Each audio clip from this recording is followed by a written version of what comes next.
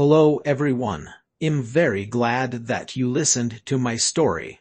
Please give me a follow and like the video if you enjoyed it.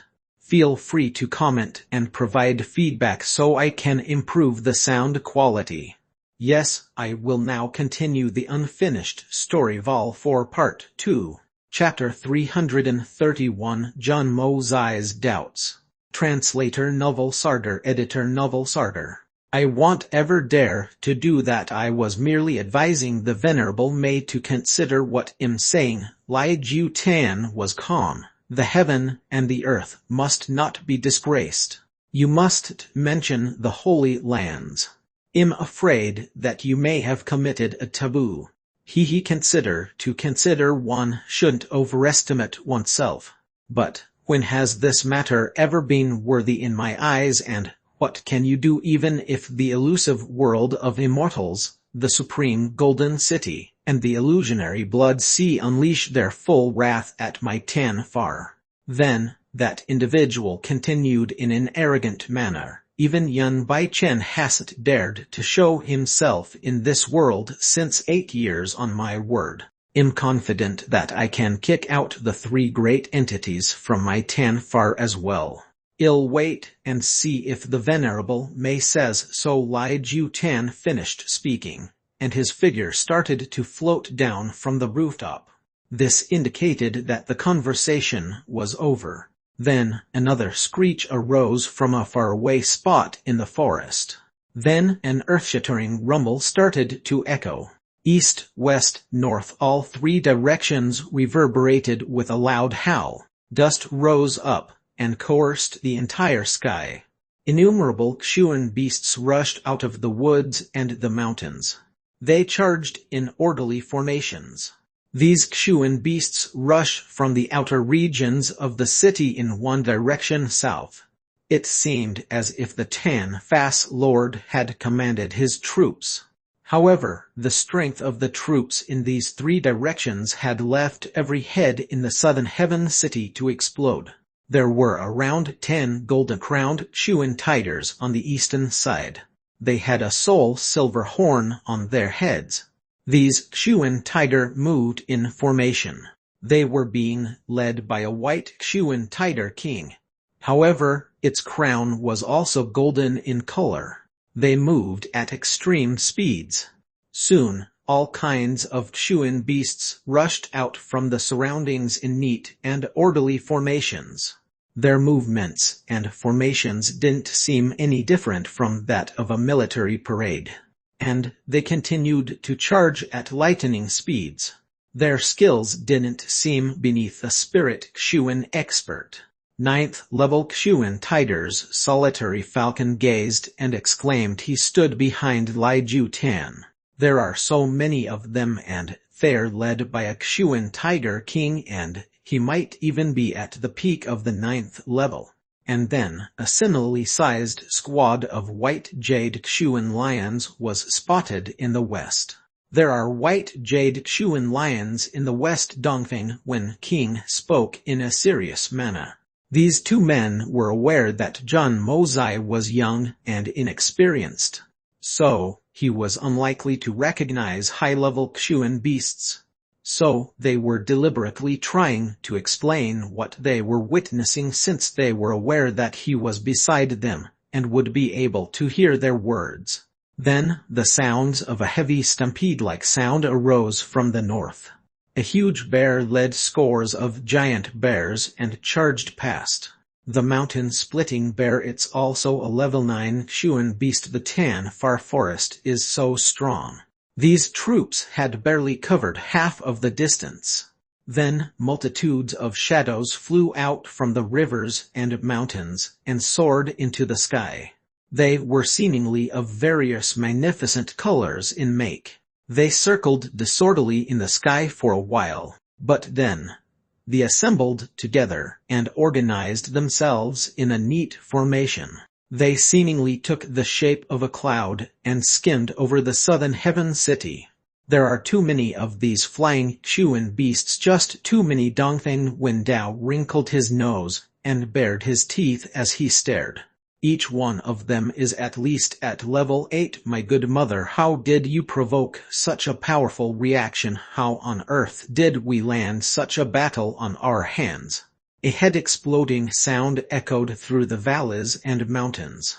This was the sound produced by the Xuan beasts stampeding feet against the ground. It sounded like an incessant torrential rain to anybody who listened to it. One could image the sheer number of these beasts. Everyone had unknowingly stationed themselves at a high altitude. All color had left their faces as they looked at the incomparably formidable sight. The sight in front of their eyes could only result in such a feeling. There were tens of thousands of powerful Xuan beasts in front of them at present. Good heavens, this world has gone crazy. Tens of thousands of Xuan beasts had bubbled up. Moreover, not a single one of these beasts was lower than level 6. Almost everyone's mouths opened wide in an O shape. However, there was one exception to all that gaping. It was Zhang Mozai. He could see all of this like the rest of the people. However, no one could know what he was thinking. He had countless questions in his mind. Everyone knew that there were two major powers on the Xuan continent, the Silver Blizzard City and the Zhu Hun Manor. No one could deny that the strength of these two clans was unsurpassable. Then, a few additional names had emerged from the mouth of this mysterious lord of the Tan Far Forest. Elusive world of the immortals, supreme golden city, and the illusionary blood sea. What do those names represent? What do they signify? Where are these three holy lands? What's the extent of the tyranny of the people from these places? Why have I never heard any of these names? He then recalled the words that Lai Jiu Tan had just spoken. The heaven and the earth must not be disgraced. You mustn't mention the holy lands. Why does this Lai Jiu Tan place these three holy lands at the level of the heaven and the earth? What did this mean? The entire world recognizes the 10 peak experts. 8 of them are the great masters. Then, there's Feng Huarnyun and the supreme assassin Chu Kai Hun. But why does it sound like this Lord of Tian Far doesn't hold them in a high regard? What does this mean? From what I've heard and seen so far, I'm convinced that this Lord of Tian Far has abundance of strength. Even Yun Bai Chen hasn't dared to show himself in this world since 8 years, on my word. I'm confident that I can kick out the 3 great entities from my Tan Far as well. These words were still ringing in his ears. A mere few words had compelled the greatest master Yun Bai Chen to not show himself for so many years. What kind of strength would be needed for that? The others had a look of horror on their faces. However, Zhang Mozai had a tranquil expression on his face, unlike the others. But innumerable waves were raging inside in his consciousness, since many problematic questions had started to arise in his mind. This Lord of Tan Far seemingly has such strength. Moreover, he has decided to show himself in public, so why didn't he wait a bit longer? He could've easily waited a bit longer until the war broke out on a full scale, and he could've easily inflicted a very heavy damage onto this coalition in that case. This coalition would've surely suffered a terrible blow in that case. In fact, this fight between men and Xuan beasts would've been over unseen for all if that had been the case. Moreover, this dispute arose 2 months ago. But he didn't appear once. So, why is he showing himself now? He has already waited for 2 months. Couldn't he have waited a few more days? It can't be denied that his appearance will have overawed his enemies. His extreme strength is like that of a god. It would hit the morale of the experts, and the morale of the force will be invariably destroyed. But this issue shouldn't be on his mind given his true strength. So, what's he worried about? The method of the coalition's attack shouldn't be an issue either. He could easily changed the tide of the battle and everything else with mere one appearance of his. What's the purpose of all this? These series of questions made Jun Mozai's head spin. He rubbed his eyes only to find another unusual thing when he opened them. Everyone had moved to the same higher area ever since the Xuan beasts had started to stampede towards the south. However, there was one exception. A lofty and solitary figure stood motionless. A young man stood alone and unafraid under the Bailey family's banner. His face exuded calmness and indifference. His bright expression clearly portrayed, "These events are of no interest to me. None of these things have anything to do with me." He stood indifferently. Moreover, it seemed like he was almost lifeless. It seemed as if no one in the world held any importance in his eyes. A sudden interest in the youngster was suddenly kindled in Jun Mozai's heart, a very strong interest. Not for anything else but the fact that this solitary figure had reminded him of his own aloofness and indifference to society at large in his previous life. Wasn't I like this once? Jun Mozai was undeniably an oddball himself. Therefore, he had never taken interest in showing goodwill to others.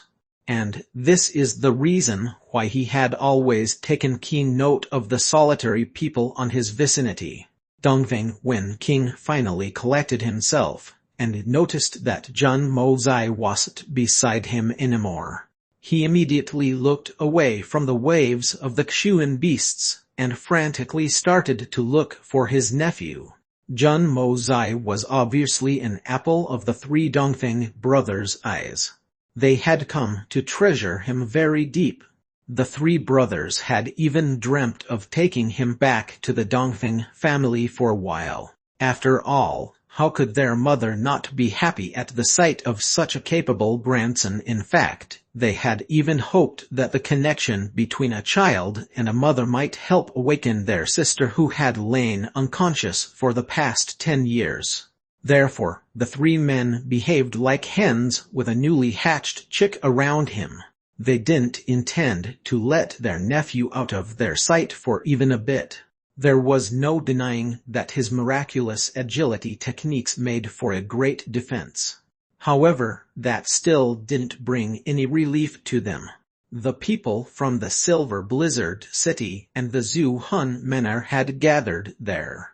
Which one of their people would ever act with nobility? And these men would cry rivers if anything bad ever happened to him. Therefore, they immediately tailed him and stationed themselves beside him once they realized that Jun Mozai wasn't at their side anymore. Even that spectacular scene couldn't take precedence over the issue of his safety. "Do you know who that person is?" Jun Mozai pointed at the solitary youngster. "He's someone from the Bailey family, and also someone who that family is bound to abandon." "Why do you ask?" Dongfeng Wen Dao tilted his head and stole a glance. He then replied with a disdainful voice. Why are they bound to abandon him? Why would they do that?" Jun Mozai asked in a confused tone. "Look at these people. Who amongst these guys from the big families seems like a fool to you, who doesn't understand the severity of this uprising?" These people were pressured by the Zhu Han Manor and Lai Zhu Tian to send help. So, they had no choice but to come and fight. But, has any family sent the entirety of their strength? Moreover, all these men are peak Sky Xuan experts. Do you see any weak men amongst them? In other words, these men have adequate strength to have a chance of saving their lives and fleeing away if this coalition doesn't prove to be enough to deal with this threat. And these families have less chance of suffering a great fall in their strengths in that case. However, have you seen any of the other families send their young masters? Dongfeng Wen King asked in a ridiculing manner. So, they're throwing his life away. He's just cannon fodder. Jun Mozai seemed somewhat shocked. Chapter 332 Bailey Luo Yun. Chapter 332 Bailey Luo Yun. Translator Novel Sarder. Editor Novel Sarder. Exactly any youngster with such cultivation who comes here to fight the Kshuan beasts is basically throwing away their life. Insignificant Jade Kshuan experts don't have any chance at survival when faced with so many high-level Kshuan beasts. What else could it be if it isn't throwing away one's life? However, to say that they are meat for slaughter isn't exactly very pleasant to hear. Dongfeng Wen Jian gave a ruthless smile. Mo Zai, don't start to believe that your agility skill set is too exquisite. You will find it difficult to escape if you're thrown to the enemy. Even your marvelous skill set won't help if you're surrounded by them. Therefore, you mustn't act recklessly. And you must never leave our sight. But that youngster is only 25 or 26 years old. And it's quite clear that he's already at the peak of the Jade Kshuan realm. I believe he's just a step away from reaching the Earth Kshuan. So, he's a very rare talent if he has reached such a level at this age. Why wouldn't his family keep such a talent close to them? Why would the Bailey family allow this youngster to throw away his life? Isn't this pitiful? Jun Mo Zai asked in a confused manner. The reason for that isn't very difficult to understand. In fact, it's rather simple. This youngster wasn't born from a legitimate wife of the family. His mother was a concubine. Dongfeng Wen King seemed sorry as he smiled. That youngster is named Bailey Luo Yun. He's one of the rarest talents to be ever born into the Bailey family. Families that practice Kshuan Kai usually have a member with a high cultivation come about the meridians of a newborn baby.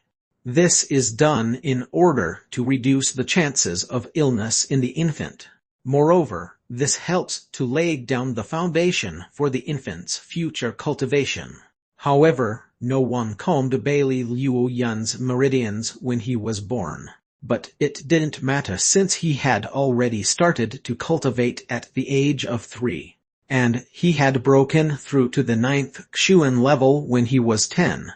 In fact, he had already reached the peak of Silver Kshuan realm by the time he turned 15, and then broke through to the Gold Kshuan soon after. Thereafter, he broke through from the Gold Kshuan realm to Jade Kshuan realm by the time he turned 20. And he has now reached the peak of the Jade Kshuan realm. He can easily be called the foremost in the younger generation after one looks at his cultivation. Not many people can compare with this man. However, it's true that you can't be considered in the same category since you can fight a spirit Kshuan with your moves even though you are only a Jade Kshuan expert. In fact, you may even win with those moves of yours. You truly are a devilish talent. But this guy is a rare and exceptional talent. He may not be a legitimate son, but he still shouldn't have been treated in such a way. Right, he's still of their blood even if he's illegitimate. So, what difference does it make if he isn't the heir to the family? He's still a rare and talented expert of their younger generation. In fact, it's easy to imagine that he may reach the Sky Kshuan level in 10 years given the speed of his current advancement, and the achievements he had already made at such a young age. Moreover, he may even reach the Spirit Kshuan in 30. Are you telling me that they're abandoning such a talent because he isn't a legitimate son? Isn't the Bailey family being very unwise? Jun Mo Zai was shocked at what he had heard. He found it very difficult to understand such a matter. It was important to know that such a talented youngster was extremely uncommon. And this fact didn't hold for the powerful families of the world alone. Even the Silver Blizzard City and the Zuhun Mana witnessed such a talent once in a lifetime. In fact, one would be hard-pressed to find many of them even if they searched the entire Kshuan continent. Any other family would have treated such a talented person as its gem, and would have guarded them very closely. In fact, such a person would receive the same care that the three Dongfeng brothers divulged towards Zhang Mo Zai's safety. So, one could only imagine the importance of such youngsters. That's not all, there's more to it. His father is the main reason behind all this. His grandfather is his real father. He had gotten drunk and had raped a maid. He had thereafter formed a relationship with her, and Liu Yan was born as a result of that relationship, and that too as the eldest son of the family. However, the Bailey family has never acknowledged his status. Moreover, they went ahead and mistreated the youngster. His innate talent obviously alienated him even further, and the treatment became worse as his Xuan cultivation bettered due to his outstanding talent.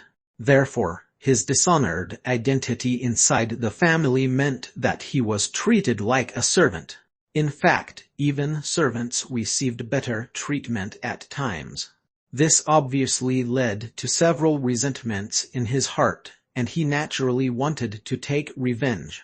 This sense of revenge became even more prominent once he broke into the Jade Xuan realm.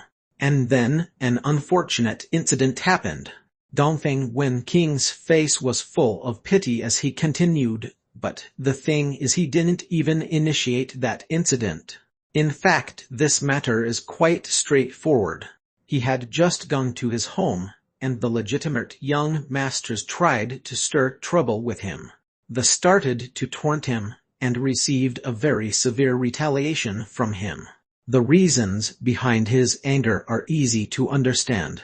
He didn't have any status in the family, even though his cultivation was far ahead of the others who took help from outside and had received the cleansing meridians treatment at a young age. However, he still belongs to their family's bloodline, and bloodline matters a lot. That was one of the main reasons he wasn't killed on the scene. But some people in the Bailey family weren't willing to let him off the hook, and this journey to Tanfar provided them with a golden opportunity to get rid of him. So that's what it is. Zhang Mo Zai let out a long sigh. He then murmured, "Bailey Liu Yan." A cold light flashed in his eyes. No one could guess his thoughts. However, we also feel that the Bailey family has caused a great harm to themselves with these actions. It's like what you had just spoken. This youngster has outstanding innate talent. He's only marginally behind you in that respect. We believe that he could become a new great master in 30 to 50 years. It's important to know that our family's strength and prestige increases if they have someone as strong as a great master. This is especially true for powerful families. In fact, they leave behind their former peers in one giant leap. The Silver Blizzard City and the Zhuhan Manor are no different. The chance for such a man to be born in any family comes in hundreds of years, once in several generations. So, I don't understand why the Bailey family would let go of such an opportunity. This makes me regret their decision somewhat. I mean, how could the Bailey family be so short-sighted? Perhaps they fear that he'll take revenge upon them once he's strong enough. Maybe there's another reason. Dongfeng Wen King shook his head and chuckled gently, but we aren't related to them in any way. In fact, it's better for us that a potential great master will be done away so soon. Moreover, it gives us a reason to celebrate. After all, a rising hero tramples on others' bones. And every strong person who ascends to the top has blood in his hands. We 9 families certainly aren't enemies, but we are potential competitors.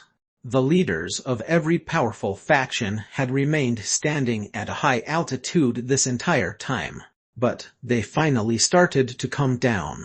They then decided to proceed to the hall in order to discuss the prevalent matters. Dongfeng Wen King stole a glance into the distance, and said, "I will accompany your third uncle to the meeting since those dregs from the Silver Blizzard City won't abstain from mockery. But they won't be too reckless if I'm around." Then, he chuckled softly and left. He was gently pushing Jun Wuyi's wheelchair towards the hall a moment later. Jun Mozai looked at his third uncle sitting in the wheelchair, and thought third uncle's legs are fine now. But I don't know when he can stand up properly. When will the blood general truly stand tall and proud, and show the majesty of his defiance to the entire world? However, everything depends on strength. Incomparable strength.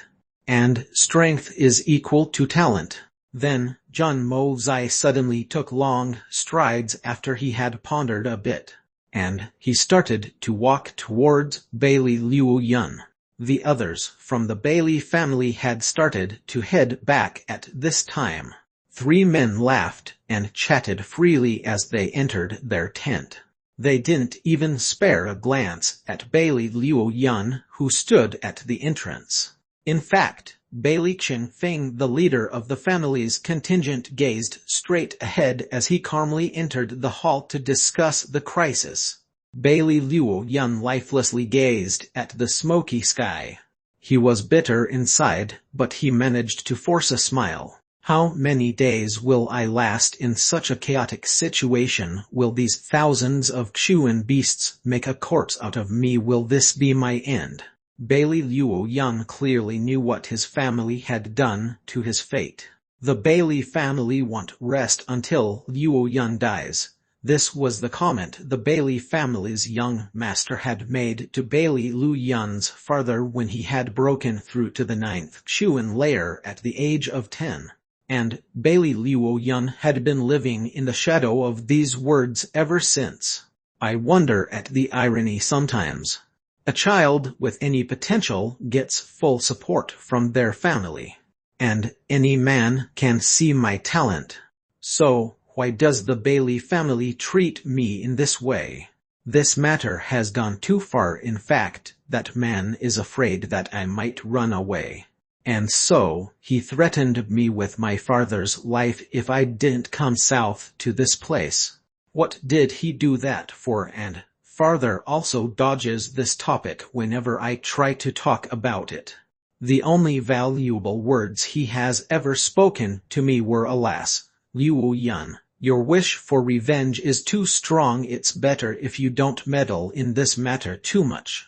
Desire for revenge. When did I ever wish to stir up trouble? Would I have taken any action for the fear of the consequences if those people hadn't crossed their limits? How could a man not resist the intolerable behavior I suffered that day in front of everyone? Or could it be, is there another reason that I don't know of?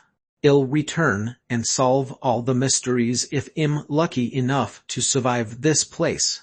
Bailey Liu Yun had an indifferent expression of his face as he turned around to enter the tent. They've never attached any importance to me.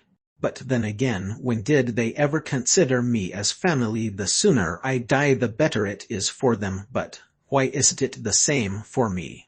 It was right then that he saw a youngster approach him. He wasn't familiar with this youngster, but he knew that this youth was called Jun Mozai. He had heard a lot about this youngster. Therefore, he was aware that this youth was a bigger debauchee than his second grandfather and some of the other people in his family. He didn't need to look twice to be sure that Jun Mozai was in fact approaching him. The youngster's path was clear-cut, and there was no variation in it. Moreover, he had a very unusual expression on his face as he looked at Bailey Liu Yun. Bailey Liu Yun. Jun Mozai tilted his head and sized him up. Jun Mozai, the third young master of the Jun family. Bailey Liu Yun's face was indifferent. He felt neither alarm nor happiness upon the realization that this youth had come to look for him. In fact, he didn't even try to guess the reason he was being sought for. Do you wish to find a place to chit-chat? Follow me, John Mosai invited. It was technically a request, but the tone of John Mosai's voice made it seem like an order of sorts. He had been an aloof assassin in his previous life, so he knew the methods one must use to deal with such a socially reclusive personality, even though his own nature had changed rather considerably in his present life. One must never hope for such people to take the initiative. Such would keep their mouth shut even if they really wanted to say something. John Mosai was well aware of it because he used to be like this once. The only method to deal with such people was to take control the situation by taking the absolute initiative. The counterpart would then unconsciously move according to one's plan. In fact, they would try to match the rhythm of your movement even if they didn't wish to, even if they were unconvinced, or even if they were unwilling to accept it. This was because they wouldn't wish to seem inferior, and would try to talk to you on equal footing, or they would at least look for an opportunity for equal footing. I don't talk to strangers. Bailey Luo Yun indifferently turned his head and started to enter the tent. That very same tent which he loathed from the bottom of his heart. I've heard that you're one of the rarest Xuan Kai talents of the present age. So, you wouldn't be afraid of me, right? John Mosai stepped forward. Bailey Luo Yun's straight and towering figure suddenly came to a stop. The rumors state that you're 26 years old. They also state that you have already reached the peak of the Jade Xuan realm. But you won't dare to talk to me. Are you afraid that I'm plotting something against you? John Mosai smiled mischievously. Bailey Luo Yun suddenly turned around. His face was still expressionless, and his eyes were still tranquil as he looked at the young Master John. It seems that the rumors were mistaken. And it's not surprising, since 9 out of 10 rumors can't be trusted. John Mosai turned around to leave, but not before leaving a few words, and I was too bold. I really shouldn't have come here. He started to walk away after he had said that. However, he didn't walk towards his tent. Instead, he walked towards the periphery. The sound of another person's footsteps trailed him. Bailey Luo Yun was calmly following after him. He stayed neither too close nor too far. A proud expression flashed in John Mosai's eyes. Talk to me, will you? Why aren't you saying anything? Bailey Luo Yun would have returned to his tent for a nap if these doubts wouldn't have arisen in his mind. And he certainly wouldn't have followed after John Mosai like this. John Mosai didn't even turn around the entire time. In fact, his body started to move more rapidly, and the speed of his walk increased to a shocking level. Bailey Luo Yun didn't utter a word either. However, he continued to follow John Mosai. He didn't come too close, but he didn't lag far behind either. The two outstanding Jade Xuan Peak youngsters moved one after the other as if they were in a chase. However, no one noticed these talented young men, since everyone's attention was fixed at the discussions that were taking place in the hall. The young Master John gradually began to speed up.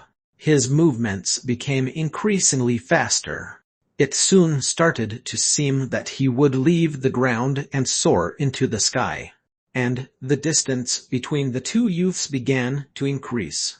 Bailey Luo Yun had always maintained his indifference towards the world. However, his eyes had started to belie his astonishment.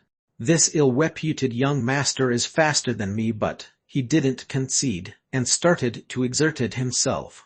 Yet, he still couldn't catch up with the other party. In fact, he couldn't even reduce the distance between them by an inch. And the distance that separated them continued to increase gradually. I have failed in this contest of speed. Bailey Luo Yun wouldn't have admitted it openly, but he had clearly understood that the other person had managed to outstrip him even though he was younger in age, at least in speed. Jun Mo Zai led the way to a small hidden slope about 5 kilometers away. He quickly climbed it and sat down in a flash. Then he took the initiative as he patted to the grassy spot beside him and said, "Come sit." There was no answer. Bailey Luo Yun stood as straight as a javelin just like before. He was used to staying alert for long durations of time without giving himself a single moment to relax. This was because everyone in his family was quite eager to kill him whenever they got the chance. Therefore, he had become accustomed to remaining on perpetual guard long ago. However, a trace of admiration had already started to take birth in the depths of his eyes. "What do you want?" Bailey Luo Yun finally asked. He was miserly with his words. He seemed to cherish them like they were made of gold. This young man wasn't accustomed to long conversations. He had always held his thoughts close to his heart. Bailey Luo Yun had only asked this question because he was led to do so by Jun Mo Zai's skillful manipulation.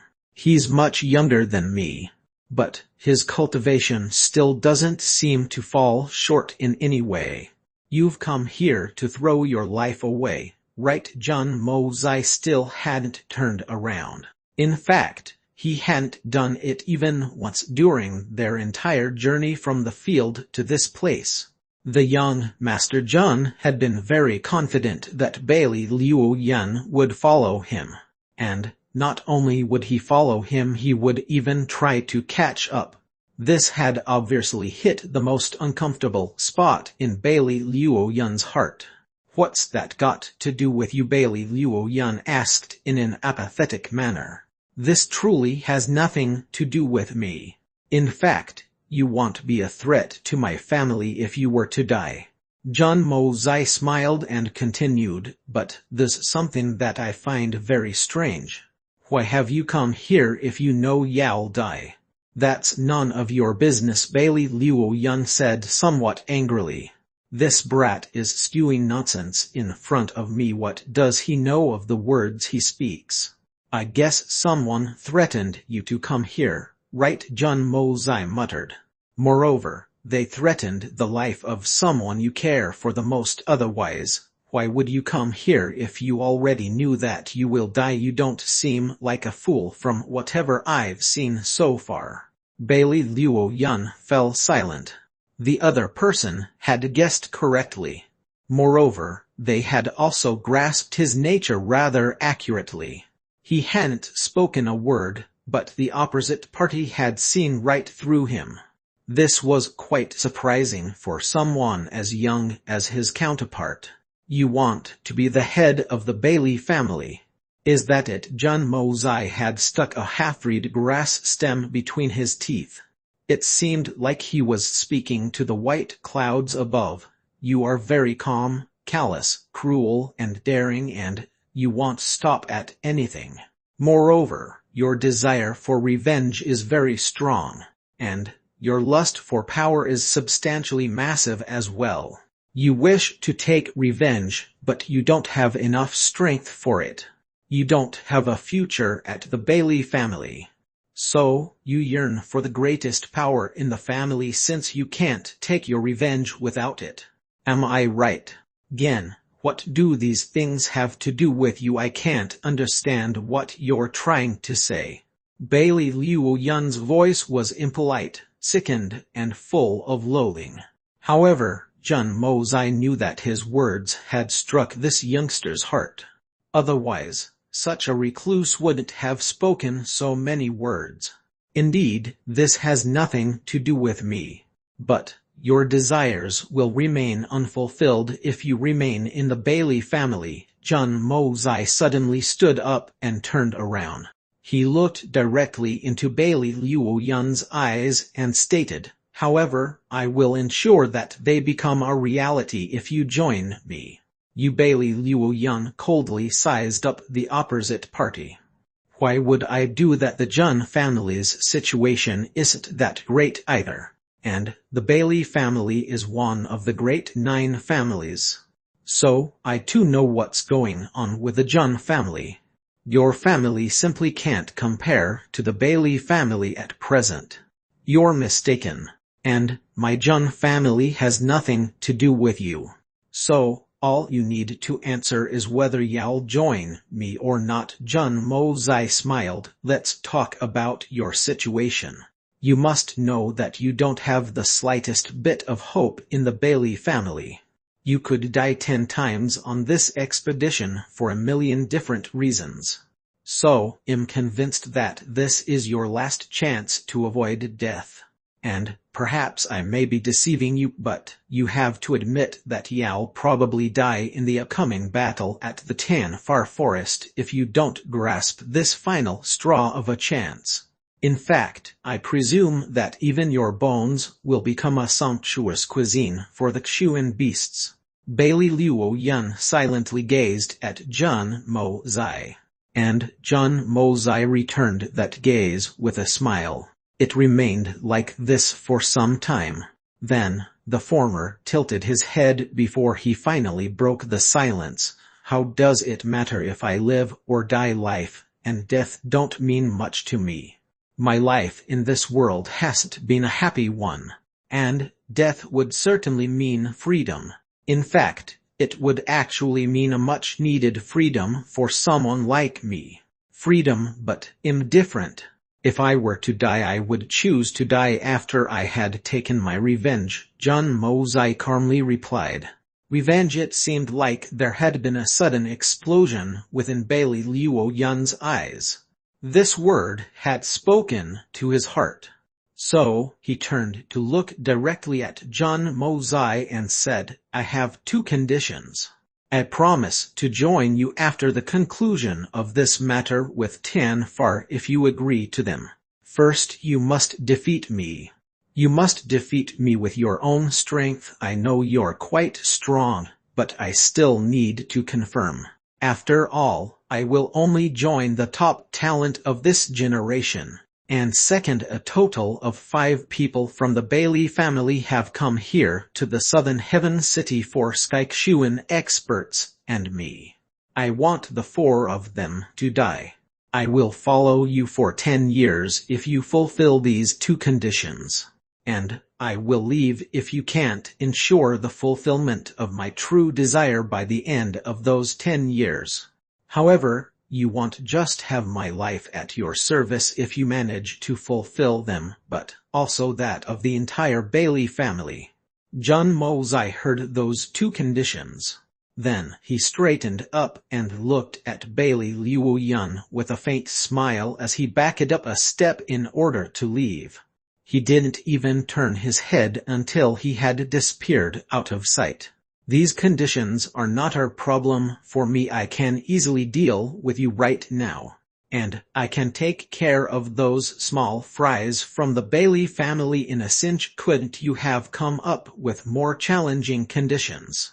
Boy, wait till I gain control over you. Jun Mozai used his exquisite martial arts and returned to the campsite in secret.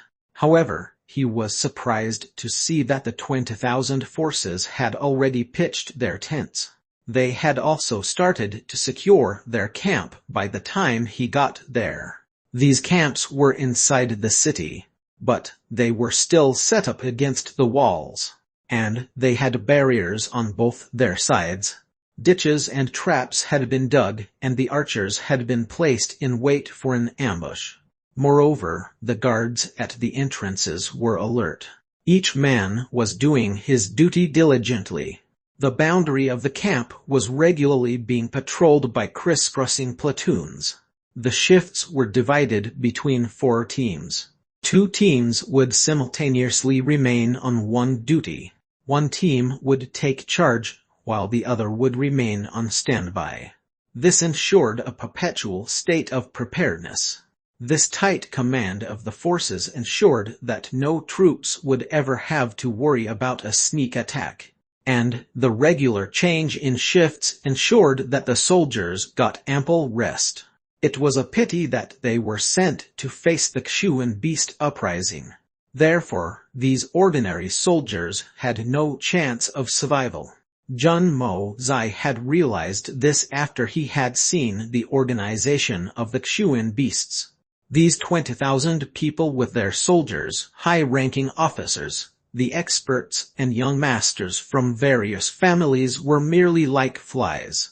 They've all been sent here to die. These guys are 100% cannon fodder. Jun Mo Zai sighed softly before he made his way towards his own encampment. He had barely entered when he felt something unusual in the atmosphere. Warren King Han was consoling Dugu Zairoi for some reason. The young Lady Dudder's beautiful face was tear-stained. It appeared that she had suffered some grievous wrong. What's going on? Boo-hoo, brother Mo Zai, little white has disappeared. Dugu Zairoi looked up at him. Then, she rushed towards him and burst into tears. Oh, so he disappeared when I wasn't here. Jun Mo Zai smiled bitterly inside. You brought that nuisance here, and now it's gone. The Xuan Beast King had issued an order for all Xuan beasts to assemble. So, Little White obviously couldn't be an exception to his command, could he? Little White is still here, and that's a real problem. Boo-hoo, no, I must find him. He still hasn't had lunch. Dugu Zairoi was distressed and desperate. Little White was the apple of her eye. We will properly look for him. Maybe he has gone out to play for a while and will return soon. Jun Mo Zai consoled her weakly. In the depths of the Tan Far Forest, Long Crane and Big Bear were standing straight in difference. They had two others standing behind them. The level 9 beast kings from every race were present as well. Then, they all squatted down on the ground in a well-behaved manner. The beasts would sweep the floor with their tails from time to time, and they didn't allow a single speck of dust to settle in that small area. The person in front of them was mysteriously shrouded in a black cloak. His hairs, face, body and legs all were shrouded beneath it. Even his eyes couldn't be seen. Even the make of this person's figure wasn't clear, so one could forget about his facial features. Tell me, what's all this about? I go off to seclusion for only 2 years, and you create such a big mess. You have such courage now that all the great experts have assembled. The mysterious person spoke up.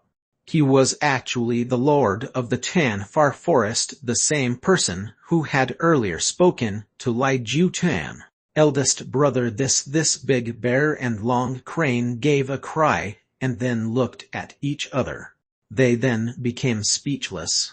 Over 3 million of our people had rushed out of Tan Far, and these people were all level 6 or above. The full strength of our Tan Far has been laid bare. The shrouded person sneered. Does that mere Lai Ju Tan really require such a large assembly of force to be dealt with?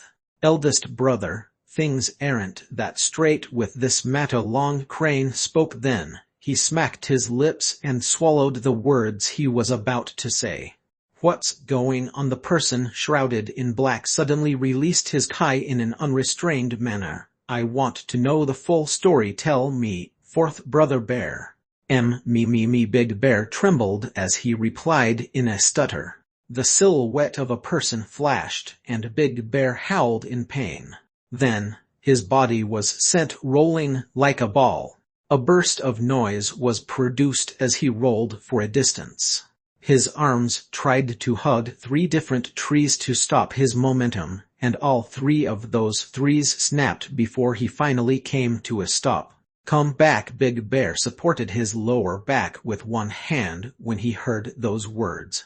He then grimaced, ran back and stationed himself in an obedient stance. Speak. Then, Big Bear pulled a pained face as he recalled how they had stolen the level 9 Xuan Beast Core in the Tan Zhang city. He told everything in detail about what came to happen after he and Long Crane had stolen that core. You're telling me that this person can make it easier for us to advance. Are you sure about this? The Kshuan Beast King also started to tremble. His shroud rippled with him. Chapter 333 Tan Far S Fury. Chapter 333 Tan Fas Fury. Translator Novel Sarder. Editor Novel Sarder. Yes, Long Crane answered confidently. Then, he continued, I'm absolutely convinced of this. He used his Kai technique on the fourth brother and me. His special method resulted in the strength in our bodies to increase by 10 times, and even the bottleneck that had been constraining us started to loosen. Therefore, we acted like this since he would help in our advancement. I can assure you that all this is true. So, you needn't have any doubts, Long Crane answered solemnly. So that's how it is, the shrouded person mumbled in a faint voice. It's understandable if that's the case. But, why didn't you and Fourth try to capture him? You could've been done with everything if you were to control him. It may be assumed that this person's strength is high, but he won't be able to contend with Lai Jiu Tan. How many experts of such strength do you think exist in this society? You and Fourth wouldn't be considered weaker than Lai Jiu Tan if you were to combine your attacks. Therefore, the two of you should've at least attempted to capture the man in question. Long Crane smiled bitterly. You think we didn't wish to, elder brother? We had proposed a competition with this very thought in our mind. However, you don't know how much he pressurized us. The pressure of his aura was even greater than yours, elder brother. Moreover, we will have the means to promote our strengths if things go well. In fact, we will have never-ending advancements after this matter ends. And we can bid goodbye to the word bottleneck.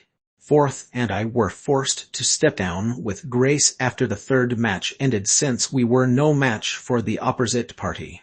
You don't understand the temptation this matter posed for us.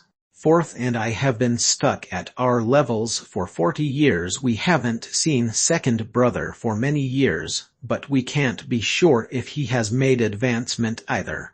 He must remain stuck as well. Plus, that man's conditions didn't seem very difficult. We only had to stop the Zhuhan mana from going north, and we had to beat up Lai Jiu Tan's son to a state where he'd have to remain bedridden for a couple of months.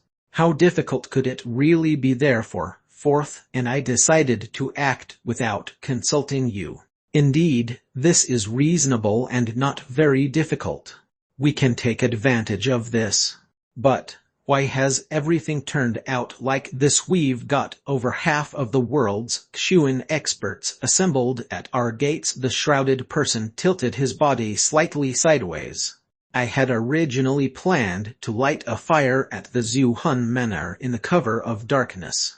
I had planned to use that chaos as a cover to attack Lai Tang Yun in order to break his legs. But then Big Bear suddenly burst into the Zhuhan Manor in bright daylight and created a clamor. Then, he began to howl about breaking Lai Tang Yun's legs and arrogantly declared to the opposite party that they must take the initiative and break Lai Tang Yun's legs on their own. Even I wouldn't have been to do so. Forget about Lai Jiu Tan doing such a thing.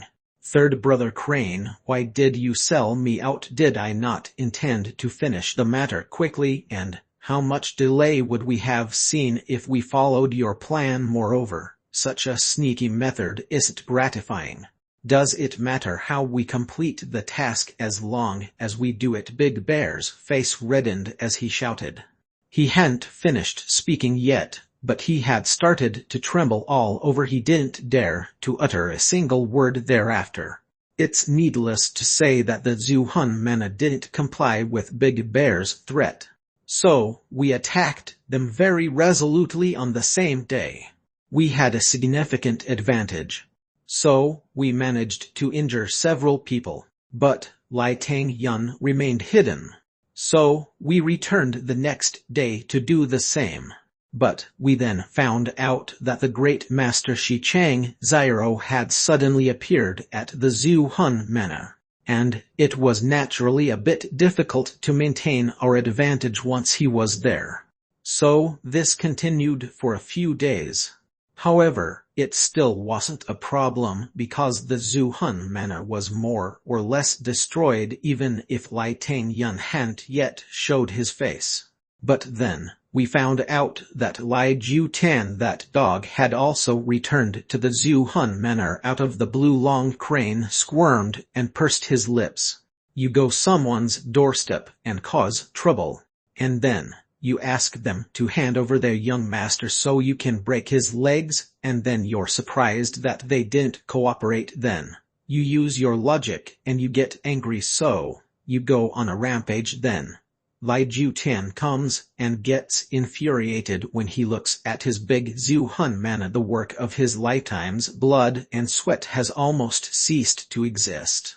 Which family would endure to be ashamed by this? The man shrouded in black sneered, "Do you two really think nothing of the people in this world? This is hilarious. First you didn't complete this task in secrecy. Then you actually went about it so boldly in broad daylight, and, Big Bear, you really have some big guts. I genuinely wish to tear up open so I can see just how big your guts are." Big Bear stared gaping. Then he hiccuped and shut his mouth. "What happened after that?" the black-cloaked man asked. "After that we attacked again. Then I found out that Lai Ju Tan's body had an extremely fluctuating Xuan beast core inside it. It seemed that he had taken a core which was at least at the 9th level. In fact, the Kai was similar to that of the Panther King's.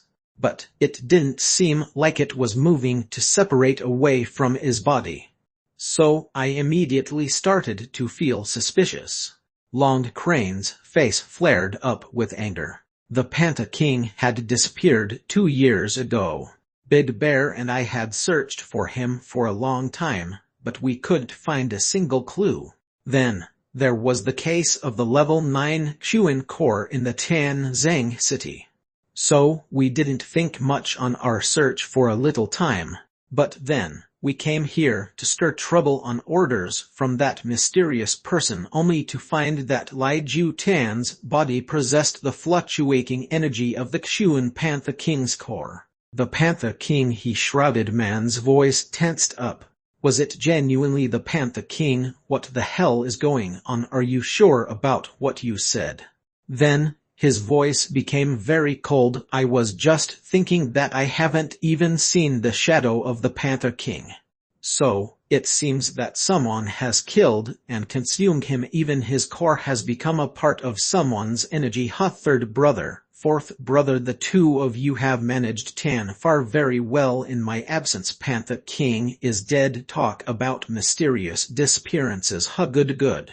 The complexion on Long Crane and Big Bear's faces suddenly changed. They immediately knelt with a bang, and their foreheads were sweaty enough to resemble a broth. Their elder brother's intermittent words and manner of speech was enough to express his rage. It seemed that these two brothers were in for a tragedy. There used to be 10 beast kings at the time of our king. They could overlook the entire world with arrogance. Even the 3 holy lands didn't have the courage to look them in the eye. The Tianfar was the fiercest force in the entire universe. It was a scene to remember. However, the king then ascended to the heavens, and the 9 elder brothers became disheartened and went away to live in seclusion.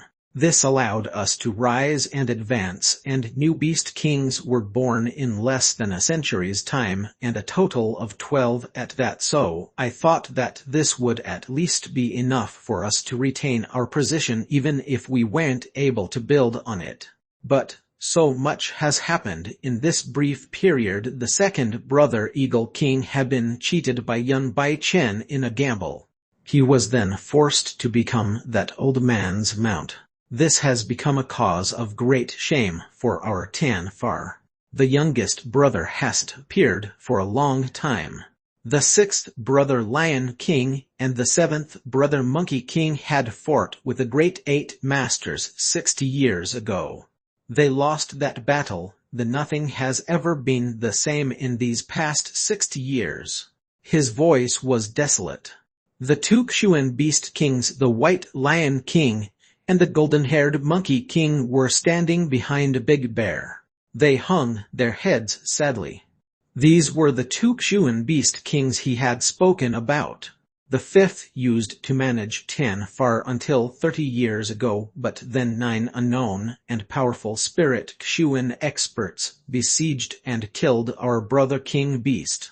Even the location of his core is unknown. That entire matter is still shrouded in endless mystery. Then, the 11th Panther King died, and his core is inside Lai Ju Tan's belly now. Only a few of us are left out of the original 12 kings: crane, bear, snake, tiger and eagle. The shrouded man tried hard to restrain his voice as he got angrier. This is 10 far, right? 10 far is fierce, right? Couldn't you 7 beast kings have gone together as brothers to wreak havoc on that insignificant Zhu Hun Manaha? He dispersed Kai around, and his Kai went away from his body like a bomb that has just exploded. But the surrounding beast kings didn't resist one bit. They didn't dare to resist and were sent flying out by the explosion. In fact, the center of the forest was blown clear for around 90 kilometers with that blast. The trees were snapped clean from the ground, and the air was full of wood shavings. That huge area on the ground was completely barren now. Not a blade of grass could be seen growing on it. The power of the angered Lord of 10 far had unexpectedly reached such heights. Eldest brother, you can't be so angry at such a critical time. The 7 Xuan Beast Kings knelt and implored their lord. One could caught a glimpse of the black-cloaked person from underneath his shroud as he raised his head to the moon and sighed. Snake King, Tiger King, Eagle King, you 3 are at peak level? The shrouded person asked. He had apparently calmed down.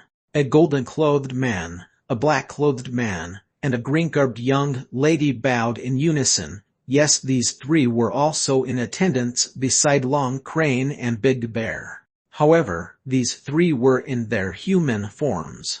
The White Lion King and the Golden Monkey King were also present there. However, they had a mixture of admiration and indignation in their eyes.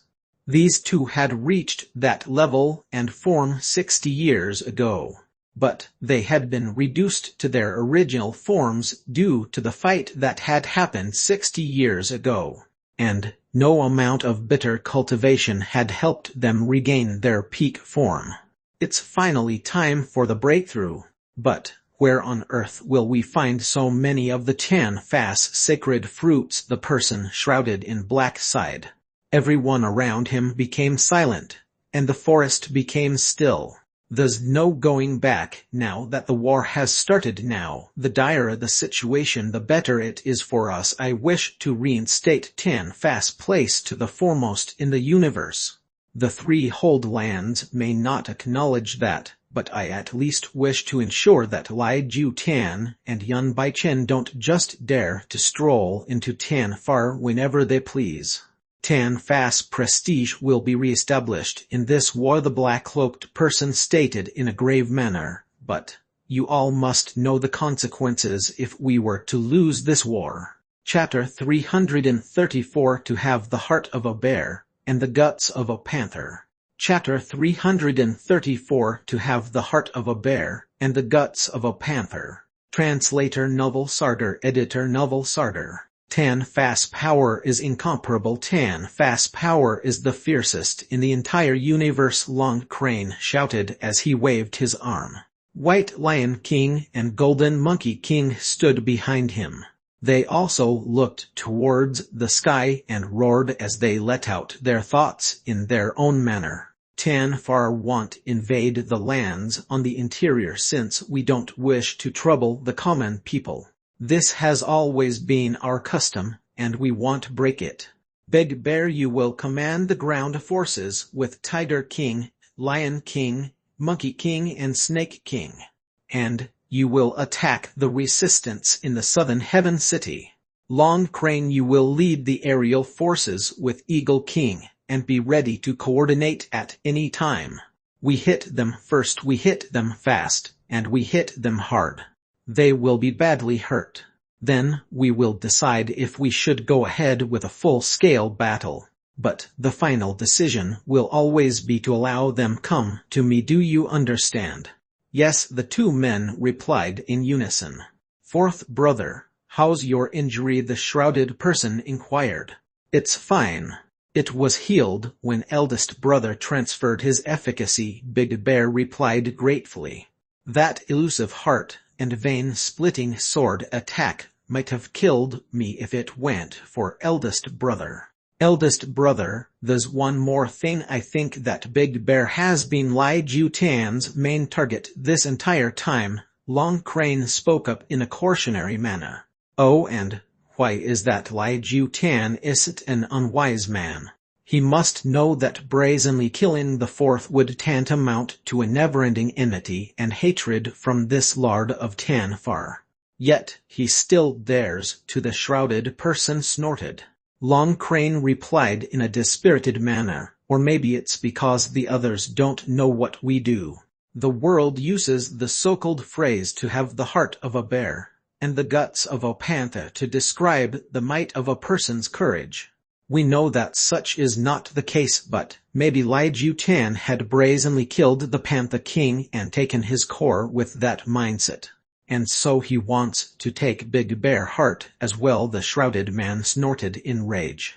Yes, a man's cultivation increases considerably if he takes a Xuan core, but one can't absorb it properly, and Lai Jutan would have faced this problem as well. But if he takes Big Bear's heart along with Panther King's, he wouldn't only be able to absorb the Xuan core, but his Xuan cultivation would also double. And his strength would double up again if he were to ingest Big Bear's core as well. This would lead to fourfold increase in his present efficacy. And who in this world would be able to rival Lai Jutan if that were to happen? So why would he consider the enmity from the Tanfar in the lure of such strength? Long Crane's face was full of loathing. Lai Jutan ignored me throughout the fight. And he continued to target Big Bear, and each of his attacks was meant to kill. So, his intention was clearly malicious. This was the main reason why fourth brother and I instigated this uprising.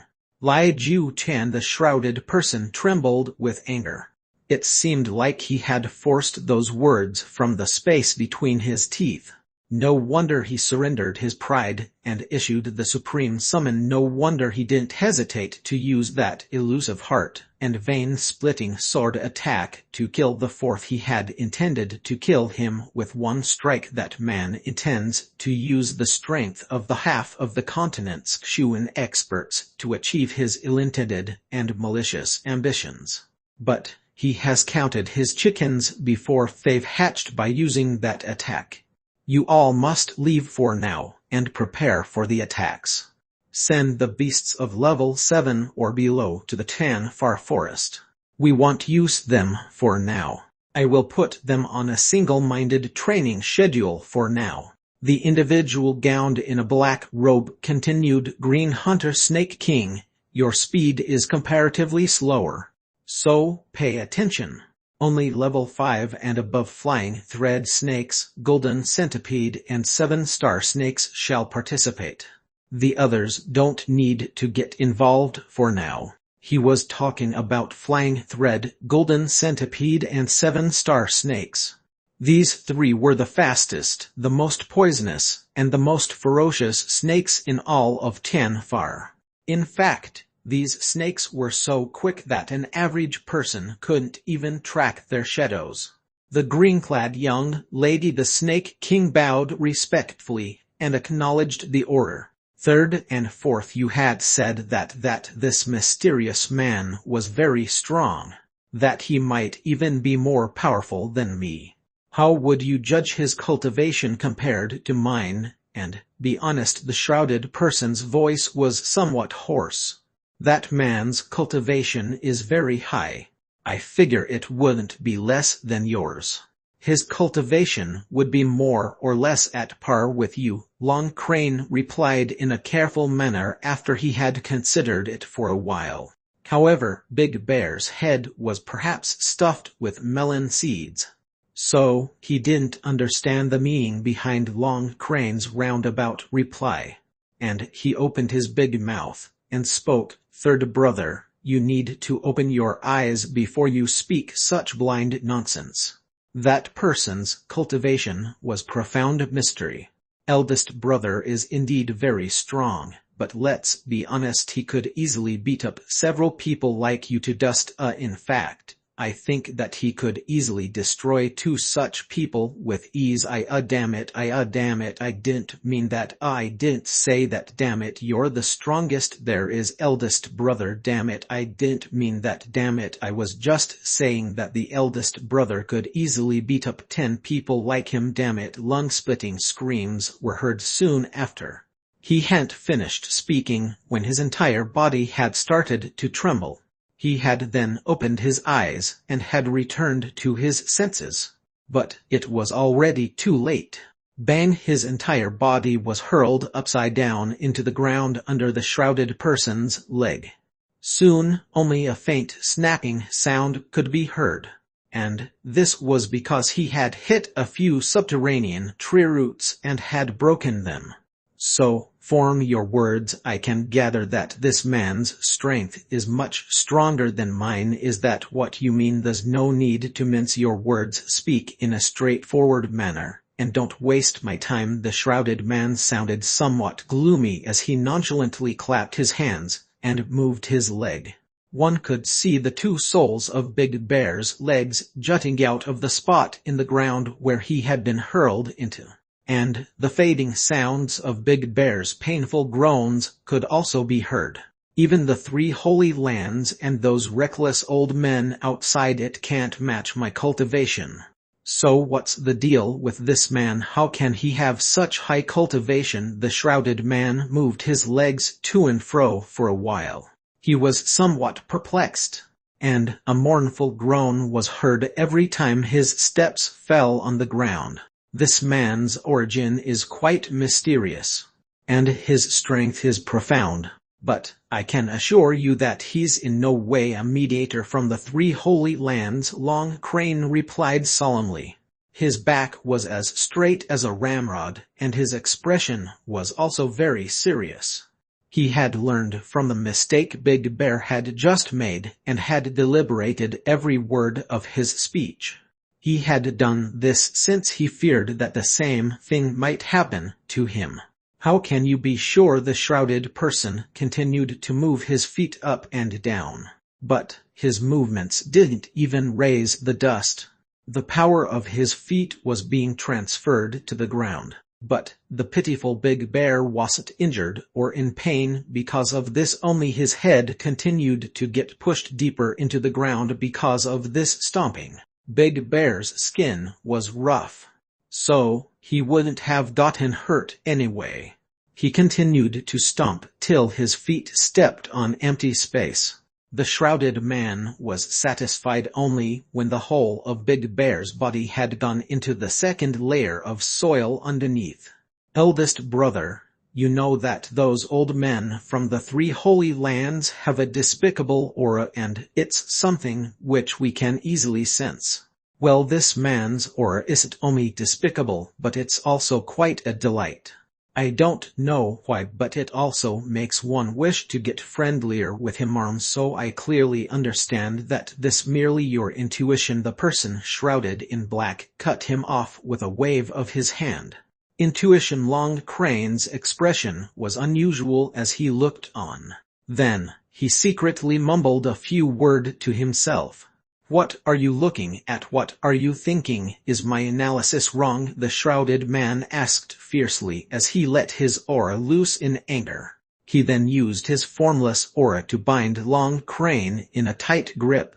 You genuinely deserve to be the eldest brother. Eldest brother is the wisest. Long Crane was extremely scared. He hurriedly spoke those words, and forced a laugh before his throat started to make those choking noises. Long Crane, you're quite skillful, third brother, the shrouded man said in a gloomy tone. Eldest brother, spare me. Long Crane begged for mercy. But he was flung away. He then landed on the ground and his crash created a deep trench. Then, suddenly a little bit of dirt was thrown up, and a huge hole appeared on the ground beside him, and Big Bear appeared out of it. He was covered in yellow mud, but he became extremely cheerful at the sight of Long Crane's misery. He quickly spat out some mud and spoke in a merry tone. Third brother Crane, you too got your share. Har har har. Long Crane's head was covered in mud. He crawled 20 to 25 meters before he snorted and replied, at least I don't look like someone who was smashed headfirst into the ground and had then gone over 10 meters underground.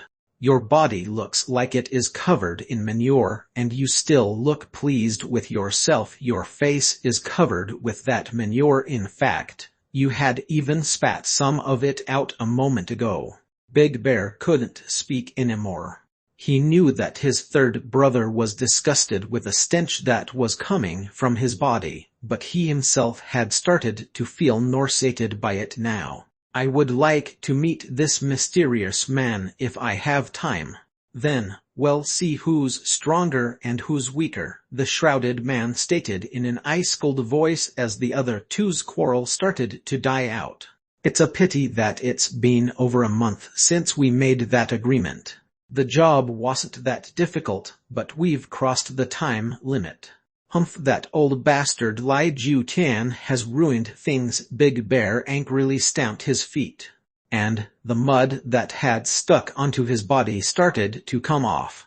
However, that man had also said that we have to look for Jun family's Jun Wuyi after we finish the job. Long Crane suddenly thought and said, so, we can't and mustn't let him escape since he has said so. We'll find him if we continue to follow our actions. And as far as we know, the Empire has sent him in as the commander of the forces that were dispatched to deal with this uprising. Therefore, he's inside the Southern Heaven City at the moment. We will plan cautiously and look for Jun Wuyi if that's the case. And we will use him to get information about this mysterious man in a very discreet manner. The shrouded man's robe fluttered as the tone of his voice changed a bit. Long Crane and Big Bear didn't find anything fishy about it. They were already quite used to strange things. Eldest brother, we must still be careful regarding this matter with Jun Wuyi. We might anger the mysterious man if we cross a certain line, and the losses will outweigh the gain in such a case. Long Crane suggested in a caution manner. Chapter 335 Tan Far is shocked. Chapter 335 Tan Far is shocked. Translator Novel Sarder. Editor Novel Sarder. That is only natural, the black-clad person said, since this man can help you advance. How can I act rashly when this man is so important to us? Do you need to remind me of something so trivial? You have spoken very wisely, eldest brother. Long Crane and Big Bear nodded. They were quite embarrassed. They had previously boasted a lot, but the deadline of 1 month to complete their task had already passed. And this fact had left them to feel very ashamed of themselves. What should I say in case I end up facing him again? The task of preventing the Zhu Hun mana from going north had been completed very effectively. Moreover, even the Silver Blizzard City had been forced to come south to deal with this matter. However, there was the other task to break Lai Tang Yun's legs. And this task hadn't been completed yet. In fact, even Lai Tang Yun's face hadn't appeared in the midst of this chaos. This had confused everyone, and had lit a fire inside Long Crane and Big Bear.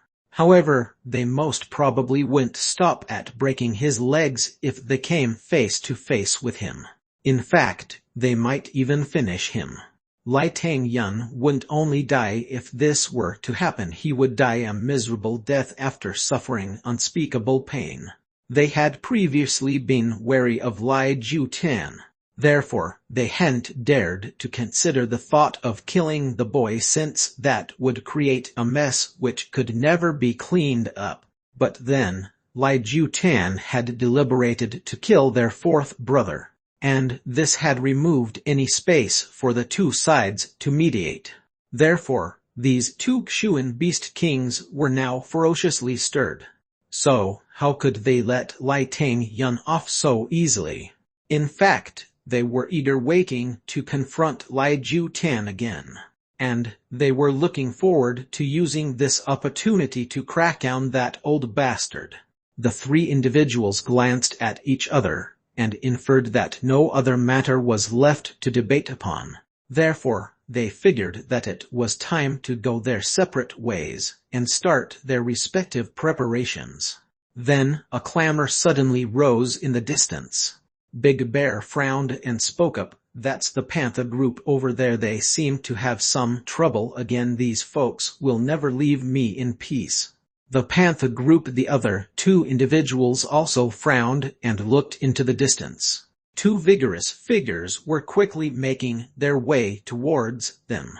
These two figures were snow-white in color, but their eyes flashed with a golden light. They both were 8th level peak golden-eyed Xuan snow panthers.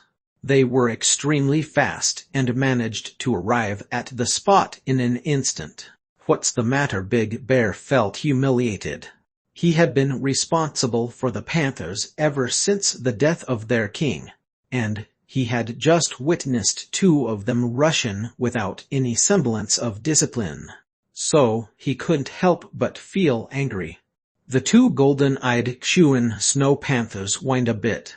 They then prostrated themselves on the ground and remained motionless for a bit.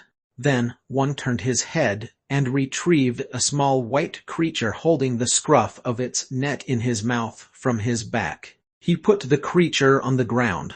However, it seemed as if the panther still couldn't control the trembles that had overtaken its body.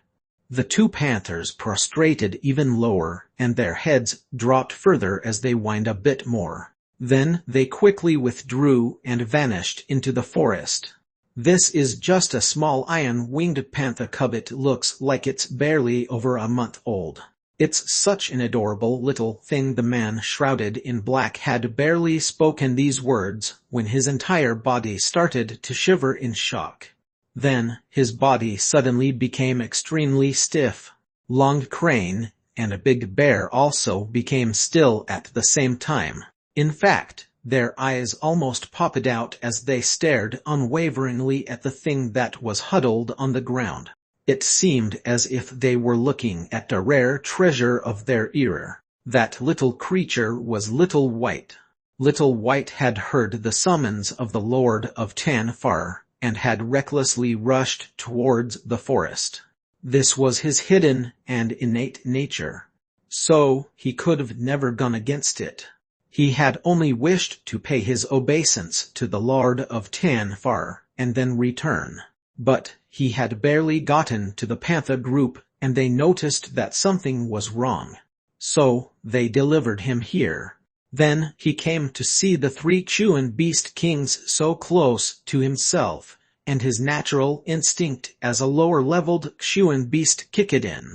Therefore, the adorable little thing huddled and started to tremble. Eldest brother, this one is just a child yet. He's an unwinged level 8 iron-winged panther, level 8. FCK me, how's this possible? I must be dreaming, damn it. Third brother, quickly slap me, I must be dreaming. This is unbelievable. My holy uncle, this is really our Big Bear was shouting and making a commotion. In fact, he had completely neglected how he'd appear while doing so. Long Crane's face had a hint of darkness on it. Everyone else was completely silent. In fact, it was almost a deathly silence. The 6 pairs of eyes of the 3 Chuan Beast Kings were opened around. Long Crane's lamp-like eyes were flickering like a light bulb. Big Bear's eyes were still full of disbelief. In fact, it seemed that they were just about to pop out from their sockets. The shrouded person's eyes were covered by the black cloth, but his sharp eyes had started to shine through it and had begun to glisten. Moreover, Big Bear's words were quite deplorable, and the Lord of Tanfar would have gotten angry a long time ago under any other circumstances.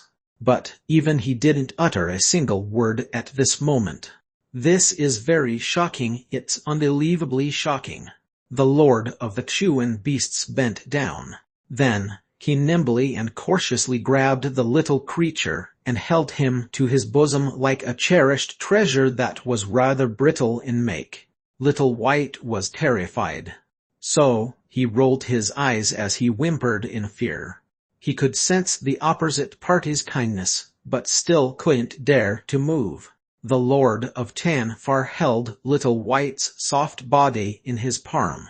Then, he exhaled after a long time and said, "This little thing is genuinely at the 8th level. He's unexpectedly at level 8, genuinely at level 8. This is a miracle, a genuine miracle."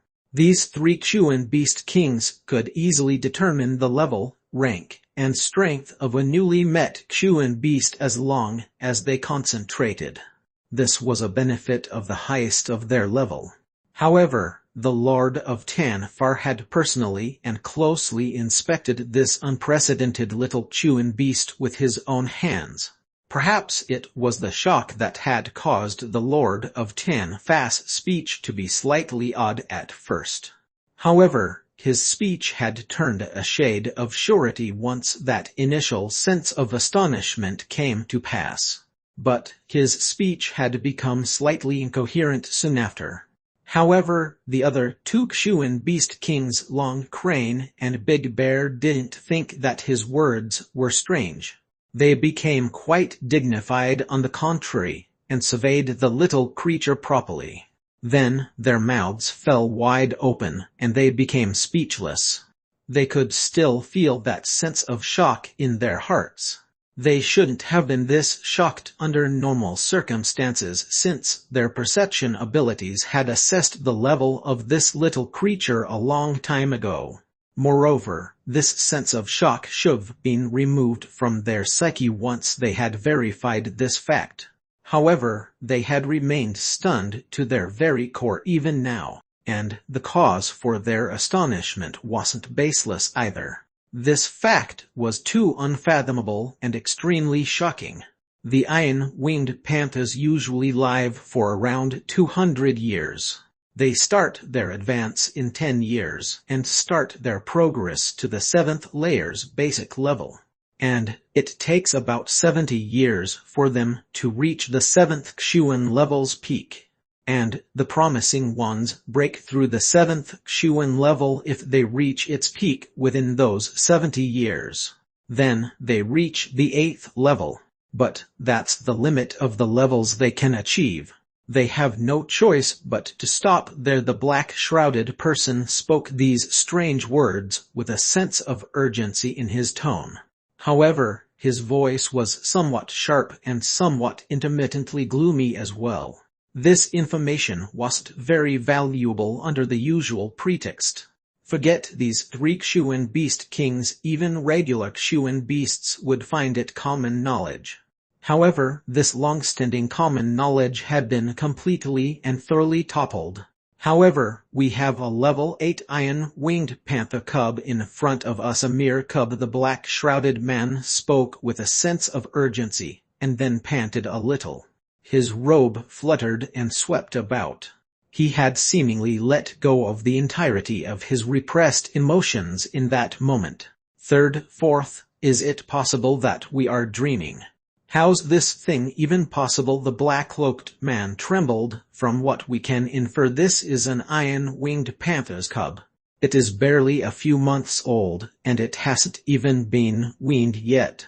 But he has still advanced under these conditions, and not only that, he has advanced to such a high level. This is unbelievable, unfathomable. I would've killed anyone who had told me that such a thing had happened, but I wouldn't have believed a word of it.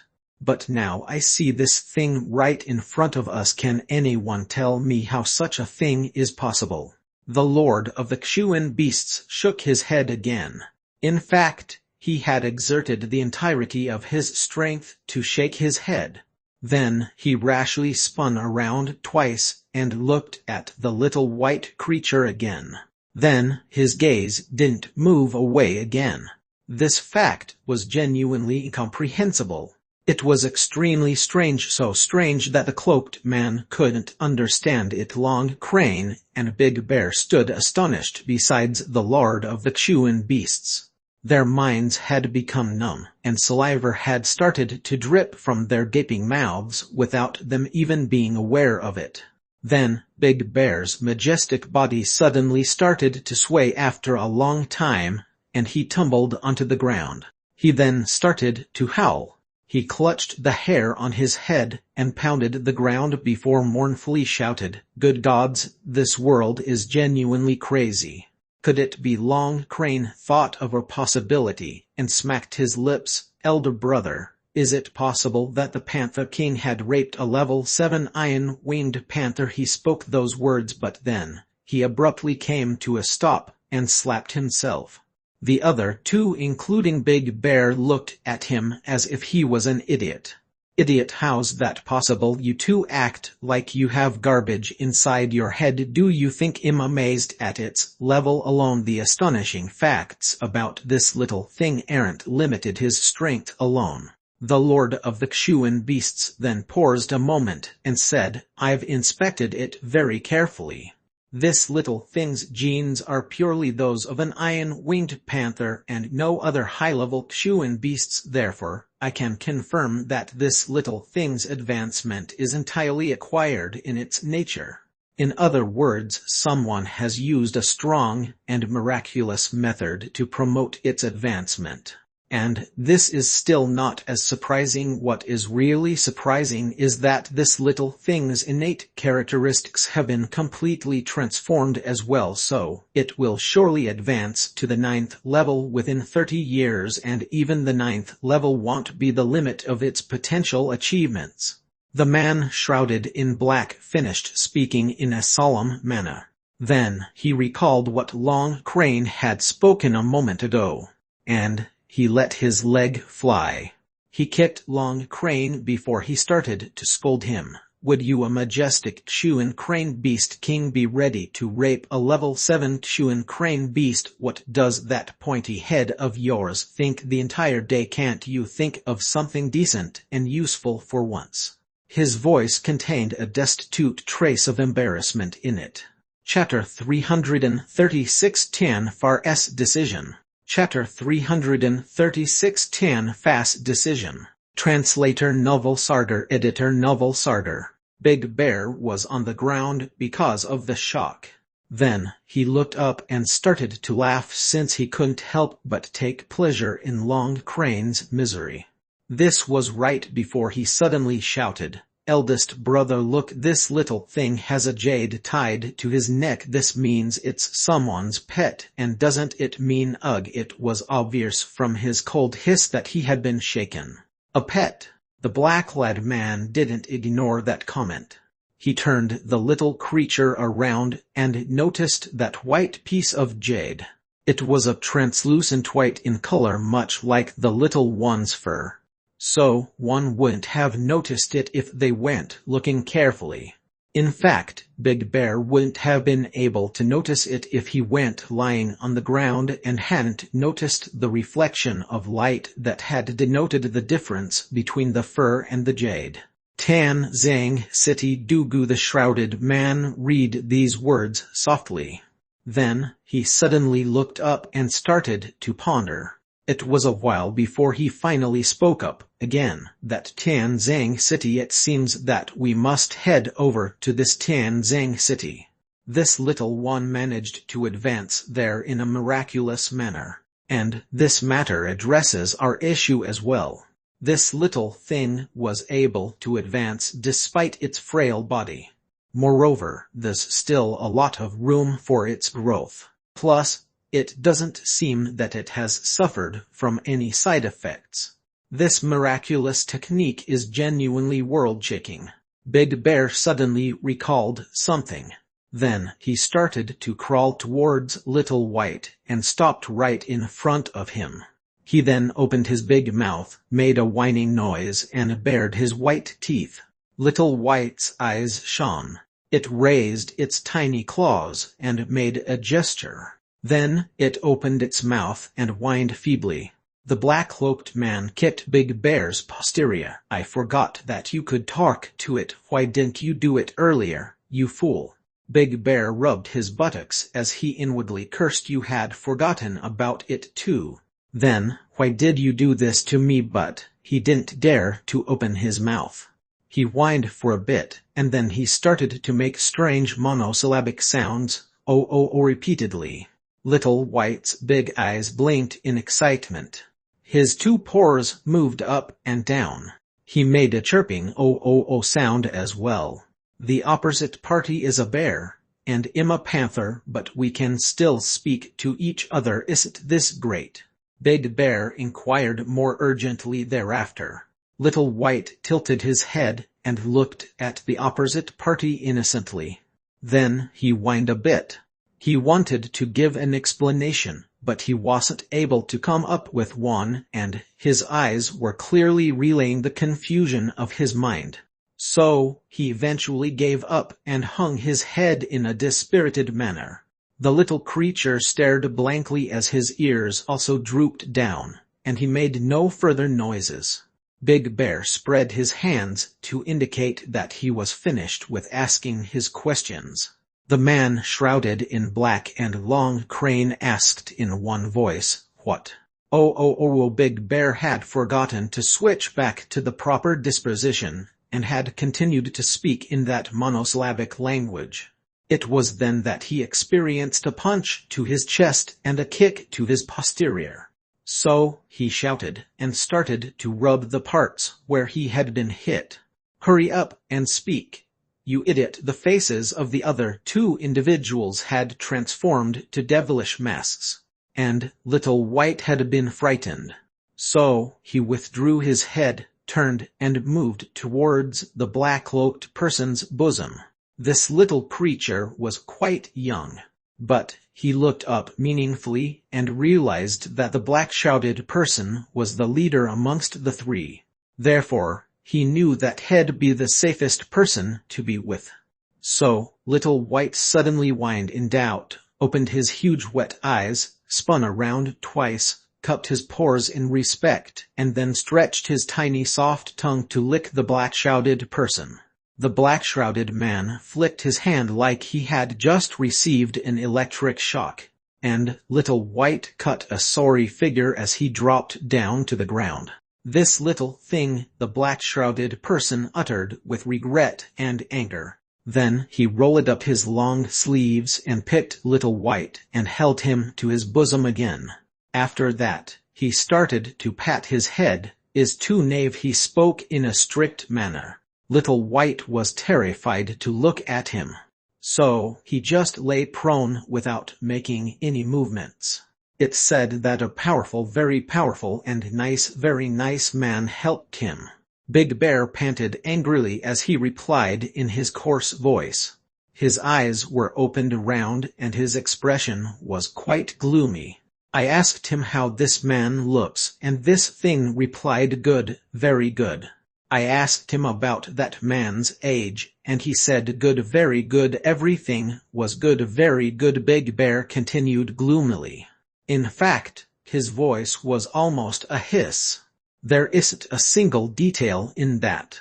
How exactly did you communicate, you idiot? The individual in black had gotten a little anxious by now. There was only one other answer outside very good. It said that the man's smell was also very good. In fact, he said that it was better than that of its master. Big Bear continued. He was feeling very gloomy since everything had turned into a mess for him. Be content. This little one is merely a couple of months old. So, it's a great feat that he was able to communicate this much. What did you expect from such a young one? But we have at least confirmed that this person who can advance Xuan Beast's cultivation exists. Long Crane had a disdainful look on his face. He turned to the black-clad person. Eldest brother, I think that this thing is related to that mysterious black-clothed masked man. In fact, I'm certain that it's related to him. There's no one else in the outside world excluding that man who could have done this. Moreover, this little one has a master. So, its master and the person who promoted his cultivation must be very close. He wouldn't use this unnatural method if not for a close friend. How could that man use such a method lightly? Yes, Brother Crane's assessment seems reasonable. Why don't you learn something from him, Brother Bear? So, speaking of the mysterious and skillful man's current location, it's quite possible that he's here as well. Anyway, we know that this little one's master is here, to say the least. The black-cloaked man's eyes had started to shine brightly. He took 2 steps and gave a resolute order. Execute the plan that was decided earlier, but don't rush at the Jun and the Dugu family's men. He then sighed. Eldest brother, if we reach the climax of the decisive battle, won't it? Long Crane and Big Bear looked at him anxiously. You're at the fringes of the earth level. If it had an effect, wouldn't it be? It doesn't matter. The black-shrouded person waved his sleeves and said, this is a battle for prestige, and we will have at least 10 years of stability if we win this war, but the real disaster would be upon us if we timidly decide to abstain from a fight. I will return to seclusion and assail the 12th gate once this matter ends. Then, you two can Devantan far at that time. Yes, the other 2 acknowledged in unison. The southern heaven city seemed to be riddled with confusion at that point of time, and everyone seemed to be anxious. That assembly of half of the world's experts was no longer confident of their victory after they had witnessed the terrifyingly formidable lineup of the Xuan beasts. The great families and powerful factions had sent their men. Moreover, hundreds of Sky Xuan experts were present, and there were at least 40 to 50 spirit Xuan experts present here as well. They had been brimming with confidence and had been raring to go to battle, but that was before the Xuan beasts had demonstrated their strength. In fact, some of them had even looked forward to exploit this battle, since they had hoped to harvest several Xuan cause from Xuan beasts by the end of the battle. This is going to get us a lot of wealth. However, those wonderful thoughts had vanished once they had come to witness the Xuan beasts' show of strength. A level 8 Xuan beasts equals a Sky Xuan expert, and level 9 Xuan beasts equals a spirit Xuan expert. With that algorithm in place, Tianfa's strength far exceeded their own. They had forgotten about the others, and had only seen the level 9 Xuan beasts. And they alone numbered no less than 100, and the level 8 Xuan beasts must be tens of thousands in number. How can we possibly fight this battle? How can we do it? Still thinking about collecting Xuan beast cause? You must be dreaming. Moreover, there was the myth that a Xuan beast king could equal the great masters. However, there were only 5 of them present at this battlefront, that is if Fang Huan Yun was included in that count, and what was even more unreasonable was the fact that the strength of Tan Fas Lord was unrivaled. Therefore, the great master Lai Ju Tan was at a grave disadvantage on the present day at least. The leaders of every powerful faction had been immersed in discussions the entire day, but they hadn't taken a single countermeasure until now. If one came up with a plan, someone else refuted it. If one proposed a tactic, another overruled it. However, it was surprising that there wasn't any internal strife due to this behavior. Moreover, there were many who inwardly desired to retreat after having seen the Xuan beast's strength and lineups. Young Master Jun wasn't at peace either. It could be said that the day been a very tiring one for him. First, he had expended a lot of energy in the matter relating to persuading Bailey Liu Yun. He had been mentally and physically tired by that encounter, but he had thought that he would rest once he'd return to his tent. However, he arrived in his tent and found out that Little White had gone missing. So, he had no choice but to try and cajole Dugu Zairoyi. And that too to no avail. The young Master Jun had started to feel very tired and stuck since he hadn't been able to make headway. And the little girl had continued to cry that she had to go and look for Little White. This made the young Master Jun very restless. So, he eventually vowed that he would tie her up like rice dumplings and would send her back to Tianzang City. This immediately quieted the young Lady Dugu down, but she was left to fume with anger. It was almost as if she would look for a day and opportunity to get back at him. Huan Qinghan started to console her as she shot a quick and cold glance at the debauchee at her side. This brat was quite amused with this little girl before he started to get annoyed. So, why not now? His behavior has suddenly turned so vile. It's such a shame. The hostile gaze of the 2 beautiful women were like pins and needles for Jun Mozai. So, he gloomily left their company, and started to whine mournfully. My life is full of hardships. Anyone who has a problem looks to me. What am I, a fireman? Then he ran into doing Feng Wen Jian and Dongfeng Wen Dao the moment he got out of the tent. And the 2 Dongfeng uncles weren't willing to let Jun Mozai off either. They interrogated him about what had passed in all those years, that too in detail. In fact, they interrogated him so carefully that the young Master Jun became extremely tired, and must have added a few 100 kilos of weariness onto his already tired mind. Good God, can't you let me rest for a bit? Then, Jun Wuyi and Dongfeng Wen Qing returned in the evening with serious expressions on their faces. And Jun Wuyi returned to Jun Mozai's tent immediately after he had put the military affairs in order. Is it bad? Jun Mozai asked.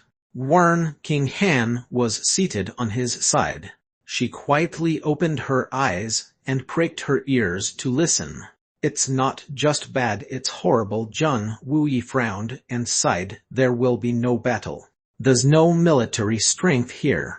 No one is willing to agree to anything.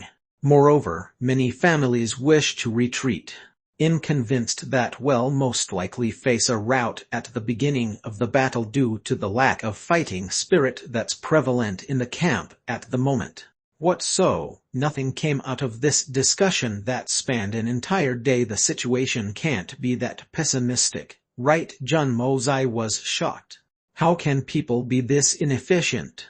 Pessimistic? That's a very optimistic argument to make in this situation. Do you think that such a gathering would ever come to a consensus? Dongfeng Wen Qing overflowed with anger as he snorted. We might have agreed upon a decision to end humanity if it were for those great masters' proposals.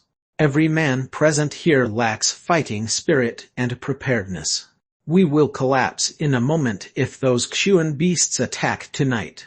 It appears that Lai Ju Tan is a very incapable leader, Jun Mo Zai sighed as he spoke. Oh really, the stature of these great masters is truly majestic, but they're still humans. They can gather so many troops for a war, but which one of them has the ability to lead them? Or each one of these men has only ever concentrated on their own training. How else could they have achieved so much? But, speaking of leadership abilities, the greatest Master Yun Bai Chen and Master Shi Cheng Ziro could be considered a little better than the rest of them. However, the rest of them are dumb in this regard. Especially that solitary falcon, he's a barbarian. Dongfeng Wen King continued angrily. His words have completely infuriated me. He suggested that we must focus only on the spirit Xuan experts from now on. He said that we should secretly infiltrate Tanfar and kill many Xuan beast kings before making a quick retreat. I wish to wipe his arrogance away. He's genuinely a pig-headed individual. Chapter 337. They wish to entrap me. They should make preparations for their own funerals. Chapter 337. They wish to entrap me. They should make preparations for their own funerals. Translator Novel Sarder. Editor Novel Sarder. Jun Mo Zai was shocked. In fact, he was dripping with sweat. Solitary Falcon is too fearless. I hadn't anticipated that this man would be capable of something like this. Tanfar can even track a rat's movements within its territory in this time of war. So, how can a team infiltrate with utmost stealth? Let's suppose we do adopt Solitary Falcon's plan, and a team infiltrates Tanfar in secrecy. They would certainly be surrounded by the enemy forces, and then the enemy will use their superior strength to annihilate that team in its entirety. This outcome is an absolute given. To die is to die, but this team would basically be killing themselves if we take this course of action. Jun Mo Zai had come to realize that he had been too conservative in estimating Solitary Falcon's IQ. He had overestimated it by too great a margin. It seemed that this man's head had become like a gourd after training every day with the snowy mountain eagles. So, his intelligence had come to resemble that of the eagles by now. There has been no gain today. Jun Wuyi sighed. Tanfar has declared war. It has given us a preparation time of 3 days before it initiates a full-scale decisive battle. And we're still considering the commander-in-chief. Speaking of the candidates for commander-in-chief, your third uncle is quite popular. Dongfeng Wen King snorted coldly. He then continued in an angry manner. The Silver Blizzard City immediately recommended him.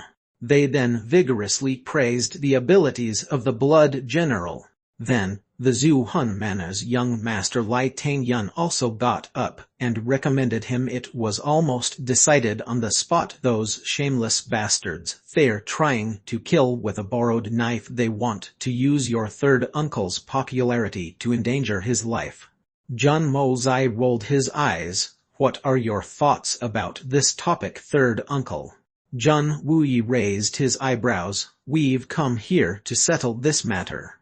So, how does it matter if these people aim to kill with a borrowed knife? This Xuan beast uprising is a threat to the entire mainland. So, it must be contained and stopped. Moreover, the upcoming decisive battle is key to all of it. Great men don't do things out of convenience. Someone else will take my place if I don't step up. Moreover, it's not inevitable that I'll die if take up this post. How you mean you accepted it? Jun Mo Zai stood up and asked cautiously after he had taken 2 steps. I sure did. Jun Wuyi replied calmly. Only I could have been nominated. There's no one else. And the prestige of the Jun family would have been hit hard if I were to fear for my life in such a situation and turn the offer to lead this war down. In fact, our family's prestige would have dropped to a freezing point. All the glory and honor of the past which your grandfather, father, second uncle and your 2 elder brothers earned for the Jun family would have been washed away. And I would have ruined it if I were to covet my life and fear death like this. Therefore I am duty-bound to not retreat, even if I may die. A great man earns his name for a reason. They called your name since they were aware that you wouldn't say no. There was no other reason except this one alone. They were well aware that you won't back down. Dongfeng Wen King groaned. You know that it's nothing but a trap. And yet, you're still ready to jump into it. Is this what you call a great man? This is nothing but a fool's behavior. Then, I will die without regrets. Jun Wuyi's expression was cold. The Jun family's reputation is everything as far as I'm concerned. I don't matter in front of it, and I will never allow our family's reputation to fall. Idiot! Dingfeng Wen King scolded sharply. You going to war is just a meaningless sacrifice on your part, nothing more. Real men have to shoulder their responsibilities. And the Jun family's reputation is my responsibility. Jun Wuyi frowned. But he had a determined expression on his face. The Jun family will never fall. Father and Mozai will still be there even if I'm gone. So, the Jun family will never fall, and now, I will step forward for my family as a Jun. Anyway, I'm not doing this because I wish to fall into the trap or to come across as a hero. This is only for my Jun family's prestige. The Jun family will never fear the enemy or act cowardly. Dongfeng Wen King trembled angrily from head to toe. He stamped his foot and cursed. I've never seen anyone so brain-dead in my entire life. You say something, Mozai. I haven't crowned my hair in 10 years. And every night I look at the moon and hope to come to Tianzang, but I know that the life doesn't go in reverse. Jun Mozai chanted loudly. He suddenly raised his head and spoke in a sinking voice. Y'all do it in spite of this. Third uncle, this matter of prestige is alien to me. I don't care about it, and I'm sure that even grandfather is the same. Your life is more important for us also. Don't forget that there's someone who awaits you on that snowy mountain. She has already waited for 10 years because of her feelings, and shall continue to wait. Jun Wuyi's body started to tremble violently, and his face convulsed with pain. His expression became dark in a split second. Then he tilted his head and his cheek vanished in the darkness left by the flickering candle. The man then spoke up in agony. It's not about prestige alone. The battlefield has taken millions of corpses since ancient times.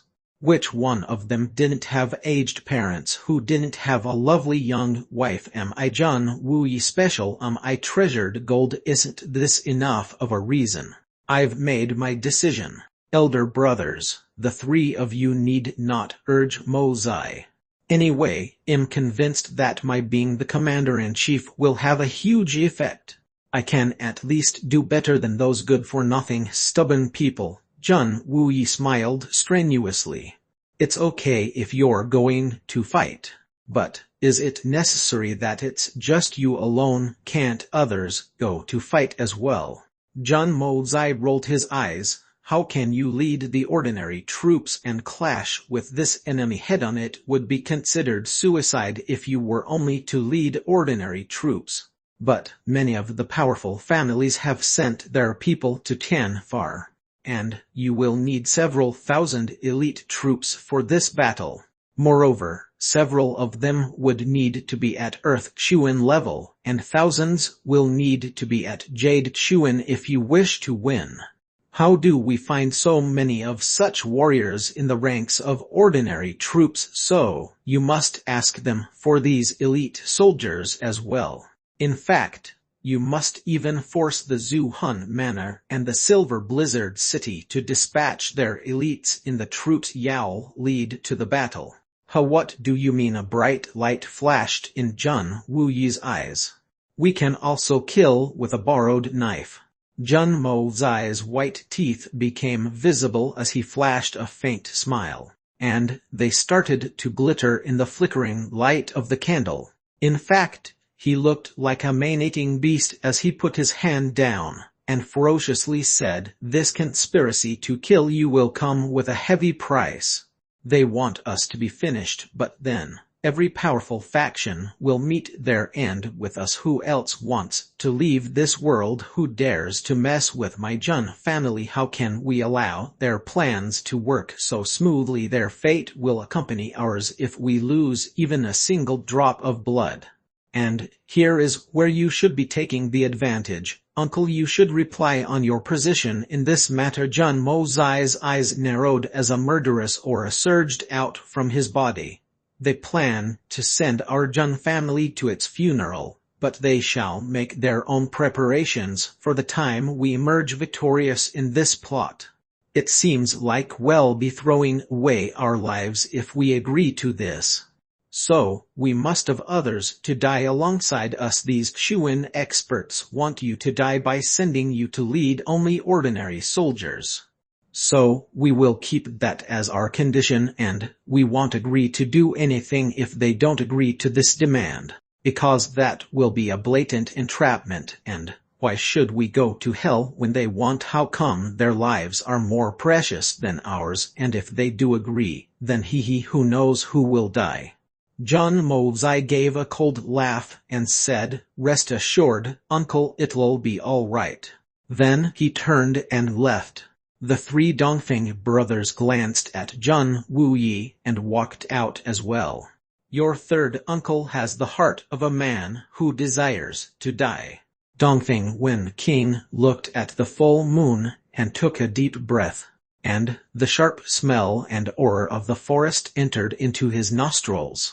"If only I had known earlier," Jun Mo Zai said gloomily. His heart has been showing signs of depression for a while now. "If grandfather wasn't that old, or I hadn't been such a waste in my early days, then third uncle would've perhaps he had been suffering from that loss for so many years.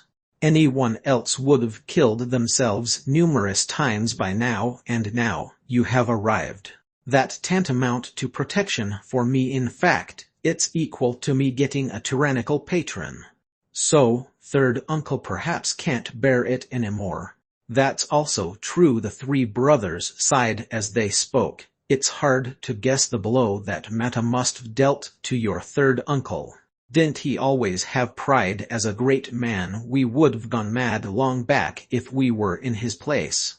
Yet, your third uncle has been suffering that torture for over 10 years now. This ordeal of his won't last long. I've decided it." Jun Mo Zai had gone silent for a while before he softly came to speak these words. The other three suddenly raised their heads to look at him, and their eyes were full of amazement. He would have to face the Silver Blizzard City if wants to erase Jun Wuyi's suffering. Does he think it's easy? "I'm going to sleep. I'm really tired." Jun Mo Zai spoke those few words, turned, and then walked away. What? The uncles were shocked. They felt as if their heads would explode from the confusion. "We were discussing such a grave topic, and yet this brat says that he wants to sleep, that he's tired. Doesn't he know that the Jun family is at the edge of ruin at this juncture? How is this brat so heartless?" They shook their heads in unison and walked away. Jun Mo Zai blew out the lamp. He then thought of a move. Then he disappeared from the tent. He appeared like an illusion as he quickly moved towards Ten Far. He was suddenly outside the Southern Heaven City. Jun Mo Zai then felt at ease and initiated his yin-yang escape at its full force. His body seemed like a meteor as his incorporeal shadow moved onwards. It's obvious that third uncle is determined to participate in this battle. Jun Mo Zai settled his thoughts. "I must find Long Crane and Big Bear, and as fast as I can." It will turn out to be a case of an accidental friendly fire if those two bastards dared to attack Third Uncle's regiment, since they'll unknowingly end up attacking the people who are on their own side. And anyway, you people think that I can't kill with a borrowed knife. I'm much more adept at this kind of game than you are. Jun Mo Zai obviously couldn't act as himself at that time, nor could he show his real face. So, he would have to change his identity into that of the mysterious and skillful expert. And he felt quite happy about this. It's not going to be easy even when this skillful expert gets involved. It seems that I will have to work very hard and very ferociously once again. Jun Mo Zai felt like a dragon at sea or a tiger in the forest the moment he entered Tanfar. In fact, he had crossed around 25 kilometers in a single moment. It was extremely relaxing for him. And very easy. Whether it was his outer body or inner soul, everything felt extremely relaxed. And this relaxed and extremely satisfied feeling started to increase his fondness for the Tanfar forest. This was the most dangerous and cruel place in the entire Xuan continent as per the common legends. However, this territory was still giving a sense of comfort to Jun Mo Zai's heart. Chapter 338 Fortuitous Encounter in Tanfar. Chapter 338 Fortuitous Encounter in Tanfar. Translator Novel Sargar. Editor Novel Sargar. There were waves of Xuan beasts on treetops, and there were numerous more that traveled to and fro on the ground. They relayed information back and forth in a continuous manner. Then, there were beasts in the sky to keep an eye on the southern heaven city. They would circle above the treetops for some time, and would then return. They would then be replaced by another group of Xuan beasts. It was evident that these new arrivals were meant as a change of guard, and this entire routine had been deployed in a strict manner. In fact, the tightness of their defense wasn't any less competent than that of the humans. It wasn't known how many Xuan beasts were there hidden in the dark of this forest. In fact, it could be said that each and every nook and cranny of Tanfar had transformed into a fatal trap. However, the fatality of these traps didn't do much harm to the young Master Jun. For example, the young Master Jun had just stepped on a level 9 Xuan golden tiger's head. However, it was a pity that the said Xuan beast didn't notice a thing. So, it merely continued to chat with the few golden tigers who sat next to it. Growl, growl, growl, did you find anything or not? Oh, growl, no, I haven't. Growl, growl, ack, I want to eat meat. Oh, ack, I also want to eat it. Oh, growl, growl, ack, did your wife find out about your mistress yet? Oh, ack, growl, he proudly replied, this is so much fun, there's no way that fade old woman can find out. The young Master Jun couldn't understand them even though his abilities were exceptional. In fact, he couldn't get a single thing. However, he had glanced at them while they were making a lewd wink-like gesture at each other. So, he couldn't help but halt out of curiosity. After all, it wasn't common to see two golden tigers with such a lewd expression on their face. However, Jun Mo Zai certainly didn't possess that great a translation capability. Jun Mo Zai was unable to understand them in the end.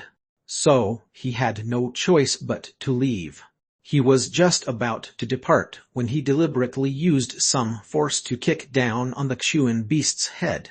The Xuan golden tiger's head dropped down as a result. In fact, it almost hit the ground. Roar! It got up with its tail straightened like an iron rod.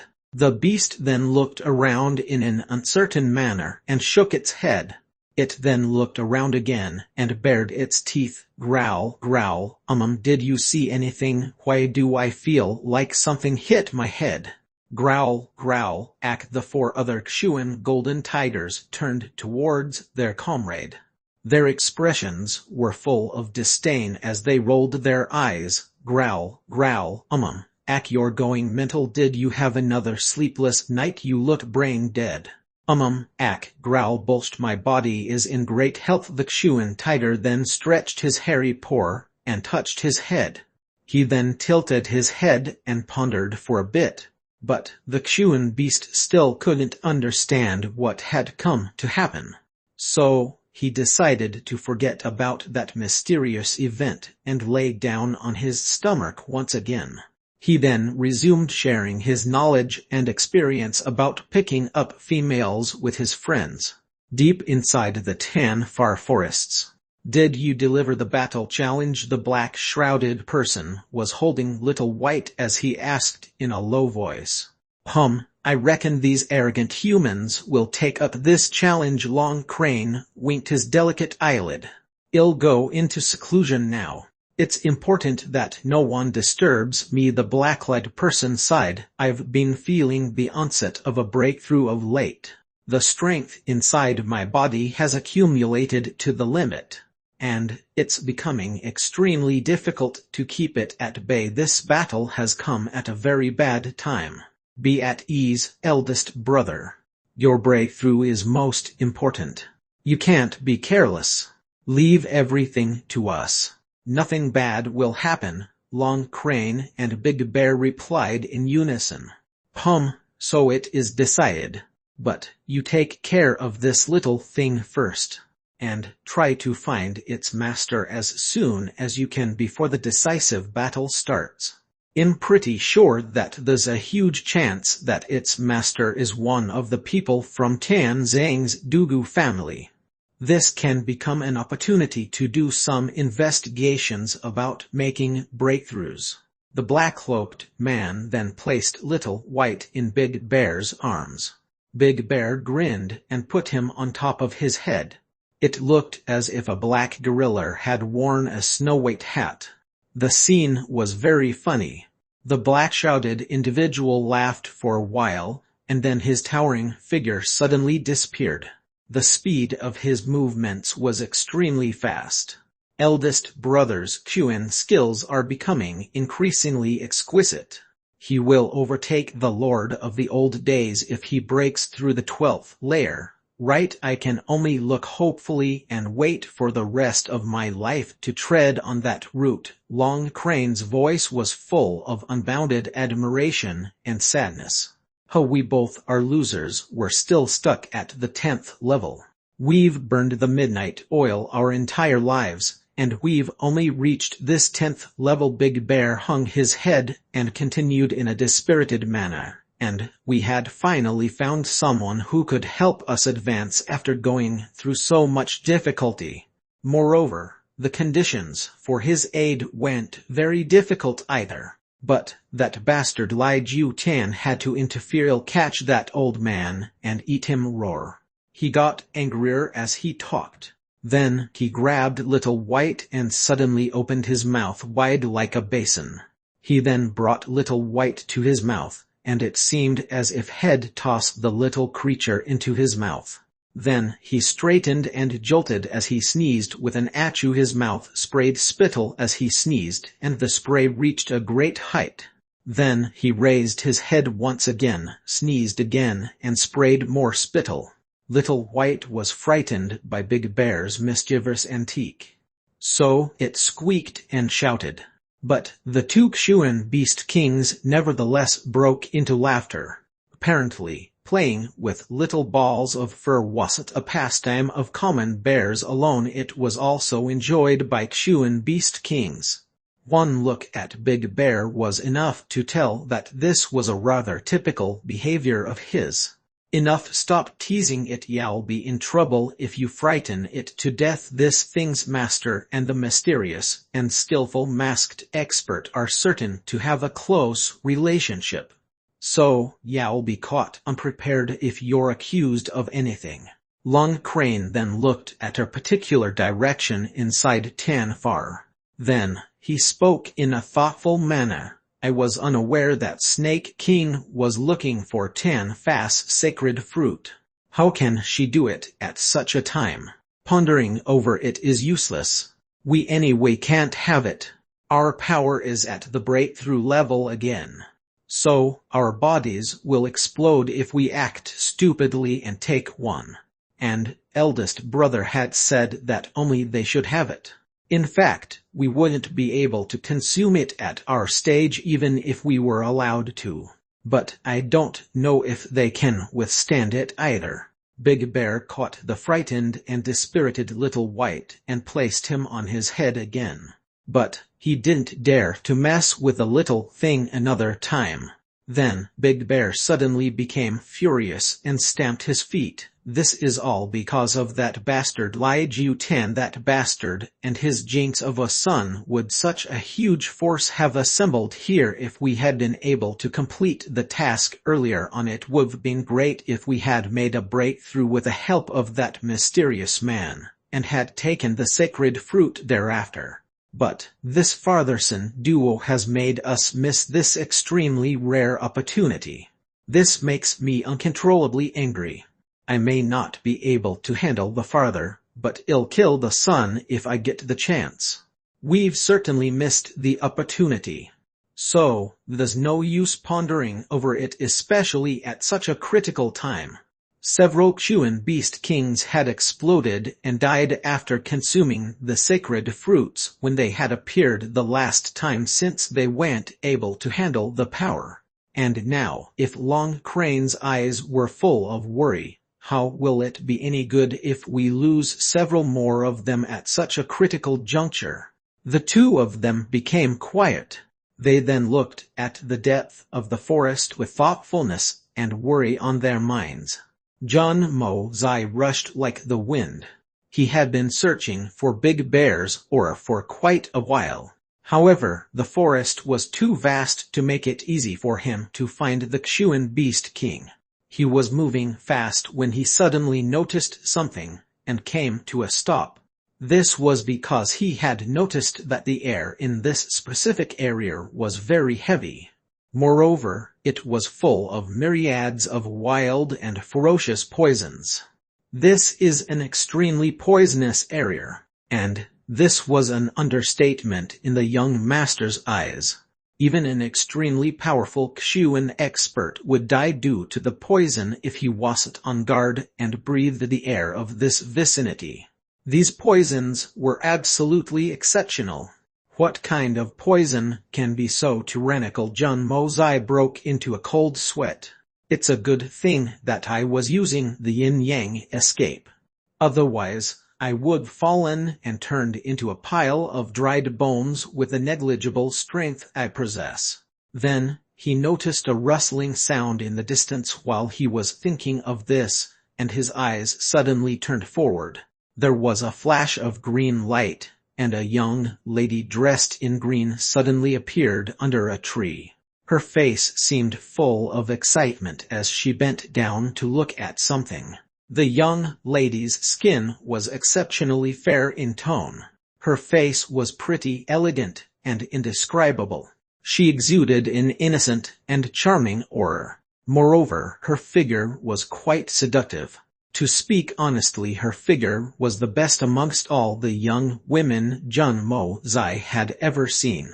The front of her body was convex in shape, while the rear portions stuck out.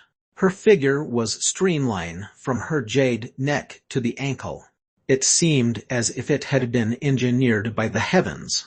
In fact, the aforementioned convex areas stuck out to an exaggerated degree. But the concave area that followed this natural rise nevertheless seemed very smooth. The sight of her body was extremely thrilling to one's heart. She looks 17 or 18 from her face. I don't know how these people mature, but she has an angel's face and a devilish figure.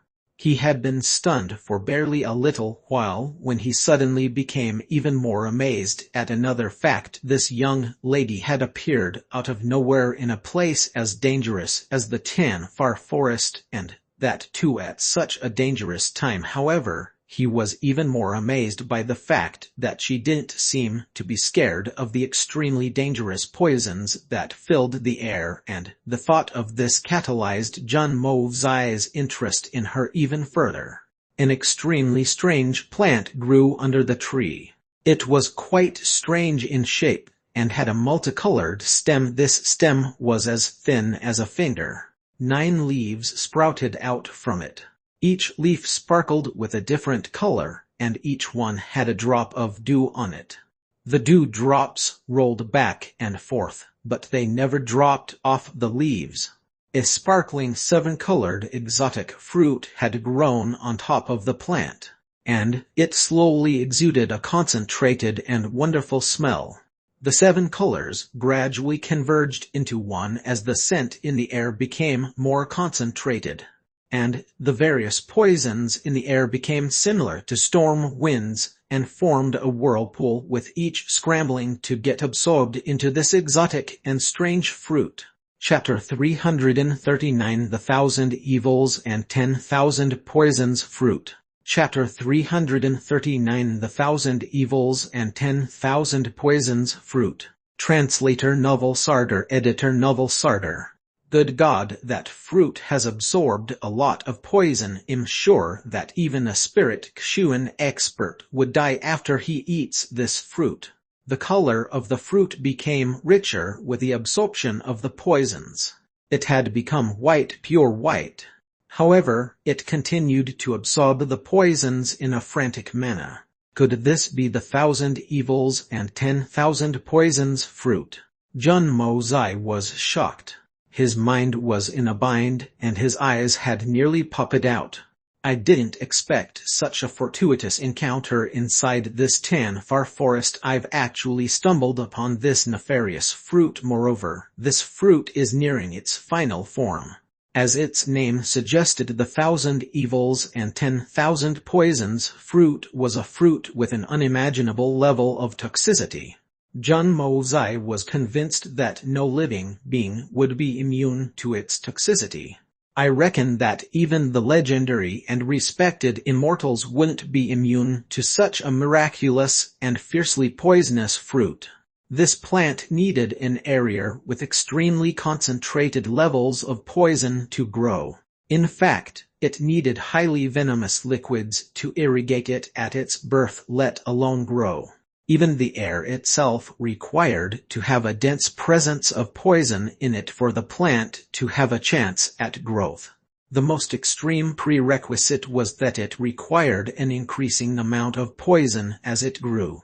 Otherwise it could wilt at any time. Moreover, the growth cycle of the plant was relatively short, and it could mature in time as short as 1 year. However, it needed to absorb vast quantities of poison during this time. Even the 10,000 kinds of poisons accumulated in this area would be absorbed in a period shorter than 1 year. In fact, a thing that was extremely poisonous before its poison was absorbed by this plant would become a pile of trash afterwards. Additionally, this fruit couldn't stop the process of ripening once it had started to mature. In fact, it would wilt or wither if it were forced to do so. The fruit would usually turn white at first, then pink, blue, green, yellow, cyan, purple, silver, and finally purple gold during the process of its maturation. However, the 1,000 Evils and 10,000 Poisons fruit would no longer be poisonous in nature once it had achieved the final color of its transformation. In fact, it would then be capable of curing any poison in the world. Moreover, it could increase one's cultivation to a legendary degree. This miraculous change was quite reasonable. Nothing in this world can be considered as absolute, and anything which has reached a negative extreme would turn into something positive, since things can only move in the opposite direction once they've reached one extreme. Therefore, there could only be joy after extreme sadness. Consequently, this 1,000 Evils and 10 Poisons fruit would turn into a great cure for poison. However, the 1,000 evils and 10,000 poisons fruit couldn't be ingested directly once it had attained the purpley gold color, and even a powerful Kshuan expert would explode if they did so, since the power in that no medicinal plant would be greater than that of countless nuclear bomb explosions. The Hongjun Pagoda's information on medicines stated that the 1,000 evils and 10,000 poisons fruit was the 6th amongst the extremely efficacious medicines. Moreover, it was an important ingredient for the 9th firmament Dan. As the name suggested, Jun Mo Zai could refine this efficacious Dan once he reached the 9th level of the Hongjun Pagoda. The 6th, 7th, and 8th layer of the Hongjun Pagoda could also use the 1,000 evils and 10,000 poisons fruit to refine the efficacious Dan if needed. However, some portion of this fruit would be wasted in these levels after the refinement had been completed, and that would tantamount to wastage of a very precious raw material. This plant would have been called the most efficacious plant if it went for its overbearing reactive nature. Therefore, it needed to be preserved in a Kshuan containment box once it has matured, in case it wasn't being used immediately after. In fact, even the wonderful white jade containment box would corrode if the plant were to be stored inside it. The 1,000 evils and 10,000 poisons fruit would wilt after merely 1 day's time if it wasn't stored in a proper manner. Its branches would then go underground, and the area spanning hundreds of kilometers around this wilted plant would become a barren wasteland. Moreover, the vitality of that region wouldn't revive even after 100 years had come to pass. As for the method of intake, that was simple. One only had to consume in accordance with one's cultivation. For example, a spirit Kshuan expert could take only a drop of its juice, and that would be it. Just 1 drop of that juice could advance one's cultivation considerably. However, one would die if they got greedy and ingested more than the prescribed amount, since they wouldn't be able to handle the immense power of this fruit's efficacy. And there was no room for error in this regard. Therefore, this fruit was desired by every expert. They hated it and they loved it. But it was a headache, since they would have to resist the temptation of taking an extra drop. Their bodies would explode, and they would die if they succumbed to this temptation. In fact, death wouldn't be the end of their misery. Even the skeleton of the deceased would burn to ashes and disappear without a trace, and they would genuinely cease to exist. However, would anyone who had the opportunity to obtain this fruit be considered a peerless expert? Most of people weren't strong enough to handle the fruit's overbearing power, and would explode to their deaths. Therefore, one could well imagine the fruit's violent characteristics. Moreover, the abilities of this fruit as an antidote were far from just a narrowly saving one's life situation. Jun Mo Zai would never imagined that he'd enter the Tan Far Forest and stumble onto such a legendary spiritual existence soon after. However, this was like a case of dark providence, and Jun Mo Zai felt endless regret at this point of time because the fruit had already turned white. In other words, the fruit had reached the stage where it had started to mature. Several poisons must have given sustenance to the fruit in order for it to reach this stage. Therefore, the toxicity in the air was nearing the state of getting fully diminished. However, it still needed to change 8 colors before it became ripe. This final conversion would require a huge amount of poisonous substances for sustenance. However, it was clear that the available poisons didn't amount to much. In other words, this event with the unseen 1,000 disappearing 1,000 evils and 10,000 poisons fruit stood to end in tragedy. It would become a spiritual fruit after it had ripened. But it was the most nefarious poison in all the 3 realms before it reached maturity. What use will this be now? Jun Mozai stamped his feet and beat his chest in regret. I would've become obsessed with this if I had known of this earlier. And I would've plundered all the money required to buy poisons to help this mature. The greatest divine Dan in the whole world is in front of my eyes. However, Jun Mozai was unaware that this fruit had another resounding name in the tongue of the Xuan beast kings of Tanfar. Tanfas sacred fruit. It was unknown how many fierce and toxic Xuan beast inside Tanfar had been aiding the growth Tanfas sacred fruit. The fruit had turned pure white and fluorescent.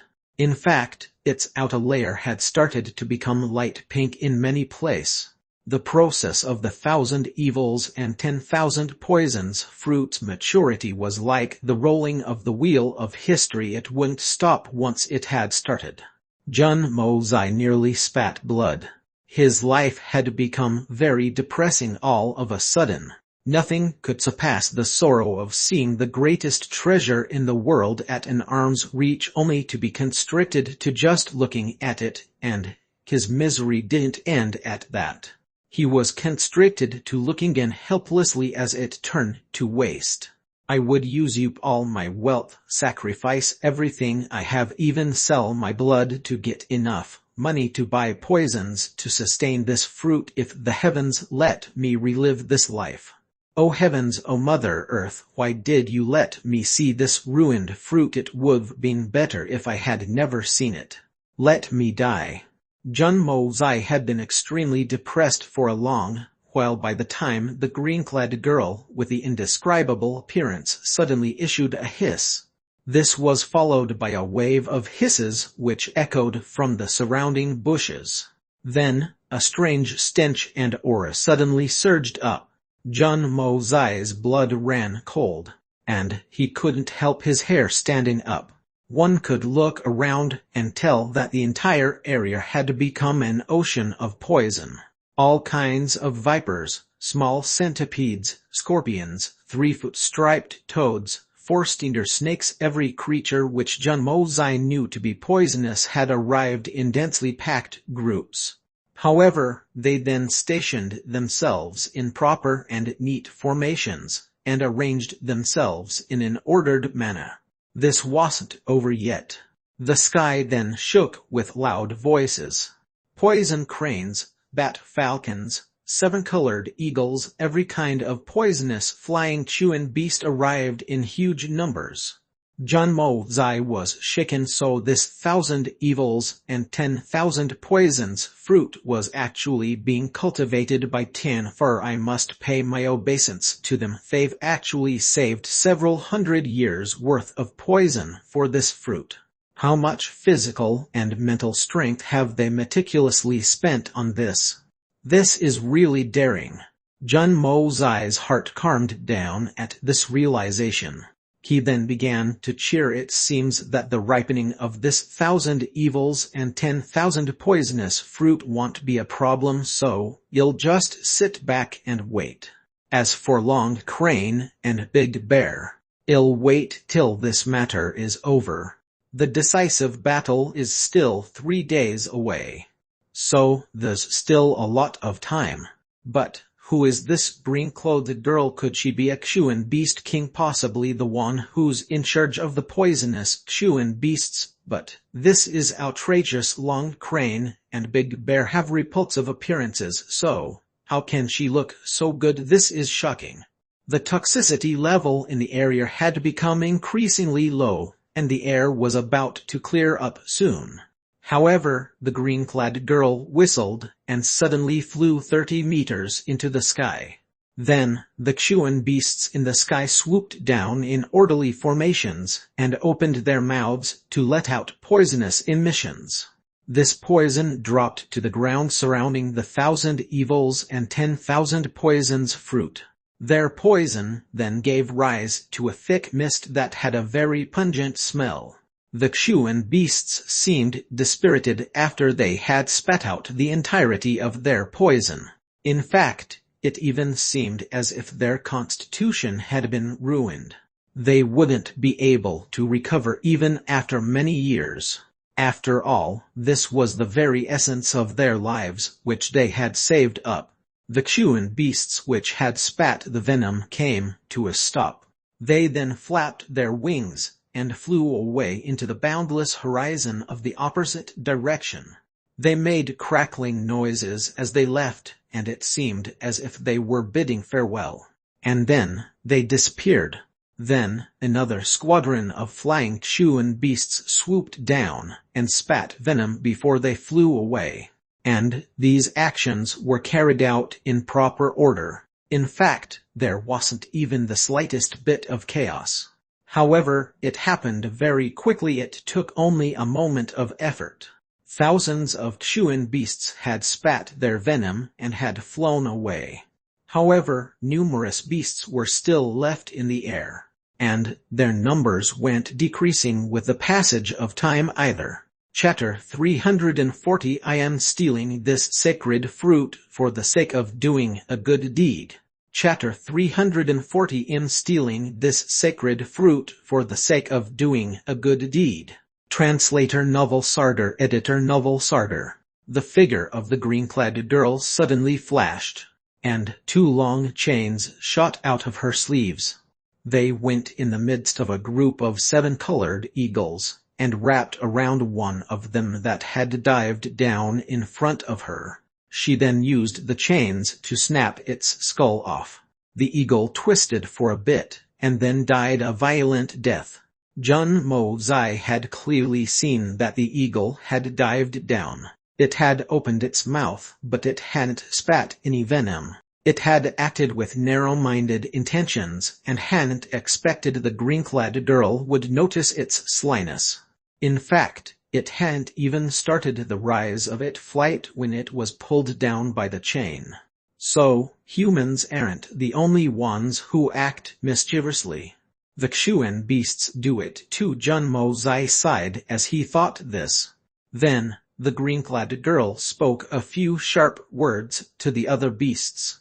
Her beautiful face was brimming with anger. So, it was clear to Jun Mo Zai that she had given a warning to everyone else.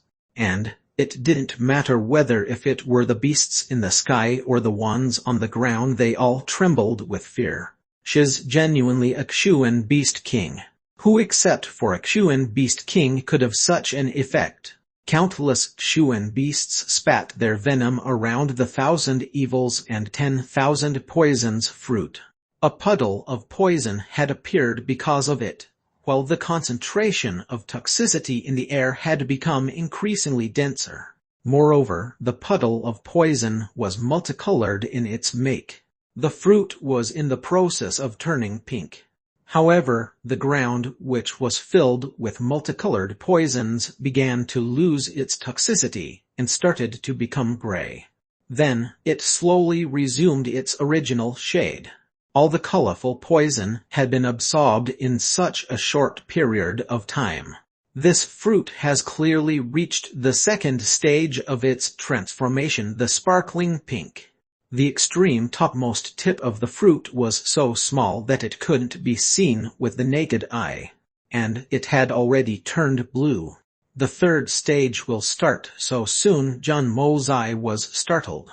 The green-clad maiden pursed her lips and whistled, and the scared Chuan beasts started to dive down from the sky again. The plant changed its color 3 more times and became yellow. However, no Chuan beasts were left in the sky by now. Then, the Chuan beasts on the ground started to spit their venom under the girl's command. The green-garbed maiden's face became increasingly nervous yet increasingly happy each time the fruit changed color. However, it had soon reached the final phase of its transformation, and had started to turn a light purply gold in color. The Chuan beasts on the ground had finished spitting the entirety of their venom by this point. But the task of spitting the required amount of venom had also been completed. That was close. The green-clad girl patted the pit of her stomach and stuck her tongue out in an adorable manner. That was close. It wasn't nearly enough. The same thought came into Jun Mozai's mind as well. The two people stationed in the area, one in the open and the other hidden, felt pangs of relief and sighed in unison. Jun Mozai was in hiding, but the look of desire and longing on his face for that fruit was the same as the one on the green-clad girls. The 1,000 evils and 10,000 poisons fruit began to transform again. And it started to turn purple gold this time. The 1,000 evils and 10,000 poisons fruit had finally started to turn purple gold in color. This meant that it had nearly ripened. Then the fruit blossomed and shone as brilliantly as the countless stars. And it seemed as if the shining stars in the night sky had suddenly descended to the forest. The beauty of that moment was incomparable and can't be described in written words. It resembled a proud and generous king who was overlooking all living things. The event had been a brief one. However, Jun Mozai was certain that he'd never forget the sight of it. This spiritual ripening of the 1,000 evils and 10,000 poisons fruit is the most majestic and beautiful sight in the entire world. The green-clothed maiden seemed to be bewitched as well. In fact, she couldn't even suppress the fanatical expression that flashed in her eyes. I should put this into the Xuan jade case. Then, we can all advance and break through the shackles of the peak of level 9, and officially enter the 10th level. We only need to wait for eldest brother's arrival to start. This process carried a lot of risk since it was a very treacherous procedure. However, she would still go ahead with it. And she wouldn't regret attempting it even if her body were to explode in the end. The young Master Jun had judged correctly. The green-clothed girl was genuinely a Xuan Beast King.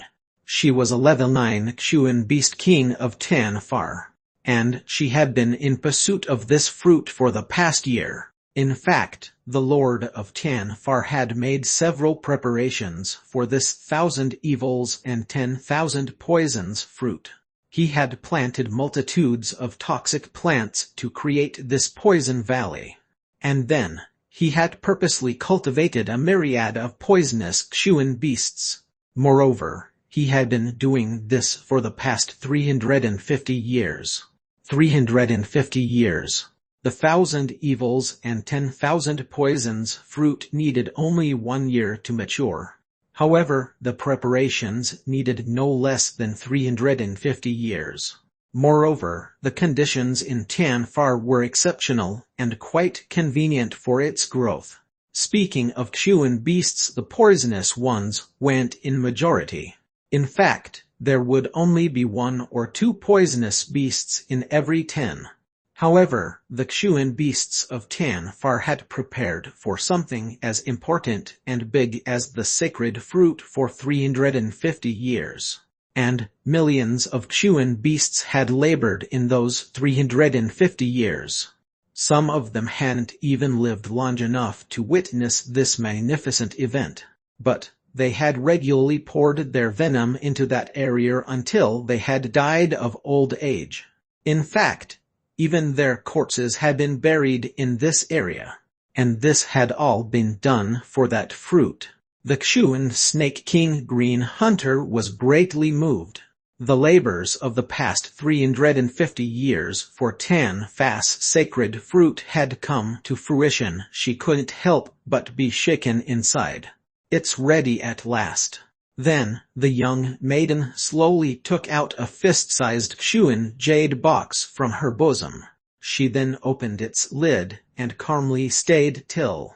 The entirety of her actions were clearly indicative of the caution she was treading with. It seemed as if she didn't wish to disturb the seemingly inanimate sacred fruit of Tanfar. One must wait for Tanfar's sacred fruit to fully ripen and fall. Plucking it even a moment ahead of time will cause problems. This thought came over and over into Green Hunter's mind. Don't be impatient, careful, be very careful. The extremely bright glow from the fruit eventually started to subside. However, its rich smell didn't vanish. In fact, it became even more delightful and elegant. And it lasted for ages as it transmitted outwards. King of fragrance, no doubt it's the king of all fragrances. Then, the branches above the sacred fruit trembled in a graceful manner, and it seemed as if it was unwilling to fall. However, the stem beneath the purple gold fruit suddenly withered and turned to ashes. This left the sacred fruit to hang in empty air for a moment before it gracefully fell down. Green Hunter excitedly opened the lid of the Kshuan jade box to catch it, and the fruit was about to fall into that box, when suddenly, the Kshuan Beast King Green Hunter opened her beautiful eyes wide at the unbelievable sight that had just occurred in front of her eyes. There was nothing in the empty air. Not a single thing. Those untold hardships, the hundreds of years of labor and preparation for 10 fast sacred fruit, and then, that miraculous thing had suddenly disappeared without a trace. Counting the ascended and the buried, she was one of the most powerful Kshuan beast kings in existence in her generation. And yet, that fruit had disappeared from her sight without so much as a sign. What is going on? She was extremely shocked, angry and annoyed. Then, she quickly turned the Kshuan jade box to look inside it and confirmed that the fruit had disappeared. Then, the Beast King soared into the air and stationed herself on top of a tall tree. Her voice was stern as she shouted, "Where has this uncouth scoundrel come from? Be smart and show yourself. Let this Kshuan Beast King see who has the cheek to steal the meticulously nurtured treasure of Tanfar." The entire forest echoed with these words as they surged in like waves. Jun Mo Zai became speechless in his hiding place. This Kshuan Beast King is very ferocious. But I won't come out and show myself. I don't know how badly it'll provoke this crazy woman if I do. So, why would I appear in the open and get into trouble? I'm not a fool. This coldly executed plan had left the Kshuan Beast King fuming. The very able and skilled young Master Jun had secretly arrived and taken away the fruit right from under her nose. He had been drooling over that 1,000 evils and 10,000 poisons fruit. So, he took it and placed it into the Hong Jun pagoda. It couldn't be kept outside. Even the Kshuan jade box might not have been able to hold it for a long period of time. But it would never rot inside the pagoda. Therefore, Jun Mo Zai had a huge advantage when it came to the matter of exploiting the fruit. "I'm very sorry, little girl, but I had no choice but to borrow this thing. It's a very useful thing, but it's a pity that its usefulness wouldn't be exploited in your hands. This thing is truly a divine object, and not only in name at that. It's a pity that I was left without a choice when it came to taking this away from you. But I did it to avoid a huge calamity. And it could also be said that I'm helping you. That's right, this fruit is amazing, but the wrong dosage will make your body explode. I have put it away from your reach, and I've saved several of your people's lives. As a result, this elder brother is a great person, so you needn't thank me. I only did this good deed for the sake of it." Jun Mo Zai suddenly felt himself to be a righteous philanthropist at heart. He didn't feel that he had stolen a treasure. In fact, the young Master Jun felt that he was actually saving countless lives, as if he was as benevolent as Buddha. He even wondered how a person as fine as him could be born into this world. However, this obviously wasn't the right time for the living embodiment of Buddha to appear in the open, since he wasn't sure how she would feel about him taking the 10 fast sacred fruit. In fact, he was worried that she might shred him to pieces in this precarious situation. "Come out," she could neither see nor hear anyone as she looked around. It was obvious that whoever had stolen Tanfa's treasure from her would have some tricks up their sleeves. Moreover, he had to be courageous to make such a bold move. The snake-chewing king looked around in a flustered and angry manner. She then suddenly let out a severe roar, and it was as frightening as a thunderclap she had shouted from the big tree she had stood on. But her shout was so powerful that trees for miles around in all directions toppled over. The shocking effect of the courage, ability, and skill of the young Master Jun's actions on the Snake King's psyche couldn't be described in mere words. In fact, it was so lifelike that even the usage of movie-like special effects wouldn't be enough to portray it properly.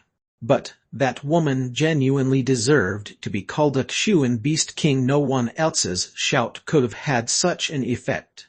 In fact, one wouldn't be able to find someone like her even if they chose one horseman for each of the 4 directions, and sent them off in search of another individual like her.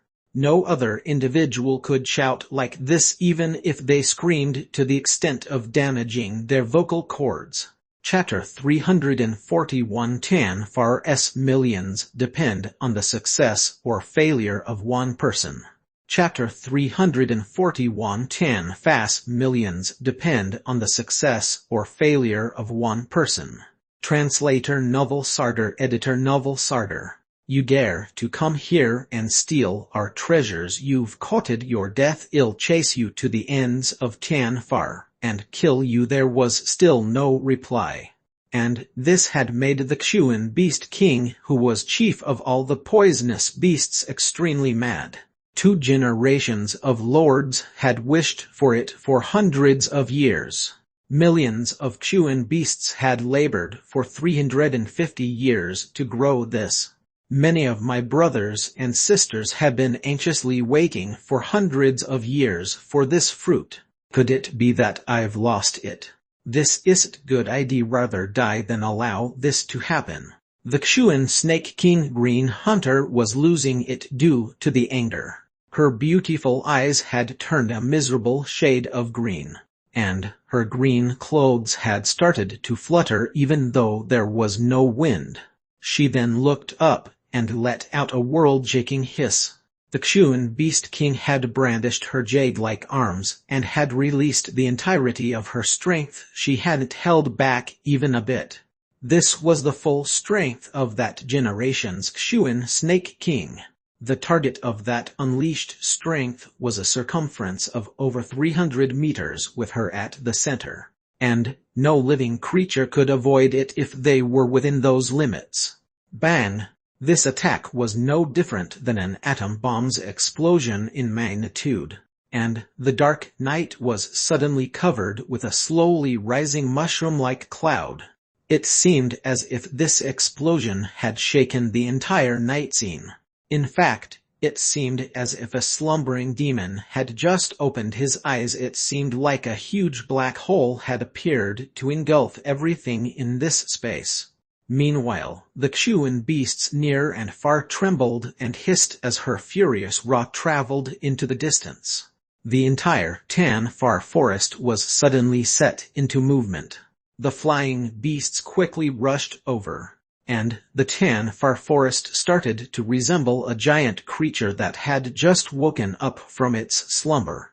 An incomparable burst of vitality and tremendous strength had burst out in a short moment. Then, 2 other roars emanated in unison, and they seemed to be in support of the chewing snake king.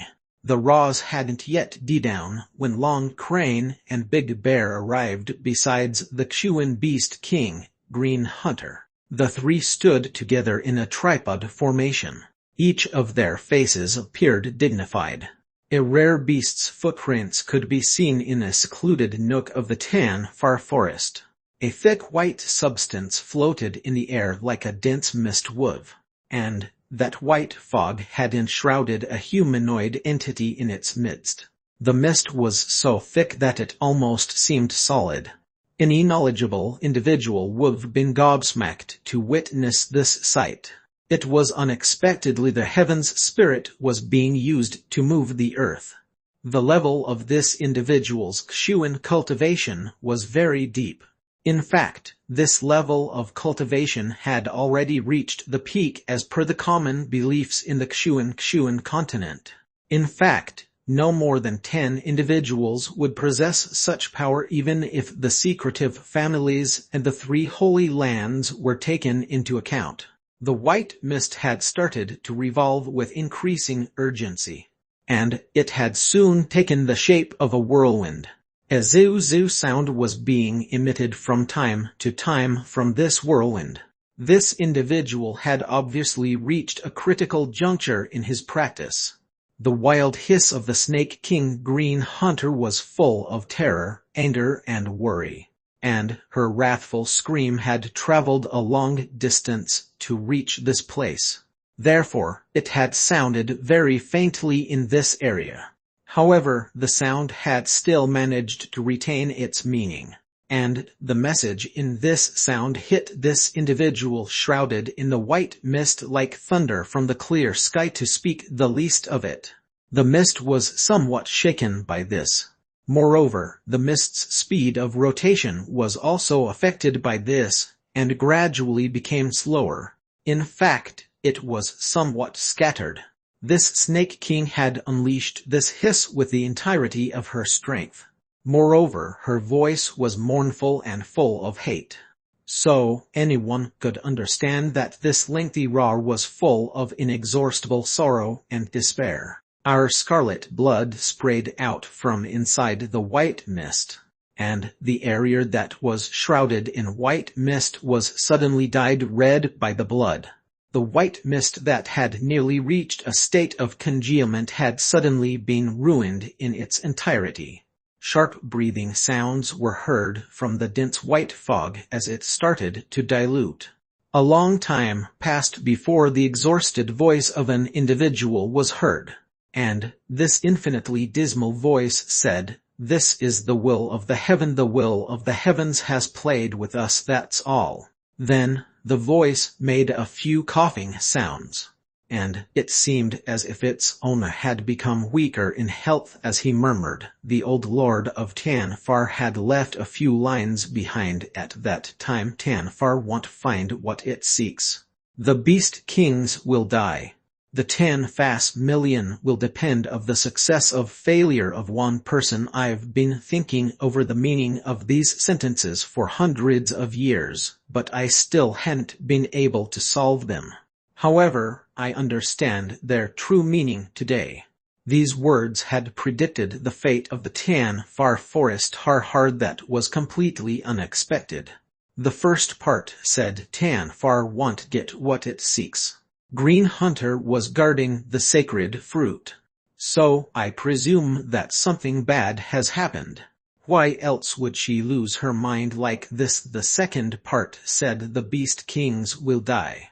I presume that this line foretells our deaths. The final part said 10 millions will depend on the success or failure of one person. I presume that this part speaks of the man who stole 10 sacred fruit. This person has stolen the sacred fruit at a time when the world's Kshuan experts are amassing outside Tanfar to attack us. Moreover, I was on the verge of making a breakthrough, and had wished to suppress the surge of strength in order for the breakthrough at such a critical junction. Therefore, I wasn't to be disturbed even a bit at this moment. I would've then met that Li Jiu Tan head-on, but I wasn't to be alarmed in any manner at this critical moment. But that scream of Green Hunter had publicly declared the theft of our sacred treasure. Our precious treasure had been lost, so how could I have felt at ease? This alarm boiled my blood. And so, I was unable to continue with the final step I had so meticulously prepared for. Perhaps I will never have a breakthrough now, or so. That's what the dying old lord of Tanfar had forecasted. Okay, however, I won't allow that Li Jiu Tan to have an easy time either. The voice of that individual became softer, and reached such a low that it was nothing more than a mere whisper. But the flavor of resentment in his voice was extremely intense, and had even become stronger with the passage of his speech. Li Ju-10, this your fault, I will kill you for sure. What happened? Ninth younger sister Long Crane asked with a sense of urgency. What has made you this mad? The Snake Xuan King's face was pale, her lips trembled as she turned around. She was shook all over, and 2 teardrops left her eyes.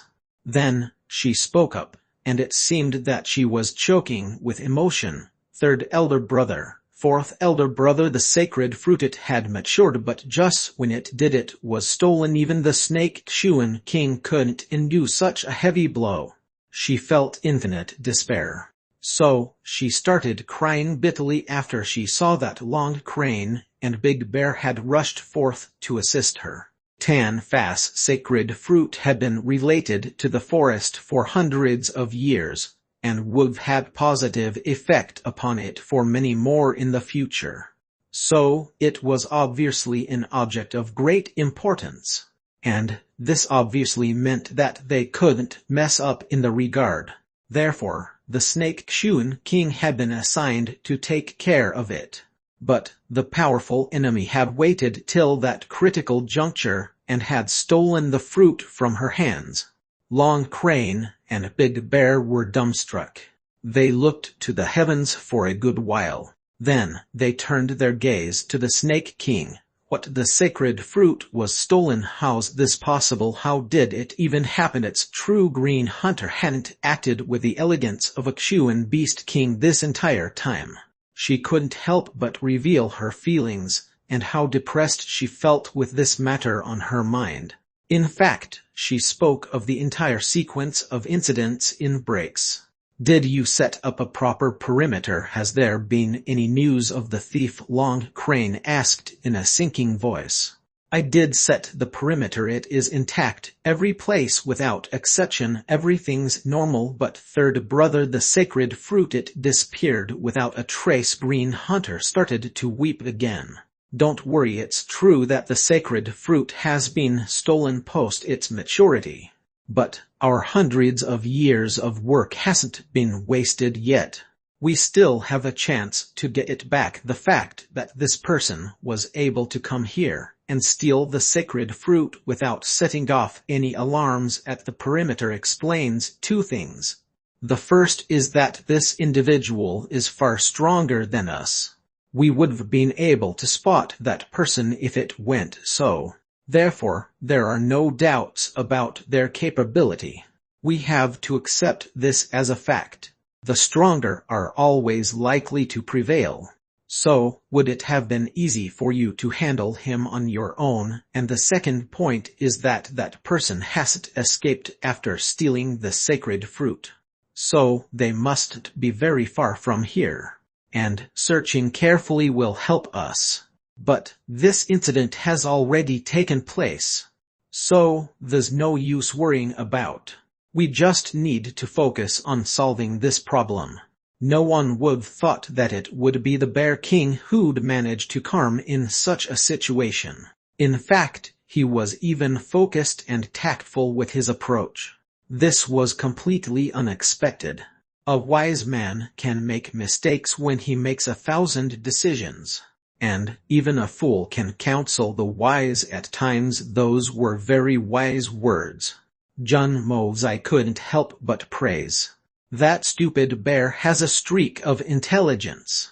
This is a rare sight. The Bear King's words were genuinely reasonable.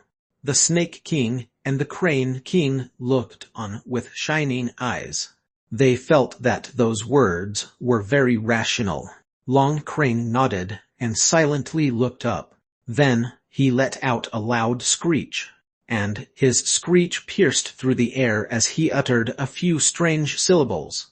Then, the scout aerial beasts in Tan Far flapped their wings in unison, and they moved towards the 3 beast kings in orderly formations. It seemed that all of them were crowding around the area. Then Big Bear also roared, and the terrestrial Kshuan beasts, including those on the trees, started to arrive in a dignified manner. The Snake King also issued an order, and the poisonous Kshuan beasts come over. Soon, the aerial, the terrestrial, and the poisonous Kshuan beasts, the three types of them, had come over to that place.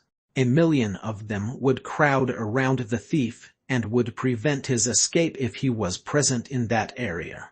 In fact, this crowd would squeeze him to death even if he tried to cram in. The land and the sky in that area was so densely packed by now that it had become similar to an iron bucket. Even water would need the Kshuan beast's permission to flow out of it. It would otherwise remain stuck there. Every nook and cranny on the ground, the sky, and even the area underground had been densely packed with the three types of Kshuan beasts due to this move. In fact, the underground terrain was so densely packed with poisonous snakes and insects that even the rainwater would have a hard time in seeping down to the earth. How many Kshuan beasts must have gathered here to create this effect? Jun Mo Zai felt his head go numb. He gazed into the distance, and felt that he was stuck in an endless ocean of Kshuan beasts. The beasts wouldn't even need to attack if they were to find the thief.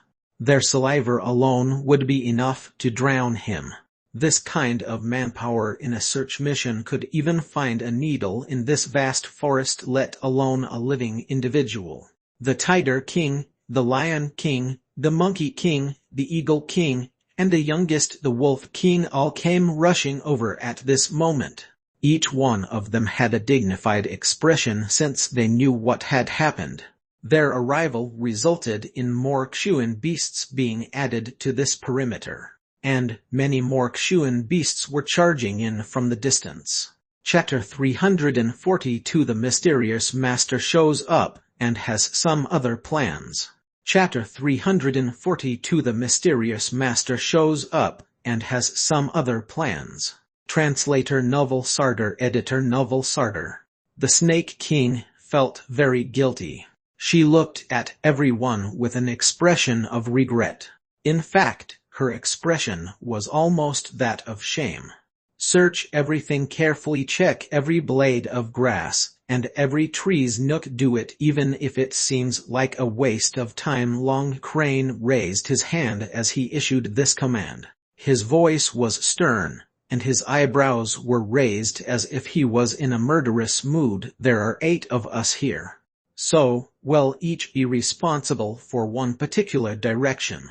We must pay attention to each other's actions and coordinate accordingly. The beasts of level 9 and above must prepare themselves for a fight. We mustn't allow that man to escape if he's present here. Be warned that this man is extremely capable and skilled. So, anyone who discovers anything unusual must first issue a warning signal. The Kshuan Beast Kings agreed in response. They had crazed expressions in their eyes. They had been waiting for the 10 fast scared fruit for hundreds of years. And it had been stolen just like that. Who here wouldn't be mad? The Kshuan Beast Kings were on the verge of setting into action, when suddenly, an extremely terrifying and earth-shattering pressure descended from the heavens with a loud bang. It seemed as if the 9 heavens had exerted their pressure on 10 far from the sky above. In fact, this pressure pressed so heavily on their heads that one could reach out with their hand and touch the heavens if they were close by. This power was immense, magnificent, and formidable. It felt like a lofty mountain had descended down upon them. Big Bear and the other Kshuan Beast Kings felt that they couldn't ever resist such a thing. In fact, this feeling had arisen from the bottom of their hearts. Therefore, they couldn't help turning pale with fear and shock. The Kshuan Beast King's cultivation still fared decent against this pressure. However, the beasts below their cultivation level slunk down on the ground in one movement. They then neatly lowered their heads to the ground, and didn't dare to make any movements. The level 9 Chuan beasts could barely stand on their feet. However, their bodies including their legs trembled, and it was evident that they didn't have any fighting spirit left in them. This scene was similar to one when an ordinary person would come face to face with a lofty god. This great god could easily manipulate that person's life in the palm of his hand once he had appeared. So, the said person had submitted to him, and had allowed the god to amuse himself to his desire. Perhaps that said person was marvelous, and might even be a royal by blood. And perhaps he possessed overwhelming and superhuman power, and could control many people in his territory. But it didn't matter how frightening or marvelous or grand he was, he would still be an ordinary mortal in front of this lofty god. Therefore, the difference between them would be such that he would never be able to resist the god's influence. The 8 Chuan beast kings felt the same thing in their hearts. The entirety of Tan Fast's strength won't be able to retrieve the sacred fruit if this person has taken it. No one had heard this person's voice, nor had anyone seen this individual as of yet. However, this thought had already crossed the minds of every Chuan beast king. This man seems to be more frightening than the heavens. He's like a god. We will die if we are rash enough to challenge him. The 8 Chuan beast kings struggled and raised their heads to look into the air. However, only they had the courage to do so. A black figure was suspended in the air. He was clothed in black. His face and even his feet were covered with a black cloth. However, he appeared as steady as a formidable mountain as he hovered midair. It was night time, and the man was completely garbed in black. But it still seemed like an extremely bright sun had set forth its unending rays. This figure seemed so dazzling that one simply couldn't look at it directly. It was only Long Crane and Big Bear who felt a familiar feeling in their hearts. Is it him? That fruit was mine. So I have taken it, the mysterious man announced in an elderly, sonorous, and clear voice. The tenor of his voice was enough to tell of the undeniable authority he possessed. One could discern from his voice that he thought in the following manner: "This is my world, and so I will take whatever I so desire. This is the natural course of things." However, the mysterious person also explained his words: "Because this heavenly material will be too great a waste in your hands." He then let out a mournful sigh, and this sorrowful sigh lasted for ages. Then, he said, "The mere wastage of this material wouldn't have been an issue on its own. The 8 of you are at an advanced stage, but none of you can safely consume this spiritual fruit's essence and efficacy.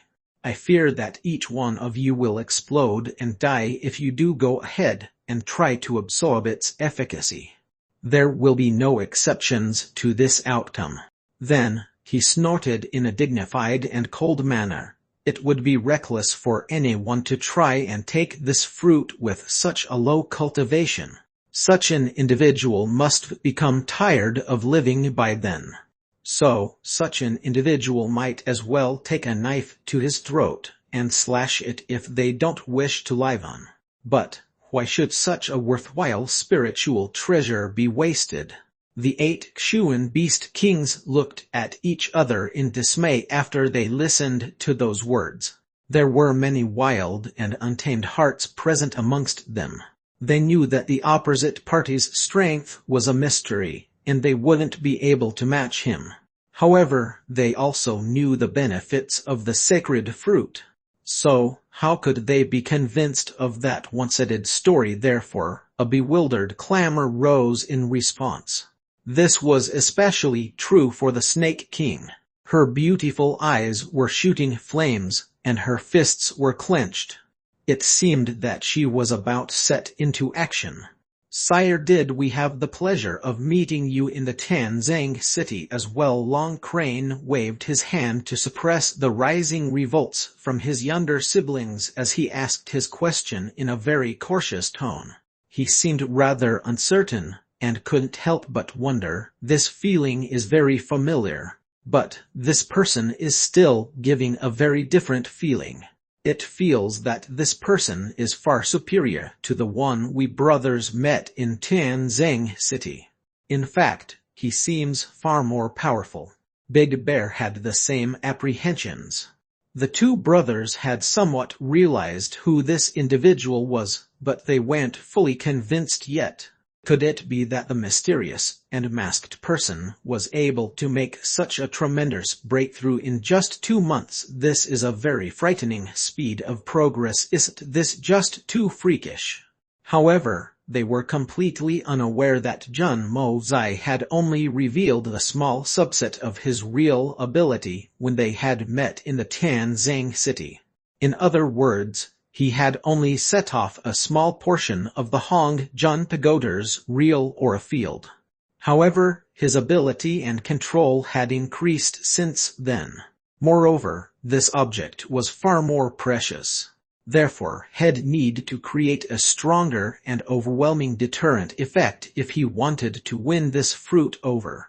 Thus, the young Master Jun hadn't held back one bit, and had unleashed the Hong Jun Pagoda's aura field to the maximum potential he could achieve at his current level of strength. The end result wasn't very different in this case either. However, there was still a world of difference in the force he had mobilized. How could these two instances be mentioned in the same breath? Jun Mozai had showed himself for 2 reasons. The first was to follow his original plan. The second was the extremely distraught appearance of the Xuan beast kings he had gotten to see. He couldn't bear that sight. After all, how many of them must have cultivated this plant for hundreds of years? He couldn't fathom the effort and the labor which had gone into growing it. How many generations were spent to successfully bring this plant to fruition? Would it be fitting if I were to take it for myself? I should only take a small part of it. Perhaps half of it. Jun Mozai had a clear conscience in this regard. However, he wasn't going to act despicable when it came to the other half of it. Jun Mozai wasn't going to allow the generations' worth of hard work of those beasts and the labors of millions go to waste. These straightforward Xuan beasts were much better and amiable than humanity in Jun Mozai's eyes. Therefore, he would obviously wish to help them if he could. How can I just look on as these high-level beasts explode to their deaths? It doesn't matter what happens to my future plans or the other goals I have. It'll be a huge pity if these beasts die. It doesn't matter if I use them or not.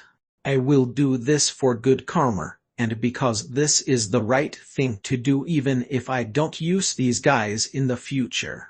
It was important to note that every person wanted to meet such a master but couldn't. Therefore, it was obviously important to illustrate this situation in an ideal manner. And this pretense was an optimal means to do so. Long Crane, Big Bear, your acts have genuinely surprised this old man. Jun Mozai sighed like an old and decrepit man. This old man didn't wish to involve himself in dealing with a matter as trivial as the Zuhun manna. So, I gave it to the two of you. It was such a simple task. However, engaging the two of you has turned into a Xuan beast uprising beyond all expectations. This is quite unreasonable. But the issue still remains unresolved. Moreover, half of the world's Xuan experts have gathered here. This is your business, and this old man has no relation with it. It had to happen, and so it happened. But this old man is quite curious. When did Tan Fa's strength become so weak? This old man remembers that we had agreed upon a deadline.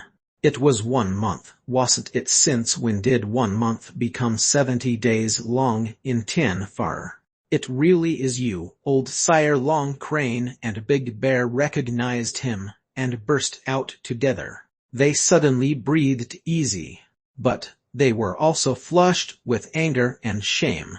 Their faces were hot with embarrassment. In fact, they would dig a hole and hide in it if they could. This is very embarrassing. This person hasn't given us any room to save our reputation in the public. And as for the reasons for breathing easy, it was rather simple. How could such a mysterious and capable master steal something like a common thief? He presumably has some deeper reasons that we can't understand. In any case, we are certain that we won't suffer any disadvantages in this matter.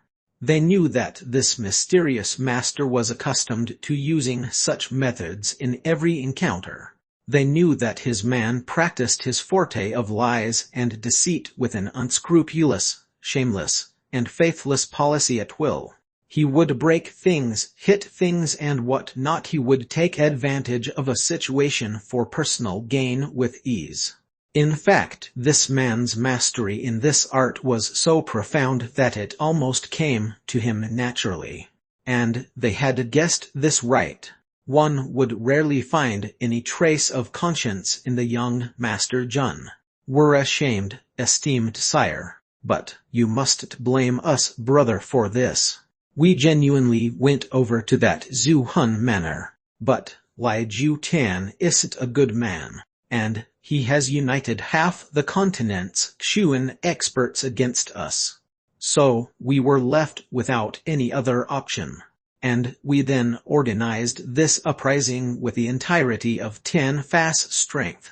In fact, we discounted any cost or effort we may incur to complete your task. We made you a promise. So, we have decided that we would accomplish this goal even if it was very difficult. After all, the esteemed individual has given us a task. So, we've been going all out to finish it. Long Crane looked at him and hurriedly explained in his defense. The true meaning behind his words was rather obvious. We've gathered such a huge force here, and we've done it just for your task. How can you disregard that? You must side with the humans to deal with us now. You can't act against us now. We did all this for your task and assembled such a large force to complete it. We've made so many efforts for you alone, but you are such a unique and exceptional individual, so we can't say this openly. However, we feel hurt. The reason why I had given that task to the two of you is because my identity is too important to deal with a Zhu Hun manner. Wouldn't it be too excessive for Lai Ju Tan's status if I went and bullied them myself? Was this not clear to the two of you until now? The two of you knew enough to gather such a large force, but you still hadn't realized something this elementary about my assignment. Jun Mo's eyes belly had started to cramp, but his tone was still steady and stable, though it conveyed an meaning of regret. Chapter 343 Whoever believes in me will live forever. Chapter 343 Whoever believes in me will live forever. Translator Novel Sarder. Editor Novel Sarder. Yes, it's about your status that you are so tough that it'll be humiliating to deal with him. You'll be bullying Lai Ju Tan if you act because that man is a real bastard. So, you can't do it yourself, and you'll lose your dignity if you do so. Big Bear drew his thick lips as he spoke this in a fluent manner. This has been going on for so long that this mysterious man has also come down south. The original agreement stands voided at this time. However, there was a faint hint in the man's voice, and it suggested that he would like them to continue. This made their hearts fill with joy, and they were ready to follow instructions without delay. This mysterious man is giving us another opportunity. Doesn't this mean that we have a chance to do what we planned? This is great. Yes.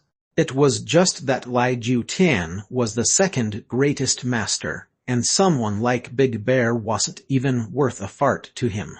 In fact, this comparison was an exaggeration. So Jun Mozai muttered to himself. And so, we're here to do you bidding. Long Crane and Big Bear's mouths hardly moved as they got up and thumped their chests. They seemed to be rearing to start with the task. If that's the case, good. Jun Mozai sighed like an old man. The tone of his voice was one of waning interest and one of loneliness.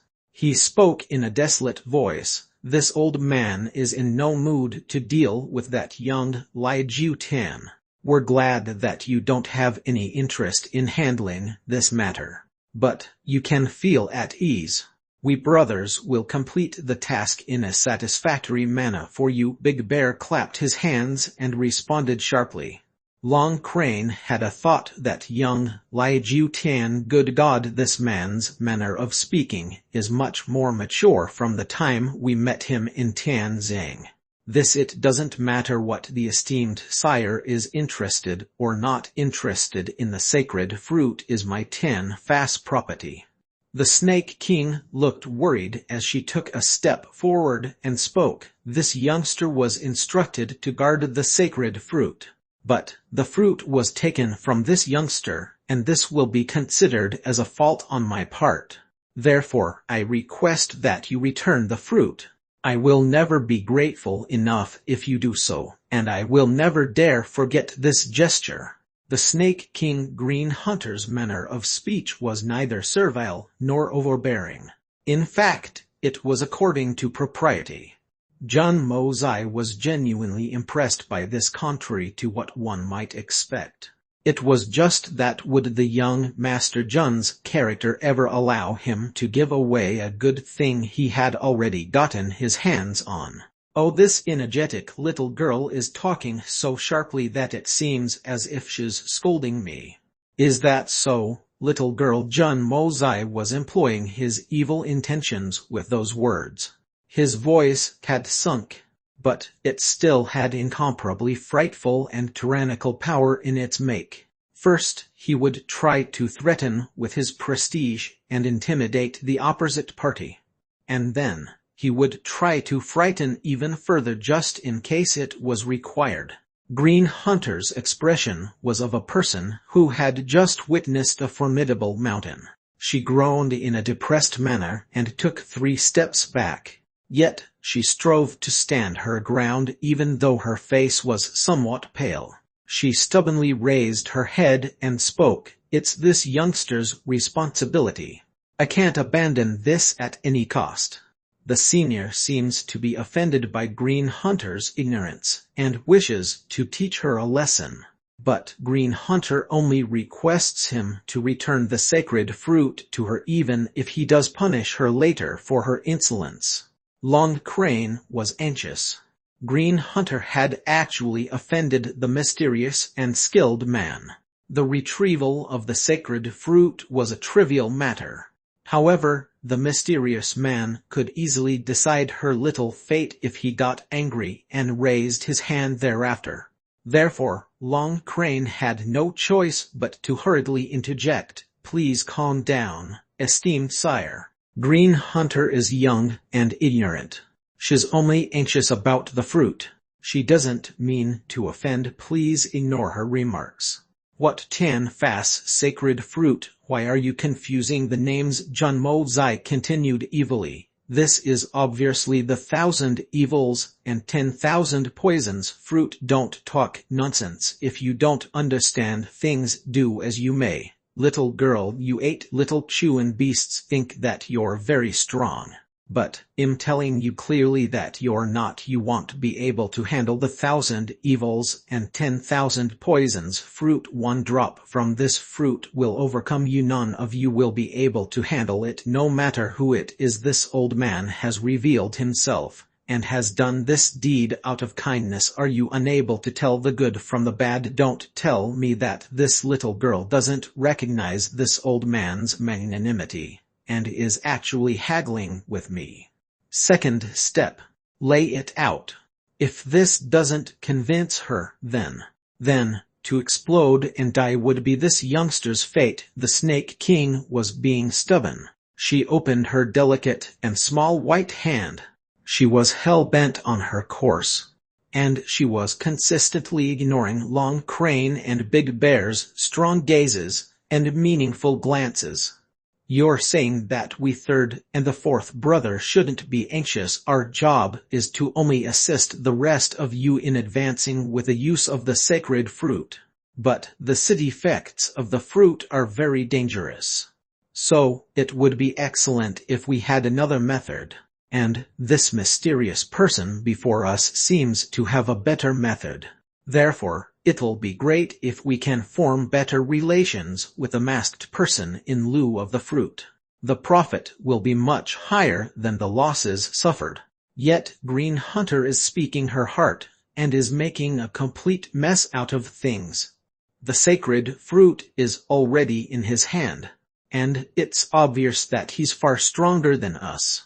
So, how can you even do this? It's not like this old man will just leave without causing a problem. It would be great if he does so, but what if he gets mad? He can get rid of us very easily. So, why are you provoking him with your words? Are this little girl's words are reasonable in this regard? This old man has taken your fruit. He did it with good intentions, but he has still taken your fruit. And that is indeed unreasonable of him. But it'll be a waste of resources if I let your presumptuous self consume it. Moreover, it'll be hard to avoid the threat to your life. This means we have been brought together by fate. This old man plans to use this fruit to refine medicine. And he will do it right. It seemed that Jun Mo-zai had a pained expression on his face. In fact, it nearly seemed that he had suddenly gained weight. This 1,000 evils and 10,000 poisons fruit is important for this old man in refining his medicines. And you need this fruit for nothing more than making a breakthrough. Therefore, this old man will finish refining the pills, and will give you several of them. You can then rejoice and make a non-frightening and non-dangerous breakthrough. So what do you think about this? The 8 of you are anyway on the verge of exploding to your deaths. So what do you have to say about a non-frightening and non-dangerous method where there's no fear of death? This was the third and the final step. Jun Mo-zai would run out of all possible means if she wasn't convinced after this.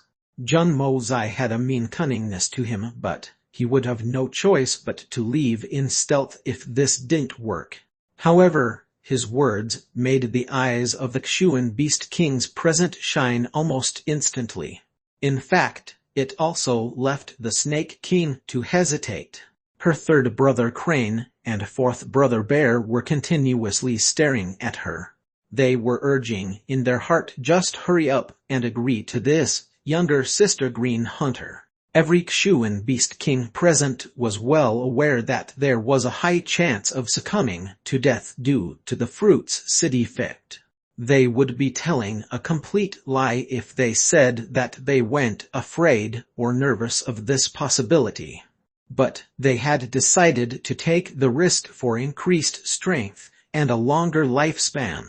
However, they could now avoid this frightening and dangerous method, and could advance in a smooth and settled way if they wished it.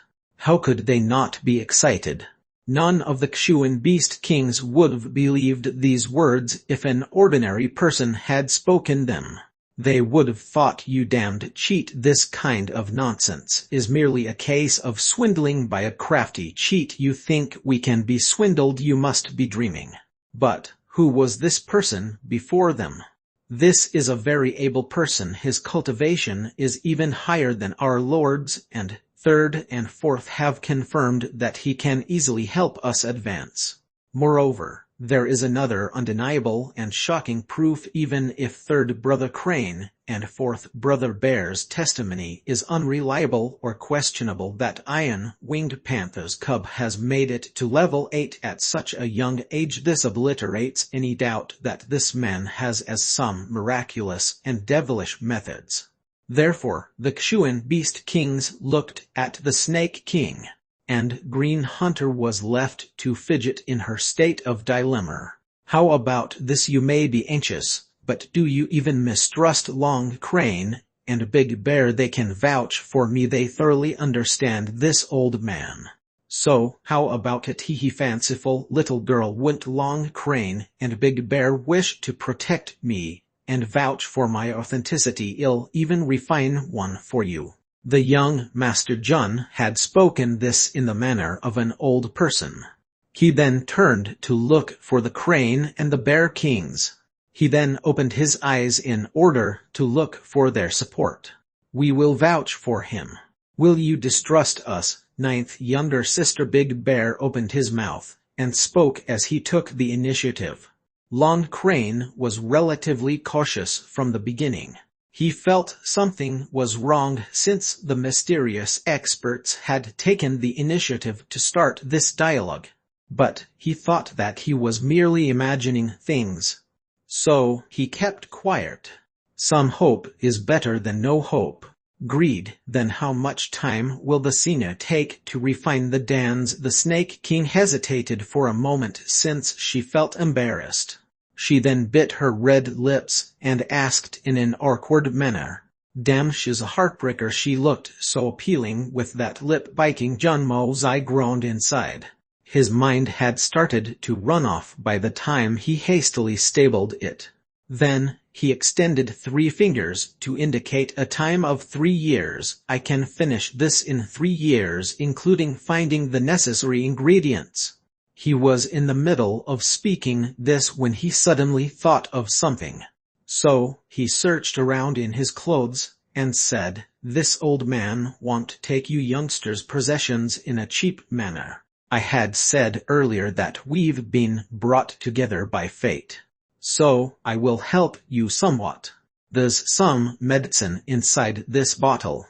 I've been practicing and trifling with below-quality materials. So, taking these medicines will only increase your cultivation by 10 years. Or I wish I had better ingredients. These things would have been more effective in that case." He took out 8 dans as he spoke and threw them high in the sky. There went many there. There was one for each individual. That is one for each Beast King. The Lion King and Tiger King showed signs of apprehension since they didn't know if they could trust this man enough to take those dans. However, Big Bear had no apprehensions whatsoever. So, he extended his neck and consumed the dan. Then, he moved his aura around his body and became startled. He then called out, "Huh." He had cycled his aura thrice inside his body, and he had already absorbed the efficacy from the dan. Big Bear was already a top-level expert. In fact, his body was extremely powerful, and no humans could compare to him.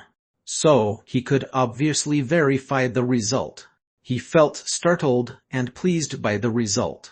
So, called out, "This dan can genuinely raise your strength, or it has raised my cultivation by 10 years at least. This is a heavenly medicine." Long Crane also got impatient after he looked at his younger brother and ingested a dan himself. He was then left to seem pleasantly surprised. Everyone looked at Long Crane and Big Bear and figured that this wasn't a scam. So, the remaining Kshuan Beast Kings looked at each and then consumed their dans. And they suddenly stood erect the next moment. Then, they all looked at Jun Mozai in unison. Their eyes were fervent. Good God, this world actually has a miraculous dan that can increase one's cultivation like this. It really exists. My God, this doesn't even have any side effect. Each and every Xuan Beast King's eyes had become even more fervent upon this realization. He's such a skilled person. Now I'm convinced that this mysterious person is extremely skilled and can refine those dans from the sacred fruit. What did this senior say earlier? I've been practicing and trifling with below-quality materials. So, taking these medicines will only increase your cultivation by 10 years. Or I wish I had better ingredients. These medicines would have been even more effective in that case. Good God, what kind of dans will he be able to refine if his dans from below-quality materials have such an effect? The facts have been laid out now. What's there to be uncertain about? This is a once-in-a-lifetime opportunity. We don't have to make a life or death decision to advance anymore. This is such a great thing. It wasn't even this good in our dreams. Jun Mo Zai's cloak fluttered as he floated in the air. He put his hand behind his back and stylishly floated up like the world's topmost expert of this era. Humph, whoever believes in me will live forever. I've finally gained control of these foolish beings. Chapter 344 Bumper Harvest. Chapter 344 Bumper Harvest. Translator Novel Sarder. Editor Novel Sarder. Jun Mo Zai sighed with relief. But his mouth twisted as he implored. I will be able to cross the 6th or 7th layer in 3 years.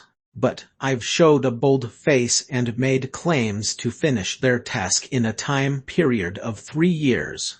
Oh yes, there's another thing which I had almost forgotten about.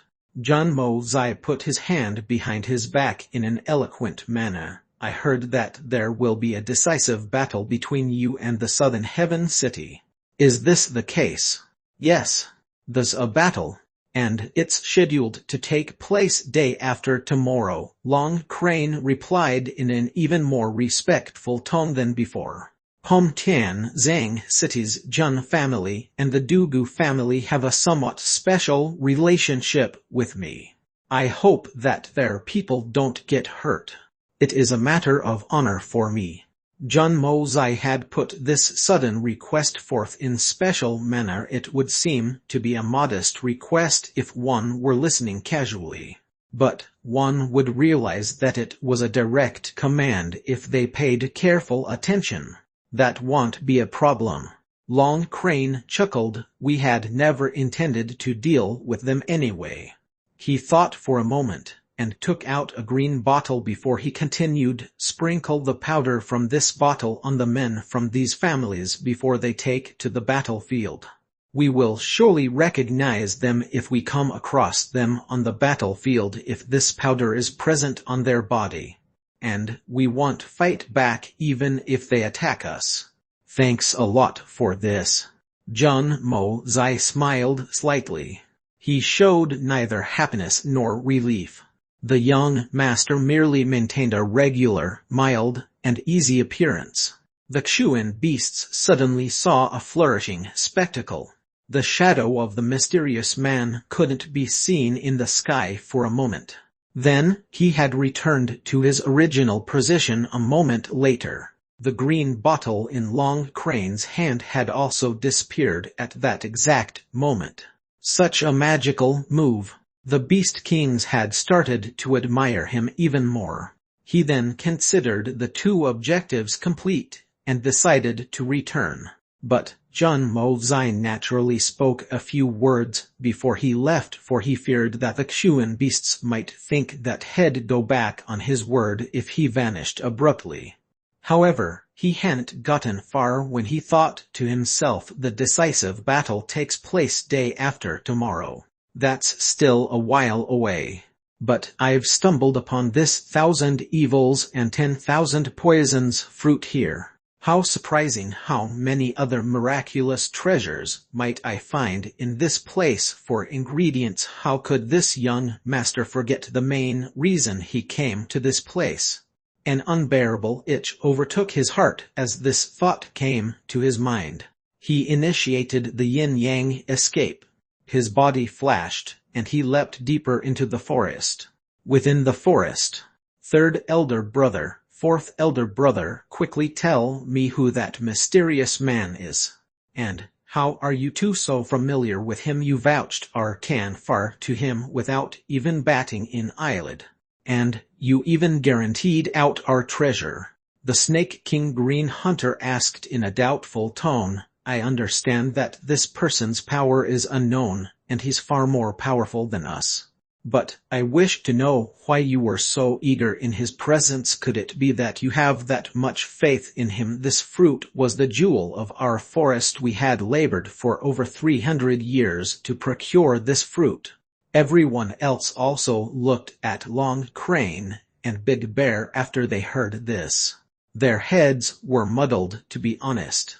The young Master John's alter ego had displayed a tremendous strength. It could even be said that he was the strongest in the whole world, but he was no threat to Tanfar. Long Crane and Big Bear had talked about him before as well. However, the Xuan Beast Kings wouldn't have cowered and given way even if John Mozai was difficult to deal with and could kill each one of the Beast Kings. Long Crane and Big Bear had a proud look on their faces. After all, their relation with this unrivaled master had provided their siblings a means to advance without any dangers of a backlash. Therefore, they had effectively done a great service to their Tanfar. All of them could advance. That too without any worries or fears. Therefore, their eyes were already full of the boundless prospects of the future. Something this good has never happened in the Tanfar forest. This event will create history. The two joyfully opened their mouth in order to show off and speak a few words to display their superior personality. Won't having such a wide circle of friends mean having superior personality? But they immediately shut their mouths after they opened them, since they were struck by a realization. Yes, or who knows who this mysterious person is? The two elder brothers of the Xuan Beast Kings only knew him as Feng King Yang. But little did they know that this name wasn't real. As for who this person was or where he lived and how he behaved, these two didn't know what to say about any of that. In fact, the two Xuan Beast Kings hadn't discovered this most critical problem until this moment. My God! The two of us have trusted someone we know nothing about with such a big guarantee. We were both so eager and we did as was ordered. But how will us two brothers find him for getting the dance which will help everyone advance if we get no news and if there isn't any communication from him after 3 years? Consuming the sacred fruit did have a huge risk. One could explode from doing so. But it's a sure method to increase one's strength. The no-risk and absolutely safe method did seem attractive, but it's only like a bread drawn on paper at present. It won't mean anything if we didn't get to eat it. I don't know how we'll find him if this deal falls through. They didn't know what to do after they thought it through clearly. The two Xuan Beast Kings looked at each other. They were at a loss as to what they could do. The two had been caught unprepared. The rest of the Xuan Beast Kings looked to the two for answers. But the two weren't making things clear. In fact, the others could also see that their complexion wasn't good. So they nervously asked, "What's the matter, third brother, fourth brother? Why don't you speak? Why are you keeping these things hidden from your younger siblings? Why you think we wipe his uncles? You're asking us for answers, but who do we ask? Damn, he won't betray us brothers, right?" The thoughts of both the brothers were getting increasingly muddled at that point. Long Crane was depressed. He couldn't help but flip his eyeballs as he spoke up. "Your anxiety isn't worth a fart. That man is a top-class expert with amazing cultivation. He may even be regarded as the strongest master ever born. Why would he diminish his reputation for a matter as trivial as taking away the sacred fruit from us anyway? Do you think we could've resisted if he had wanted to take it from us by force? You need to be patient if you want this benefit. Why are you in a rush? That master said that he'll finish our assignment in the next 3 years. What's 3 years for us beast kings? We can sleep for a period longer than that now. Why don't you guys start acting like beast kings again? Go about your own business. We have a battle a-coming in 2 days' time. Big Bear hastily cut in. Exactly, looking at your morose appearance is a pain in the ass. Hurry up and get lost. What are you waiting for? Just go raise your spirits. Not many enemies will be able to match you in the future. The other Kshuan beast kings felt discontent and unhappy. They cursed in the secrecy of their hearts. You looked morose yourself. You think you are the only ones who are allowed to feel that way. How can we not feel bad? Though they could do nothing else after they looked at the serious expressions on their two brothers' faces. They then scattered and went away. But the prospect of that beautiful dream continued to linger in their hearts. Well, make a safe and seamless breakthrough in 3 years. Long Crane had spoken the truth. 3 years was nothing to these Kshuan beast kings. It was a very short period of time in their eyes. They had extremely long lifespans. They weren't immortal, but their lives were tenfold longer than those of an ordinary person. Perhaps much more than tenfold. 3 years wait for advancement and longer life. This is very profitable. It was like heavenly meat had fallen from the sky. Sure, there are some doubts, but this mysterious expert deserves complete trust. Moreover, he had displayed his amazing cultivation. Moreover, everyone experienced a 10-year leap in their cultivation by merely taking those dans of his. Forget about eating or even seeing such a magical thing. No one has even heard of something like this before. Those dans have increased our cultivation by 10 years. That's simply against the natural order of things. Could anything be impossible for this mysterious man? Therefore, it was only natural that Long Crane and Big Bear didn't have any misgivings regarding the mysterious person. Moreover, John Mosai had never intended to renege on this deal either. This was a chanced-upon opportunity for him, and would be good for him as well. Wouldn't they owe him a big favor if they all managed to advance through their bottlenecks safely? Wouldn't that mean that I would acquire many powerful thugs for free? Moreover, each one of them would be an apex-level warrior. The young Master Jun felt free of worry and pleasant with that treasure in his hand. His entire journey forward had been pleasant and full of surprises since he had left the Kshuan Beast Kings. This Tan Far Forest isn't a fucking treasure in name only. This has gotten me very excited. I couldn't find any of these ingredients in Tan Zhang City.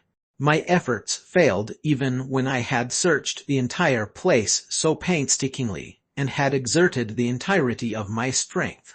But I can find everything here en masse. No ingredient is rare here. I can find anything I want as long as I look for it seriously. And they aren't present in a small number either. Their quantity here is huge. And it looks like no one has ever collected any of them. This is great. This is really great. There are so many ingredients for the peak level 9 Chuan dans like tricolored spirit mushroom, heavenly stargrass, level 9 Chuan root. I've already stumbled upon these 3 herbs. They are few of the rarest herbs of the age and can't be easily found. In fact, I've actually found some heavenly stargrass. This is only second to the 1,000 evils and 10,000 poisons fruit, and such a legendary grade medicine actually exists here in abundance. This had come as a huge surprise to him. He had seemingly got the cherry pick. Jun Mo-zai felt warm inside. He continued to use the yin-yang escape as he went deeper into the forest. He saw many rare ingredients, and stored all of them inside the Hongjun pagoda. But he hadn't gone very far when he started to feel that something was off. This was because there were no traces of any Xun beasts in the area that lay in front of him. There were no birds in the sky, and the ground was so clean that not an ant could be seen crawling on it. What was really unreasonable was that he couldn't even feel half an earthworm inside the ground. This place is too silent and desolate. Don't tell me that there's another 1,000 evils and 10,000 poisons fruit here. Jun Mo-zai looked around at the flowers and trees. They were all lush. He circulated the art of unlocking the heavens' fortune and breathed the air in. It was fresh, and there was no hint of poison in it. Moreover, there was a spiritual influence at play there, and it was surprisingly in abundance. This area is so vibrant, but why isn't there a single trace of any beast here? This is extremely strange. Jun Mo-zai carefully drifted forward a bit, and then walked inside. The trees and the flowers got increasingly lush, but there was no sound of activity same as before. The air too got increasingly fresh and pleasant. Jun Mo-zai finally stopped the yin-yang escape, and showed himself in the woods. He looked around as he walked forward, and then inhaled a lungful of the comfortable air. There were bright purple and red colors all around him. It was late autumn, but everything still seemed very lush in this vicinity. This place was seemingly unaffected by the seasons. The vegetation was still extremely lush. It was extremely quiet there. Then, Jun Mo-zai suddenly felt a subtle sensation. It was like his mind had grown fickle and impatient in this world. Everything had become quiet in the blink of an eye. Everything was so quiet that it made one revel in the past. It made one's mind feel at ease and made them feel like their souls had been cleansed. The ground Jun Mo-zai had just stepped in had a silky feel to it like the grass of a meadow. It rustled softly as he moved forward. He felt like he was walking in dreamland. The myriads of problems that had clogged his mind disappeared, and he felt his mind going empty like he was sleepwalking. Jun Mo-zai walked as if he was unconscious. He then involuntarily walked over to a lone tree and sat down beneath it. And he did this with extremely gentle movements as if he was afraid that making any noise would ruin the tranquility of his mind. The young man remained seated very calmly. There was perplexity in his eyes as he brought a hand to his chin while he looked ahead. He couldn't see properly. It seemed as if the area was covered in mist or he was drunk. Hostilities had filled his soul for a long time, but some of it had seemingly started to slip away from his body via a drip. He then had a mysterious feeling. Then he felt disappointment as if a butcher had laid down his knife. The young master then felt aloof like he had transformed into a Buddha-like state of mind. A small blossom revolved as it floated down from the tree. It silently fell down on his shoulders, but he didn't become aware of it because of the flurry he was in. There was a light breeze, and the hair at the edge of his hairline started to sway gently. It seemed like centuries had already passed, but it also felt like all of this had happened in a brief moment. The flower bud swiftly falls on the lone man. Jun Mo-zai sighed slightly and raised his head. He then shaded his eyes to look ahead at the picturesque scenery.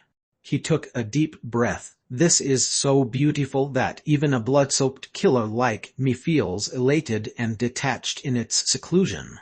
Jun Mo-zai reluctantly looked around at the surroundings. His mind opened up. He chuckled and spoke up in self-mockery. Staying in this serenity for merely one day can be life's greatest pleasure. But such an elegant paradise isn't suitable for a killer like me. His figure then floated up without touching the moist and soft grass underneath. Jun Mozai relished the soft breeze for a bit, and then suddenly rushed forward. There was thick growth of trees ahead. In fact, there was no gap between them. They were maybe hundreds or perhaps thousands of years old from the looks of it. They crowded together with no gap between two trees. In fact, it seemed as if they were growing on the same place. They were seemingly fencing something from the surrounding area, and had effectively formed an enclosure. How can someone reside in such a place? Hitman Jun was curious. But he possessed the caution of an assassin. So, he initiated the yin-yang escape, and entered it as light as a feather. My heavens, what a beautiful place! There was a small valley within those closely packed trees. There were no constructions in it, but it still had some natural and muddy hovels within. It seemed as if this place had been made by the heavens. In fact, this place was extremely shocking and amazing. A burst of faint and wonderful scent was coming from flowers hidden at a distance. This scent hit Jun Mozai's nose, and he couldn't help but eagerly stretch his neck to breathe it in. He suddenly felt a burst of extreme comfort, and his spirits rose up. He followed the scent, and hadn't gone far when he saw something. It made him want to shout out, and he eventually had to cover his mouth with his hand. There was a massive and solid tree in front of him. It grew on gravel. However, the gravel was exuding three bright colors: gold, red and white. These three colors glittered so splendidly that they took Jun Mozai's breath away. It appeared that the treasure, the tricolored mushroom, grew there. Moreover, there weren't just 7 or 8 of them under that tree's trunk. Several grew in every nook and cranny. They were practically growing there as if they were cabbage in a farm. And one could also find many other rare herbs there. Not dreaming, right? Jun Mozai was suddenly overcome with a great sense of happiness. He had coveted this mushroom for a long time. He could rise to the 3rd level and refine the cleansed marrow dan. He hadn't even found 10 ingredients in Ting Zhang City despite his thorough search. But he had collected even high-level ingredients in merely one night's time after he had set foot inside this forest. Moreover, he had collected them en masse. Jun Mozai was very depressed some time ago. He could have made a breakthrough, but he didn't have the medicine which could supplement it. This had given him a huge headache. He had never thought that these things would line up like cabbage in a farm after he'd arrive at Tanfar. But then, he had found this unfathomable and mysterious place. This is indeed inexplicably amazing. It's unknown how many rare and amazing treasures one could find in this vast Tanfar forest. This would tantamount to immense strength in the future. Jun Mozai went wild with joy and stepped forward. He then started to pluck those herbs as quickly as he could. The young Master Jun picked a great number of them. But he hesitated once. Only the last 2 trunks of that tree remained laden with this treasure, and he eventually decided against it.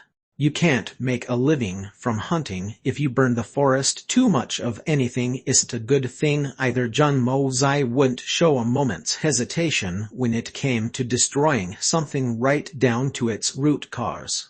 However, the young Master Jun inadvertently found himself abiding to appropriate behavior inside this heavenly abode. Too much of anything is never a satisfactory thing either. Jun Mozai looked around and was amazed to discover that a natural cultivation base was somewhat concealed in the embrace of that tree. And One could actually find every kind of precious ingredient in the underbrush. Is this the source of that spiritual influence? Jun Mozai felt apprehensive and looked around with greater care. One would find a cave if they took a detour from the trees. But there were trees which leaned forward to cover the entrance of the cave. In fact, he was convinced that even wind and rain wouldn't be able to affect the area inside this cave. This cave must be unusually dry. Then, the young Master Jun heard an extremely faint sound from the mouth of the cave. Don't tell me someone actually lives here, but my spirit sense had detected no abnormality in this area. Jun Mozai suddenly became alert. He quickly initiated the yin-yang escape and floated inside the cave in a state of invisibility. He went forward and took a look inside the cave. His mouth immediately opened a round O with astonishment. Something he could never anticipated had appeared before his eyes. He had thought that this place was extremely secretive. He had anticipated that even a bird wouldn't be able to come here.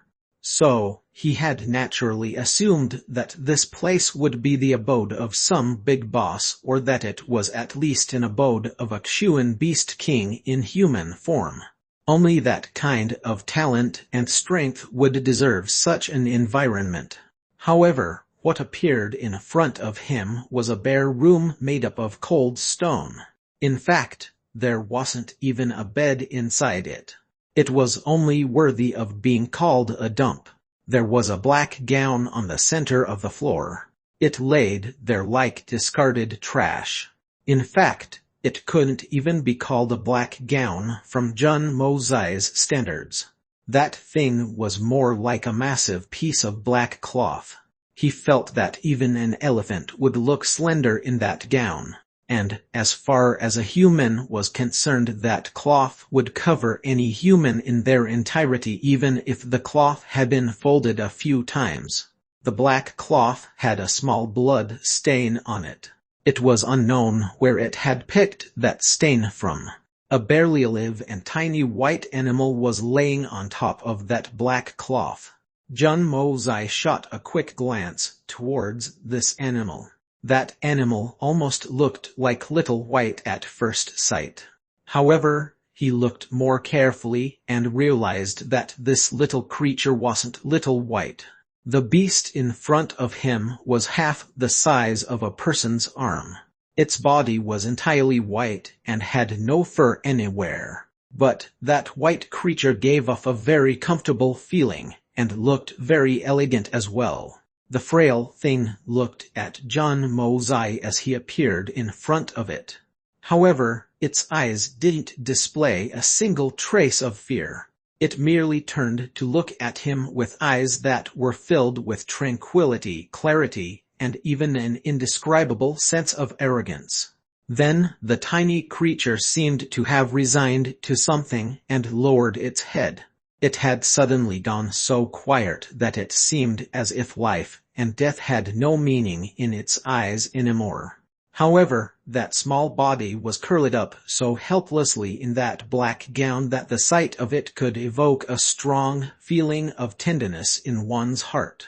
Jun Mozai held nothing against animals, but his temperament had never been of a man who'd be fond of pets. He didn't exactly like or dislike Little White, but he suddenly felt a strong urge to protect the little creature that lay in front of him. And it was a fantastic feeling. "Poor thing, are you hurt?" Jun Mozai asked in a rare gentle voice as he softly sat down while looking at the tiny beast. The little thing lowered its head indifferently. It seemed uninterested. It wasn't clear whether it couldn't understand the words the young Master Jun had spoken or had simply ignored them from the start. Jun Mozai saw this creature's lazy and adorable mannerism and suddenly recalled why Dugu Zairoi had come to Tanfar. She wanted to hunt a snow ferret. She then wanted to use its skin to make a garment her grandfather could wear on his wounded waist. That small creature looked like the legendary and thunderous Kshuan beast Snow Ferret from the looks of it. However, Jun Mo-zai couldn't detect even the faintest trace of a Kshuan beast-like aura from it despite a careful inspection.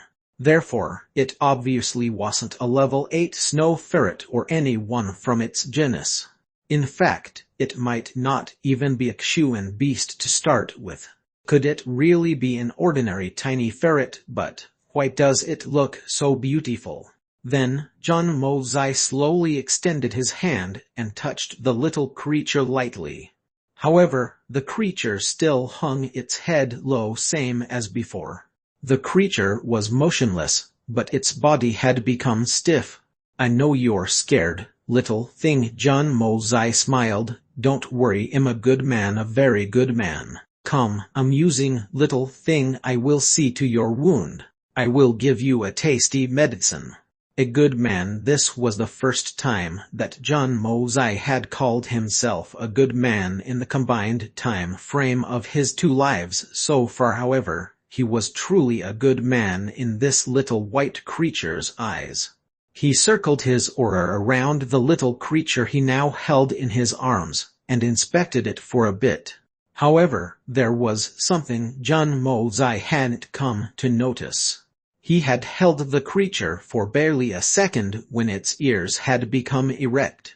It had then opened its eyes in a wide stare. In fact, a sharp glint had arisen from the depths of its eyes. But it then sensed the wonderful Kai that was coming from the young Master Jun's body. It had then stared blankly for a second. In fact, it looked extremely confused at first. But it slowly closed its eyes shut soon after. Chapter 345 Extremely Vile. Chapter 345 Extremely Vile. Translator Novel Sarder. Editor Novel Sarder. Jun Mo-zai clicked his tongue. I don't know how you got this injury, little thing. TCH, it's very harsh. Your meridians are like 100-year-old bark. They're brittle and full of cracks. They'll break the moment you make any movements, but you're lucky that you met me. Anyone else's hands would've been bound even if they had wished to help you. However, I seldom turn down the chance to do a good deed. He slowly let out the dense and pure aura he had amassed in his palm while he talked. The refreshing and innate pure aura flowed into the little creature like a bubbling stream. It then went into its meridians. That innate pure aura increased its spirits. And then, the unspeakable pain that it felt was reduced considerably as the aura continued to flow into the meridians. It instead felt incomparably comfortable. In fact, it even wanted to let out a groan. The aura slowly mended the nearly broken meridians. It was akin to a supreme healing medicine at the time. The injuries healed slowly and got a little better. Soon, the meridians were fixed enough to have no cracks left in them. So, how did you suffer such a devil's bite? It's a high-level devil's bite. In fact, it's devil's bite only a person with a Kai level of a great master can suffer. Only someone with a huge amount of Kai could make this happen. How could a little thing like you make such a big ruckus? Is my guess wrong? Are you the root of these problems? Wouldn't you be some big shot of Tianfar if that were the case? Perhaps even the Lord Jun Mo-zai laughed. It seemed funny even as he spoke it. And so, he burst out laughing. The little creature turned to look at him, and its eyes revealed an expression of disdain. You're not convinced, little thing. Wouldn't I be the ultra super master if you were the supreme lord of Tianfar? I can kill you as I speak since you're in my hand. But I will obviously never harm such an adorable little thing like you. Jun Mo-zai looked at it, and his expression changed very drastically. He couldn't help but smile as he moved his hand and lightly scratched the little thing's tender nose. A light noise came from the creature's throat, and a look of embarrassment appeared in his eyes.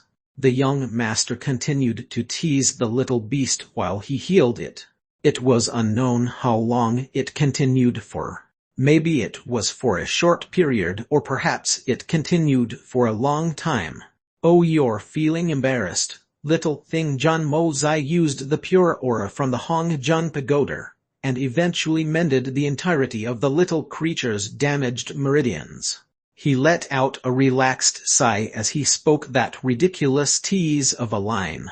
And then, he lightly patted the little thing's tender posterior.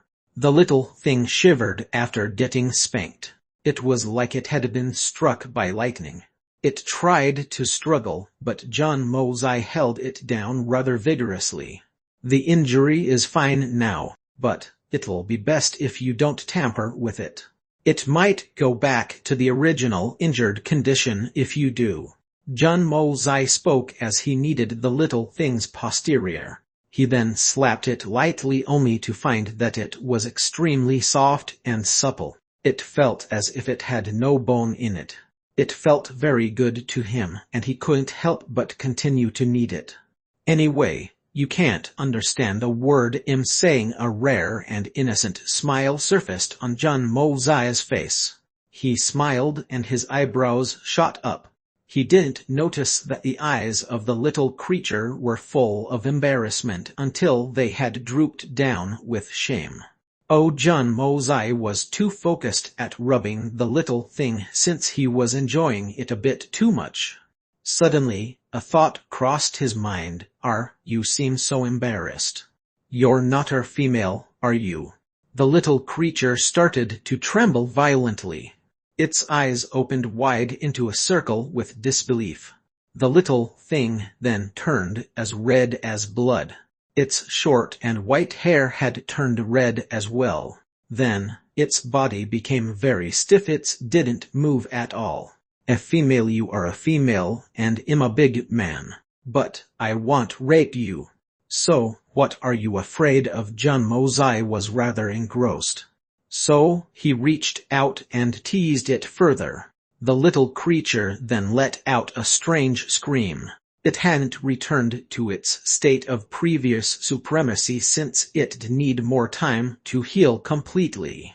But that vile and nasty human before its eyes was making it sick from head to toe.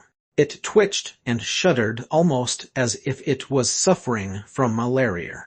Then, it stretched and opened its eyes wide to the greatest extent they could have been stretched to. It then slanted its head at a crooked angle and fainted. "Damn, you couldn't endure even that much. I had just touched you lightly, and yet there was such a strong reaction. Was that your weak spot?" John Mozai spoke in a puzzled manner as he caught hold of the creature's head to inspect it with bewildered expression on his face. And, at this time, John Mozai suddenly felt like he was hit by something lofty, powerful, and sharp. He was left to shudder due to the icy feeling, and the hair at the back of his neck stood up. He had reacted as such due to a murderous aura that had suddenly overtaken the vicinity. And that murderous aura was extremely formidable. It was the strongest he had felt in both of his lives. He was called the King of Evil in his previous life, but his murderous aura was dwarfed by this cold and murderous one. He had been reduced to a mere nobody expert in front of this aura. In fact, he felt the same way a short grass would in front of a large tree. There was absolutely no comparison between the owners of these two auras. This was a very destructive murderous aura. He didn't even have enough time to pinpoint where the cold murderous aura had come from in that split second. But he felt that he had been enclosed inside it as if he had fallen into a cold cave. He felt that he couldn't escape it no matter what he did. John Mozai was covered with cold sweat for a time. That aura was so sharp, huge, and frightening that it could penetrate into an individual's body, and could leave the said individual's thoughts to become sluggish. so much so that even their very soul would become stiff and sluggish. A person's eyes would see no hope to reprieve themselves from the clutches of death once this murderous aura had shrouded their body. Their eyes would reek of the anticipation of their end. Thus such a terrifying and formidable strength in the depths of this forest, Jun Mozai instantly became regretful. I've been too careless this time. Jun Mozai had seen and faced many experts since the time he had come to this world. However, even a spirit Xuan expert's murderous aura would be considered nothing compared to what he was facing at this moment. Even the great master Lai Ju Tan wouldn't be able to compare with this. That murderous aura was strong and terrifying enough to have surpassed the young master's imagination. Perhaps this makes sense. This place had so many heavenly herbs, so it would be illogical to leave these heavenly herbs lying around without a powerful guardian to protect them. Jun Mozai's subconscious screamed for him to escape into the Hong Jun Pagoda and take refuge against that frightful aura. He knew that he wouldn't be able to deal with something so frightening and powerful. He wouldn't have been able to escape this aura even if he was at the peak stage of his previous life. So, it was even more useless to talk about his present condition. Jun Mozai couldn't even think of a means to deal with this powerful aura if its owner were to unleash it upon him. What kind of earth-shattering murderous aura is this person emanating? I can neither contend with it nor avoid it. However, the frightening aura disappeared just when Jun Mozai had started to think of making an escape. In fact, that aura had disappeared without a trace or any prior signs of doing so. Its disappearance was an unfathomable mystery. It had disappeared as suddenly as it had arrived. The heavens and earth had now reinstated to their original state. That was close. Jun Mozai gasped for air. But he still had some lingering fear. So, he linked his spiritual sense to the Hong Jun Pagoda in order to connect to everything. Then, a mixture of the aura from the Hong Jun Pagoda and his own spirit sense spread out far and wide. He looked everywhere, but didn't discover anything unusual. This is very strange. Jun Mozai frowned as he held the little creature. It should be mentioned that Jun Mozai's innate spiritual sense was quite formidable even if his strength wasn't. In fact, it was in no way weaker than that of a spirit Xuan expert. Moreover, the aura from Hong Jun Pagoda and his innate spiritual sense had formed a formidable combination, and this had increased the effective power by many times.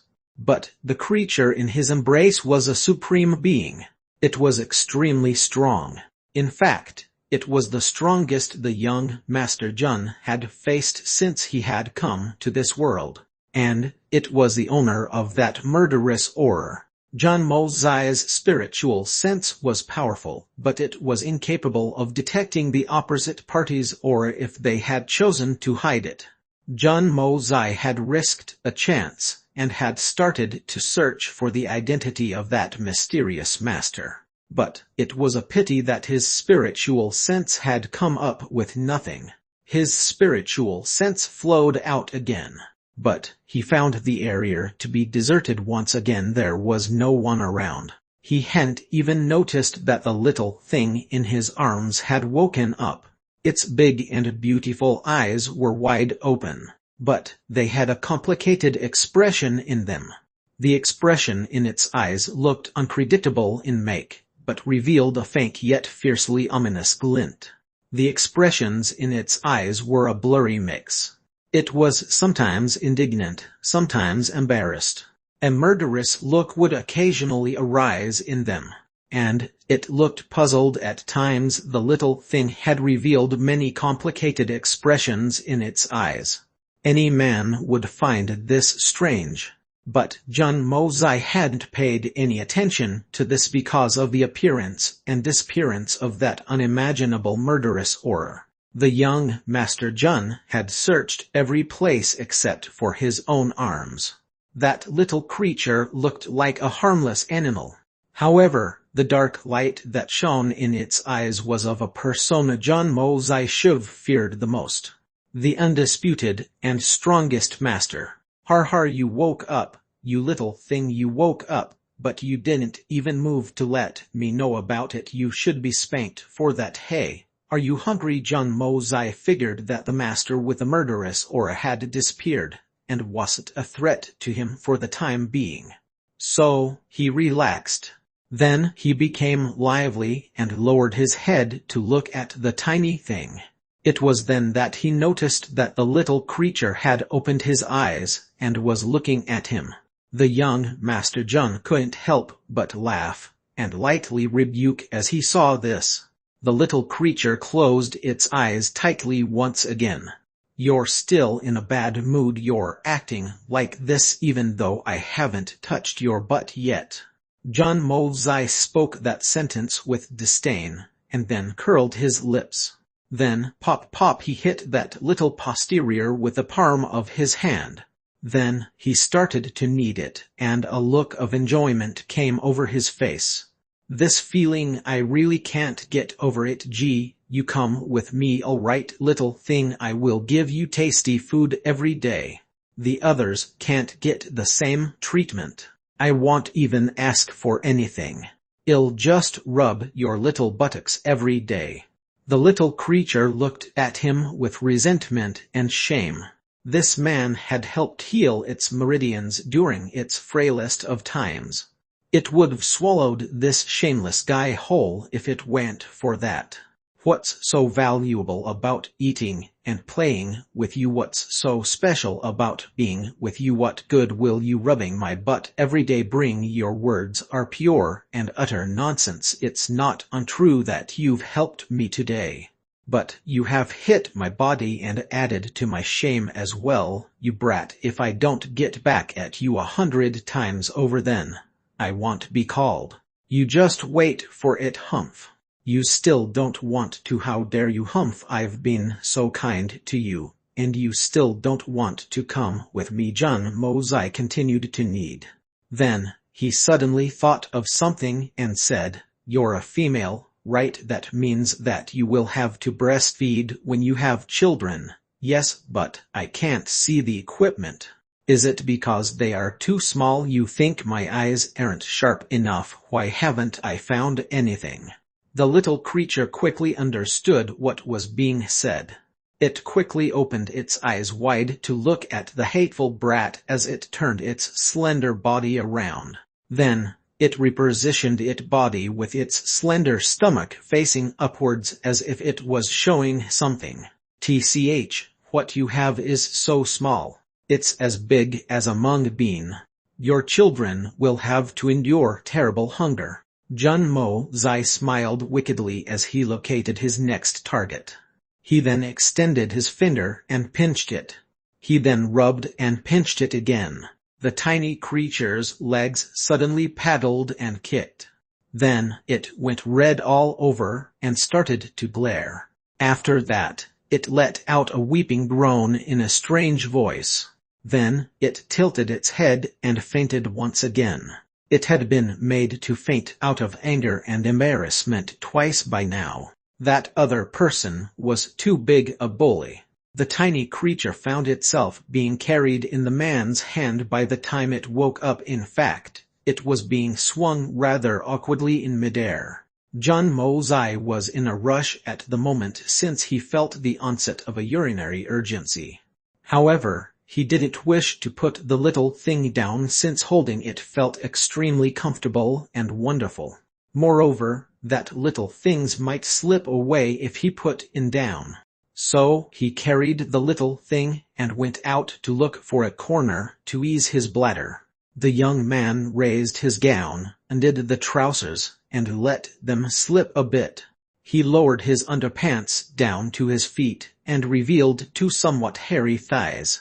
After that, the genitalia came out coincidentally in front of the little creature's eyes. He didn't have any scruples doing it in front of the little creature anyway. Don't people urinate in front of their pet dogs as well? Therefore, John Mosai didn't think much about it. Then, the bright and shiny line of water burst out with a crashing sound. It burst out joyously and noisily, and the young man felt extremely relaxed as a result of this.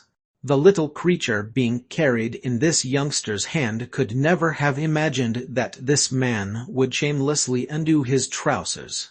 The creature gave an embarrassed whimper and covered its beautiful big eyes with its paws. John Mosai saw that reaction and laughed in a savage manner. He finished his business and shook his thing.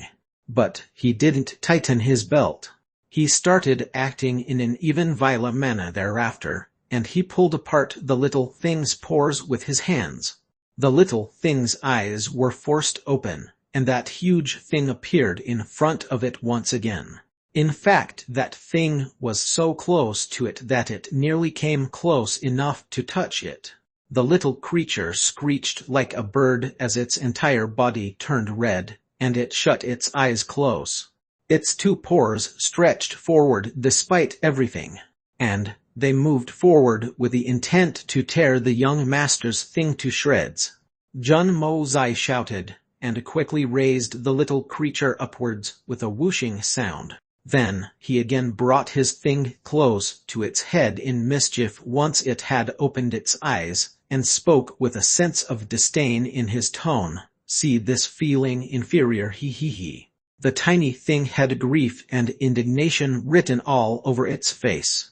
It looked at John Mosai with shame in its eyes, and tears had started to stream down from its eyes. It was in so much pain that it didn't wish to live anymore. It was felt horrible, and it felt like its mind had gone blank. This is so shameful, boo-hoo, please let me die, I don't want to live anymore. The young master had acted in a very tyrannical manner. He hummed and pulled up his trousers. But the little creature continued to struggle in his hands. So, he threatened, stop this, or I'll stuff you down my trousers. Stuff me down the trousers. The little thing instantaneously became rigid as it heard him. It didn't even dare to move. I might commit suicide out of shame if he stuffs me down his trousers, but I would still be regarded as a joke for 10,000 years to come. Just look at this guy, he has acted so shamelessly. What else won't he do at this point? This is the most humiliating day of my entire life. This little brat is vile to an unspeakable degree. He's extremely evil and shameless. John Mosai put the little creature on a rock in the stone chamber and scolded the widowed victim. You stay here, okay? I'll be going out to get some herbs, but I will be back to take you. Then, well, leave. He turned around after he had said this and walked towards the cave's mouth. But then, he returned the next moment with a whooshing sound and grabbed the little creature.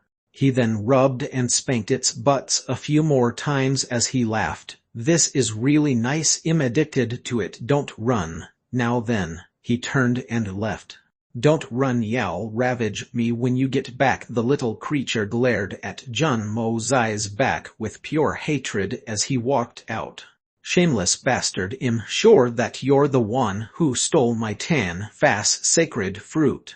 And now you've come here to humiliate me. Humph, this bastard's help was great for me. But I will never let you off in any way.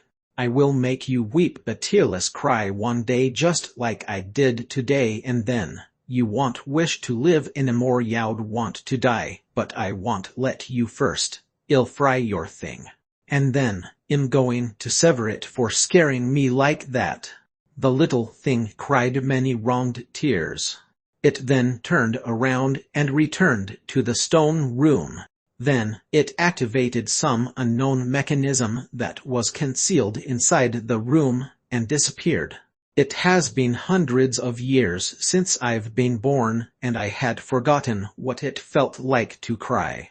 But I've cried so many tears of humiliation today I just can't bear this.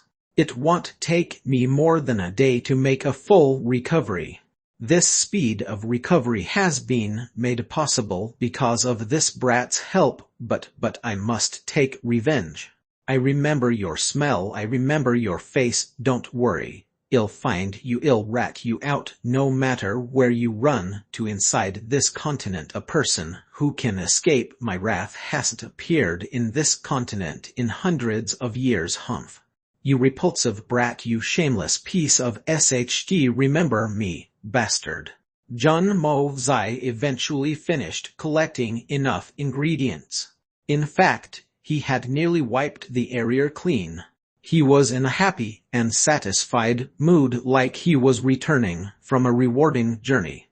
He was extremely content with his achievements and felt relaxed. But he was then suddenly blindsided the moment he returned to the stone chamber. The black gown was still there inside the stone chamber, but the adorable little creature wasn't. It had disappeared without a trace.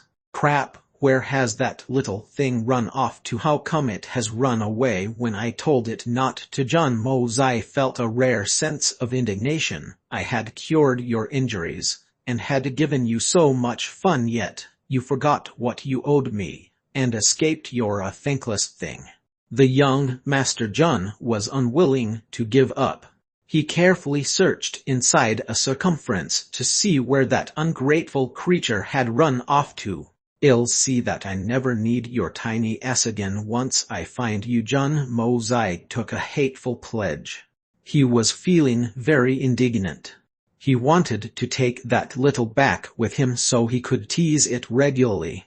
Moreover, he wanted to take that incredibly tiny and adorable creature to his house so that it might also keep Warren King Han happy.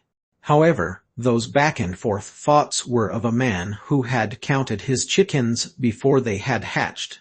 This had turned into a fruitless endeavor. Don't get too cocky, just you wait, I'll be wiping my ass the next time we meet. I'll teach you a lesson. Humph. John Mo-Zai cursed inside.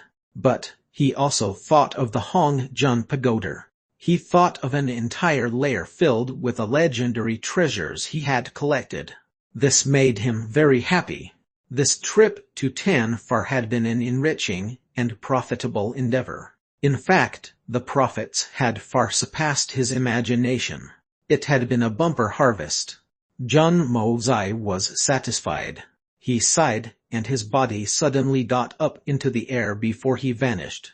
He had already initiated the yin-yang escape, and was moving unseen through the forest towards his destination, the Southern Heaven City. Only one important ingredient is left: the level 9 Xuan root. Grandpa John's cultivation would be advanced to Spirit Xuan realm once the level 9 Xuan root had been acquired. In fact, it would go beyond the mere Spirit Xuan realm. He would be at Spirit Xuan's second level's peak in one enthralling step. Grandpa's cultivation is lacking in relation to the world at large, but it's one of the top ones in Tanzang City, perhaps even the whole of the empire. Tanzang's emperor could think of dealing with the Jun family despite its military prowess, but he wouldn't think about messing with a Spirit Xuan expert without fearing of the consequences. No one can bear such consequences with ease. Even the emperor of a country is no exception. A Spirit Xuan expert as an enemy can tantamount an ocean of corpses and blood. Then, John Mo-Zai settled his heart and concentrated on dealing with his third uncle's situation. The Silver Blizzard City. He couldn't take out the entire Zyro family for the time being, but he still had to make his uncle and Han Yan Yao meet. This was the greatest worry that had plagued his uncle's heart. This was also Han Yan Yao's greatest hope, and John Mo-Zai had taken it upon himself to help the two. Jun Mo Zai returned to the southern heaven city the next day. But it was already night time. In other words, he had already spent a full day and night in the forest. Where had you gone to, you brat? What took you so long to return? Jun Mo Zai ran into Jun Wuyi's question the moment he returned. His 3 spirit Xuan maternal uncles were staring at him, and one could tell from their eyes that were ready to give him a beating. The 3 men had their hair turn white with worry for their precious nephew since the youngster had gone missing for a day and night. Moreover, this was the Zhu Hun Manor's territory. So, Jun Wuyi and the 3 Dongfeng brothers would have rushed to either Zhu Hun Manor or the Silver Blizzard City to look for Jun Mo Zai if he hadn't returned in some time.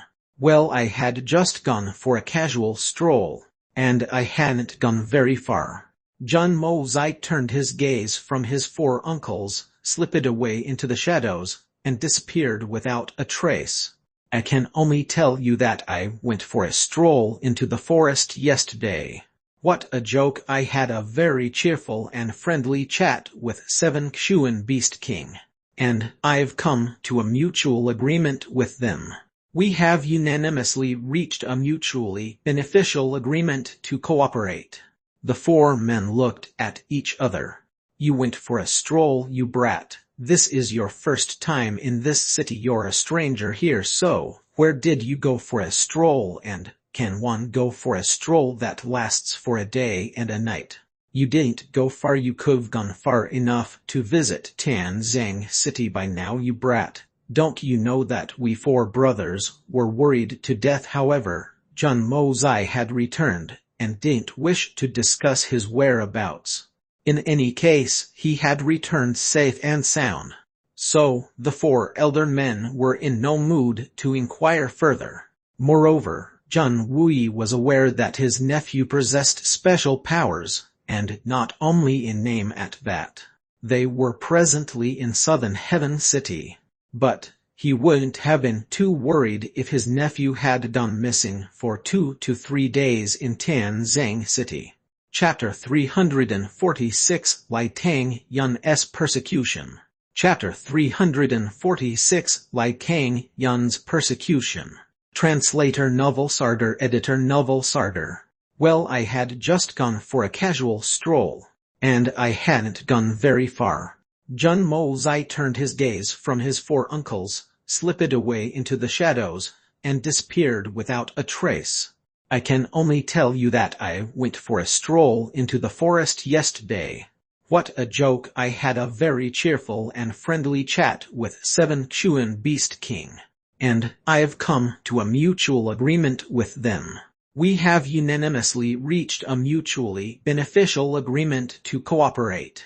The 4 men looked at each other. You went for a stroll, you brat. This is your first time in this city. You're a stranger here, so where did you go for a stroll, and can one go for a stroll that lasts for a day and a night? You didn't go far. You could've gone far enough to visit Tanzang City by now, you brat. Don't you know that we 4 brothers were worried to death? However, Jun Mo Zai had returned, and didn't wish to discuss his whereabouts. In any case, he had returned safe and sound.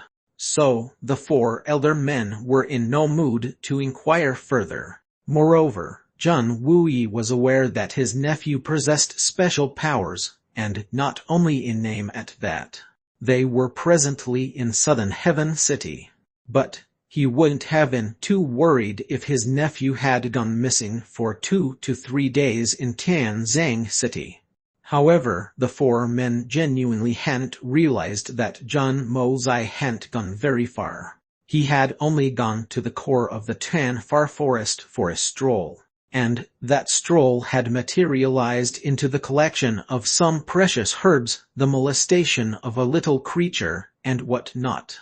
The expressions of the 4 men changed. They shook their head and followed in. The 4 had been worried this entire time, but their hearts were at ease now. The battle would start the next day. So everyone's mind was preoccupied with it. They had decided to take a quick rest. The next day was to be a serious one. It was at this moment that a soldier suddenly came with a message. Zhu Hun Manor's Lai Tang Yun had come to pay a visit. Zheng Wuyi then muttered irresolutely, "Invite him in." The third master Zheng had been thinking about the meeting of the heads of the families. It had taken place in the morning, and Zheng Wuyi had been designated the supreme commander for the decisive battle. That is, he had been chosen as the leader of the team that would throw their lives away. However, the Zhu Hun Manor had then proposed their third master as a candidate to replace Zheng Wuyi for the supreme commander's position, that too at a point when the heads of every family had nearly reached the conclusion of the matter. This had left everyone baffled. The so-called supreme commander would have no real authority. He would have no hope for a victory in this battle. In fact, the commander would be a scapegoat in defeat, and would only go out to die in this hopeless battle. Moreover, the said man would also have to protect his own side from the animosity-ridden plots of his opposing factions. Hence, this was truly an arduous and thankless job. Therefore, no one could understand what Lai Jiutan was thinking. Why would he send the third master from his family, someone with a spirit Xun cultivation, to be a replacement scapegoat for the number-one contender Zheng Wuyi? Wouldn't it be too great a pity? However, this suggestion had come from the top expert of the coalition, so no one dared to overrule it that lightly. Therefore, the position of the supreme commander had been temporarily shelved. But the selection of the commander would only be done amidst two people, that unfortunate third master of the Zhu Hun Manor, and Zheng Wuyi. And Lai Tang Yun had presumably showed up to discuss that matter. The powerful families had also decided to send some powerful experts to the battle in the preparatory meeting for the battle. The co-originators of this evil plot, the Zhu Hun Manor and the Silver Blizzard City, didn't dare to differ from this idea either. This entire plan to push Zheng Wuyi into a desperate situation was theirs from the beginning. After all, they were the ones who wanted to push him into this pit of fire. So, wouldn't the entire world sneer at them if no one was sent from their side? Everyone knew that the chances of victory were quite slim in this battle. In fact, they had almost no chances. However, they still had to send someone, even if they were sending facet individuals to their deaths. Zheng Wuyi and the Dongfeng family would go in. So, the Duanmu and the Sikong family would run the bank to mediate.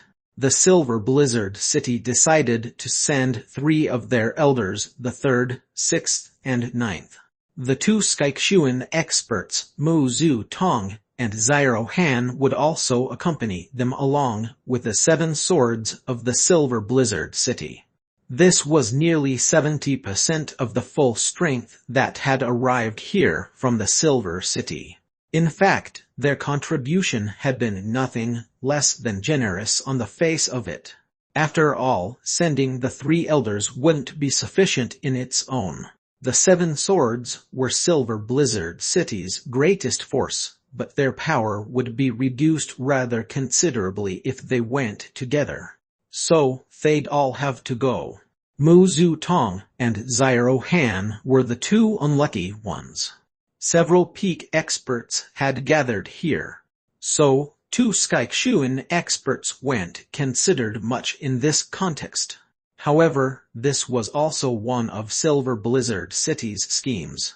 Sending great manpower would mean that they would be safer, since they could all look out for each other. Therefore, they wouldn't be likely to meet with their deaths even if they suffered a defeat in the battle. And the Silver City wouldn't suffer too much as a result of this. However, going with less manpower could mean throwing the lives away of those who were sent to battle.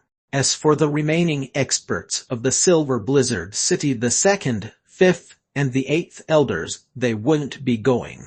There was a feud between Xiaobu and the Dongfeng family.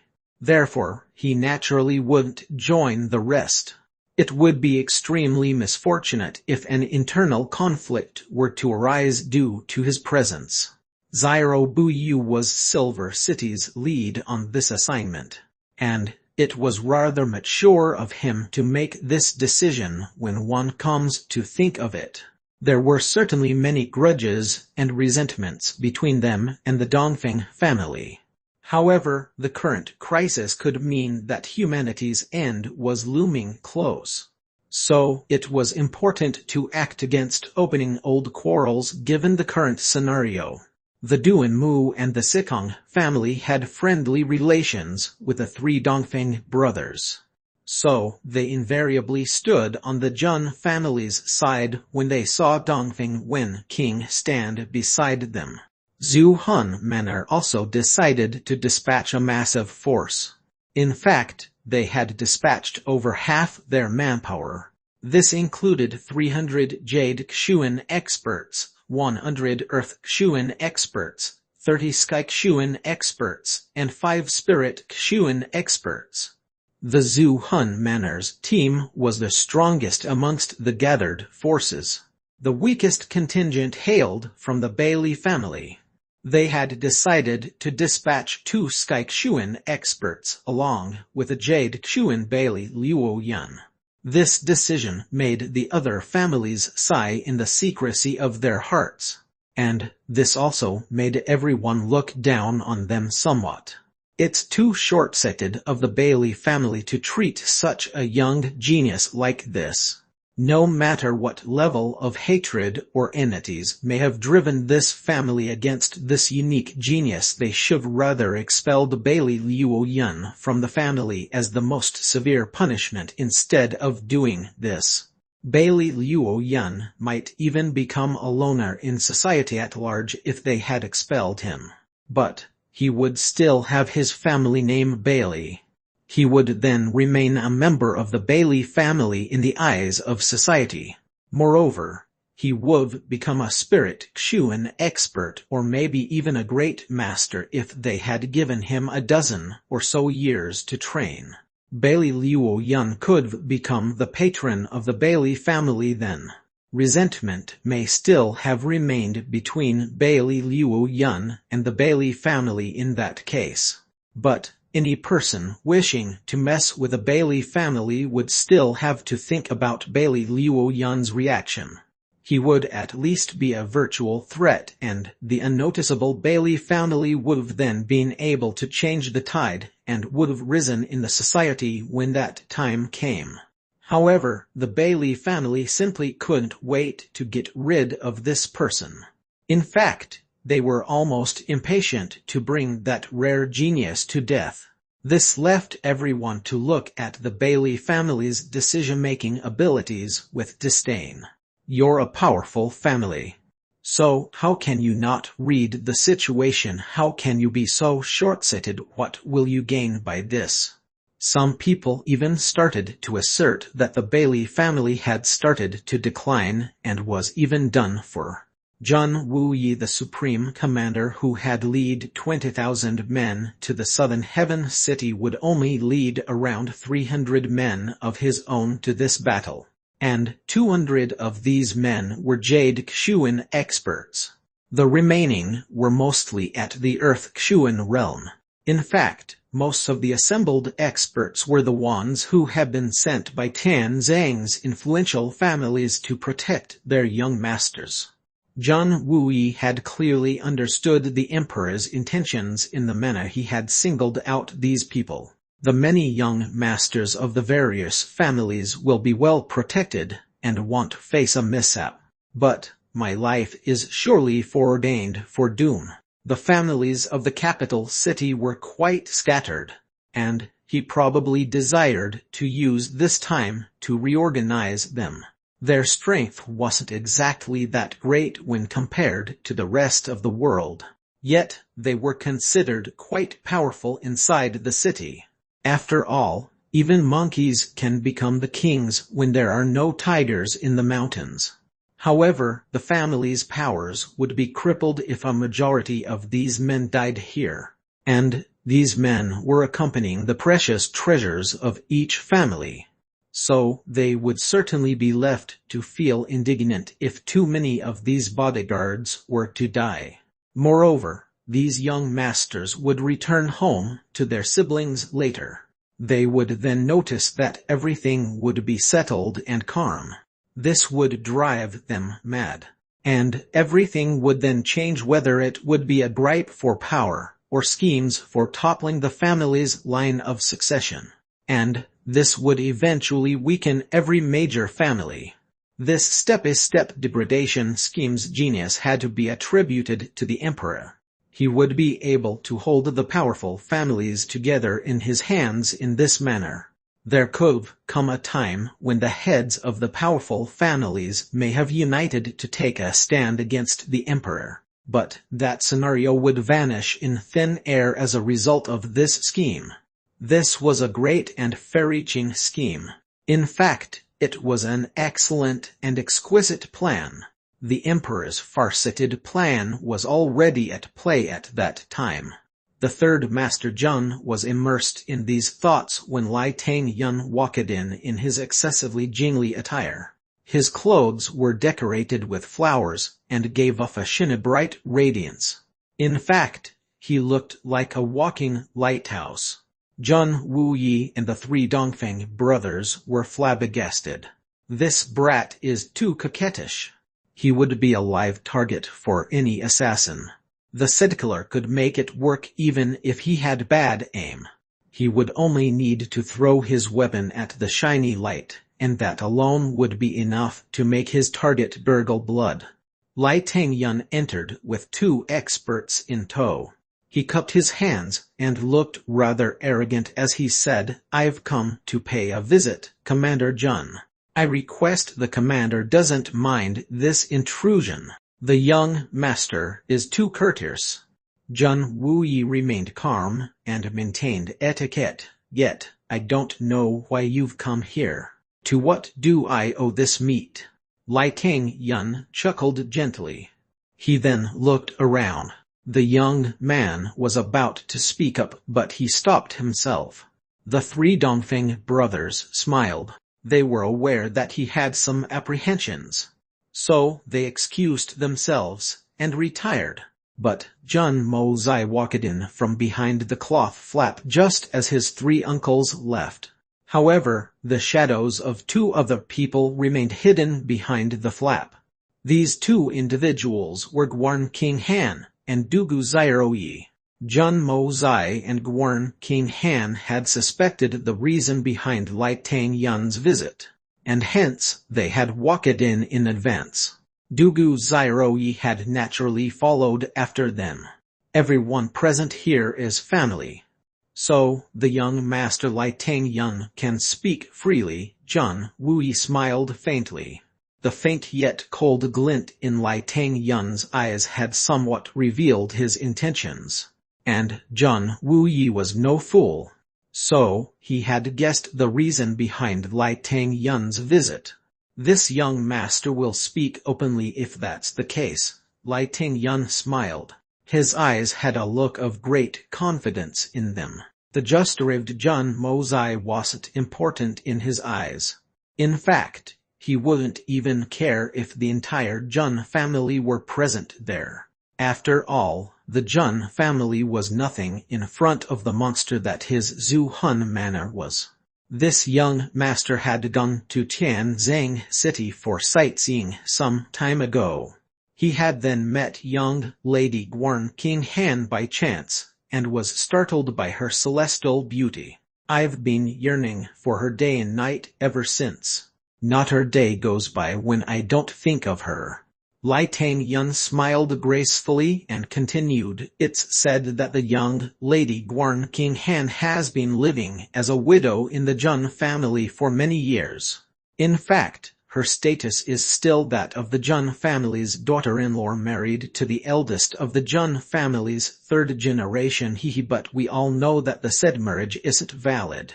In fact, it's a marriage in name only. So, this young master has come to the third Master Jun to ask for the young lady's freedom so that we can have a splendid marriage. Wouldn't it be the best for both the sides? My Zhu Hun Mana will also reciprocate if you agree and give your well wishes. Lai Tang Yun waved his hand to stop Jun Wuyi from interrupting as he continued. The third Master Jun must be aware that my Zhu Hun Mana has agreed to my proposition for candidature over the command of the forces for the decisive battle tomorrow. Everyone knows that this decisive battle is no ordinary battle. You'd have to face high-level Xuan beasts. A single misstep could result in a miserable fate if one's not careful. Commander Jun is a great general. Your Xuan cultivation is obviously outstanding as well. This Lai Tang Yun genuinely admires that about you. However, Commander Jun has been disabled for several years. We may have to square up against the high-level Xuan beasts in this battle, and you must know that you won't be very fortunate if you were to go there. Jun Wuyi looked down. He didn't wish to show his rage. Then, he spoke in a lowered voice. The Mana's young master's purpose to arrive here certainly isn't limited to a chat about his worry for this Jun's life. Speak your real intention. Well, I shall talk plainly since the Commander Jun is in haste. You won't need to throw your life away if you agree to my request. Lai Tang Yun seemed tired and put up his point rather directly. Our Zhu Hun Mana will take a strong stance, and we will forcibly take the position of the Supreme Commander. We won't let any harm come to the Jun family's reputation. The Jun family will be safe from the Xuan beast's attack under our wing. Moreover, we will also try our best to mediate with the Silver City in order to prevent them from stabbing you in the back. Lai Tang Yun's eyes had basically turned into slits by now. His expression changed as he spoke, and this young master knows of the Jun family's apprehensions. But we won't create any problems for Commander Jun, and the Jun family only has to part with one woman in exchange. Moreover, they shall only be parting with a woman they have no relations with. Is that what the young master Lai means, that this woman has no worth? Jun Mozai suddenly spoke up in between. This one woman, the third young master's words aren't in keeping with his family's identity. And this is very surprising to me. Lai Tang Yun looked up coldly as he said, how much value do women have in this world? They eventually rely on the husband's merit even if they accomplish something. It's like our families exchange mates for our horses, or dogs, or a few women. That isn't usually a big deal, right? They are mere toys, nothing more. There's no need to make a fuss about it. Mere toys. Jun Wuyi's voice was cold. In fact, it was as cold as the winds that blow on a snow-capped mountain. Is this your condition, young Master Lai? I'm making a great offer in good faith, and the commander is still unsatisfied. Lai Tang Yun had recognized the coldness in Jun Wuyi's voice. He had also noticed the menacing glint in Jun Wuyi's eyes, and the threatening texture of his tone. Think properly, Commander Jun. You will probably die tomorrow if you refuse this gesture I've made with good will. You will have to face those crazy beasts that are anyway unmatchable foes. Moreover, you will also have to contend with others whom you can't hope to match. A mere woman in exchange for your life and the peace of the entire Jun family. I'm sure that one who understands this situation will know what choice to make. Moreover, this arrangement will bring the said woman great happiness. You're faced with two roads that determine life and death, Commander. Will you choose unwisely? No relation born King Han is a part of my family, at least for now. She is. Jun Wuyi looked at him coldly. No outsider shall ever be allowed to disgrace someone once they're a part of the Jun family. The young master needn't worry about the life and death of any from the Jun family's members since you're merely a visitor. Don't refuse, Jun Wuyi. This young master has come to speak to you in this matter. But he has only done so for the benefit of your reputation. Moreover, he has provided such great conditions for your sake. Do you genuinely think you're someone that great?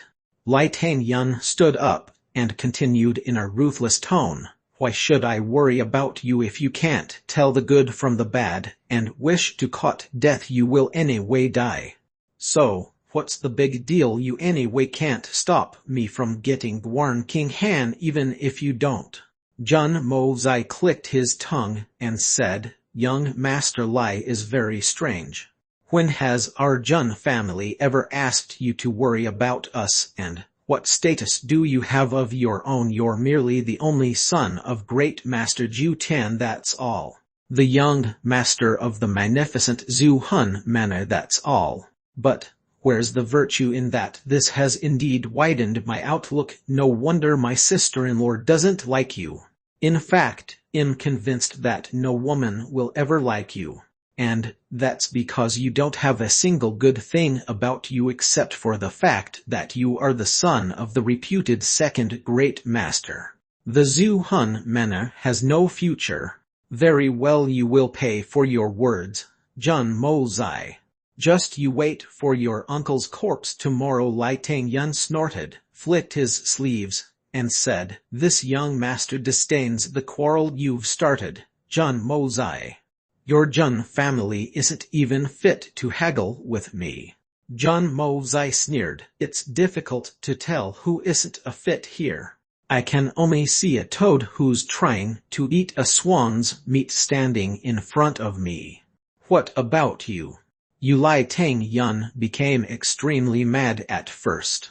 He then suppressed his anger and coldly stated, I Lai Tangyun desire a woman. And yet, I can't have her. Jun Mozai, you're in the southern heaven city.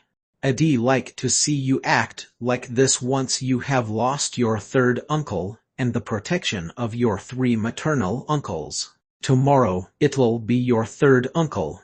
Perhaps, it'll be you the day after. Your 3 spirit Xuan expert uncles are great. Right, Jun Mozai, the power you rely on is nothing in my eyes. Let me tell you, a clenched fist is the greatest argument in this world. I know that the clenched fist is the greatest argument. The Zhu Hun manor would have easily defeated the Xuan beasts if it went for their power, right? So, I guess the fist wasn't big enough. And the great master Zhu Tan was forced to issue the supreme order over this, right? But you're still so arrogant and shameless despite all this. Jun Mozai then shook his head in a dumbfounded manner. The Zhu Hun manor is genuinely a lame duck. I guess we will have to wait to see the manor's funeral day after tomorrow. Well, see whose family will have to wait at the funeral, Jun Mozai. You'll be the one to wear the mourning clothes, you brat. Lai Tangyun then turned around and started to walk out. He reached the exit. Then, he suddenly stopped, turned, and asked, You're sure that you won't regret this, Jun Wuyi? Get lost. That was Jun Wuyi's answer. That shameless young master of the Zhu Hun manor had crossed the limit of his tolerance. A sharp light flashed in Lai Tangyun's eyes as he snorted and turned away. Wait, young Master Tangyun! Jun Mozai shouted for Lai Tangyun. Lai Tangyun turned his head and snorted. So, you're scared now, young Master Jun? Hurry up and tell your third uncle and grandfather that there's no need to put the Jun family in trouble because of a single woman. A wise man submits to the circumstances. Our young Master Tangyun misunderstands young Master Jun's reason behind asking him to stop. I just intend to remind young Master Tangyun of something in the best of interests. Your eyes reveal the oncoming of misfortune. Your left eye is green with youth, but your right one is green with envy. Your face also beckons an oncoming disaster. It's a bloody disaster that will befall in the days to come. But you can't even run from it. Therefore, you mustn't worry about other people's life and death. You must rather concern yourself with your own safety. I'm only trying to say that it would be very bad if the father has to watch his son die before his own doom strikes him. Then, the young Master Jun slowly said, Great Master Ju Tan is way over 100 years old. I fear his reproductive capabilities won't work anymore. So take good care of yourself, young master. Yu Lai Ting Yun's nose was almost crooked with anger. He turned his head and didn't look back as he left. Are our troops ready for tomorrow's fight? Third Uncle John Mozai asked. Every expert from each family has been selected and readied except for me. Our Tan Zhang Empire's military strength is the crown of the entire continent, but it is considered the weakest in terms of strength amongst those who have gathered here, and everyone knows this fact. Moreover, I haven't deployed your 250 guards, or the high-ranking generals. John Wuyi smiled faintly. What's the need to sacrifice so much in a lost battle, right? John Wuyi hadn't explained those words, but John Mozai had understood them rather clearly. Those 250 guards would continue to live, and would become the Jun family's future since Commander Jun would most certainly die. My death alone should be enough. Why should these men die as well? John Mozai's heart was moved by this. John Wuyi didn't know that the Jun family wouldn't be touched during the battle the following day. So, he was stubbornly determined to sacrifice his life. He wasn't thinking of himself, but of the Jun family even at this juncture. Third Uncle Jun Mozai muttered irresolutely. Then, he spoke up in a resolute manner. Nothing can be taken for granted. The outcome of tomorrow's battle is uncertain, but nothing will happen to you even if we suffer huge damages. This I assure you. John Wuyi looked at him for a good while before he suddenly smiled and said, I hope so. He then suddenly called out after having said that, Can you come out, King Han? Haven't you eavesdropped enough? Come out. Warren King Han and Dugu Zairoyi came out with embarrassed expressions. They looked at John Wuyi, and their expressions changed to that of extreme worry. Especially Guarn King Han, she was distressed. John Wuyi coughed and then became silent. He had conflicting expressions on his face for some time, and remained silent. Then, he finally spoke up in a hoarse voice. There are 3 individuals in front of me today. One is my nephew, and one is the Jun family's daughter-in-law. And then, there's another person, the Dugu family's treasured daughter Dugu Zairoyi. You represent the Dugu family. You will be troubled because I, Jun Wuyi, will make you a witness today. Dugu Zairoyi didn't know what he was about to speak. John Wuyi was apparently about to make a serious decision, so she subconsciously nodded. Huarn King Han guessed what John Wuyi was about to do. So she cried out in sadness, Third Uncle, don't do it. Chapter 347 This thought shall remain immortal in the realm of this world. Chapter 347 This thought shall remain immortal in the realm of this world. Translator Novel Sarder. Editor Novel Sarder. John Wuyi sighed and smiled. Then, he started to shake his head in an exceptionally firmly manner. He then took out a copper token from his bosom. The gems studded on its surface glittered under the moonlight, and revealed the word Jun. And the word order was written on the back of the token in accordance to the strict parlance of the era. It was the order token of the master of the Jun family. This has been handed down from generation to generation. Mozai, your grandfather had handed me this token 3 months ago. and I Jun Wu Yi have been the current head of the Jun family since then. Whatever decisions I take with this are the decisions of the Jun family. No member of the Jun family can violate my orders. Do you understand? Jun Wu Yi finished speaking those heavy words. He then raised the token and spoke with a cold expression. Jun family's third-generation daughter-in-law, kneel and heed.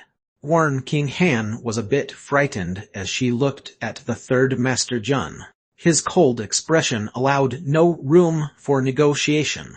So she had no choice but to sigh, take a step forward, and kneel in front of Jun Wu Yi.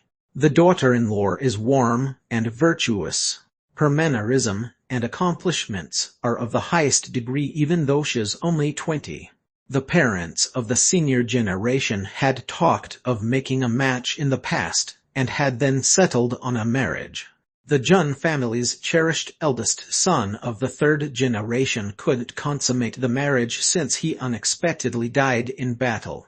And Warren King Han has vigorously spent her youth guarding her pure body for the past 5 years. She has suffered bitter hardships with the intention to preserve the friendships between the two families this entire duration of time. But my Jun family can't extend this fallen marriage forever. You were considered as married without an actual marriage. You are married yet not married. Moreover, you've been living as a widow. So today, I Jun Wu Yi, the master of the Jun household, grant Warren King Han her freedom by the power vested to me by this token of authority.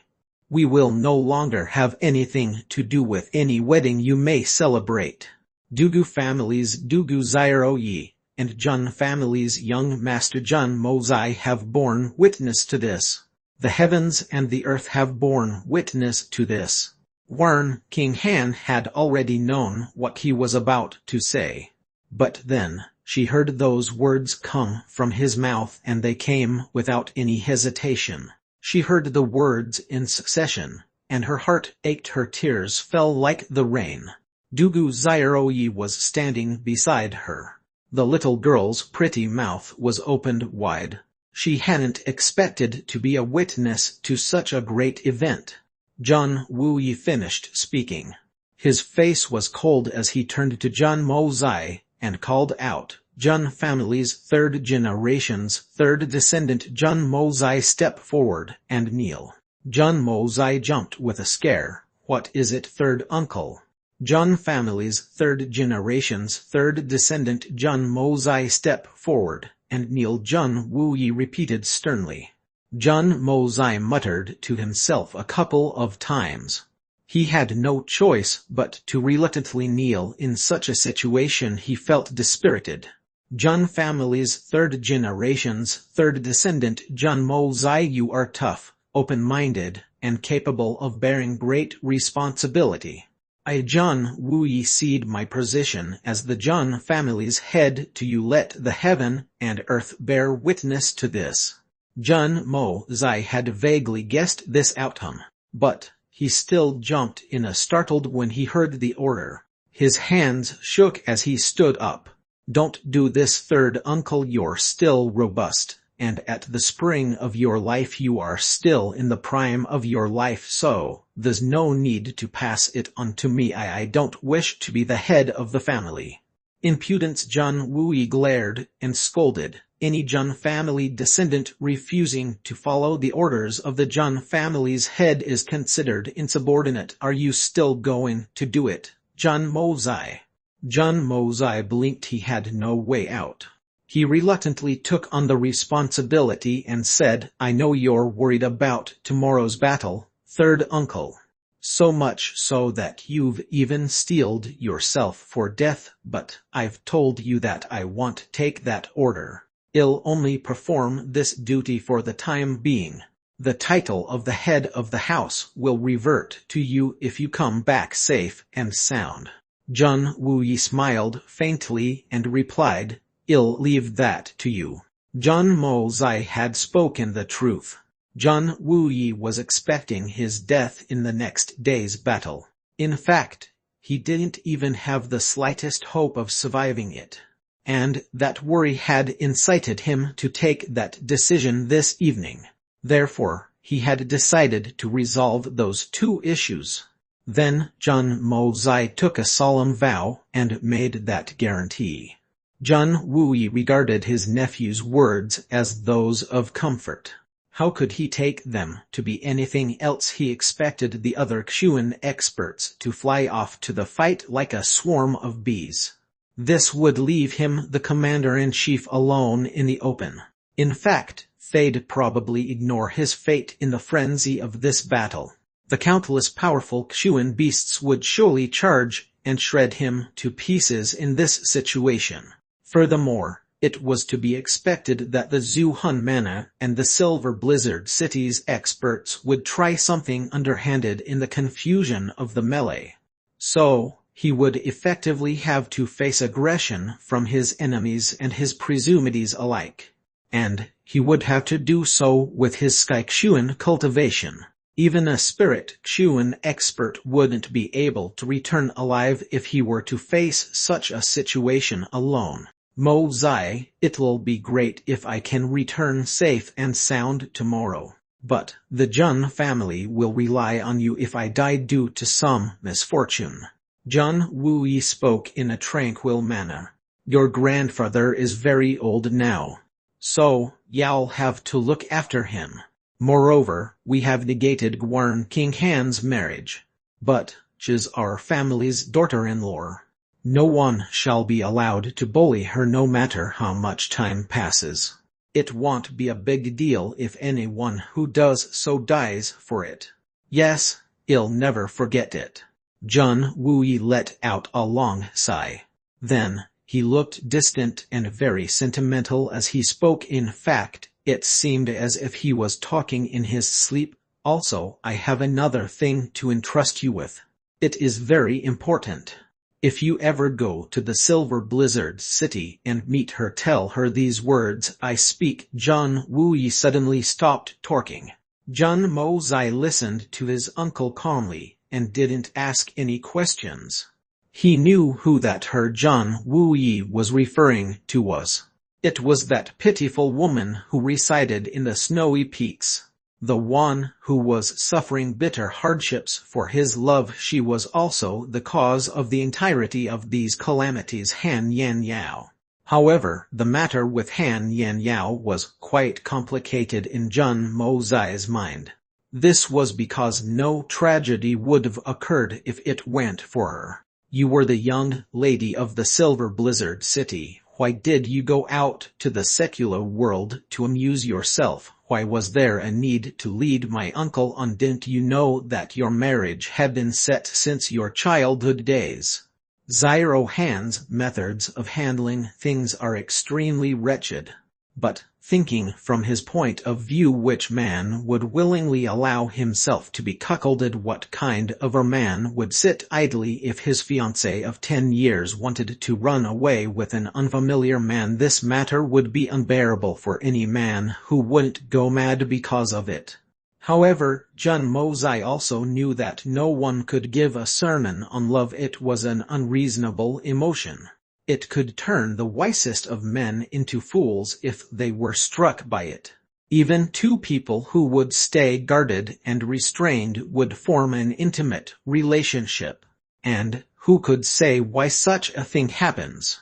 What could he say about love? He could see that Jun Wui and Han Yan Yao have been suffering for 10 years. And yet, they still held their silly love through those bitter hardships even if they lived far apart. Couldn't something like this move an individual whose heart was made of stone? Jun Mozai knew that there was a storm raging in his third uncle's heart with regards to that matter. And that vivid experience was making him go through an emotional roller coaster at the time. The words that he was about to give him for Han Yan Yao were perhaps what Jun Wui had felt for her over those years. Jun Wui gasped his breath out after a while. He was seemingly sighing, but that sigh seemed to be related to his lingering attachments. The corners of his mouth rose as he displayed a mournful smile. Yet it turned extremely tender and sweet as he slowly said, "The grudges are unforgettable, but so are you. Am love-struck, but only for you. I may travel to hell, but I shall still keep a dream. This thought shall remain immortal in the realms of this world."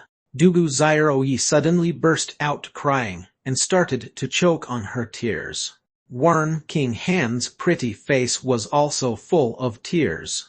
They knew of his past rather distinctly, and hearing Jun Wooyi state those words left them to shed tears of sadness. Those verses were enough to express how deep the love between Jun Wooyi and Han Yan Yao was. The two women felt touched, and their hearts softened. They felt overwhelming sadness in their hearts at the state of his despair. The grudges are unforgettable, but so are you. Am love-struck, but only for you. I may travel to hell, but I shall still keep a dream. This thought shall remain immortal in the realms of this world. I still love you despite the tragedies that have happened. And I am now going to hell for you. But I still believe that I won't forget you whether I go to heaven or hell. I will never forget you. This thought will remain with me forever. This was love unchanged by life or death. Any other oath or pledge would pale in comparison to this love. Jun Mo-Zai's heart was suddenly shaken inside after he listened to those words spoken by his third uncle. Those feelings of love and hate in his uncle's heart were strong and touching.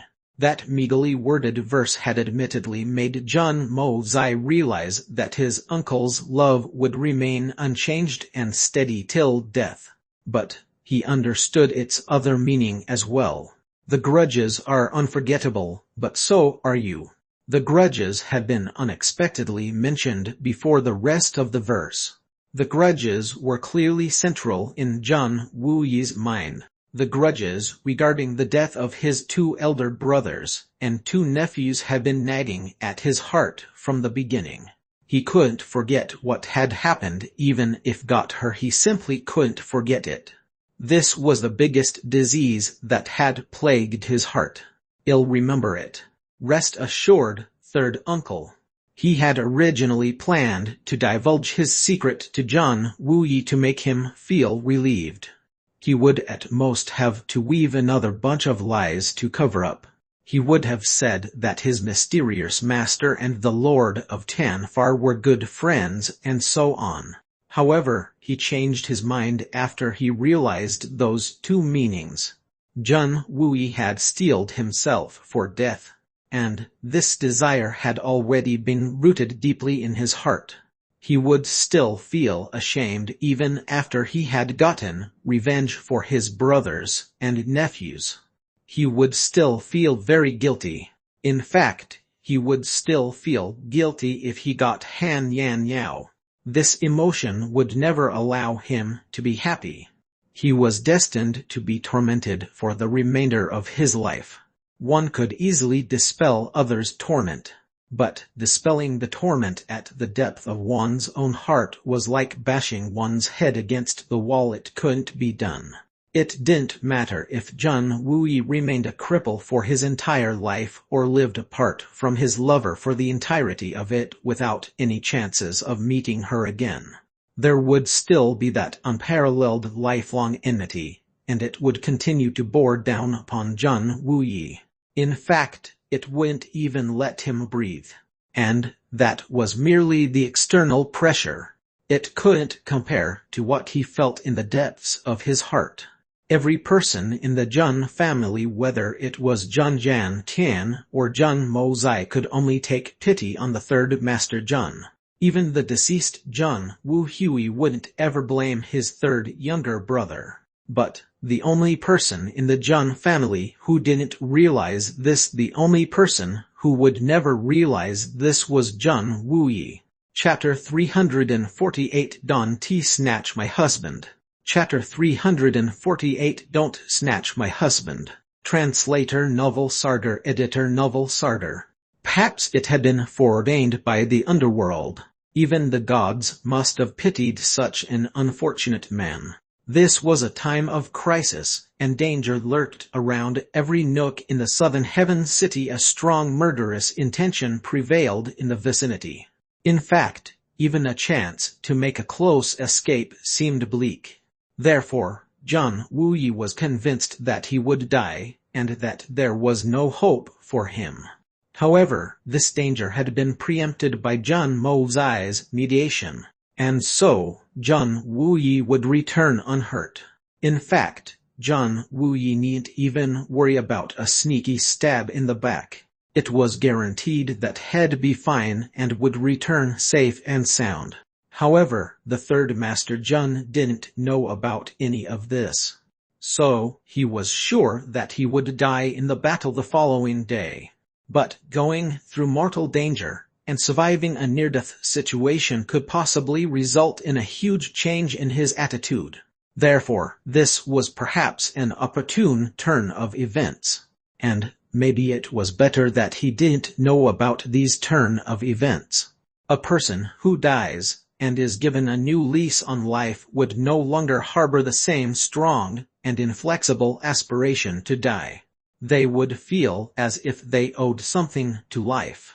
Therefore, they would look at the future with a lot of enthusiasm, and wouldn't wish to part with life very easily anymore.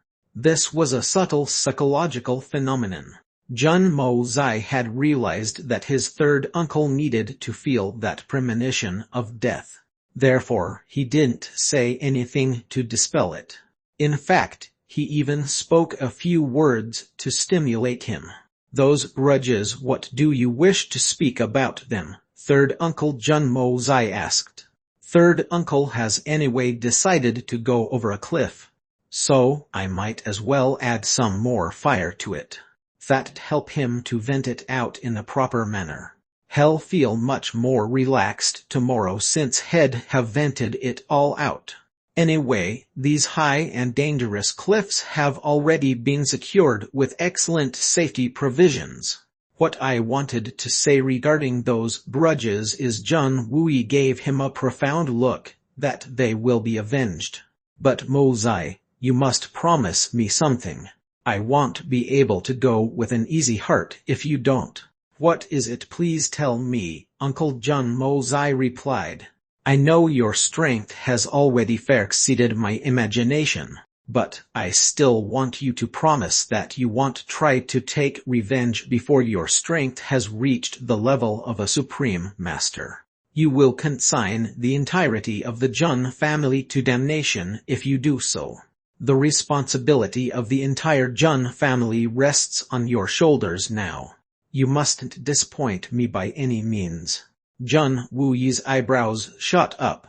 There was a lot of anguish on his face. He continued to speak with a deep sense of bitterness and hatred. Zhang Mozai, given your wit and talent, I'm sure that the day you take revenge isn't far. So, remember me, your third uncle, when you've become strong enough. I don't even wish for a dog or a chicken from the Ziro family to survive. I desire the entirety of it to be consigned to eternal damnation. Zhang Wuyi gnashed his teeth. His usually calm and benevolent face looked very sinister and ruthless. It was justifiable to kill an enemy as per his morals. But he had always believed in the principle that carrying out a vendetta against a woman or child was a crime. This was his usual belief. But he had stated that he didn't even wish the dogs and the chickens to survive. He wanted damnation for all of them. His hatred for the Silver City's Ziro family had already reached such extremes. I will, uncle. The Ziro family's destruction has been decided. It's like you said, that day isn't far. Zhang Mozai also gnashed his teeth as he replied in a vicious manner. He then added, you can go with peace of mind, third uncle. Warren King Han wasn't happy to hear those words. Her face still had tear stains as her long and shapely eyebrows shot up. Zhang Mozai, You bastard, how could you say such a thing? What do you mean by go with peace of mind? What are you even saying? Even Dugu Zairoyi was unhappy with it. She pouted her lips as she looked at John Mozai.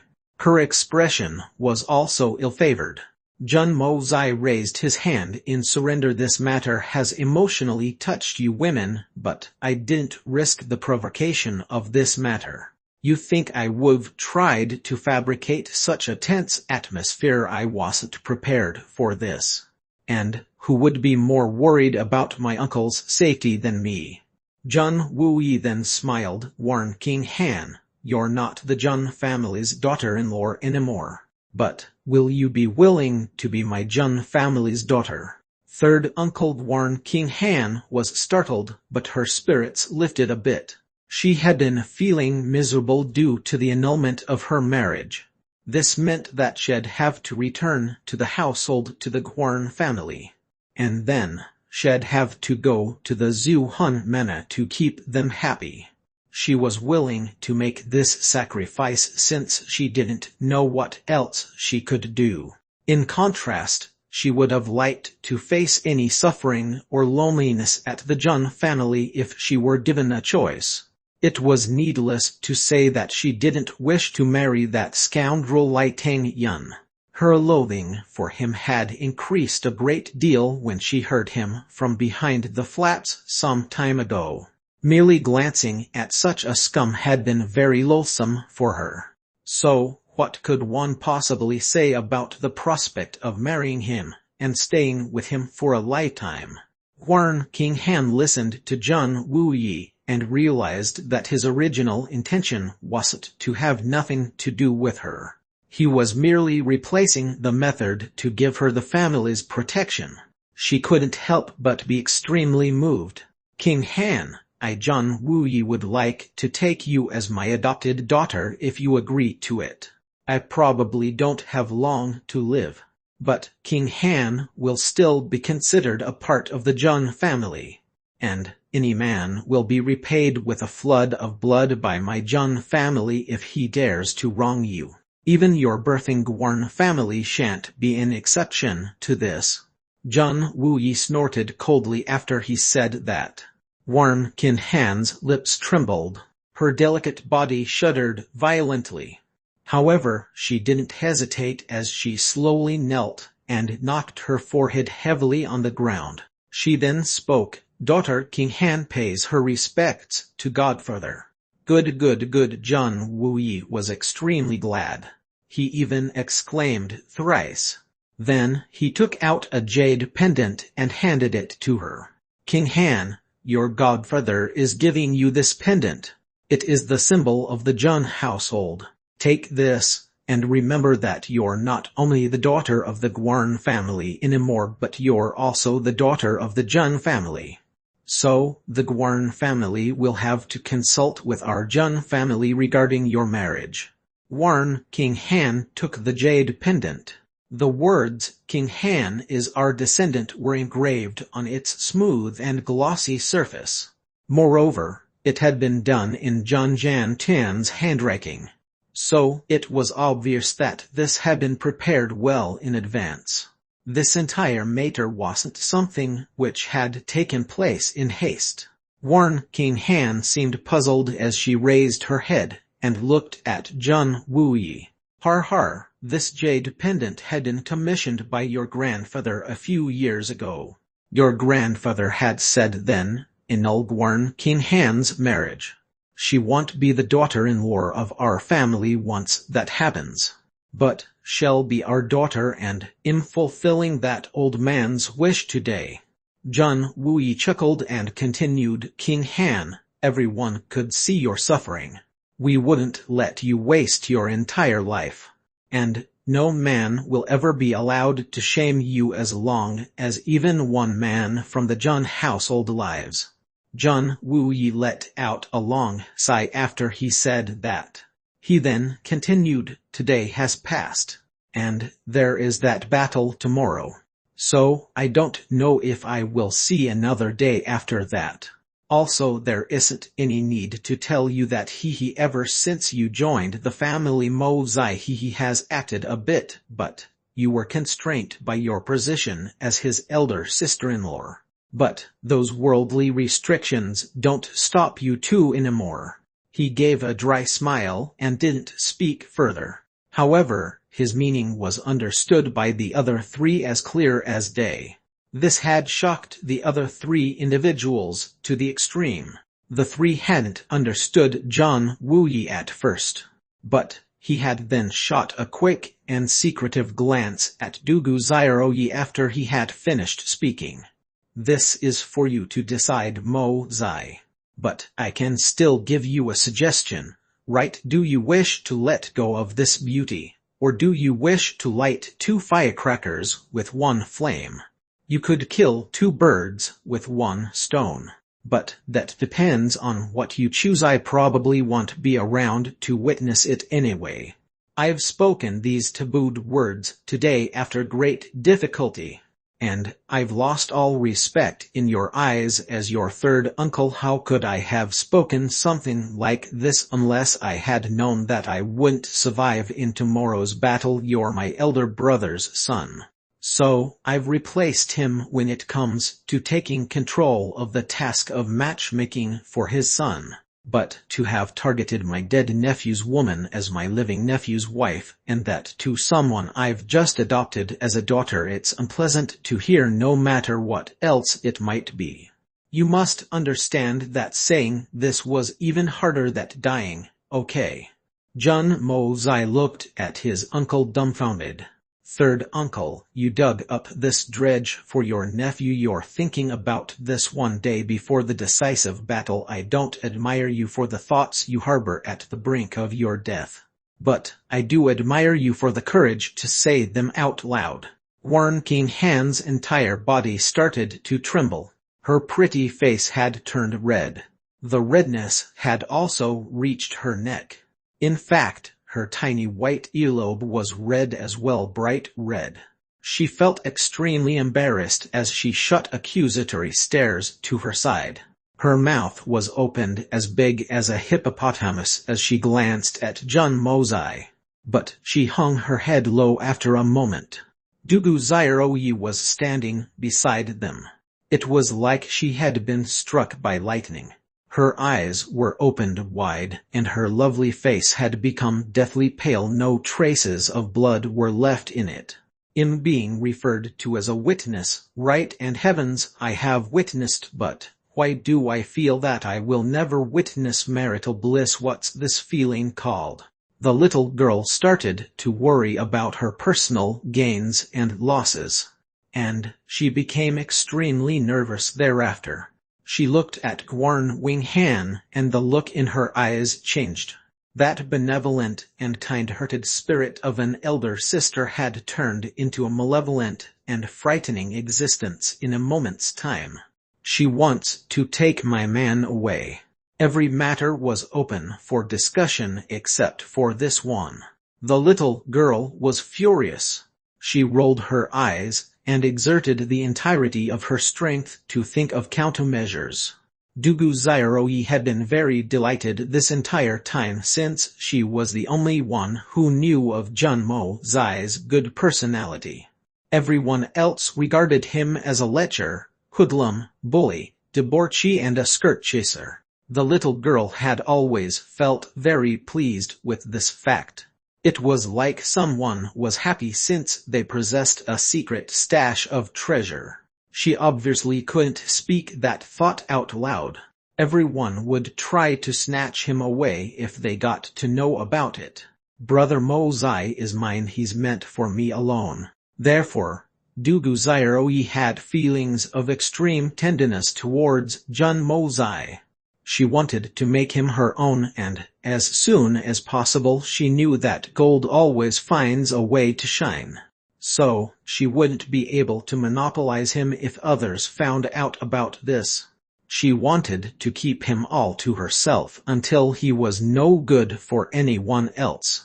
But what is this old man saying? Princess Ling Meng had suddenly come up with that blood oath that day. The motive was different, but it had still startled Dugu Zairoyi. However, she was very fortunate since Jun Mozai felt nothing for her. So, that was still an acceptable thing. There was another reason why Dugu Zairoyi was determined to accompany Jun Mozai to the southern heaven city. As the saying goes, those who strike first gain the advantage. It would have been too late if the princess decided to get serious and got the emperor to sign an imperial decree for the marriage. So, she had painstakingly formulated a plan to garner his affections. And her plan required Gwarn King Han's assistance in order to enhance her chances of success. But her plan was suddenly struck by thunder from the clear sky when she heard third Uncle Jun refer to Jun Mozai and Gwarn King Han as a couple. The hen had changed into a duck, the helper had transformed into a rival. This had resulted in her becoming worse off than she had started. She had become the victim of her own ingenuity. How is this possible? This won't do. Dugu Zairoyi started to get angrier with every passing moment. Her tiny chest started to fill with righteous indignation as she thought about it. And then, she unexpectedly roared out loud. Her voice was loud and fierce. In fact, it was very fierce and very loud. It shook the entire tent and buzzed as it echoed for a while. The other three individuals were given a fright by her roar, and jumped startled before they looked at her. Dugu Zairoyi couldn't be shy in this moment. She scrambled and stepped forward. She then clutched Jun Mozai's arm, and declared, "He's mine, and mine alone. You can't snatch him away in marriage." Then, she suddenly felt wronged after she had spoken that. She then started to sob incessantly, and wept as she spoke. "I've been eyeing him for a long time. How can you snatch him away from me? He's mine, and mine alone. I won't let you take him away." Chapter 349 The Hero Won't Be Alone. Chapter 349 The Hero Won't Be Alone. Translator Novel Sarder. Editor Novel Sarder. Dugu Zairoyi's tone was that of a child whose candy had been snatched away. Or like that of a child who had been waiting under a tree for a fruit to ripen for half a year. But then, two people suddenly come up and take a look at the fruit and start to discuss how to distribute the fruit amongst themselves while completely ignoring the waiting child. "They've forgotten about me." She had been driven mad and felt wronged. Jun Wuyi and the other two stared wide-eyed and broke into laughter almost at the same time. The actions of this little girl were too adorable.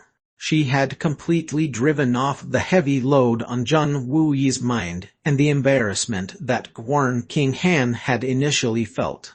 The three individuals were staring at her. So, Dugu Zairoyi couldn't help but react. She pouted and proclaimed whilst seething with rage, "Mine." She finished speaking, and realized that she had completely forgotten her manners. Not to mention that she and Jun Mozai weren't even engaged. And so, she was in no position to make such thoughtless remarks. Moreover, the third Master Jun was most probably approaching the end of his life. This was another reason for her to not make such a ruckus. Plus, she had done this while acting as a witness. So, she really shouldn't have done that at that point. Moreover, were those words sure indicators of his marriage to his elder sister-in-law? She had also forgotten her status as the only daughter of the Dugu family. The little girl couldn't help her face turning red with embarrassment. She quickly released her hold on Jun Mozai's arm. She bit her lip and stood embarrassed for a bit. The little girl had no idea what she could do to remedy it. The little girl opened her mouth, but didn't know what to say. Jun Wuyi, Gwarn King Han, and Jun Mozai didn't know what to do to smooth things over either. The three people had been shaken by the thunderous and valiant actions of the little girl, and hadn't yet recovered from it. The four people stared at each other wide-eyed for a while. It was a deadlock. Then, the little girl screeched like a bird. She then covered her face, which was now hot with embarrassment, and rushed out like she was being chased by a dog. And then, a loud thump was heard, though no one knew what she hit.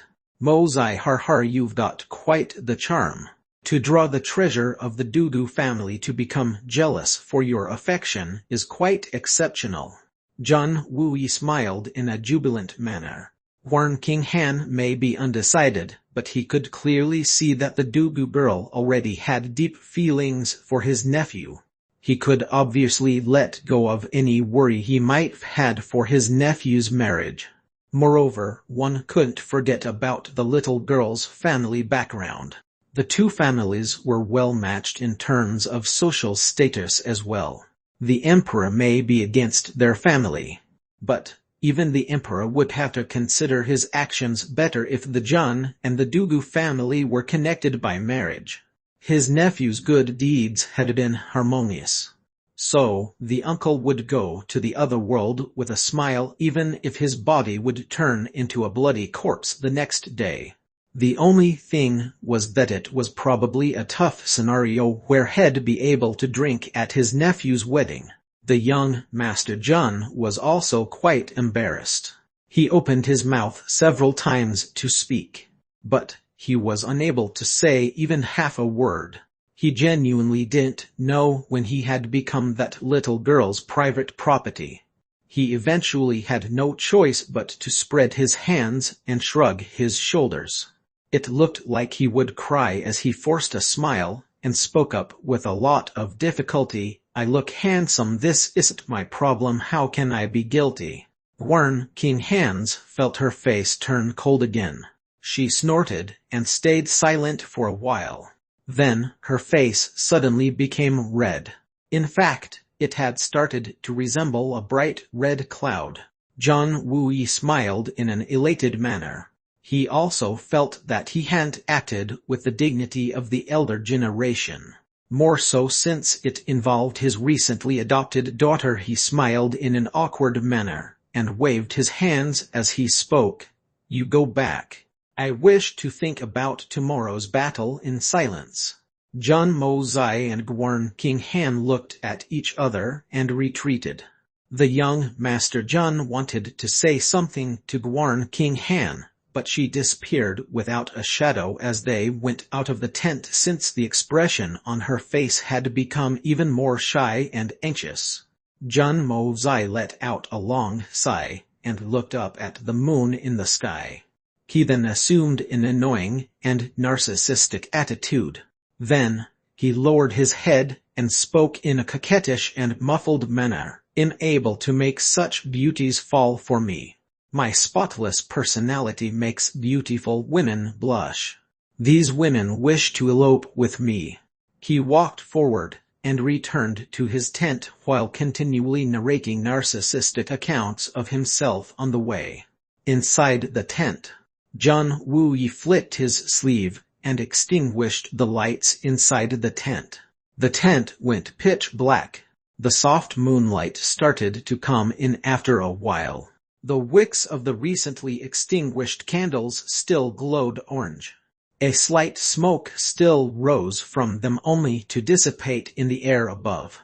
The black-clothed John Wooyi's silhouette slowly got concealed in the darkness, but it remained motionless.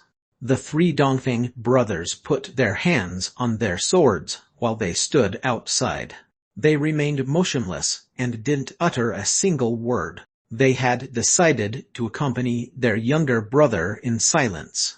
That night was perhaps the last night of Jun Wooyi's life, the third Master Jun's last night amongst the living. Their blood brother was going to go far into the netherworld. He would then be away from those who were close to him. But the hero wouldn't be lonely when he was at the end of the road. We will keep him company. Warren King Han stood not too far from Jun Wooyi's tent. Tears flowed down her beautiful face in silence. She stood there motionless and didn't dare to utter a word. "Uncle Godfather, you won't be alone tonight." Her first evening as his daughter might have also been her last evening as one. The entire field was quiet. A group of soldiers came from the Tianzing's army. They wore helmets and were armored and armed to the teeth.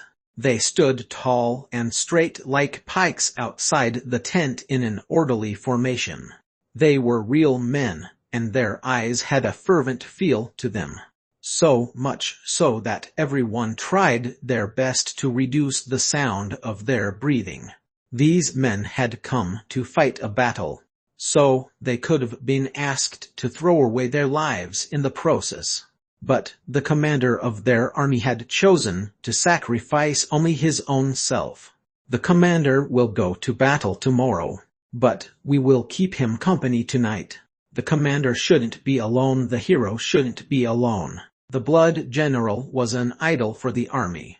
This illustrious name was engraved in the military men's hearts like his elder brother Jun Wu Hui's name was the white commander. They had become immortal in their hearts. And so had their achievements. The legend of the blood general's achievements. The beautiful and serene moonlight slowly rose and spread throughout the sky. It splendidly bathed the mountains and forests surrounding the southern heaven city. However, no one knew how many men's blood would spill in the battle the next day. A faint silhouette suddenly swept in and out of the tent and disappeared into the air. In fact, it seemed as if it had melted into it. The three spirit Xuan Dongfeng brothers had been stationed close by. They could faintly feel that something had moved above their heads. However, they were stunned to find no trace of anything. Jun Wuyi was in the tent. He had also noticed it very faintly. But he didn't care at all. It might have been a top assassin who had been sent to kill him. But what's the worst that could have happened? Even then he was already going down the road to the underworld and his demise the next day. So what was the big deal? Therefore, he didn't care about it. And the others weren't even aware of the traces of that movement. Jun Mozai finally dazzled past the last person he wanted to save in the battle, and returned the small bottle back inside his pocket. "I hope Long Crane's bottle works. It'll have to work against a strong tide to save everyone if it doesn't. But wouldn't it be a nice surprise if third uncle returns safe and sound when he's expected to be done for?" The glowing moon eventually set, and the east gradually became brighter. The light of dawn has always followed darkness. Jun Wuyi slowly stood up.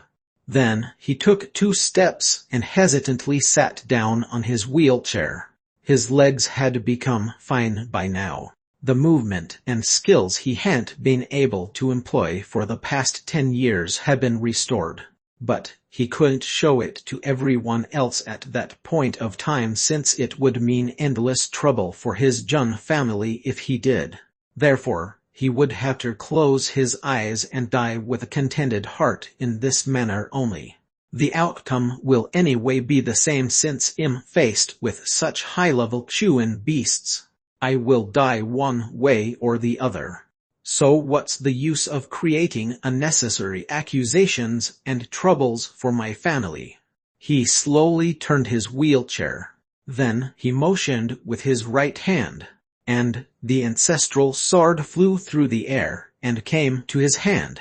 He opened the flaps and went out. But something happened outside. This left him startled. In fact, it had given him a bit of a fright. Even the usually calm and collected Jun Wuyi was scared by the terrifying scene outside. The Dongfeng brothers were standing outside. They had been waiting for Jun Wuyi. Dongfeng Wen King smiled as he quickly walked behind him and started to push the wheelchair. There was a huge crowd on both the sides. Nearly 20,000 officers and men were stationed on the two sides. They stood silently in an orderly manner. They looked at him with reverence as their eyes reddened with emotions. John Wuyi's eyes also somewhat reddened as he said, "What's all this? Everyone ought to leave. It's not like we're parting forever, so why all this?" No one moved an inch. What, not parting forever? They knew everything. John Wuyi was silent for a while. His eyes looked at each and every familiar face on his sides. The commander's expression was complicated. His expression then became steady as he softly commanded, "The men who shall go to war today step forward." 300 men stood out in an orderly manner at John Wuyi's command. There were a few who hesitated a bit at first, but they finally refused to turn back and fell into formation. So, there was now a large square behind John Wuyi. Dongfeng Wen King slowly pushed the wheelchair, and the 300 men behind them followed after with large strides.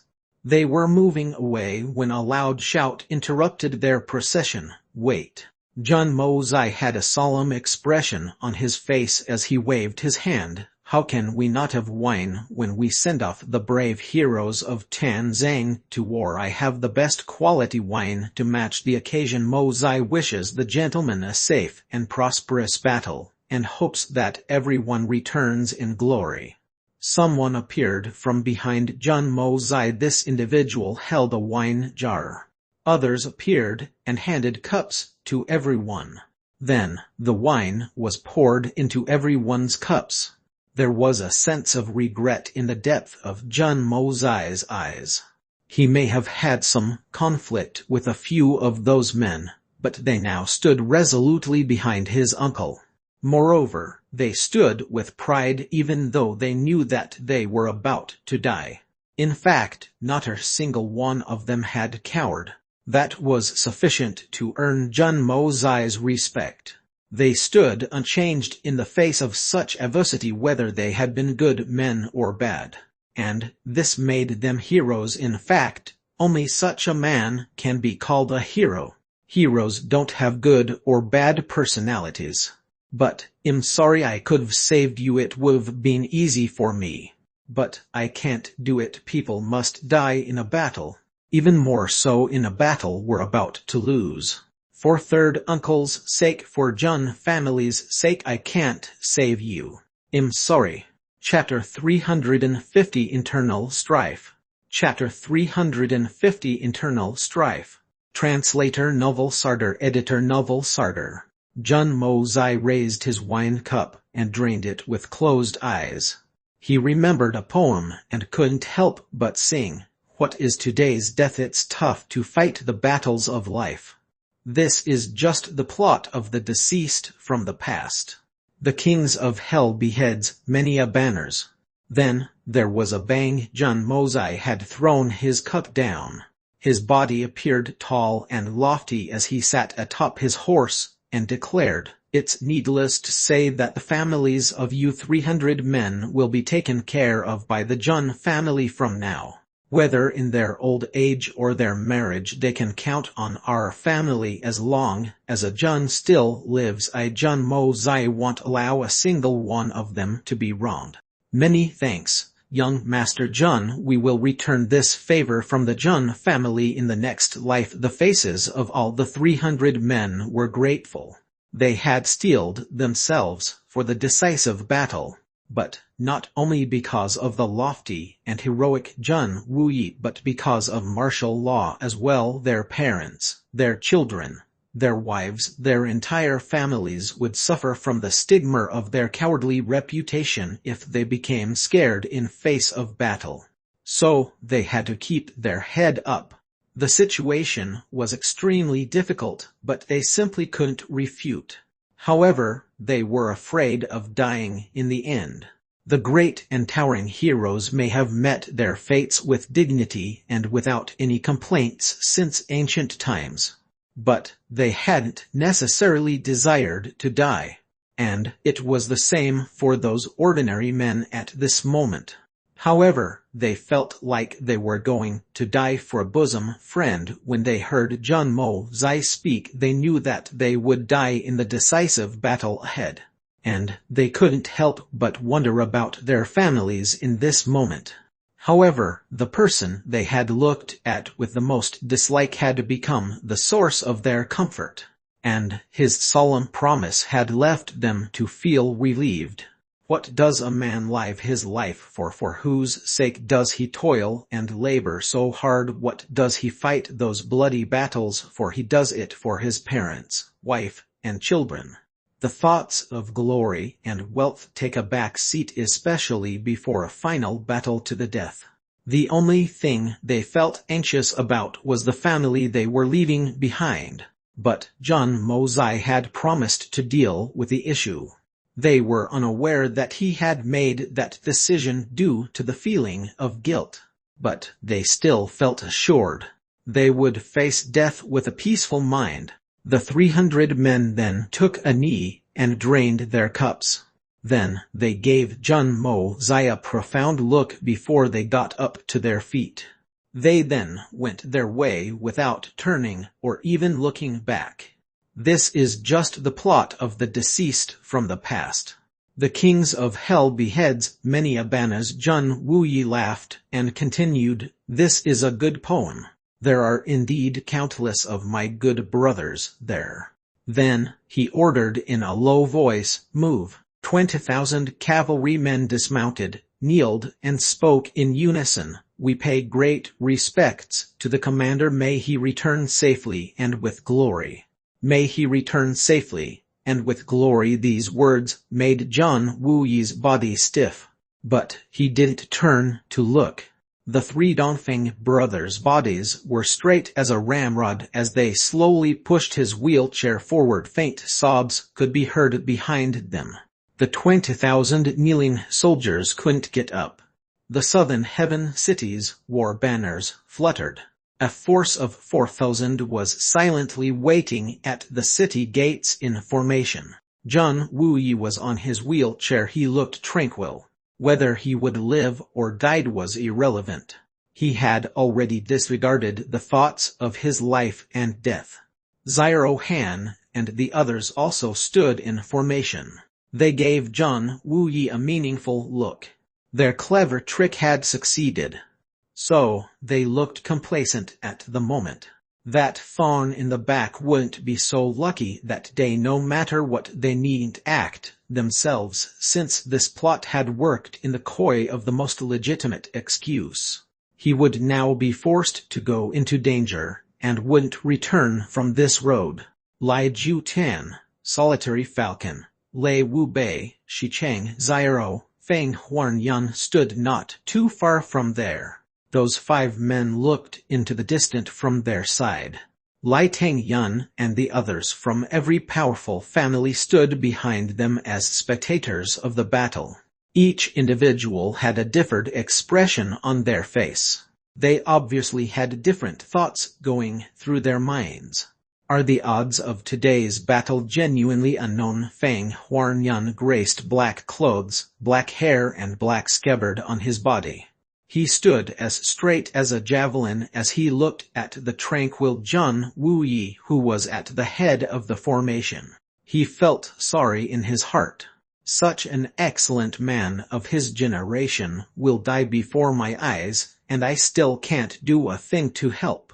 There's no scope of any odds. Solitary Falcon's face was gloomy, and his eyes had hint of anger that was already teetering on the edge of fury. He was on the verge of exploding.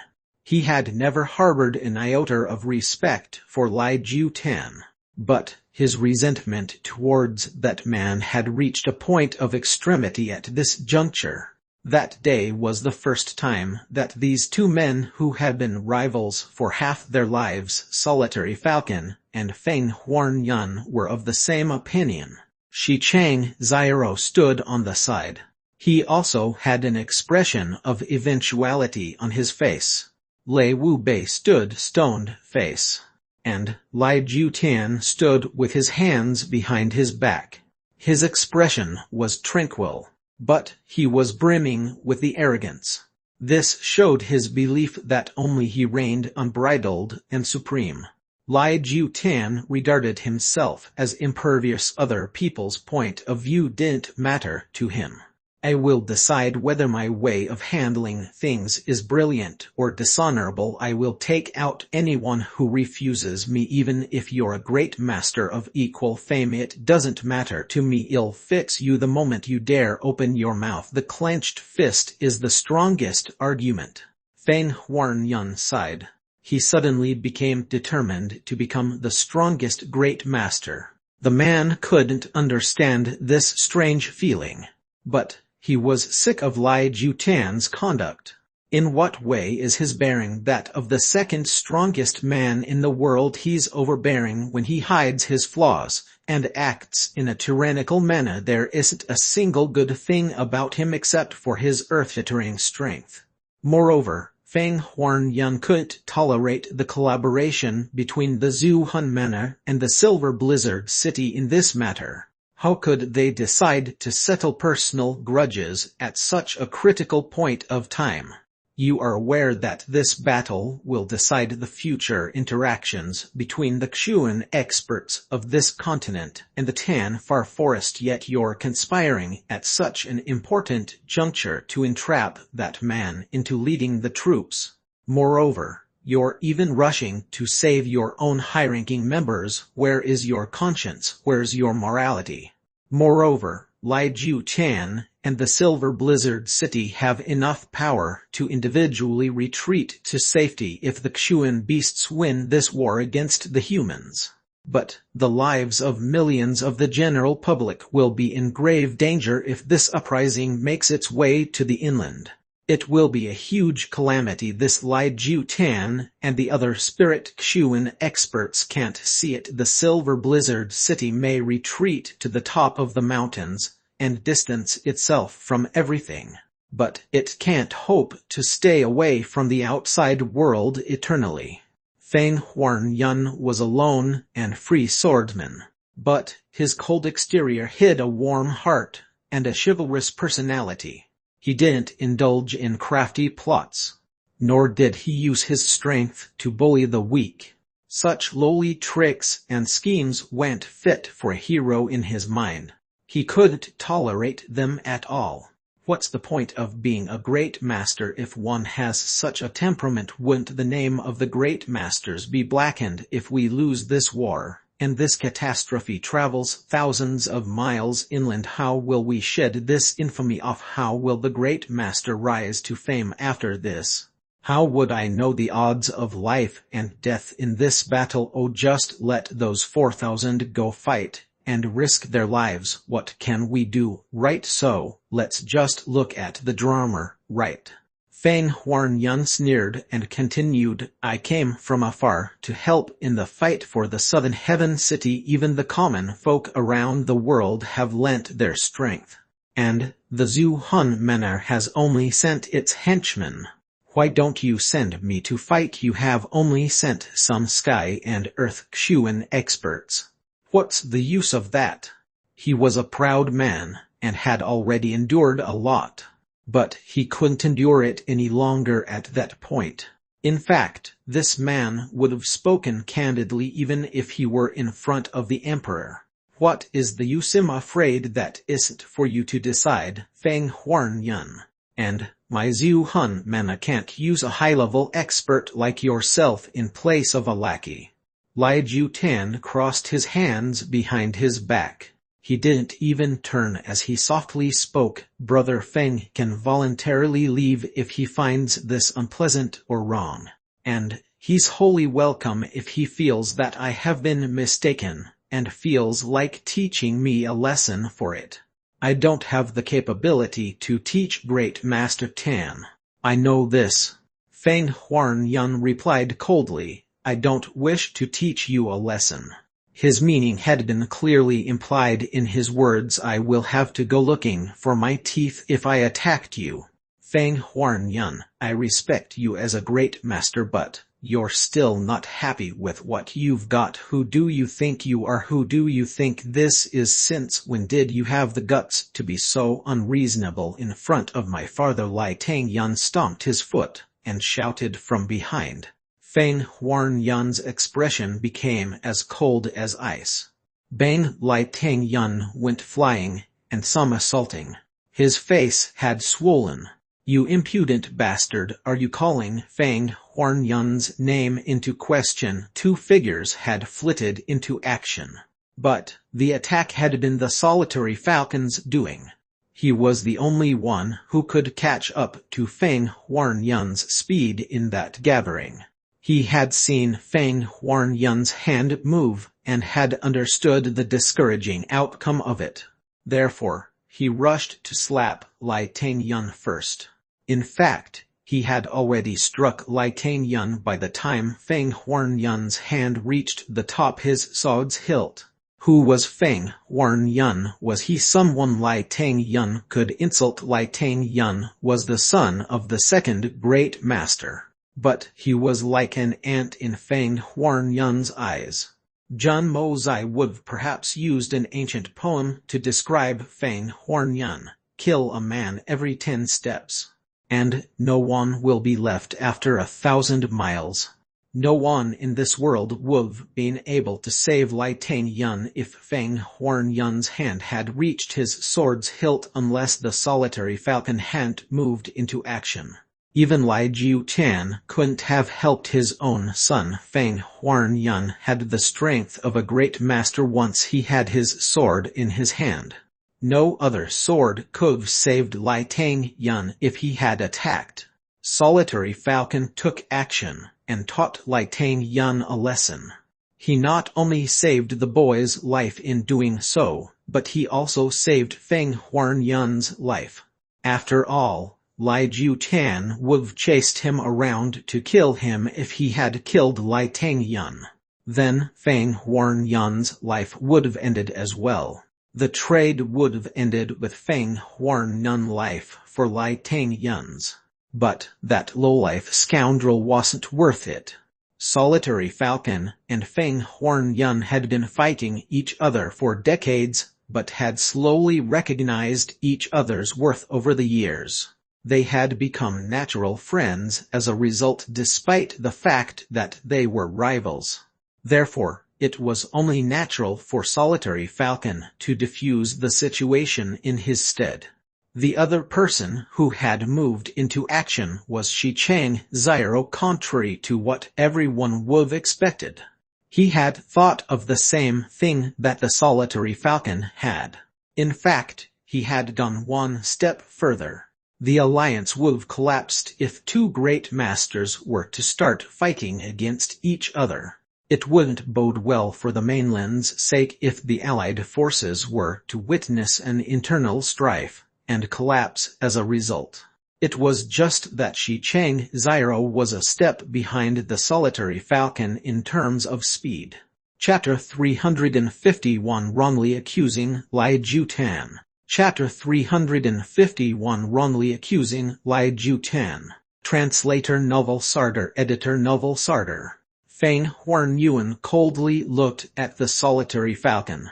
He then turned to Lai Tangyun and spoke in a cold voice once the boy had fallen to the ground. You must learn who you can offend, Lai Tangyun.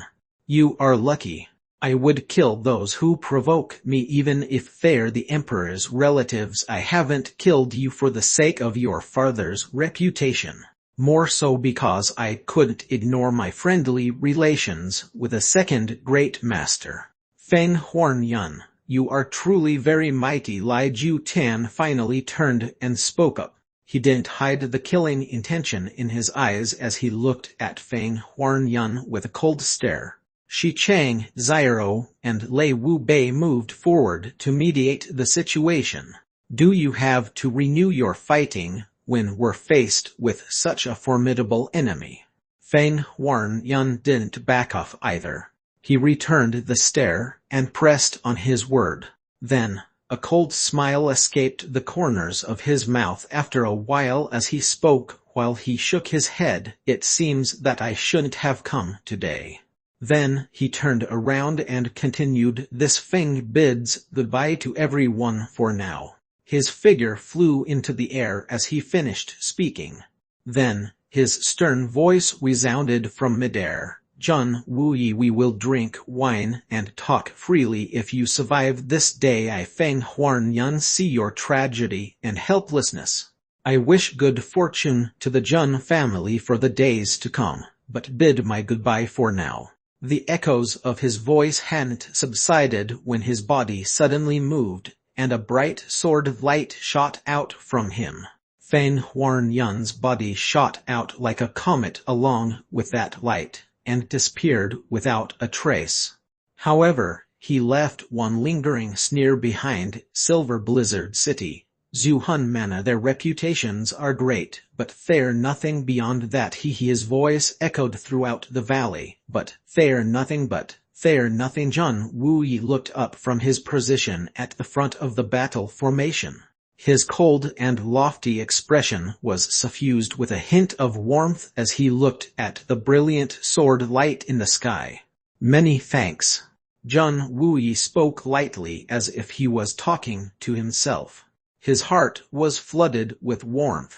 He had realized that justice did exist in this world, and that good people also existed in society.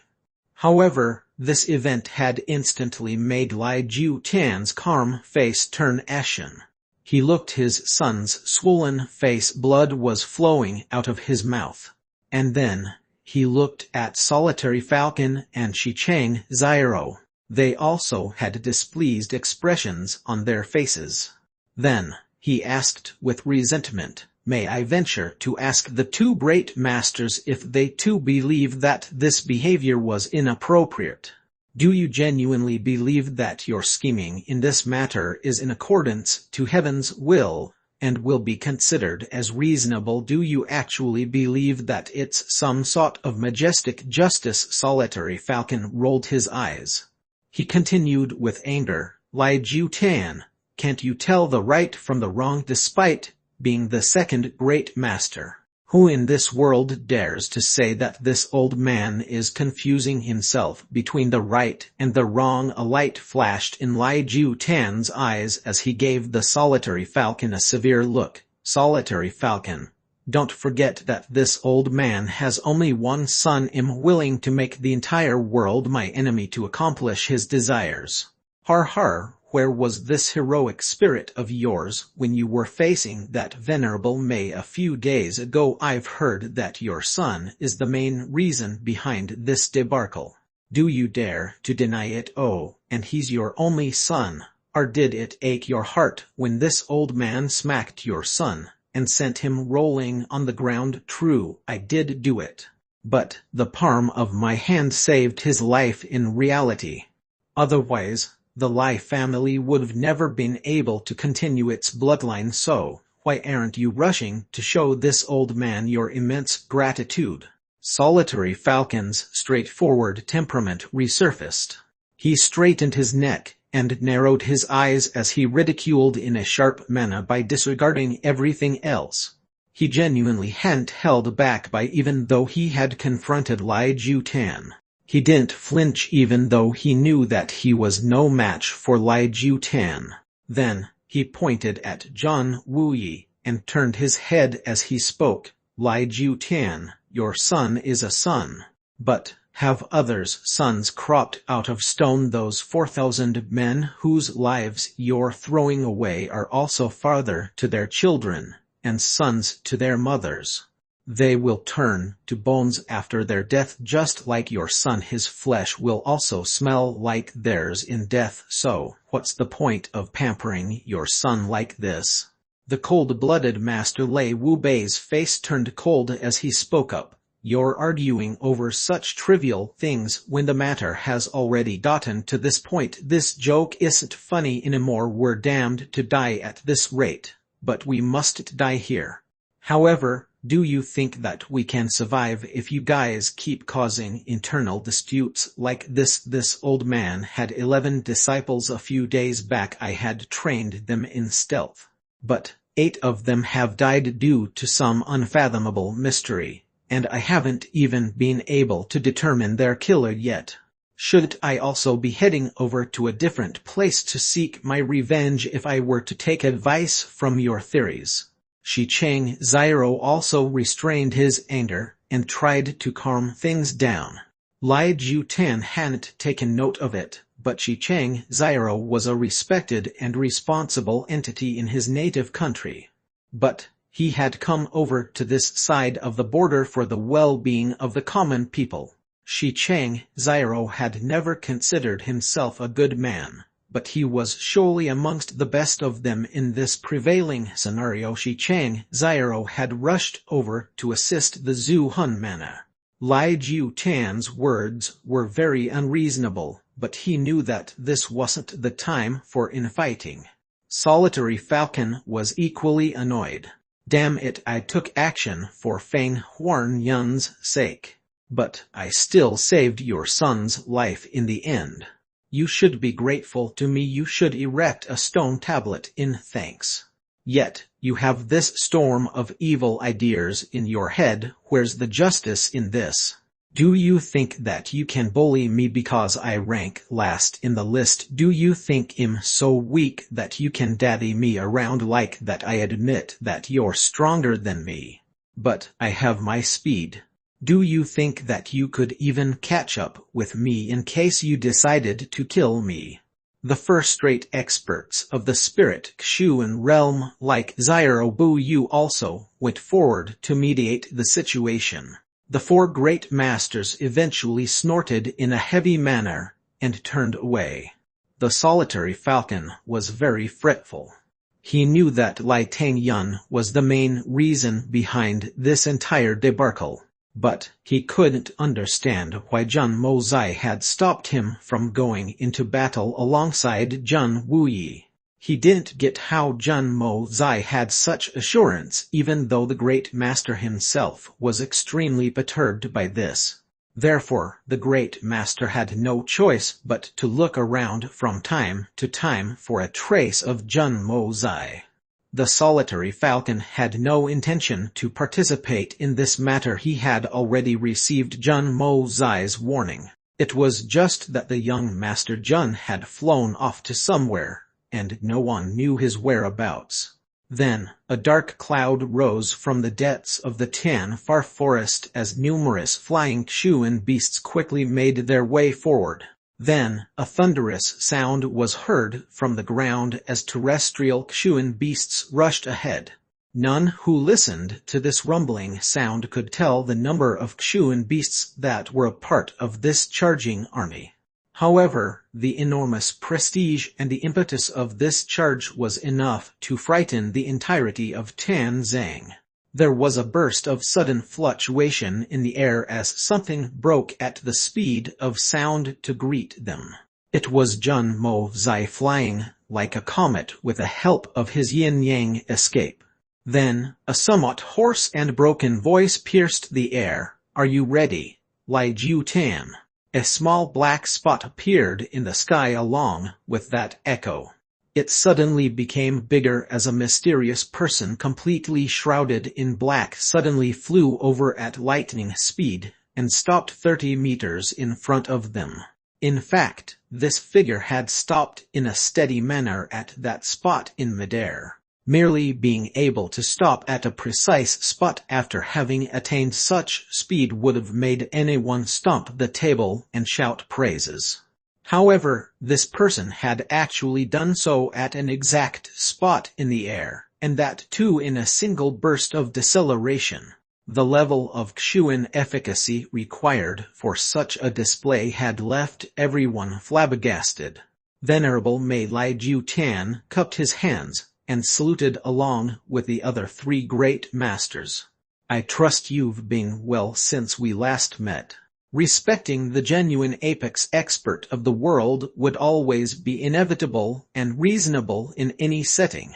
However, Lai Jutan could have never expected that those words of his were about to incite an extreme reaction from the other side, a reaction that would be as explosive as the eruption of a volcano. I trust you've been well since we last met. These words went rude in their make as far as a generalized context was concerned. So, Lai Ju-Tan's words weren't technically a problem from a generalized point of view. However, they had meant something entirely different to Venerable May. You look like you've just recovered from a sickness. Venerable May had an extremely high cultivation. Yet, their body shuddered, and they suddenly dropped in midair when they heard the words, I trust you've been well since we last met. The mysterious person was quickly able to stabilize their body, and was able to come to rest in the air soon enough. But they had still dropped at least 3 meters. The mysterious individual clenched their teeth and spoke, Is that all you could find to say? Lai Ju-Tan, 3 days have passed since we last spoke, and all you have to offer is, I trust you've been well since we last met. I think you that don't have a brain inside that big head of yours. Or perhaps it's gone rotten. Maybe it's just full of tofu. Can't you practice using your brain once in a while? How shameless! You're a disgraceful bastard. Why don't you go to hell? This peerless expert had unexpectedly replied to others' greetings by thoughtlessly throwing abuses at them. No one could comprehend this action.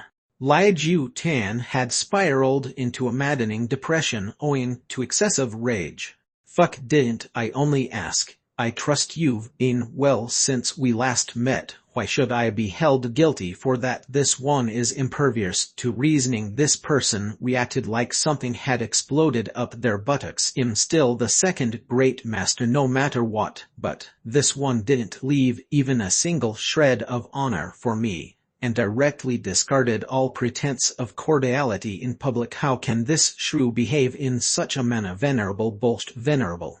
How could Lai Ju-Tan endure such humiliation in public given his status? So, he asked with a cold expression.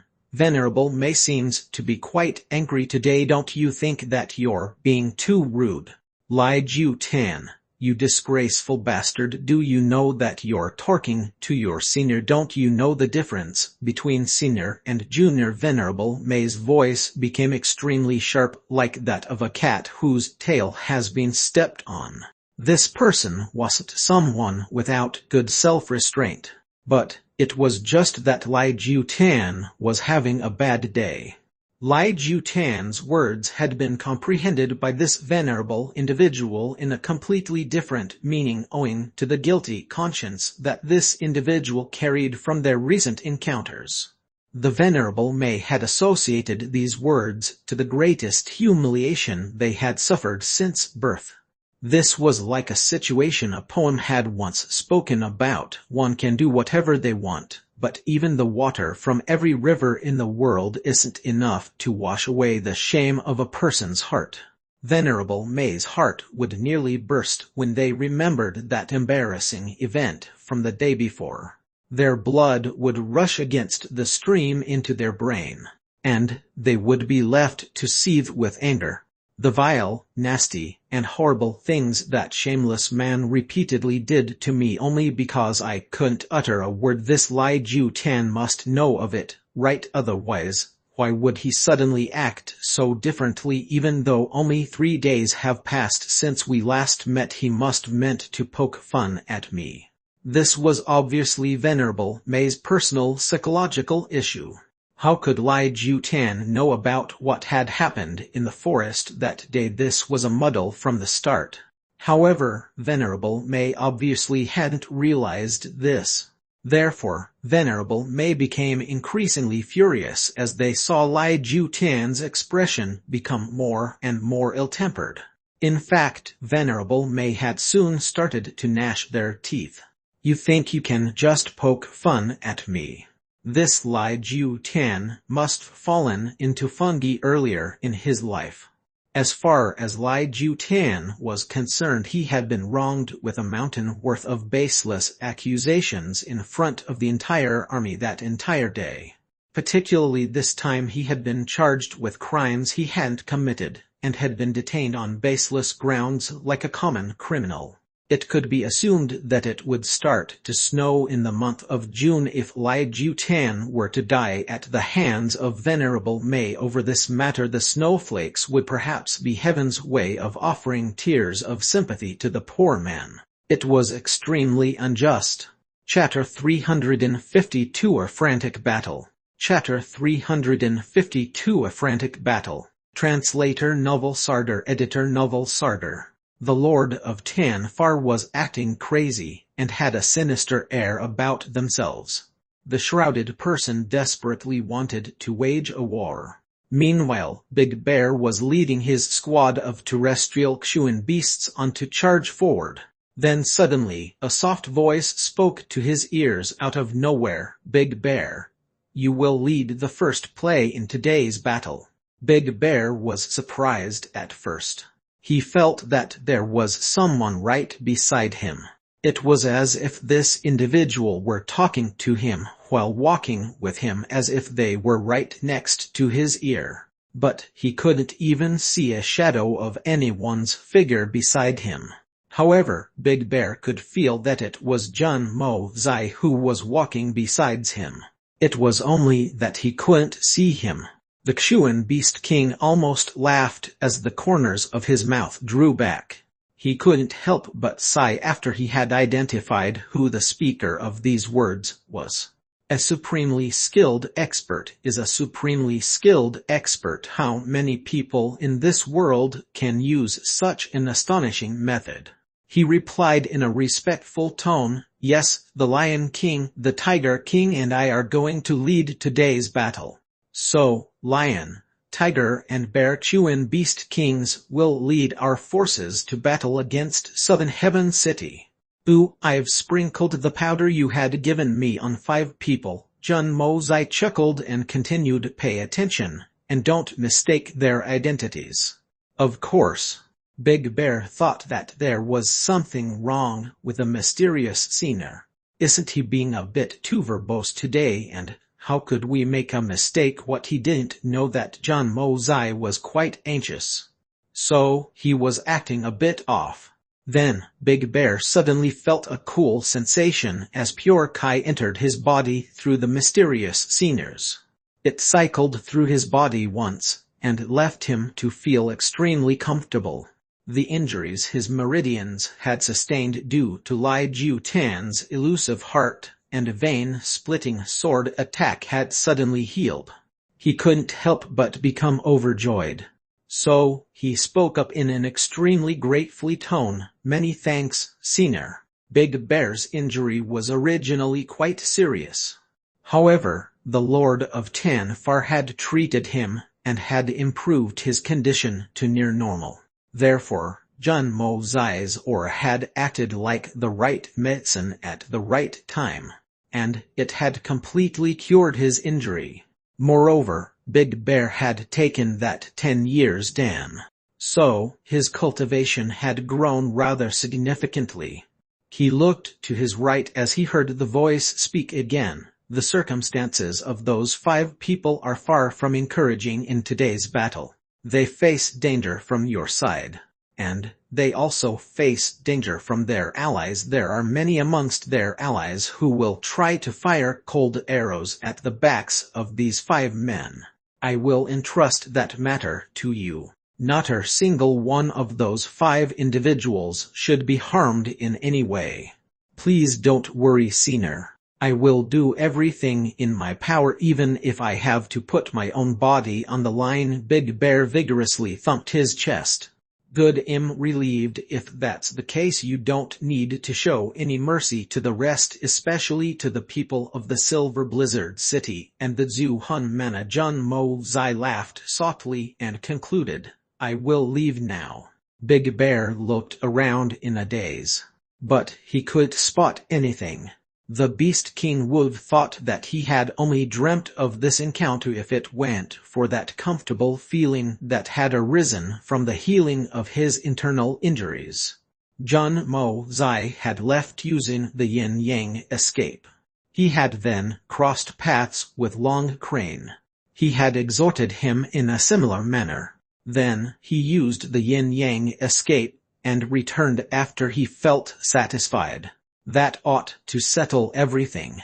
Jun Mo-zai had gained a lot in these last 2 days. However, he still felt quite sullen. Lai Jiu-tan had shielded his son. He had openly and shamelessly entrapped Jun Wuyi. And the Silver Blizzard City had only added the fuel to the flames. Moreover, the rest of the powerful families had simply agreed to everything. These things had made Jun Mo-zai extremely angry. Would my uncle be in such a situation if it weren't for their scheming? It has become difficult for him to escape death, and this has happened when we've brought our forces to help the Zhuhan Manor. This matter has gone beyond despicable. It has become obscene. You're being so heartless. So, don't blame me for any devilish injustice. I have a strong backing from the Tan Far Forest. You people will lose much more than you stood to gain if you're not careful with your schemes. You think our Jun family can be bullied that easily? Lai Jiu-tan and Lai Tang-yun, I will prepare such a big surprise for you fatherson pair that you will wish you were dead. Venerable Mei and Lai Jiu-tan were in a violent fit of rage at that moment. Shi Chang Ziro hurriedly stepped forward in a brave manner. He then smiled and said, "It looks like Venerable Mei isn't in a good mood today. There's no harm in taking rest for a while. We can continue to talk later in the evening after we've all taken a short break." The Master of Life and Death had spoken those words since he had realized that Venerable Mei must have had an unforeseen accident at that day.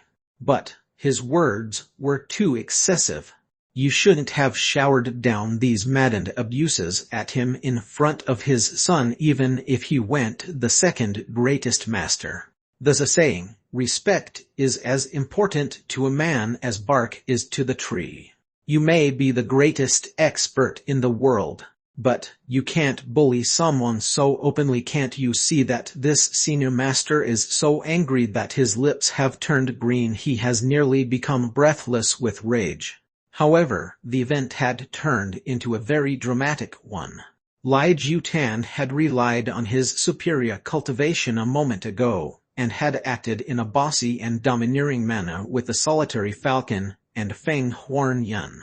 In fact, he had chided them. But the roles had been reversed, and the one being chided in a bossy and domineering manner was now Lai Jiu-tan himself. The solitary falcon was smiling. In fact, he had beamed with joy as he had heard this.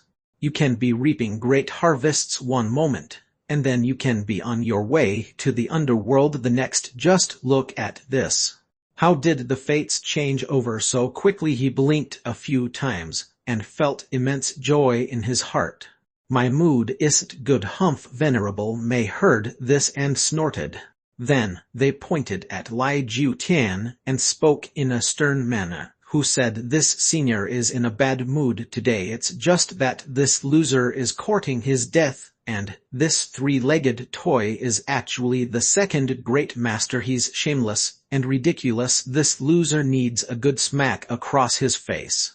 Just see that sharp expression of his. He dares to flaunt his strength in front of me. You are a sissy, master. How dare you? Lai Jiu-tan became furious at this, and hissed. His killing intention raised his robes in the air even though there was no wind. His face twisted with rage, and an expression of malevolence and fury broke upon it. He roared, Venerable Mei, I respect you as the Lord of Tan Far. And so, I wish to keep the peace, yet you have humiliated me for the third time today. Do you think that Lai Jiu-tan fears you, and won't do a thing in response to your insults? Even a clay figurine has some heat inside it. However, this man was the second great master. What could one possibly speak of him? He had been insulted to no end. Would he be able to call himself the second great master if he didn't retaliate in the face of such a situation? His reputation would turn to waste. A soldier doesn't smell of perfume if you defecate on his face. Venerable May snorted with disdain and said, "This senior is openly humiliating you. What can you do? What can you dare to do?" The man's silhouette flitted and nobody could stop it.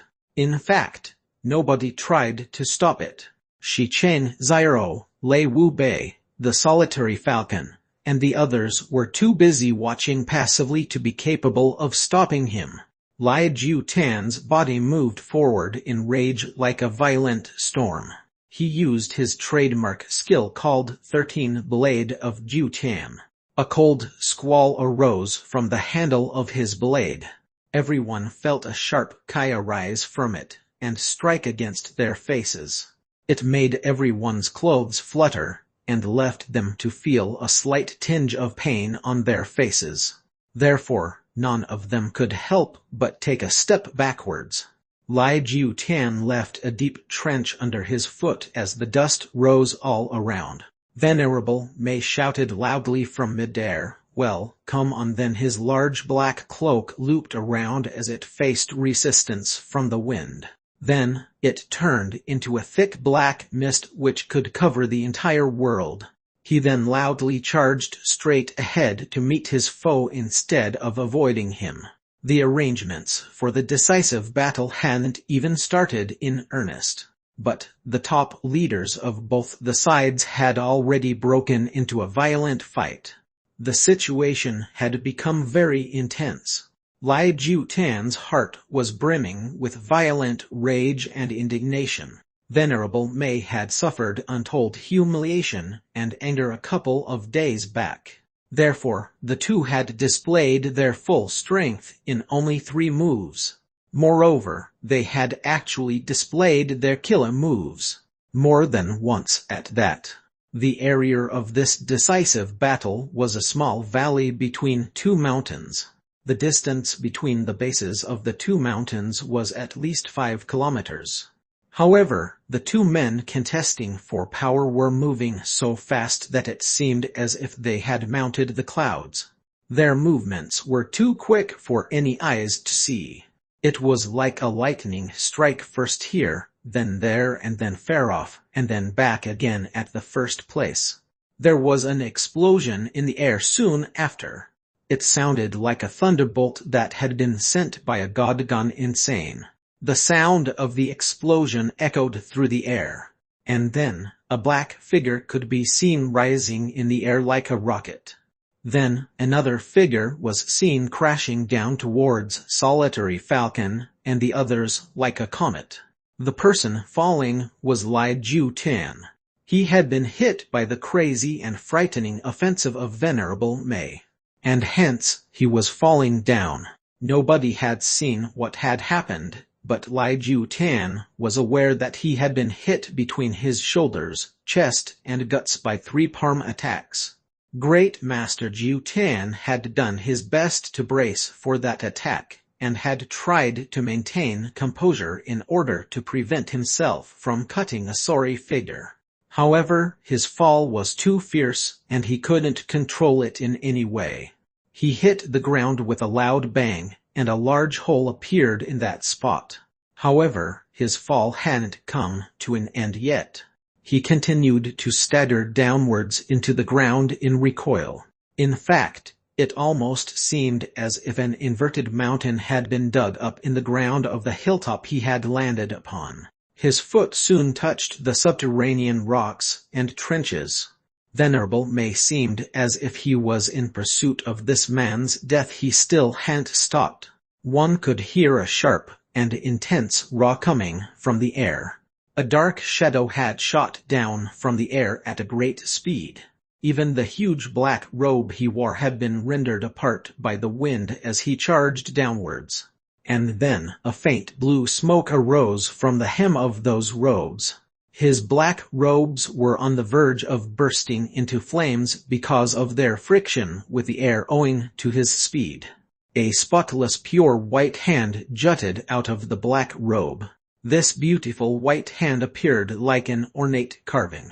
But it shot down with an endlessly fierce aim to kill, and moved towards Lai Ju-Tan. There was going to be no mercy for him today. Lai Ju Tan roared madly. He concentrated the entirety of the remaining efficacy in his body in order to counter and escape. Shi Cheng, Zyro, Lei Wu Bei, and Solitary Falcon were quick to realize Lai Ju Tan's emergency. He was a loathsome man, but these three men knew that he couldn't be allowed to die at that moment. They would lose their greatest asset if Lai Ju Tan died. Moreover, it was evident from Venerable May's fierce disposition that everyone's life would soon be in danger. The three men sensed each other's intention, and jumped forward with all their might. The Silver Blizzard City's 2nd, 5th, and 8th elders also caught up with them to act as a second layer of defense. The 7 experts gathered together to resist the crazy strikes that were the deadliest in the entire world. Venerable May let out a sharp roar in midair, and coldly challenged, "Come on!" Then the black-robed individual neither dodged nor avoided them. In fact, that person had seemingly added some more strength to his attack in a split second. Slam, slam, bang. The sounds of repeated violent strikes resounded. And then, the black shadow flitted and appeared in the sky above the Tan Far Forest. Then, it slowly floated down to the summit of a tree, and stationed itself on a finger-thin branch. It then stood facing the wind. A few groans were heard soon after. Zyro Bu Yu and the other 2 elders of the Silver Blizzard City had arrived last. But they had been the first ones to drop. In fact, those 3 appeared like rubber balls as they crashed on land, and rolled about in pain towards the surrounding mountains. The Solitary Falcon had spread his arms like an eagle spreads its wings, and had soared over 30 meters before he had suddenly dropped downwards. However, he stabilized himself at a lightning-quick speed and began to float. His situation wasn't as precarious in comparison to the others. The comparatively stronger Lei Wu Bei was red in the face. He had spun to evade the attack, but his spinning hadn't yet come to a stop. In fact, he had already spun his way away from the epicenter of the collision. Shi Cheng Zyro's clothes had been torn. In fact, several strands of them had started to float in the sky like butterflies. He jumped back 30 meters as he evaded the attack, did a somersault, and then jumped back another 30 meters. However, the greatest damage was suffered by the second Great Master Lai Ju Tan. Blood spilled from his mouth as roared in a fierce manner. His body had been shot into the air. However, no one could tell where it had been sent flying to. Then, an earth-shattering sound emerged as a mushroom cloud rose between the 8 individuals. With a loud bang, it sent out tons of rocks and dirt into the air. A thin layer of earth had suddenly covered the sky. The situation was very similar to that of a volcanic eruption. Rocks in a massive radius had been destroyed and had been sent flying into air. They had been broken into such small fragments that even their shadows weren't visible anymore. They continued to fly into the sky for a long, long time. Then, the larger of the rocks started to shower down like meteors. They smashed down into the ground at high velocities, and loud noises were given rise to as a result of their impact against the ground. In fact, the ground itself had been left to shake from the impact of their fall. The 8 experts Kai had struck each other at the same time. This had somewhat contained and allayed the effect for a bit. It was like the Big Bang had been brewing up until that moment, and had finally burst out. That immense explosion in the air was enough to greatly shock any expert. It sent a cold shiver through their arms and legs, and left them to shiver. Lai Ju Tan and the others had stationed themselves near a hilltop. However, this piece of land had gone up in the explosion. In fact, most of it had been leveled by this explosion. Moreover, a pit had been excavated in the ground because of this event. However, no one knew how deep it went. This was because the bubbling underground water had started to spout out after having mixed with the soil. And this had given rise to muddy gurgles. Everyone, including the Xuan beasts who had been drawn into an aggressive formation behind Big Bear, had been left extremely shocked by this. Their mouths had fallen open, and they had been left to gasp for cold air. This is the actual result of his power. Good God, that's extremely formidable. However, Big Bear was in the worst condition amongst them. That extremely shocking explosion had left him to open his eyes and his mouth very wide. His cheekbones stood erect like the horns of a young dragon, and then a stone the size of a hen's egg came flying by, either by a divine intervention or by pure coincidence, and crashed into his mouth. Crack! The sound reverberated as it hit his teeth. An ordinary person's teeth would have been destroyed, and their tongue would have turned to pulp in such a scenario. But who was Big Bear? He was a Bear King, and luckily, the Bear King's teeth hadn't been broken by this. However, his head had been left to ring and buzz by the impact. His lips moved up and down in an unconscious manner, and crackling sounds emerged as chewed on the rock in order to crush it. His tongue rolled as he unconsciously, and for a mysterious reason, swallowed the rock. Then, he found himself choking on it. Translator's thoughts. Novel Sarder. Hi folks, we'd like to discuss an issue that's probably on the mind of every individual reading OEM translation: pace and stability. The promised release pace is 5 chapters week, 2021 chapters month. Most readers would noticed that we're releasing 1,718 chapters month. So, we'd like to discuss the issues that surround this matter. One would have to get into the translator's perspective to understand the issue, and we'll try our best to explain. Chapters are 2,000 Chinese characters in first volume. This size becomes 3,000 post the first one. Translation time to produce a chapter obviously depends on its length. So, 53,000 character chapters, 7.52000 character chapters. But what if the chapter's size goes up to 60,007,000? The number of chapters produced would decrease. The translators would often break such chapters into parts in the past. But that's not the proper approach, since it creates a disruption. Herein lays the problem with this volume. This chapter was 1.5x in length. This would be hard to notice since the author has a very gripping style. However, time taken to translate, edit, and proofread would obviously be higher. This chapter was just 1.5x. Many chapters in this volume have been 2x to 3x in length. And there are a few more to come. This is the reason the chapters were released irregularly. We had been left to release 1,718 chapters month as a result. But we've ensured a minimum of 20 month in terms of the content. That's for the so-called excuses. And no one likes to hear them. So, let's talk about solutions. We've been working to increase the release space of our novels.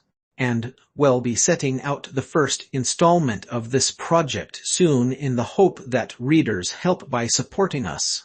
And then, we'd hope to extend that to other novels by adding more people to our team. But, imagine this scenario: we set up a 40 chapter month target on Patreon. And let's assume that readers support us. But we release 30 chapters because the chapters were longer. Who'd like that? Not us, if we were supporting our translators. And no amount of explanations would help. This is one of the reasons we've been forced to delay the setup of OEM Patreon. But we're going to start that once the chapter length stabilizes. We haven't been able to pick up this topic because we don't have an effective medium of communication, and that's our fault. But we shall resolve it soon. There's a word limit in this section. So, we've kept this brief and to the point. Kindly give us your suggestions, and we hope that you bear with us while we finish this volume. Love, Novel Sarder. Chapter 353. The two world-shaking swordsmen Rainstorm and Hurricane, both great masters. Chapter 353. The two world-shaking swordsmen Rainstorm and Hurricane, both great masters. Translator Novel Sarder. Editor Novel Sarder. The 7 experts had joined hands and had attacked together, but they were only able to square off against Venerable May's offensive. Venerable may have used a cheap trick. However, it was important to know that 4 great masters and 3 spirit Xuan experts had attacked together. The Venerable May's Xuan cultivation was at an extremely shocking level. This type of terrible strength could be considered to have reached the greatest of heights in that world. The dust scattered and dispersed. Lai Ju Tan, Shi Cheng, Zyro, Lei Wu Bei, and Solitary Falcon appeared on the remaining half of the hill. Zyro Bu Yu and the other 2 sat down cross-legged with ashen faces. They then slowly tried to move their Xuan Kai in order to stabilize their breathing and recover. Those 3 had more unfortunate. They were mere spirit Xuan experts. So, their Xuan cultivation was comparatively weaker. They had already suffered internal injuries as a result. These internal injuries they went very serious. The lack of strength had affected them negatively in the collision.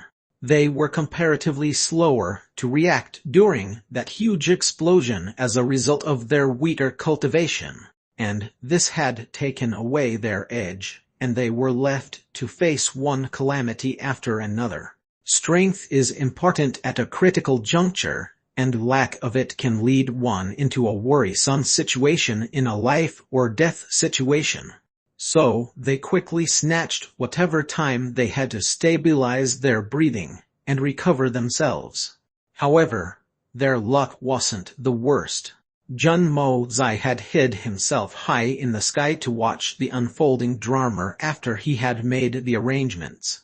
He had been very excited as he had looked on, particularly when the Lord of Tan Far was deriding Lai Ju Tan. The young Master Jun had felt like breaking into a dance and loud applause. Then, he had become very jubilant when the 2 apex experts had started to fight. However, that moment of extreme happiness and excitement had quickly turned into one of sorrow. The immense Kai explosion had occurred beneath him, and he wasn't a spirit Xuan expert at the end of the day. He wasn't able to sense what was about to happen below, and was caught off guard. Then, an intense wave rushed up along with a boulder that was at least 3 meters in diameter. This boulder suddenly struck his posterior, and took him to soar high in the sky almost upwards to the 9th heaven. His butt resembled a discus at the moment. In fact, it resembled a discus that had turned red with heat. The rock remained stuck to it as they went up. Jun Mo Zai had felt great pain, and had nearly screamed. He had looked up and had felt as if he was about to die and reach the world of immortals. The fuck is happening? I was just watching when I met with this accident. In still using the yin-yang escape. Jun Mo Zai eventually thought of making an escape after he had reached a great altitude. However, he couldn't let off that boulder since it had maltreated him. So, he resolutely and maliciously kicked it and split it up. And then, Jun Mo Zai took that opportunity and went inside the Hong Jun Pagoda. This was genuinely breathtaking. Everybody could only look in as a huge boulder of 3 meters flew upwards, but didn't come down. This was because Jun Mo Zai had mercilessly made his reprisals, and had crushed it into pieces with his kick. Venerable May looked up from the treetop far off, and saw the scene with a sense of suspicion. He then directed his attention back to the four great masters. The Lord of Tanfar then gnashed their teeth as their black robe rose in the sky. Venerable May had prepared to attack again. "Wait!" Venerable May, a loud shout emanated from the distance. The Xuan cultivation required to produce that sound was very high. The sound exploded and echoed loudly. It was earth-shattering. This voice came from near Lai Jutan, and two black-robed men suddenly appeared in front of him. It was noticeable about them that they both wore a purple gold belt on their waists. Moreover, both of them had swords hung from their waists, and the swords had purple gold scabbards and hilts. Those two men had a bright and handsome appearance. They were middle-aged men with elegant bearing. The black robes that stuck close to their bodies made them look even more heroic and sharp. The two men rose to the air from their positions and turned towards Venerable May. They then cupped their hands and said with a smile, "We've been gone for many years. I trust that you've been well since we last met, Venerable May. Do you recognize this old deceased friend?" Venerable May weightlessly rose into the sky for a while before he came to a stop. Their bright eyes then scanned the newcomers.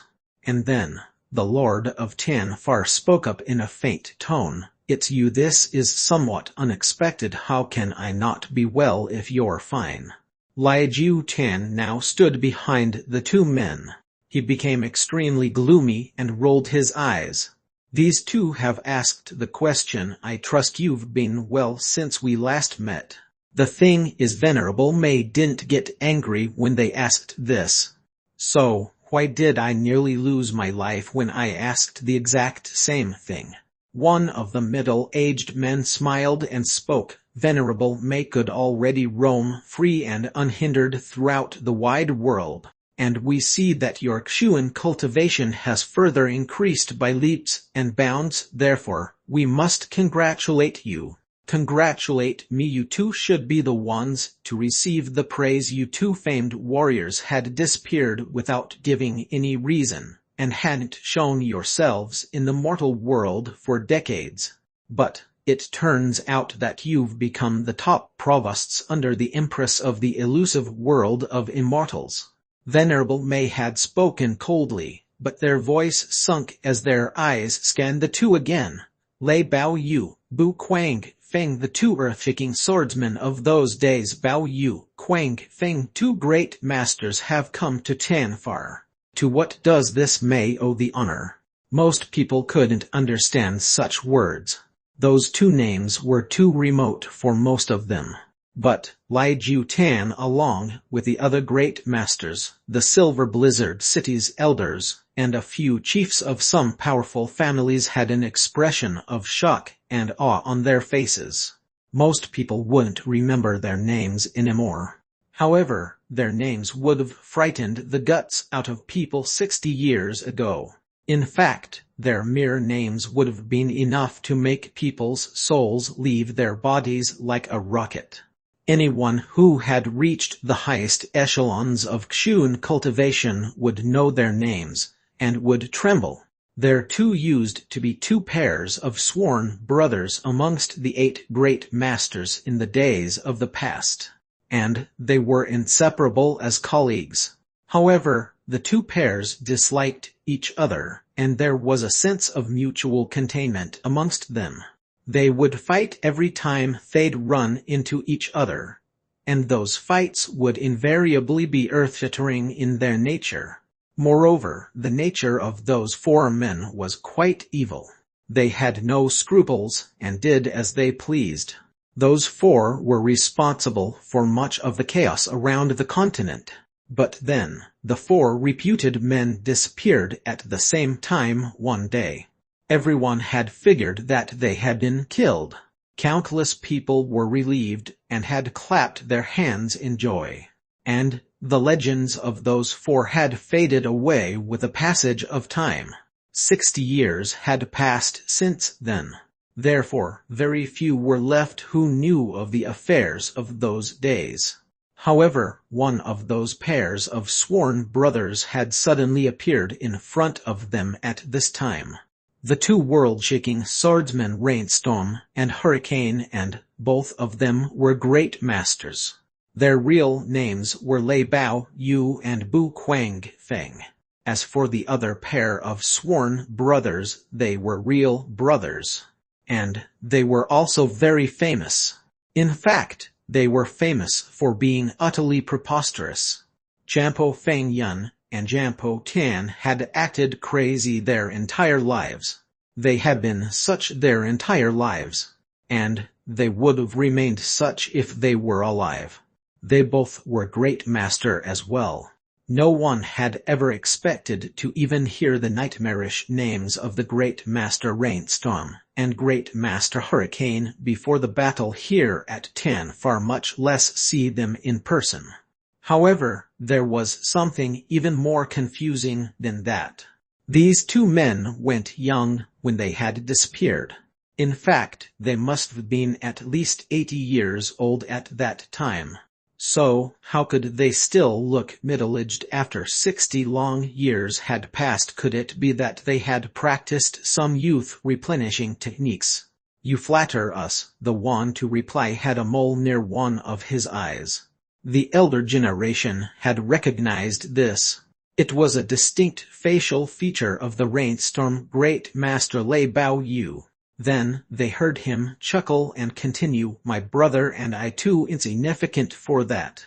How can we dare to bestow honor upon Venerable May? It's just that we've been sent by the elusive world of immortals to be witnesses to the battle between Tanfar and the rest of the continent." Oh, the mysterious elusive world of immortal was perturbed by such a trivial thing. Should this May feel honored by this Venerable May? Sneered, taunted, and laughed.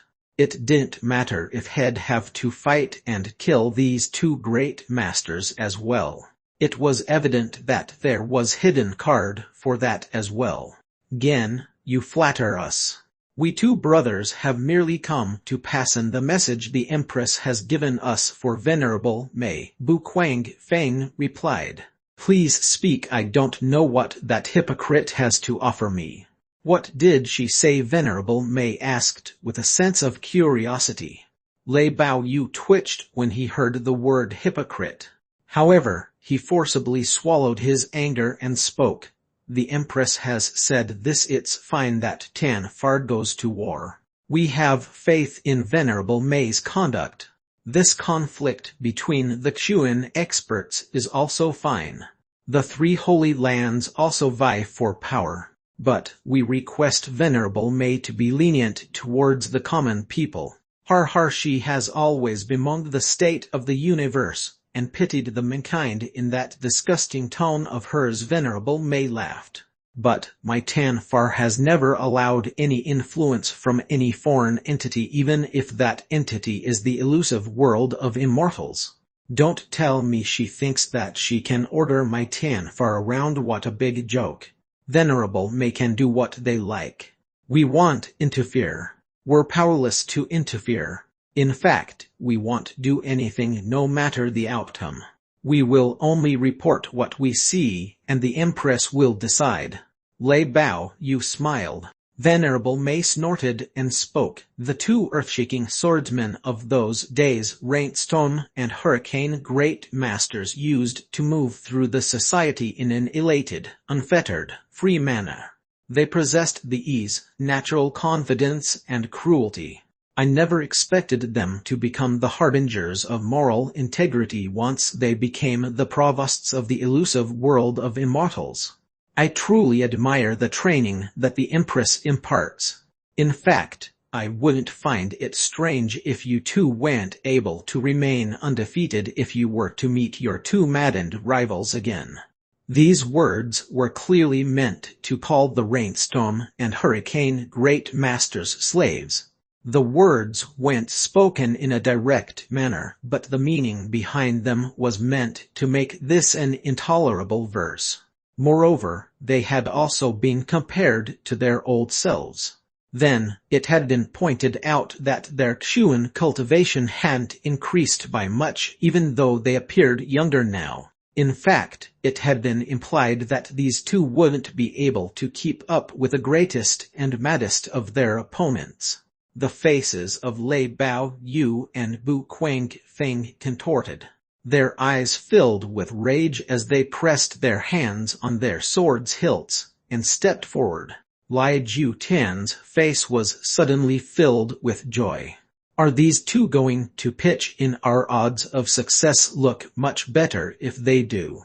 However, Lei Bao Yu and Bu Feng withdrew after they had taken that step, and this happened just when Lai Jiu-Tian was thinking of their intervention. Lei Bao Yu then said in a calm manner, "Venerable Mei is a very capable person. There's no need to provoke us today. It's inappropriate for us to fight today, but this doesn't mean that we won't get a chance in the future. In fact, we two brothers can find a way later if Venerable Mei feels that today's day is a missed opportunity." Venerable Mei's gown issued a soughing sound in the wind. They seemingly smiled as they said, "Oh really?" Chapter 354 The Battle Commences. Chapter 354 The Battle Commences. Translator Novel Sarder, Editor Novel Sarder. Bu Feng then spoke up in a dark tone, "Venerable Mei seems to be interested in our training. Why don't they come and receive it as well? I'm convinced that they'll change too. They'll at least be different when compared to us two brothers." The words he had spoken seemed to have a very mysterious meaning to them. Even Lai Jiu-Tian couldn't understand what they meant. Venerable Mei was floating at a distance. However, they seemed very angry. Their robes started to float upwards in the wind, and it seemed as if they had prepared to strike. But then, they stopped and regained a tranquil temperament. They then replied in soft tone, "I will eventually go to the elusive world of immortals and show your empress the kind of end that's reserved for a hypocrite." Lei Bao Yu was about to speak up when he was cut off by Venerable Mei. "Come up if the two of you intend to participate in the war today. But withdraw to one side if you only wish to witness. I have no interest in bickering with the two of you. Retreat." "Very well, we've only come here to observe." "So, Venerable Mei may enlighten us of the proceedings," Lei Bao Yu replied with a cold expression. "That's simple. We'll have 3 battles to decide the winner. The legions arranged in the battle formations will fight the first battle.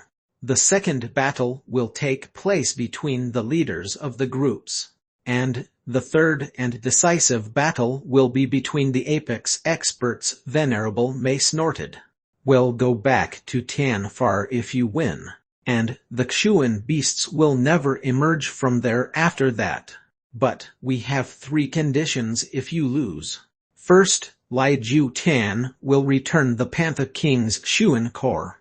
Second, no Xuan expert will be allowed to enter Tianfar.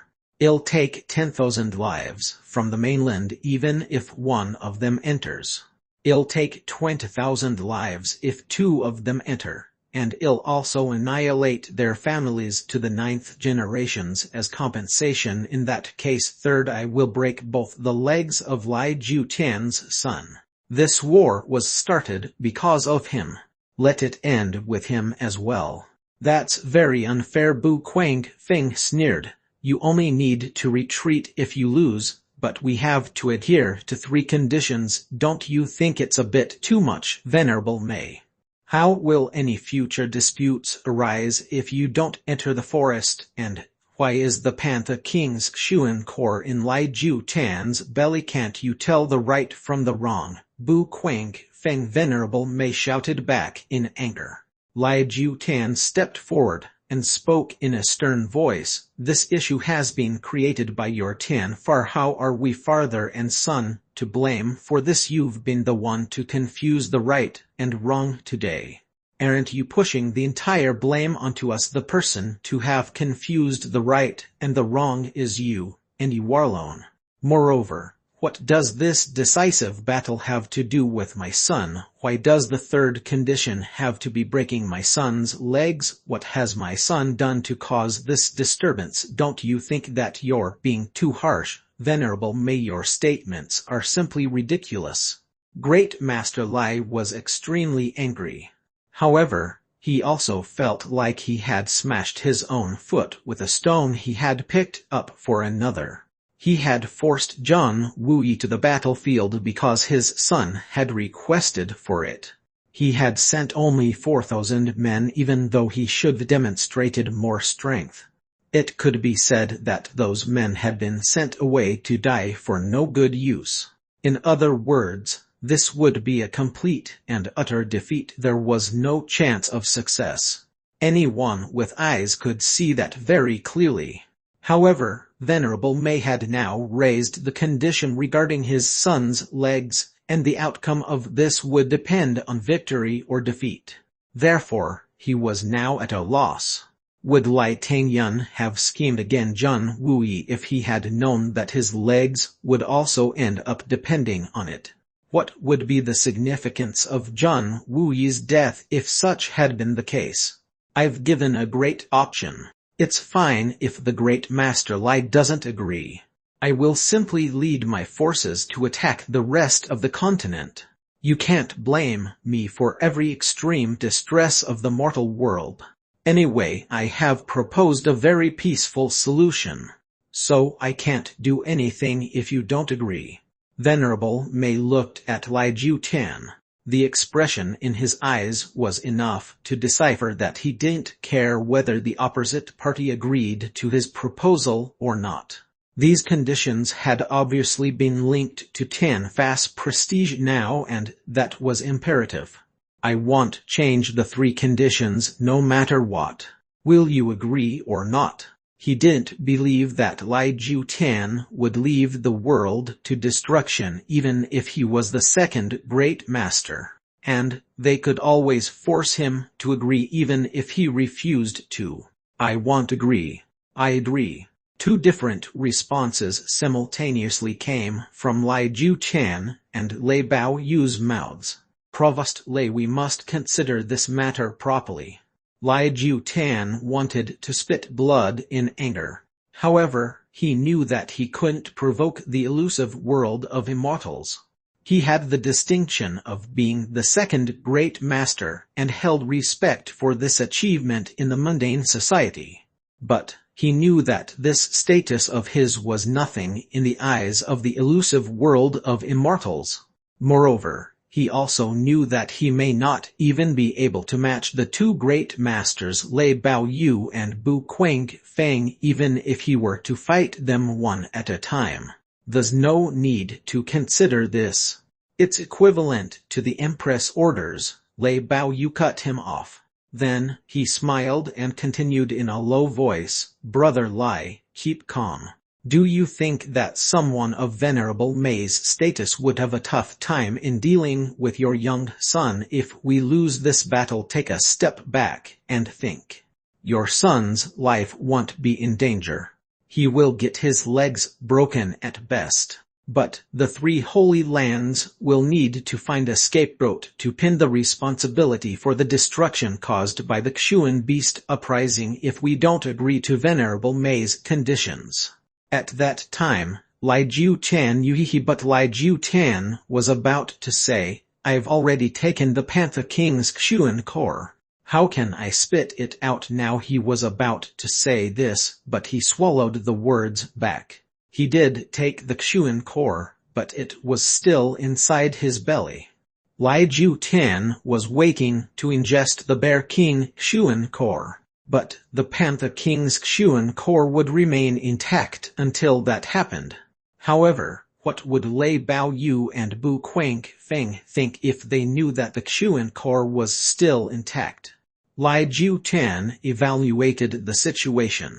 He then asked himself, what would I do if I were in their shoes? I would certainly wish to take that treasure away by force, but can I hope to compete against these two great masters if they joined hands? Lai Ju-tan remained silent. So, the other two assumed that he had given his approval. Then, they turned to Venerable Mei. Venerable Mei, can we start the battle? Venerable Mei nodded slowly. They didn't waste their words and extended their hand. And then, a small golden sword flew out. This was followed by a violent gale, and an ear-rending screech emanated from the sword's handle.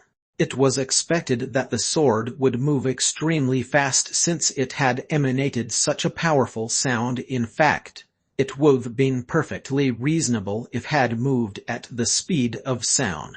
However, it was moving very slowly. In fact, it was even slower than an ordinary arrow. However, the sword light behind it became increasingly thicker. It seemed like a young dragon from the ninth heaven was reaching out across the basin between the mountains with stretched hands. It continued to issue that dragon-like shrieking sound until it had reached the other side of the mountains. This was a battle command.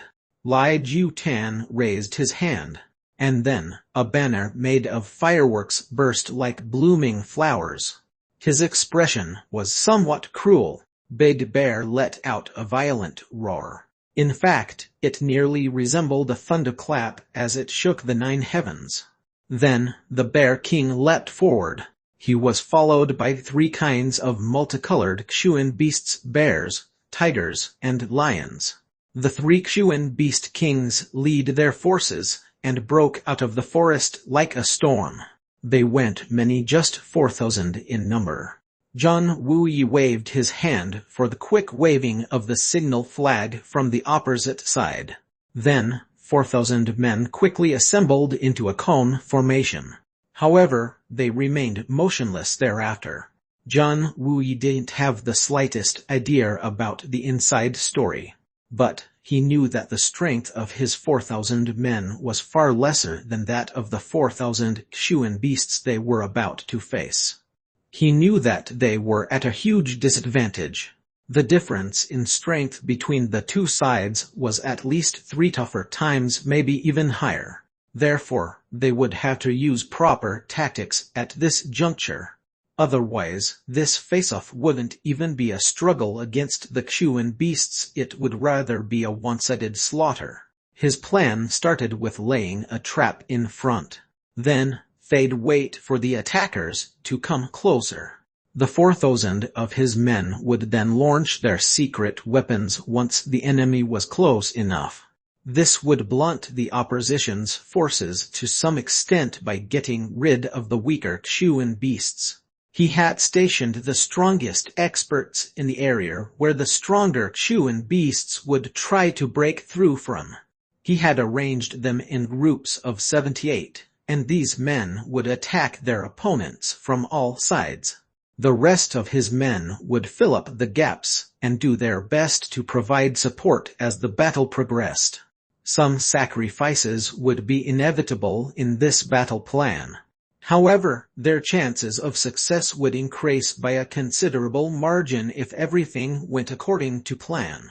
And they could at least give a good battle to their enemies in this manner. However, John Wuyi hadn't fought on the final outcome of the battle. However, even if they died in this battle, they'd at least die a valiant death. It had to be said that John Wuyi's strategy was very efficient even in the face of such a formidable onslaught from the Xuan beasts. They would all die if this strategy was adhered to. However, they would achieve a great result. In fact, they could deal a great damage to the Xuan beasts. Optimistic estimates could place at least half of the Xuan beasts to die alongside them. They were merely 4,000 in number, and were about to face the same number of enemies. However, the Xuan beasts' strength was several times their own. So, this battle would be considered humanity's victory even if half of their enemies were to die by the end of it. However, these plans would only work on paper if there were issues in implementation no matter how excellent the plans were. Could one genuinely expect the many people assembled there to obey Jun Wuyi's orders? Many of them had been instructed to see to his death. And these would-be backstabbing experts made for an overwhelming majority of the stronger experts in his ranks. The carnage which could have been avoided or at least delayed had arrived. Is it staying holed up in this formation akin to courting our death's brothers? Don't listen to that big coward of a bullshit Supreme Commander. Follow me to kill them. We can easily kill the level 6 or 7 Chuan beasts. Won't we be victorious if each man could kill 1 or 2 enemies on an average? A clamor arose from the back as the members of the Zhu-Hun Mana pushed their way forward.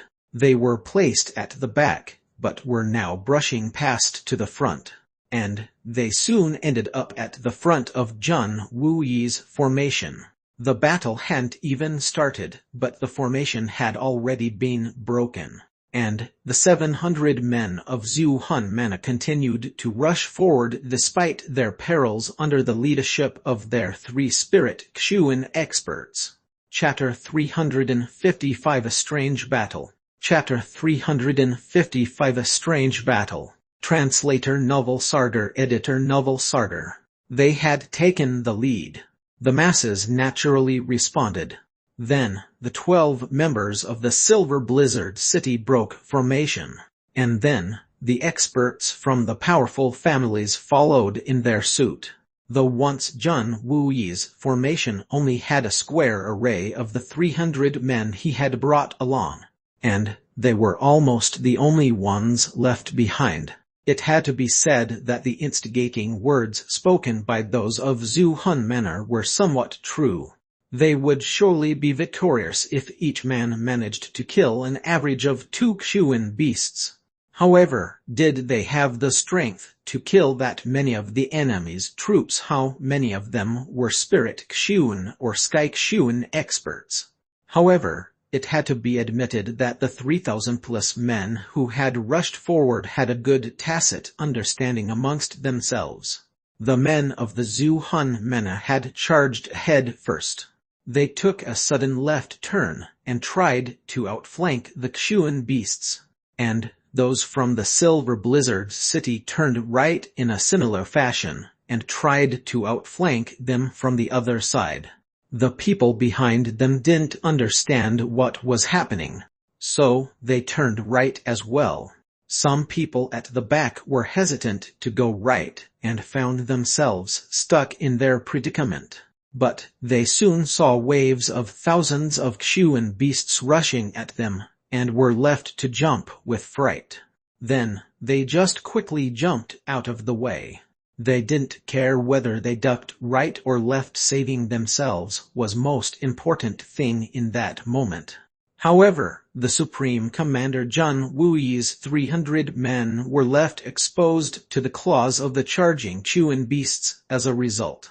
The 4,000 Xuan beasts charged forward and roared as they came in.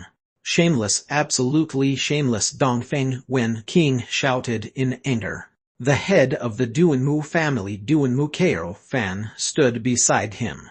His mustache trembled in anger and confusion as he cussed in his usual stammer, that fucking lie, Jew, that mother. Another family's head, Sikong, and he stood beside him. The expression on his face was that of a man who had been drowned in water. He roared angrily, "Damn it, I'll kill everyone in front of my eyes, and you stop stammering. You haven't been swallowed by a Xuan beast yet. So, stop being so gloomy." Bullshit, I still haven't finished abusing. Duanmu Kao Fan was very angry, but managed to speak somewhat smoothly. Especially the first word, bullshit. That word had been spoken articulately, and without any stammer. Therefore, that bullshit sounded magnificent, powerful, and bold. "Stop talking, Sikong," and he flew into a rage. and drew his sword with a sinister look. A golden tiger was charging towards them. The bite of such a tiger could rip anything. Its tail was like an iron rod, and could cause destruction once it struck its target. However, the tiger's movements were even weirder. Its fighting style made it seem as if it had a wild fighting instinct, but it was still quite refined in make. The strong wind whistled as it moved forward in an orderly manner, and it was evident that it had mastered its own style of martial arts. The movements of its naked buttocks could only be described as rhythmical. Who stood a chance if these Xuan beasts were to use martial arts? They were nearly submerged in that tide of Xuan beasts moments later. Dongfeng Wen King and the others were now faced with several Xuan beasts of levels 8 or 9.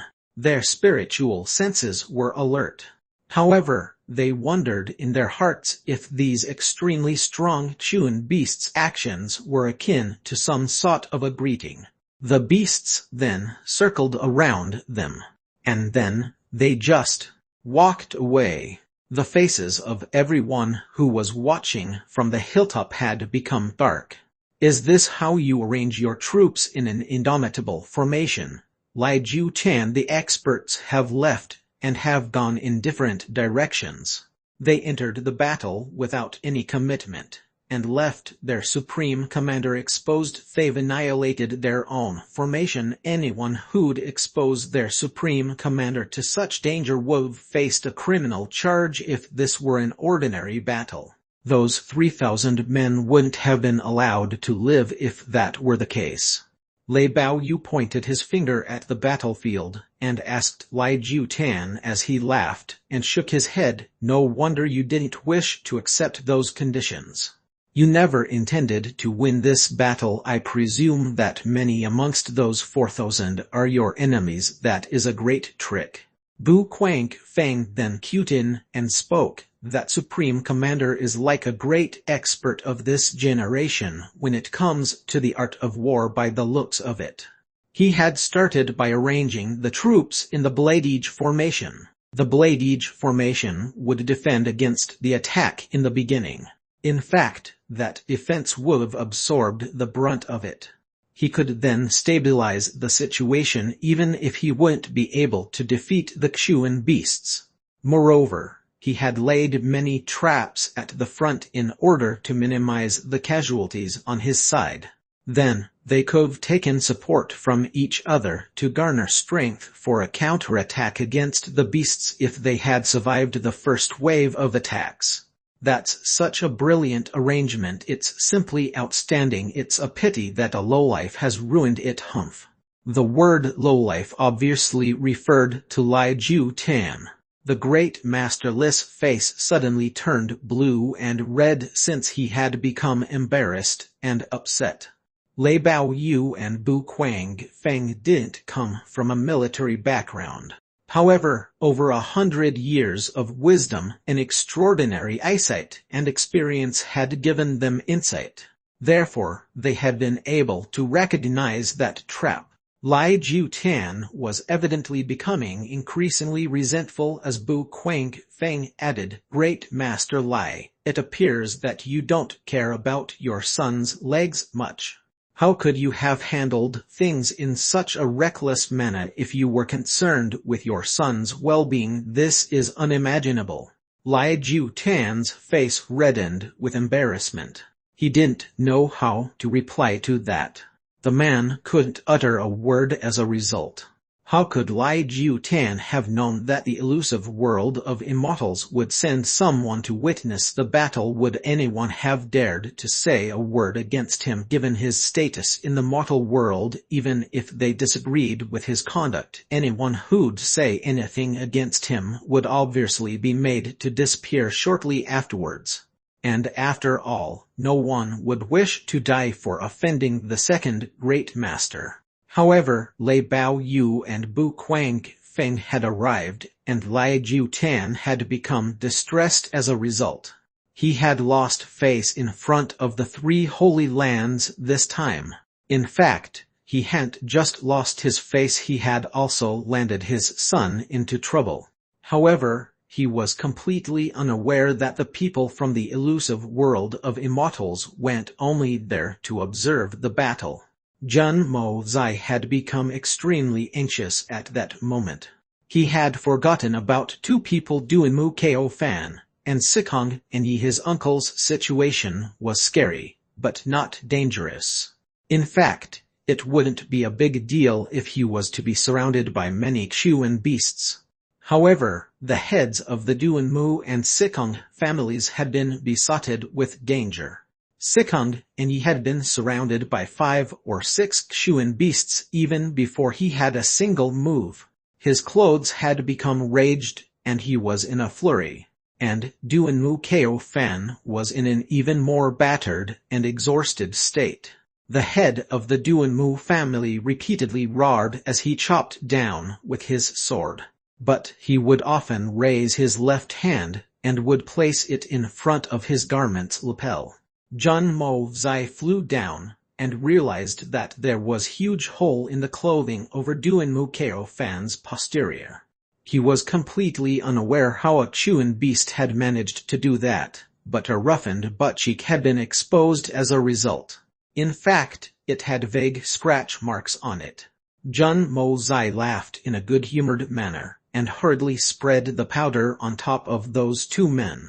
Then he quickly retreated. Sikong and Yi was gloomy and was bellowing repeatedly. Then he noticed that the pressure on him had reduced rather significantly. The Chuan beasts who had been making threatening moves and had been launching attacks at him until a moment ago were now looking at him with a confused expression in their eyes. Those beasts then beat their noses, wagged their tails, and went away. The Chuan beasts were divided into 4 groups. The 3 Chuan beast kings had directed them to attack from all sides, but had left only a few of them for Jun Wuyi. However, those Chuan beasts were at level 9 and had exceedingly high strength. In fact, they could take out a few people by merely opening their mouths. However, they didn't seem to have any intention of attacking this small group of humans. Sikong and Yi suddenly found himself puzzled. There was only one Chuan beast in front of him at the moment, and it was a very intelligent one. It faced him, winked at him, and then pulled a face. Winking, "What are you up to? I'm here to fight a battle."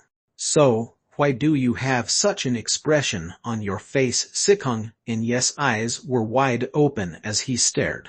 He couldn't understand anything when that golden tiger anxiously lifted his claw and pointed to the surroundings. The beast then roared and charged towards him.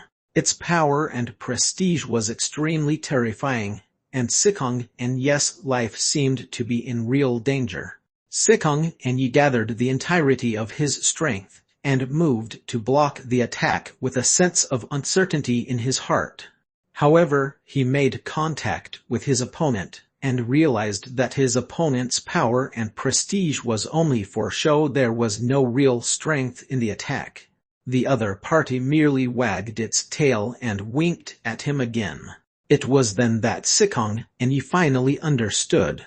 Crap, it intended a fake attack on me. He turned his head and realized that everyone else had already understood.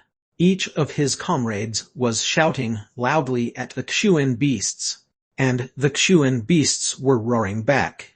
The swords would move like lightning, but would lose accuracy and miss their target. The claws would move like the wind, but would fail to hit their targets. However, the person who had been nailed in the most difficult position was the Supreme Commander Jun Wuyi. He had been crazily besieged by 2 level 9 Chuan beasts, but he was safely seated on his wheelchair nonetheless. Even a hair on his head hadn't been harmed in this chaos situation. 2 earth-wrecking Chuan bears weighing over a ton each jumped at him from either side as they roared loudly. Their paws hit the ground and filled the sky with dust. Even an intermediate Great Master, or a spirit Xuan expert would've had a tough time while evading that attack, and would've only managed to make narrow escape. However, he saw the Supreme Commander Jun calmly extend his sword, and both the earth-cracking Xuan beasts moved to avoid it. That sword attack was no genuine victory, it was only a maneuver in a clever demeanor play. The bears would pounce again in a similar manner, and the opposition would wave their sword. And then, they would retreat once again. What's going on here? Sikong, in Yes' mouth, gaped wide. It nearly seemed as if his jaw had been dislocated. Then, he turned and found that Duanmu Ko Fan had also been bailed out of his precarious and dangerous situation.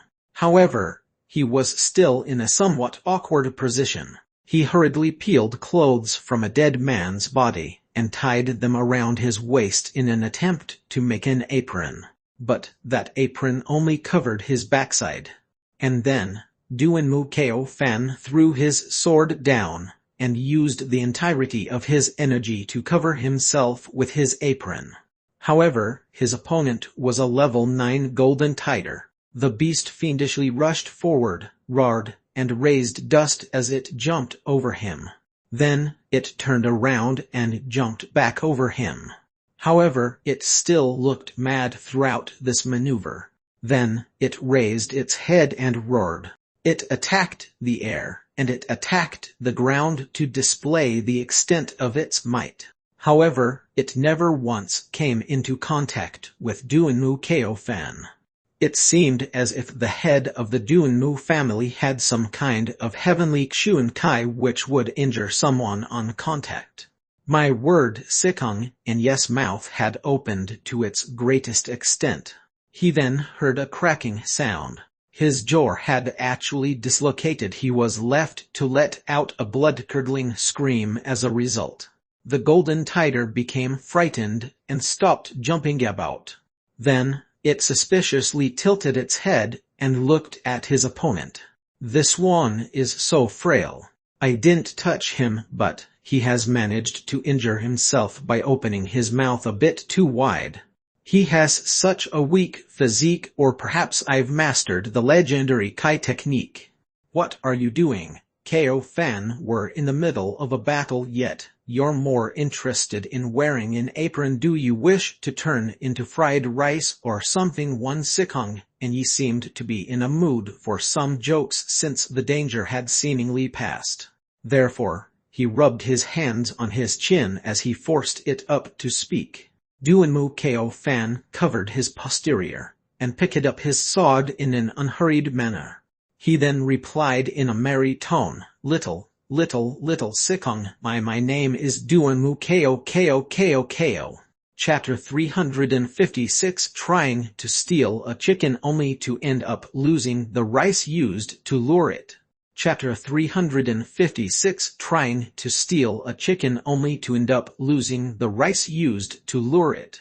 Translator Novel Sarder. Editor Novel Sarder. Oh God, brother, you've got to speak faster. Listening to your words becomes very hard for me if you speak like that. Sikong, and he groaned.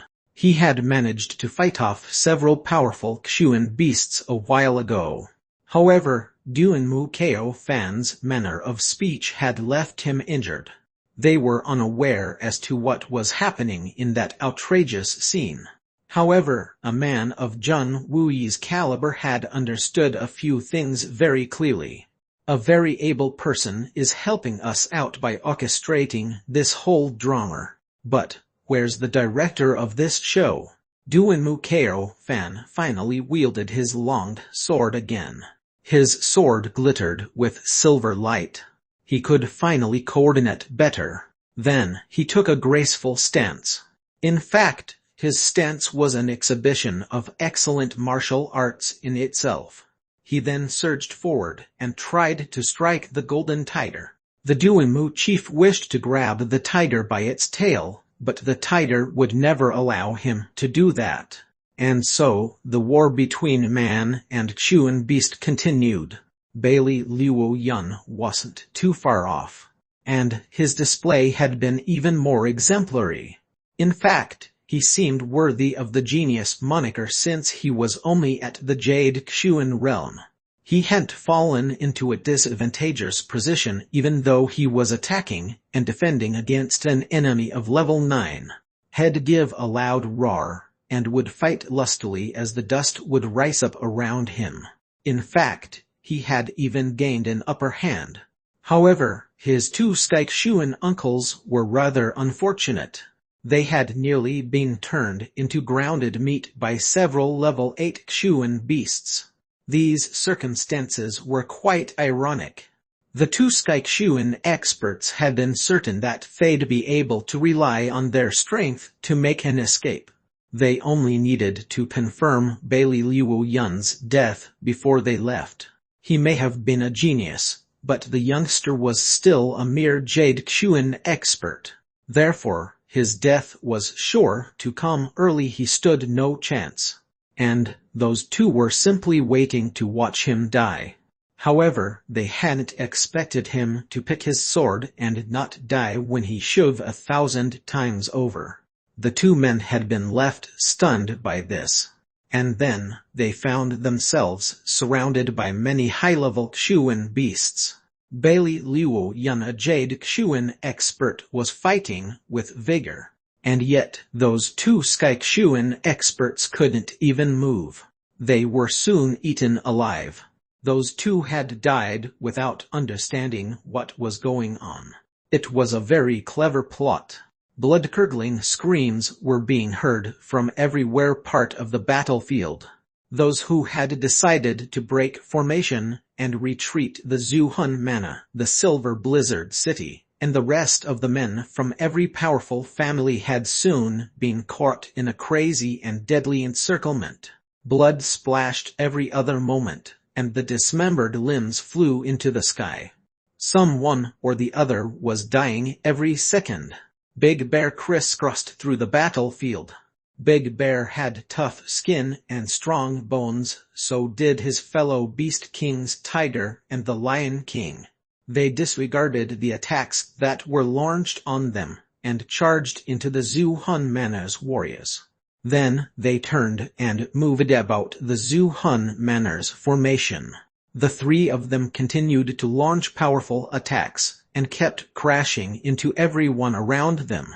The 3 Beast Kings ended up cutting a path through the Zuhun Mana's formation as a result. The troops of the Zuhun Mana descended into utter chaos. They were first divided into 2 groups. Then, they were forced to divide into 4 groups, and were eventually left to fight separately. Then, numerous Xuan beasts made their way into their broken formation, and surrounded them. This resulted in continuous screams of despair that shook the sky. The original plan was that Zhang Wuyi and his men would die. But their own people wouldn't sustain many losses. In fact, the Silver Blizzard City and the Zuhun Mana's people weren't even expected to receive any injuries. The eyes of all the great masters and the spirit Xuan elders had nearly popped out of their sockets as they stared from the hilltop in disbelief. What's going on? This is extremely unreasonable. So, that's how it was. I finally understand. The solitary falcon was shocked and twirled a strand of his hair. You understand? Bu Quang Feng was puzzled. What do you understand? Quickly explain to this old man. Master Bu, can't you see? Solitary Falcon triumphantly pointed his finger. Great Master Lai had planned a purge for his Zuhun Manor, and he had also involved the Silver Blizzard City in it. Lai Jutan's original plan was not feeling well about some guys. And you're not feeling any better about a few of yours. But I have a way of making us feel good even though we're feeling sad right now. And their devastation would make me happy. Can't you see it, Master Bu? It's so obvious. Lei Bao Yu and Bu Quang Feng spat out in contempt when they heard that. Fool, can't you see how shocked Lai Ju-Tan is? Why would he wish to purge his Zhu-Hun mana? The Zhu-Hun mana is his life's work. Its value is only second to his son Lai Ting-Yun. In his heart, Lai Ju-Tan is no fool. So, why would he dig his own grave? But, how the hell is this happening in front of us if that's not the case? Lai Ting-Yun gaped. His face was ashen pale, and his lips trembled. He looked lifeless. He suddenly felt great regret. In fact, he could faintly feel his legs going half-dead. Lai Ju-Tan's hands were clenched tightly. He felt extreme rage. He would've been an idiot if he still hadn't been able to figure out that he had been played. However, he couldn't understand that who'd have such a heavenly skill that they could order the Xuan Beast Kings to play out such a big farce. Ard, a blood-curdling scream rang out. A spirit Xuan expert from the Zhu-Hun mana had been hit by Big Bear's palms and a leg. Blood gushed out from his body as a result. But Big Bear smiled in an evil manner and continued to attack. He quickly landed an explosive punch. Then Big Bear threw out a kick and made his other legs crisscross with the first one. The spirit Xuan expert had already sustained serious injuries. His strength was nothing compared to Big Bear's. And Big Bear wasn't done even after he had broken the other party's legs. Therefore, he resolutely kicked his lower back. A disembodied leg flew high into the sky and sprayed a lot of blood around.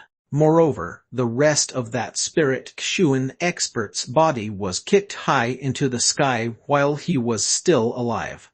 Blood gushed out from each one of the 7 orifices in his head. Big Bear jumped and caught up with a body in the air. Then, he landed 2 quick punches. Bang bang, the punches hit that expert in succession, and continuous snapping sounds were heard. In fact, the crackling sounds had been very crisp in their make. Big Bear roared loudly and caught the thighs of his victim. Then, his chest muscles became taut, and he started to hiss as his arms pulled the victim's body wide. The spirit Xuan expert was then torn into halves in midair. His vital organs then poured out of his antibody and crashed onto the ground. Screams of panic and shock reverberated throughout the battlefield. However, Big Bear merely laughed as that bloodied body dropped to the ground. It seemed as if a tiger had slaughtered a sheep. Lai Ju-Tan trembled and couldn't help but take a step forward. His mouth opened a little as a look of pain flashed across his face. But the Lord of Tanfar was looking at him. In fact, they tilted their head as they looked at him. It was obvious that they would step in if Lai Ju-Tan were to get involved. Lai Ju-Tan saw the flesh and the blood of his people flying about, and he heard their screams. He felt the urge to open his mouth and concede defeat on many occasions. But he used the entirety of his willpower to control himself, and didn't make this decision. His face was still calm and tranquil. It seemed as if the people getting slaughtered below hadn't been trained by his hands, as if they were merely trash to his eyes. The human army had been doomed to suffer a crushing defeat even before the battle had started. The difference in the strengths of the two sides was too great. To explain with an example, the Xuan beasts had prepared a force of elite experts. But the human allied army had no preparation, and had basically assembled an inexperienced mob. However, the Tanfar would have been forced to pay a huge price for victory if the human army had followed Zhang Wuyi's strategy. After all, many strong individuals were present within their ranks, and they could have made up for the difference in strength if they had been backed by a good strategy. However, there was internal strife within the allied force. So, they had disobeyed their orders and had rushed forward. and the defeat of the allied human force had become foreclosed conclusion from that point onwards that they would see no luck and there would be no hope for change of tides. The traps were still present on the battlefield, but there was no one to follow up. The Xuan beasts would fall into them, but Thade quickly jumped out. And Thade obviously become more ferocious after that. Lai Jiu-Tan had become a sore loser. He couldn't even afford to admit defeat to save his forces. He was reputed as the second great master throughout the continent. So he would lose face if he admitted defeat. Moreover, the Lord of Tan far wasn't far off, and that earth-shaking expert was watching him. Therefore, Lai Jiu-Tan would have to take his consent even if he wanted to concede. However, any attempts to seek their consent after his display was a very ridiculous notion. It was impossible. Therefore, Lai Jiu-Tan was inwardly left to pray, why don't they just run away? If they aren't a match for the enemy, the Xuan beasts wouldn't chase them to the ends of the earth to kill them. Right, they only want a victory at this point, that's all. However, they hadn't tried to flee in the beginning, and it was too late if they wanted to try that now. He had intended to entrap Jun Wuyi, but this had turned out like the situation where one tries to steal a chicken only to end up losing the rice used to lure it. In fact, it was like he had lost the entire jar of rice. The three Xuan beast kings eyed the humans like a hunter eyes its prey. They had 3,700 Xuan beasts into several assault groups to attack in a vicious manner. The Zhu Hun Manor's 700 men had been reduced to around 200. The Silver Blizzard City hadn't suffered any losses yet since their comparative individual strength was much higher, but they had also started to become weak and weary. The 3rd, 6th, and 9th elders had formed a ring along with the Silver City's 7 swords. These people Patoj had a combined strength much higher than that of 10 spirit Xuan experts. Zyro Han and Muzu Tong were protected inside this enclosure. Anyway, it wasn't like those two were ordinary experts either. So, the Xuan beasts couldn't harm them either. However, they could only protect themselves when faced with that wave of Xuan beasts. However, Zyro Han's eyes were already bloodshot inside the encirclement. He had become irritated and could explode any moment like a maniac. He stamped his feet and shouted, Why so many Xuan beasts are present here when there are none attacking Jun Wuyi? Why hasn't that cripple died yet? I want him dead. Why isn't he dead? Jun Wuyi, why aren't you dead? Our Jun Wuyi's situation was rather peculiar in that bitter and chaotic battle. Zyro Han had first taken pleasure in his misfortune, but he was shocked at the moment. In fact, he could only resign himself to the Xuan beasts' besiege as he watched from afar. Zyro Han had already been forced to endure such deathly pressure. So, his mind couldn't endure such grief anymore. And he blindly continued to shout like a madman as a result of this. He had prepared his frame of mind to watch Jun Wuyi's death. An outsider couldn't understand why this was such a huge problem for him at this moment. Jun Wuyi had wanted to kill Zyro Han with his sword, and that too for over 10 years. So, wouldn't Zyro Han also have wished to kill Jun Wuyi the same he too had desired it for 10 years? In fact, he had wanted it for several months more than Jun Wuyi had. The experts sent by the other families had already died except for some of the strongest Spirit Xuan and Sky Xuan ones. They were still struggling with each other's support.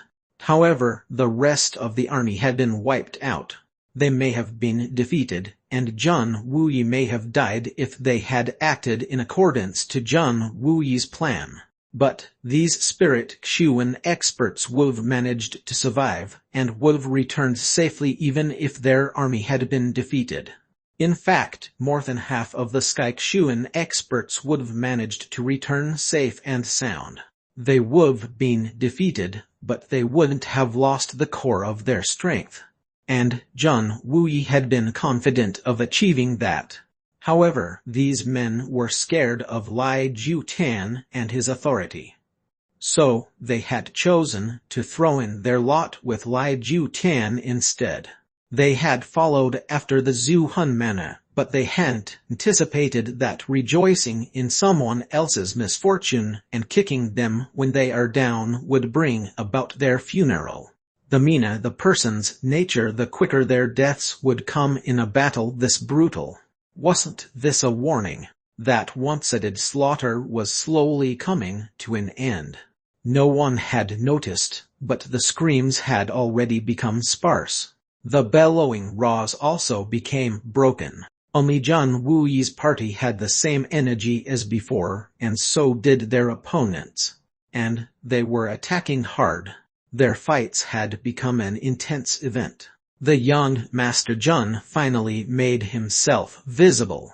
He walked to the top of the hillside where the solitary falcon stood. Everything was going according to the plan he had scripted out. In fact, things were going very smoothly.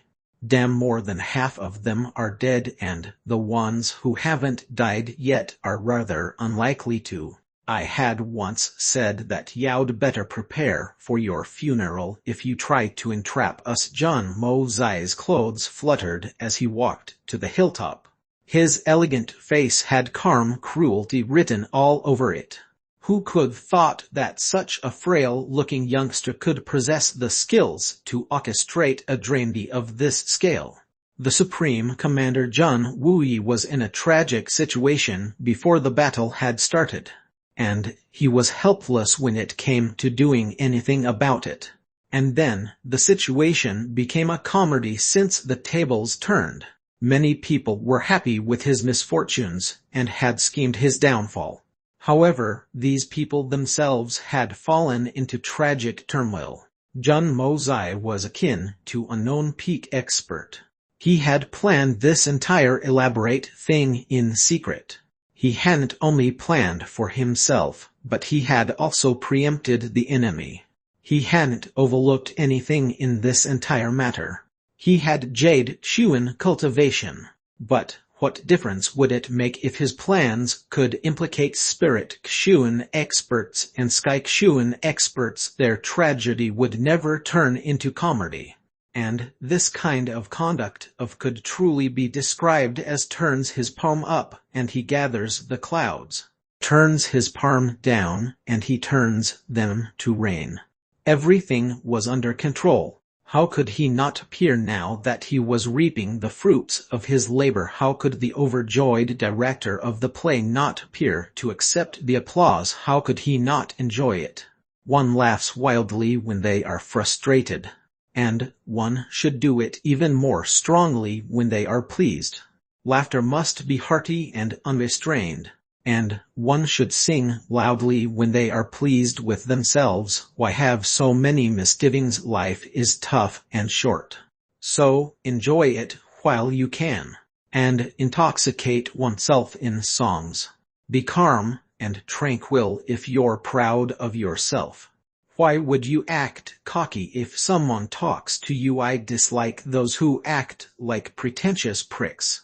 Why would anyone proud of themselves act anxious? I dislike too much strain. Am proud of myself, and am awesome. Who dares to take me as a madman and laugh? Ask yourself, do you have any achievements the kind this madman does? Shut your mouth if you don't. The 18 generations of your ancestry have been sissy, and your socks had stinky holes in them. I won't even urinate in your water bottles. Why should I concern myself with any of those damned matter? How's it my business? This was Jun Mozai's philosophy. Sing when you're proud. And stop when you've failed. Many worries and regrets can last for ages. Live in the moment. Worry about tomorrow when tomorrow comes. Those who fail to show their skill shall break. And those who shall break will eventually break. And I will kill them when they break.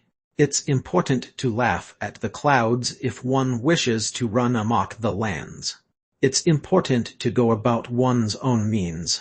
And it's important to go fuck it. Chapter 357 Great Master Lai Jiu Tan's Tragedy. Chapter 357 Great Master Lai Jiu Tan's Tragedy. Translator Novel Sarder. Editor Novel Sarder. Good Brat's solitary falcon didn't know what was going on, but he had realized that Jun Mozai was somehow related to all this. Why else would Jun Mozai have asked him to refrain from getting involved in the battle? So he couldn't help but hold the brat's shoulders when he saw him. The solitary falcon then laughed as he shook Jun Mozai. Jun Mozai laughed mischievously. He then struggled to get out of the tight grip. Then he stood at the side of the mountain. His lips pursed, and the corners of his mouth rose to turn into an arch as he watched the decisive battle that was taking place at a distance. Solitary falcon. Did you beat Fang Huan Yun in a battle? Jun Mozai asked. He hadn't seen it happen, but he could feel that these two men had already crossed paths again. Fang Huan Yun had been challenging him for decades. So, how could he have allowed this opportunity to slip? Moreover, the solitary falcon had just learned a new move, and could have had a chance of beating his old rival with its help. So, why would he not show it off? Kiki, I was lucky, just lucky. Solitary falcon's mouth split open, but he tried to keep a solemn face. However, his face was full of pride even though he was doing his utmost to hide his expression, and that made it seem as if someone had punched his face. Jun Mozai laughed in a complacent manner. In fact, he was smiling from ear to ear. He then asked, "Did you beat him convincingly?" The corners of solitary falcon's mouth rose into a wide smile as he replied, I did, but we're friends. So we were just learning from each other's development. We were just learning from each other, that's all. He couldn't contain his pride by the time he finished speaking. Then he broke into laughter. It was no wonder that the solitary falcon was in such high spirits. He had finally beaten his rival of 30-40 years. In fact, he had established absolute dominance. Such a feat would leave any man feeling pleased with themselves. In fact, one could say that the solitary falcon was acting rather indifferent to his personal achievement when one considers his overall restraint. What are you laughing at? Solitary falcon, the allied army is losing. Does that make you happy? Does it make you proud? Lai Jiu Tan turned his head to look at the solitary falcon. His eyes were shooting sharp swords. It seemed that he was about to explode. Lai Jiu Tan was extremely gloomy, and he needed to vent it out on someone. But he had never expected that someone from his own side would be laughing so happily at this time. This is a slap to my face, and you're jeering at my loss. I fucking am. Lai Jiu Tan, you're fuked. But I'm not. Got it? Solitary falcon was extremely happy at that moment. He was happy because he had notched a long-awaited personal success. Moreover, Lai Jiu Tan had rebuked him in front of Jun Mozai. Therefore, this had become a doubly annoying situation for the solitary falcon. Hence, he immediately flew into a rage. Others can't laugh because the people from your manor are dying. What logic is that? This is the third time you've troubled me today. Fuck you. Think the solitary falcon is some moldable clay. It suddenly seemed as if the solitary falcon was about to set into action. Things had clearly gotten out of hand. I saved your son's life when that idiot offended Fang Huan Yun, yet you're still mad at me and now you've gone overboard. I can't even laugh when I want to. What am I, a Zuhun Manalaki? Lai Ju Tan snorted. He then lifted his leg to walk over to their side. Jun Mo Zai's expression evidently expressed his desire to watch some more action from the sidelines. He even pushed the solitary falcon. It was almost as if he was stating his desire. Do it for me. Stop, I say. A voice full of grief, indignation, and rage rang out like a thunderclap. Lai Ju Tan and solitary falcon were about to start, but they were left to jump with fright at this. They looked up and saw that Venerable May had somehow managed to arrive near them without being noticed. Her eyes were watching Jun Mo Zai very attentively. The Lord of Tan Farthan trembled, and a bright light shone in their eyes. Her cheeks had nearly turned red by now. Jun Mo Zai had barely showed up, and Venerable May had already realized that he was that dirty bastard. And that sudden and shocking discovery had almost made her faint on the spot. She saw that handsome and elegant face, but she could only remember the nightmares she had been having for the past day owing to the abuse she had suffered.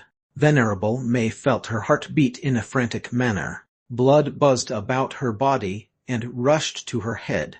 Her breathing became labored.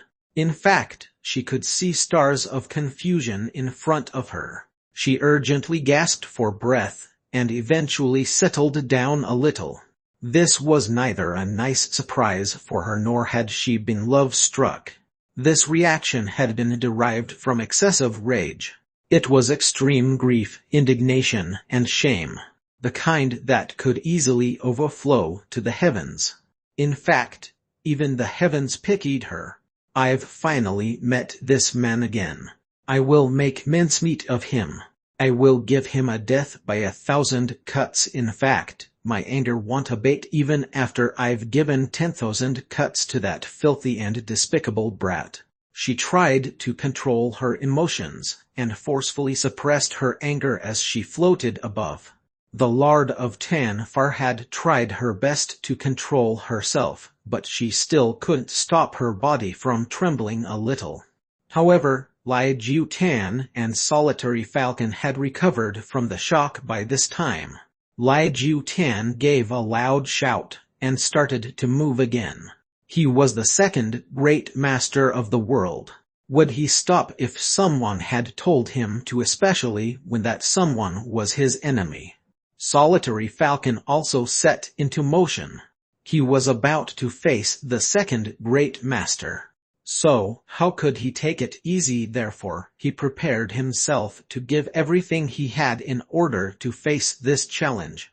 However, the Solitary Falcon hadn't even initiated his counterattack when Lai Ju Tan suddenly disappeared from his line of sight. Venerable May was extremely enraged. She had told them to stop, but Lai Ju Tan had dared to continue despite that. So, she wasn't able to prevent her accumulated anger from igniting at that moment. She had angrily rushed forward and had grabbed Lai Ju Tan by his neck. Then, she had heavily pinned him to the ground. Lai Ju Tan's head had smashed into a rock. He had previously been sitting on this rock. However, the rock that had previously seated his posterior had now been smashed by his head. Then, Venerable May smacked his face. Bang! There was a loud sound. The sound was extremely loud, and the smack to his face had resonated throughout the vicinity. I told you to stop, didn't you hear, you bastard, you old bastard! Venerable May continued to strike him in rage. She sent her hands and legs flying, and gave him a series of rapid and continuous punches and kicks. It was evident that she had become frantic and had lost control. She roared as she continued to attack in rage. Are you deaf? Couldn't you hear me? Am I not able to make you listen? How dare you not listen to me? Can't you hear me, you shameless thing, you cuckolded old filth? The shameless lowly bastard dared to pretend that he couldn't hear me. The second great master Lai Ju-Tan didn't have any strength to strike back. He could merely look at Venerable Mei with grief and indignation. He had been humiliated to such an extent that a sudden urge to commit suicide had started to bubble inside his heart. "I want to die." Lai Ju-Tan's tragedy was inexplicable. I was just fighting against the solitary falcon. How did I offend you by doing that? Why are you beating me up? He didn't know it, but his bad luck had begun since the moment he had spoken. "I hope that you've been well since the last time we talked," and this was obviously due to Jun Mozai. And then, Venerable Mei had lost her rationality to her fury when her main culprit Jun Mozai had appeared before her eyes. So, how could she not brutalize him when he didn't listen to her order? Lai Ju-Tan would have understood the reason behind his own predicament if he had known this. In fact, he would have realized that the beating he was receiving wasn't unreasonable. But the problem was he didn't know anything about the situation. Therefore, Lai Ju-Tan had been rendered extremely saddened and indignant. In fact, he had reached his limits. The strongest person in the world was continuously pummeling the second great master. In fact, even his face had been struck several times. "This is a deliberate insult. How can I face the heroes and strong experts of this world now? Even bullies don't bully like this." You had flipped out when I had said those words. But I hadn't even said anything this time around. I was merely engaging with a solitary falcon. "What action of mine will you deem proper? What should I do to make myself pleasing to your eyes?" Lai Ju-Tan wanted to shout this out in a loud voice. But he couldn't do it. In fact, it was impossible.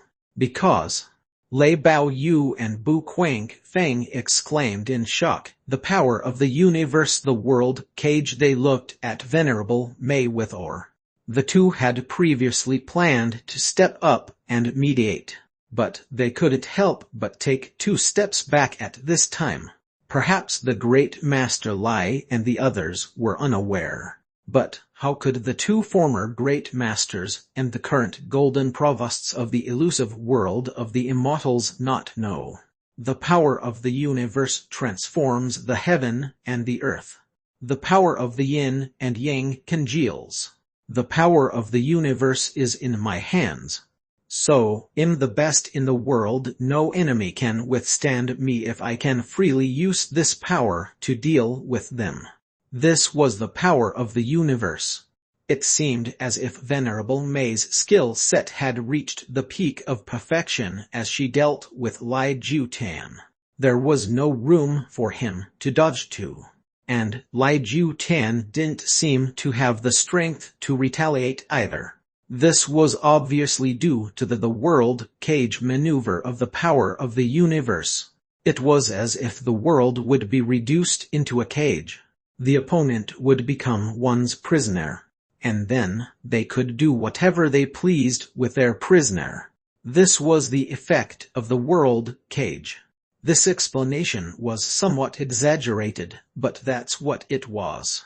Venerable Mei had attacked due to her infuriated state of mind and had shown the peak of her true strength. But it was obvious that the previous fight had barely served as a warm-up for her. Lei Bao Yu and Bu Quang Feng looked at each other. They were inwardly alarmed. They were fortunate that they hadn't taken action. Otherwise, wouldn't the party being pinned down and getting its face smacked be these 2 instead? The 2 drew cold breaths, but they were extremely relieved. Lai Ju-Tan was being dealt with by Venerable Mei, but he couldn't evade or resist. It had taken him a split second to realize that he couldn't even move a finger. The poor man couldn't resist at all. So, he had only looked in a helpless manner as Venerable Mei had grabbed him by his neck, pinned him to the ground, and smacked his face without giving him a breather. In fact, he couldn't even issue a groan. Venerable May had eventually vented enough anger on Lai Ju-tan. So she tossed him away. It seemed as if she had thrown trash. Then she turned slowly and looked at John Mozai. Her glare was sharp and cold. It seemed as if she wanted to crush him. "Who's this brat?" Venerable May gnashed her teeth and asked in a subdued voice. Her fingers pointed at John Mozai, but her eyes had turned to the solitary falcon instead. "I'm from the Jun family. May I know what this senior wants from me?" John Mozai took a step forward and replied. She didn't know the solitary falcon's temperament, but John Mozai did. Venerable May was unrivaled, but no one could use that tone in front of solitary falcon and get away without hearing something in reply. John Mozai had guessed that the solitary falcon would've asked in a straightforward and rude manner, "Who're you to ask?" If he didn't act quickly enough. Those words would've obviously offended Venerable May. And the solitary falcon would've then ended up looking like Lai Ju-tan, and would've suffered a great deal like he had. Therefore, John Mozai acted before the solitary falcon could. He had imagined that this Venerable May wouldn't have any complaints with him. So, he figured that it wouldn't be a big deal for him to speak. "Maybe this senior saw my forehead and my jawline, and wants me to carry out their legacy and be their disciple. Who need I be scared of in this world if that happens? War har har har." Chapter 358 Name Shakes the World. Chapter 358 Name Shakes the World. Translator Novel Sarder. Editor Novel Sarder. John Mozai wasn't aware of this, but his image of himself had overreached the reality. The impression that he felt he had on Venerable May was baseless. She hated him. In fact, it was an undying and extremely deep hatred. So much so that she would never forget her grudges even if she lived for 3 lives. Her hatred was that deep-rooted. John Mozai looked somewhat pleased with himself at that point. Being handsome has its advantages too. This senior must liked something about me. "You're from the Jun family. What's your name? Which one of them are you? How old are you?" These words were forced out from between her teeth. But the other side would hear her and would think that Venerable May was interested in him and wanted to take him under her wing. "This young person is John Mozai from the Tianzing city's Jun family. I'm 18 and yet unmarried. I'm well-versed in poems. In fact, there's nothing that I'm not good at. I've learnt the political and military strategies and each of the 4 arts. This young person has also studied the various schools of thought." John Mozai chuckled a bit. He looked confident as he bragged about himself. He wanted to add, "I'm also fluent in 8 foreign languages." However, he swallowed those words just when he was about to say it.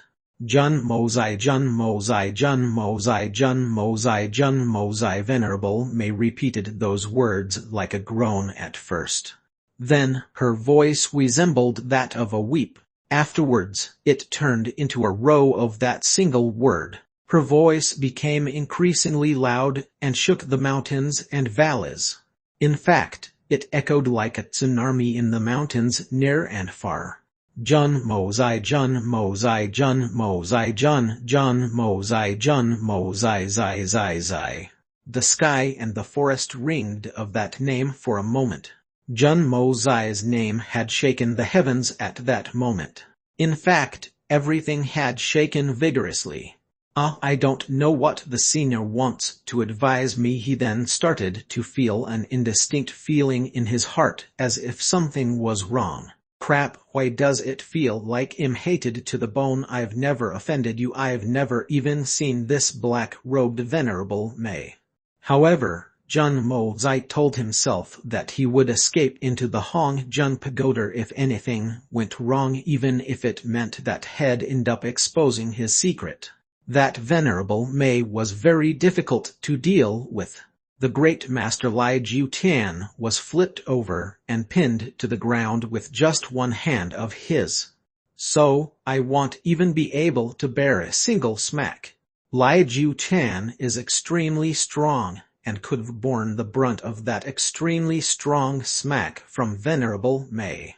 But, if I get hit with it, my body may remain here, but my head will fly to Tianzang City to celebrate New Year's. Give you advise. Venerable May repeated the line, and was suddenly at a loss. Right, what should I do? I'll smack him to death. Should I kick him to death? But won't it be too easy for him? My hatred from him won't disappear even if I kill him 1,000 times. What's to be done? This brat doesn't look like he can take a proper beating either. And after all, it could be said this brat saved my life back then. Wouldn't killing him be a bit too much? Advise. Venerable May suddenly moved and caught hold of him. They had been around 30 meters apart, and that was a safe enough distance in Jun Mozai's mind. However, Venerable May lifted her hand, and he felt that he couldn't move an inch of his body. Then, he felt a forward attraction force on his body, and his body started to move on its own. He was already clutched by Venerable May the next moment. Venerable May's attire was robed in black like before. However, Jun Mozai could strangely smell a simple and elegant smell. In fact, it was a very wonderful smell. He had never smelt anything as sweet as that before. The young Master Jun couldn't help but close his eyes as he took a deep breath. Then, he opened his eyes and exclaimed, "How sweet! This brat is still trying to take cheap advantage." Venerable May suddenly went through an extreme change of heart, and felt an urgent need to strangle the young man. However, Venerable May felt the pure heavenly tide coursing through his body as she clutched his throat. She then determined that the mysterious skilled person who had advanced the Xuan beast's cultivation had barged into Tanfar and had stolen the sacred fruit, and had concocted those dans was related to this young man. Moreover, he had appeared in the forest the same day as that mysterious expert had. Plus, they had a similarly miraculous Kai. So, it was highly probable that the two were master and disciple. It wasn't that Venerable May hadn't thought that the mysterious expert and the young man could be the same people, but it had been revealed to her that the aforementioned mysterious expert had a brilliant cultivation. But this young man's strength was merely trash in comparison. Therefore, she would have never been able to make the connection between the two if the two hadn't appeared in the Tanfar on the same day, and if she hadn't felt the young Master Jun's Kai a moment ago.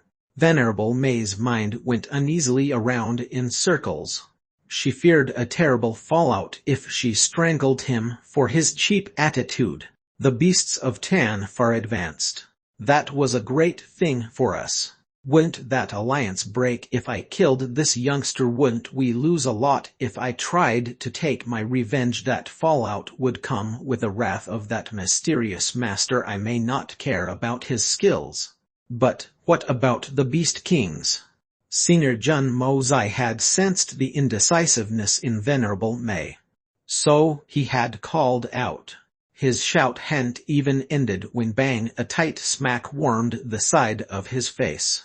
Everyone on the ground suddenly started to seem small as he soared up amongst the misty clouds, and continued to fly to a great altitude.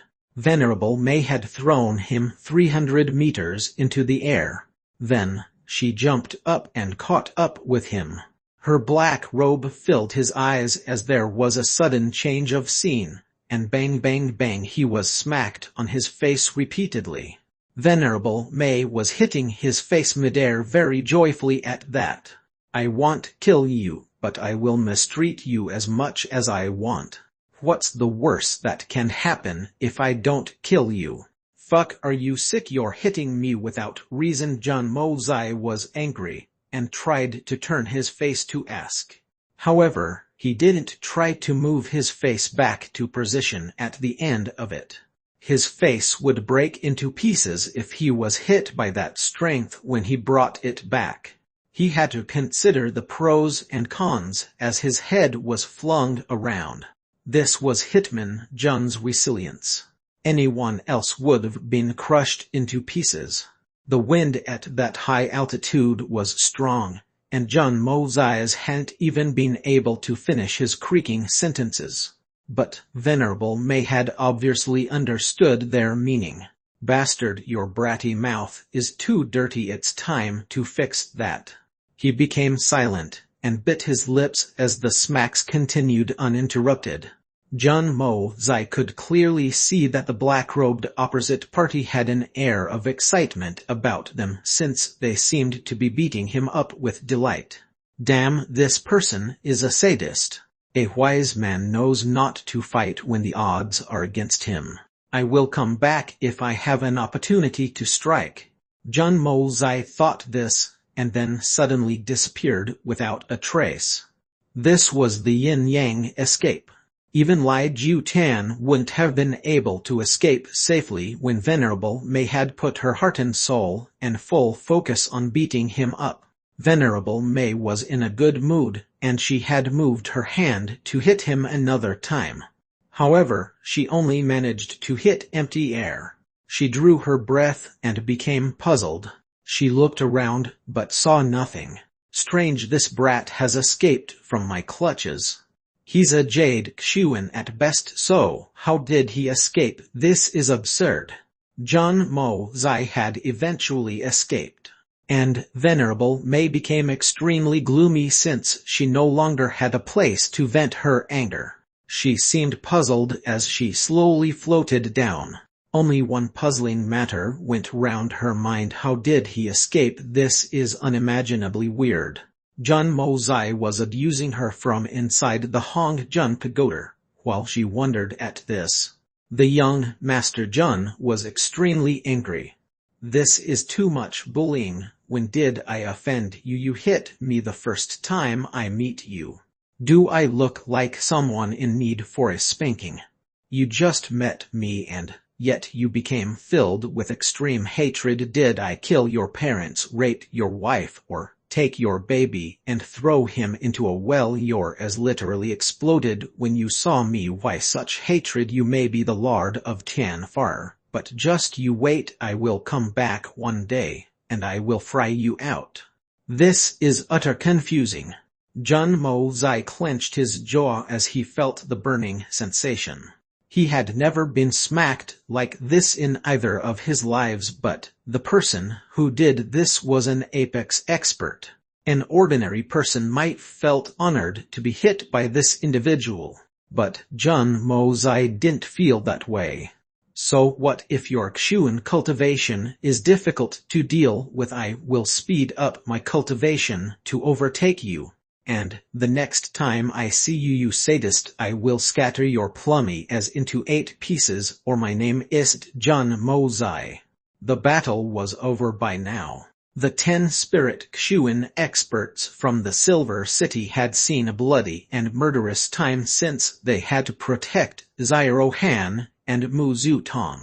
Those 2 were lightly injured. However, these people had managed to break the siege and had escaped. None of them had died. Their injuries weren't that serious. They were merely weary. As for the Zhu Hunmana Tuatafe, 3 spirit Xuan experts were dead. The 3rd one had escaped by chance. However, he somehow mutilated himself, and his Xuan cultivation would see an extraordinary drop despite a long road to recovery.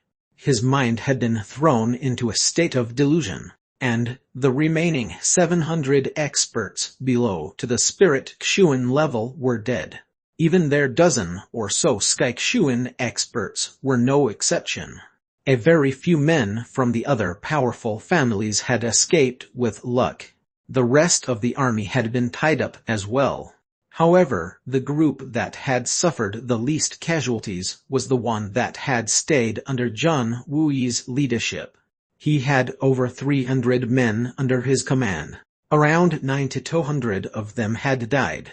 But around 200 of them had managed to live. In fact, Bailey Luo Yun, the Jade Xuan expert, had survived unhurt. Everyone was tired. Therefore, Dongfeng Wen King and the others knelt on their swords and took deep breaths as they gasped for air. The Xuan beasts they had faced hadn't had it easy either. They also put out their tongues, wagged their tails, and panted. Even putting on a show required tremendous energy. The first round of the battle was over, and it had ended in 10 fast victory. Zhang Wuyi frowned. He didn't feel the elation of a new life even though he had narrowly escaped his certain death. Nor did he feel the happiness of surviving this besiege of the beasts or the joy of escaping unhurt. He looked away from the golden tiger that stood in front of him, and focused his attention on the hilltop with a worried expression on his face. Zhun Mozai's name had shaken the very skies a moment ago. So, he had obviously heard it as well. And it was for that reason that he looked anxious. Chapter 359 I Will Curse You Till You Die of Excessive Rage. Chapter 359 I Will Curse You Till You Die of Excessive Rage. Translator Novel Sarder. Editor Novel Sarder. Superiority and talent may not always be a good thing. Such things can even bring upon disaster and doom upon the host of such talents. And one wouldn't have to go too far to seek an example.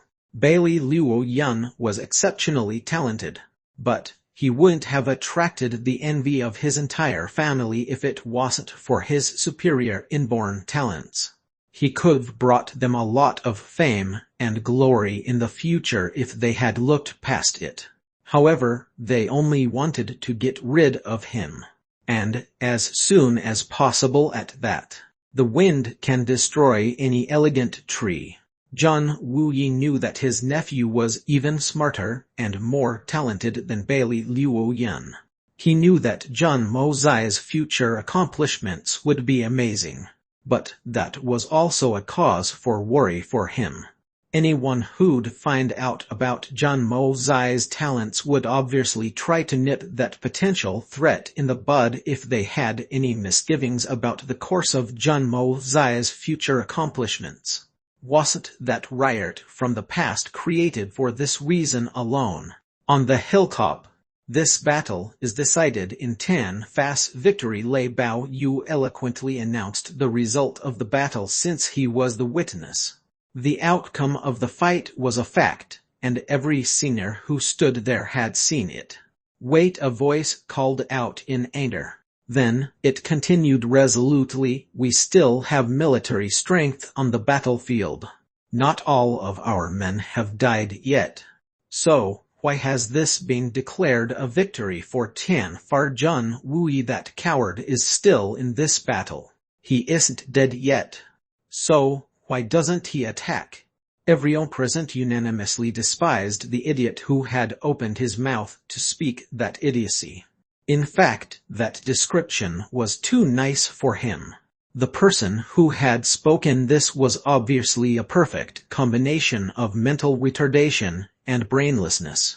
The human army was scattered, and each group was fighting alone. And how many casualties had they managed to inflict on the Xuan beasts, especially when one eliminates the few inflicted by some spirit and sky Xuan experts? 80 or 90 put together. The remaining Xuan beasts were more than enough to take care of the human survivors. The allied human forces were anyway left with less than 300 men if one didn't count the injured and the dead. So, wouldn't they lose for sure if they fought any further? Shouldn't they admit defeat now? Even the thick-skinned could see this. Everyone turned their heads to see a blood-stained face with a wolf-like expression on it. A fierce light shone in the eyes of this person as he looked at Zhun Wuyi. That man was Zyro Han. And his meaning was clear. It wasn't a defeat till Zhun Wuyi and his men had died. He wouldn't be reconciled to that fact until his rival was dead. Everyone had understood the intentions of his heart. Wasn't it obvious that he wanted to see Jun Wuyi's death? Everyone knew of the event of the past. They understood that this man's jealousy soared to the heavens.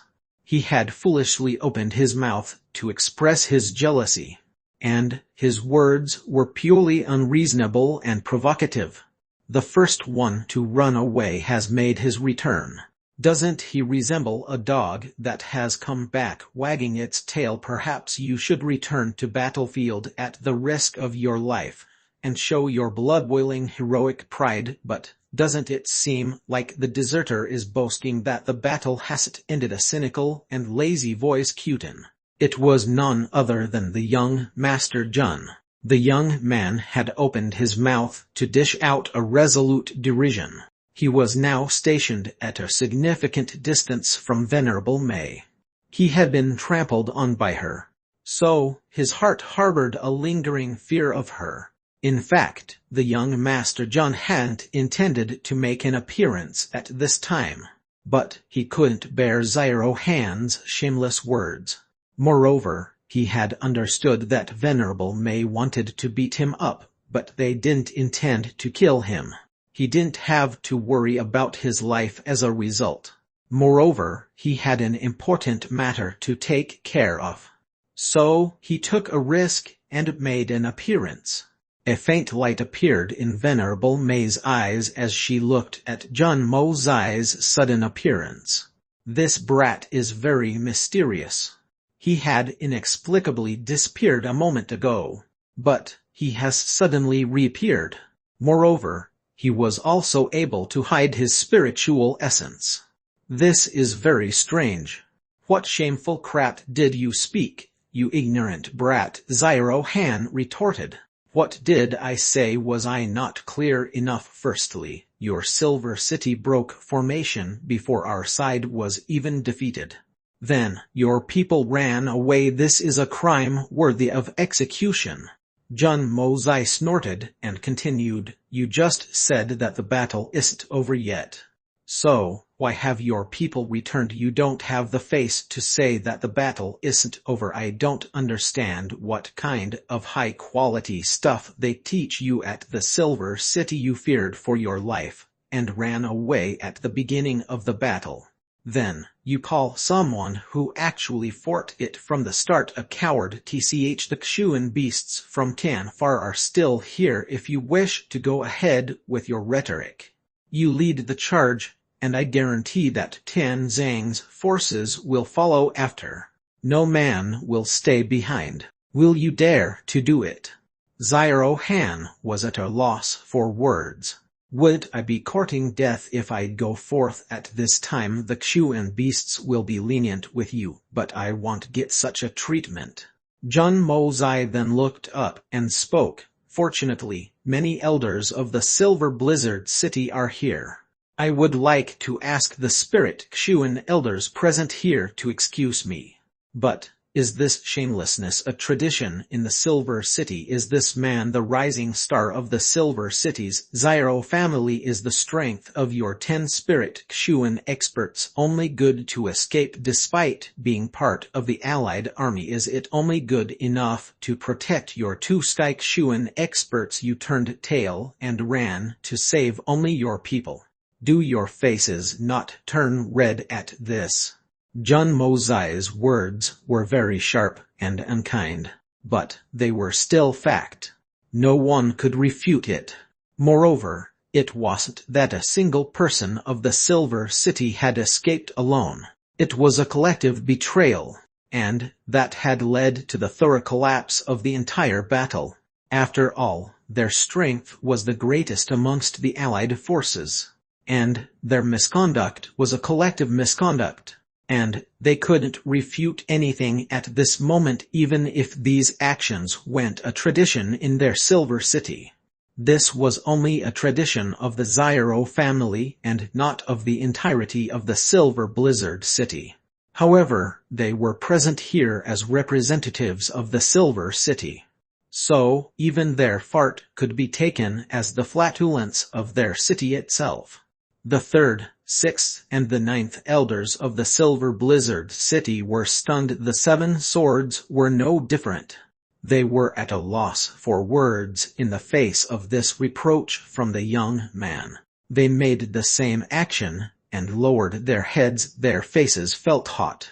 They couldn't get angry even if they wanted to, since they were in front of 1,000 staring eyes. So, they chose the strategy of distraction. Even their shadows couldn't be seen on the battlefield while the Supreme Commander himself had continued to fight. They had obviously run away for no reason.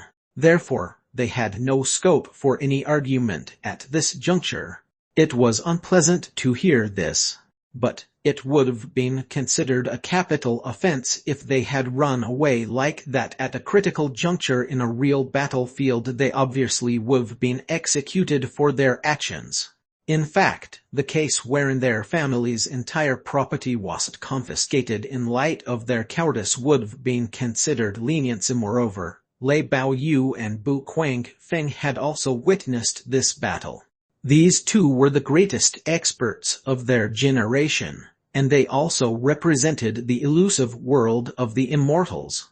Therefore, the fact that they had borne witness to their actions had lent further weight to Zhang Mozai's arguments. Many elders, including the most protective, Xiao Buyu, felt annoyed at Xiao Han. He felt that his grandson had disgraced them all.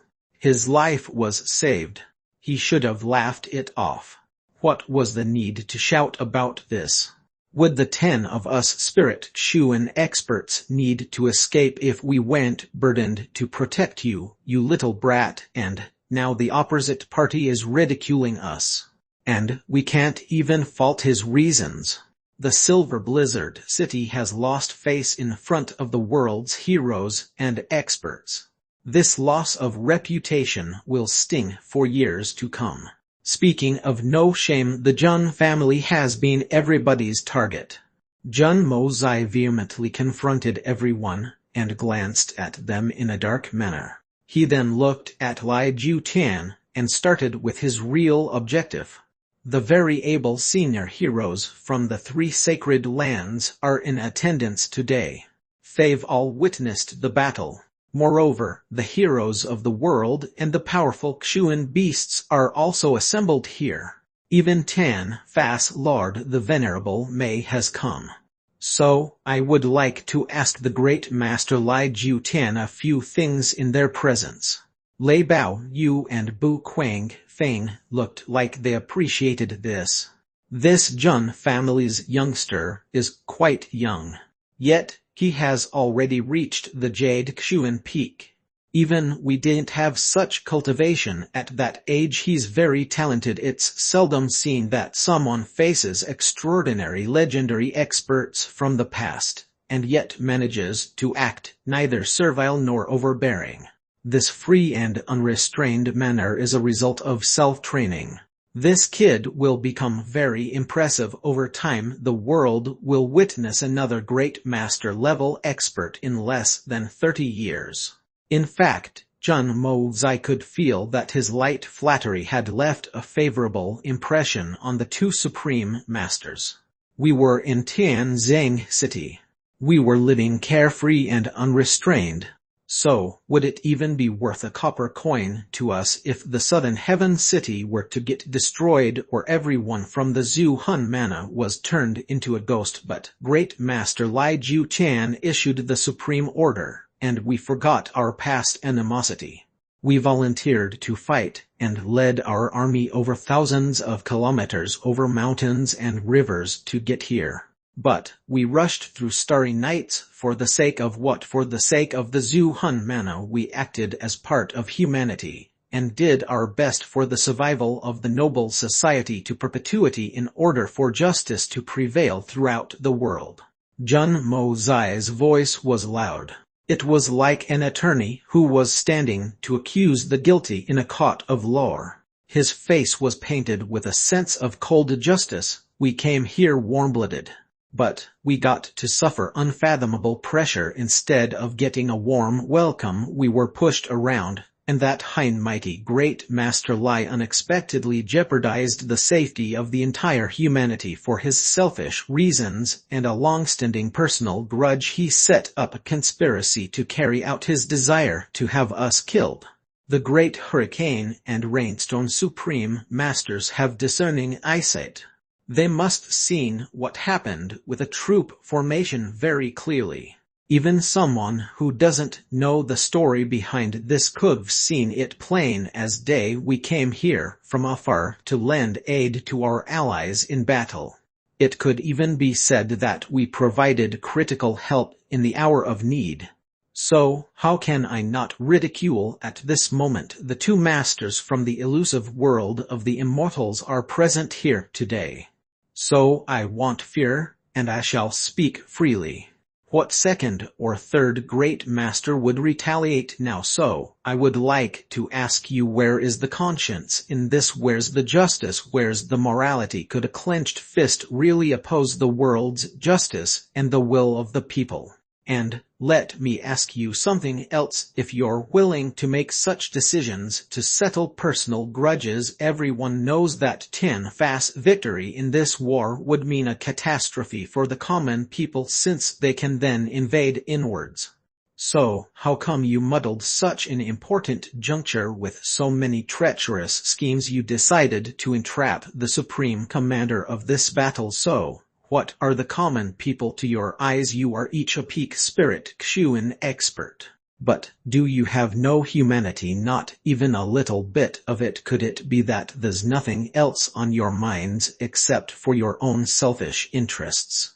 John Mozai felt emotionally stirred as he continued to speak. He had planned to put on airs, but he had become indignant by the time he had reached this topic. Great Master Lai, I will now be bold enough to ask you this. You don't care that we have come to help you, and you are even willing to entrap us. So, why did you issue the supreme summons in the first place? Why didn't you lead the Zhu Hun manor against the Xuan beasts alone? If you have such a high level of guts, why in the world did you act like an ostrich that tries to hide from the truth?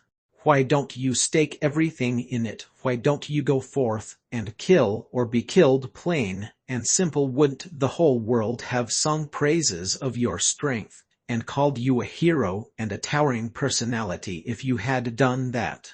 However, you didn't do it. You feared for your life, and you called for help. The supreme summons. Did you do it because everyone on the continent knows that it can't be ignored? Bar, it's still a call for help, understand, and you have issued the supreme summons. This means that you craved life and feared death. This is the first supreme summons in the entirety of the known 10,000 years of this continent's history. Lai Ju-Tan, you're the first person since the ancient times to be cowardly enough to have issued it. No one may be able to trump this in the future. This shall remain unprecedented. You will forever remain the first cowardly great master. Our strength is the weakest amongst the allied forces. But we didn't withdraw from the battlefield. We stood there till the last man. The other families who fought didn't withdraw either. Their blood has been spread across the land. But you tried to flee at the earliest. Your people are the reason for this conflict. And the people who had issued the supreme summons were also those from the Zhu Hun Manor and the Silver Blizzard City. And what's more, your people are the strongest. Do you have no shame as you stand here amongst everyone? John Mozai sneered. You had planned to entrap my uncle, so you won't concede this battle in defeat since you see that he hasn't died yet. Lai Ju-Tan, Zyro Han, I shall believe that you two are the supreme masters of the universe from this day forth, because you two are the undisputed and greatest supreme masters. When it comes to being shameless, who can match the two of you supreme shameless masters? This name fits the two of you. I'm sure that no one can refute that. The people on whom Jun Mo Zai was raining curses turned deathly white. There were many whose hands went clean, and they had used this opportunity to set up that shameless scheme. However, the others had still only been swayed by the tide and had followed the course of the events. Lai Jiutan had been caught by Venerable Mei a bit earlier. He was then repeatedly smacked on the face, and he hadn't been able to resist that beating to any extent. His reputation had already taken a bad hit thereof. Moreover, he was left seriously injured after Venerable Mei had finished with her moral lesson. However, he didn't have any face left to stand up. So, he merely stayed there and remained lying on the ground. He might have avoided the problem, and might have saved himself from this kind of an unnecessary humiliation during normal times if he hadn't received that beating. And he wouldn't have been shamed as much in that case. How could he not wish to retaliate, but his skill wasn't equal to that of the opposition. So, how could he retaliate? Lai Jiutan was still on the ground, and the people from the Zhuhan Manor were looking after him. It was then when he heard Jun Mo Zai's lengthy and reproachful question. Each sentence referred to justice, each word angled towards the essence of justice. However, the fact that made things difficult for him to digest was that Jun Mo Zai hadn't discussed several other aspects. He hadn't discussed why many Sky Xuan and Earth Xuan experts had died, why many Spirit Xuan experts had also lost their lives, but the many Jade Xuan experts under Jun Wuyi's command had still managed to survive, and then, the youngster had played the victim card. He had used justice to appeal to human emotions in his derides. Moreover, this person had acted bold and confident as if the justice was on his side. His voice was powerful and resonant, and he had argued with the power of his convictions behind him. He derided the people, and he had shamed them. He shamed them so badly that they were even afraid to refute.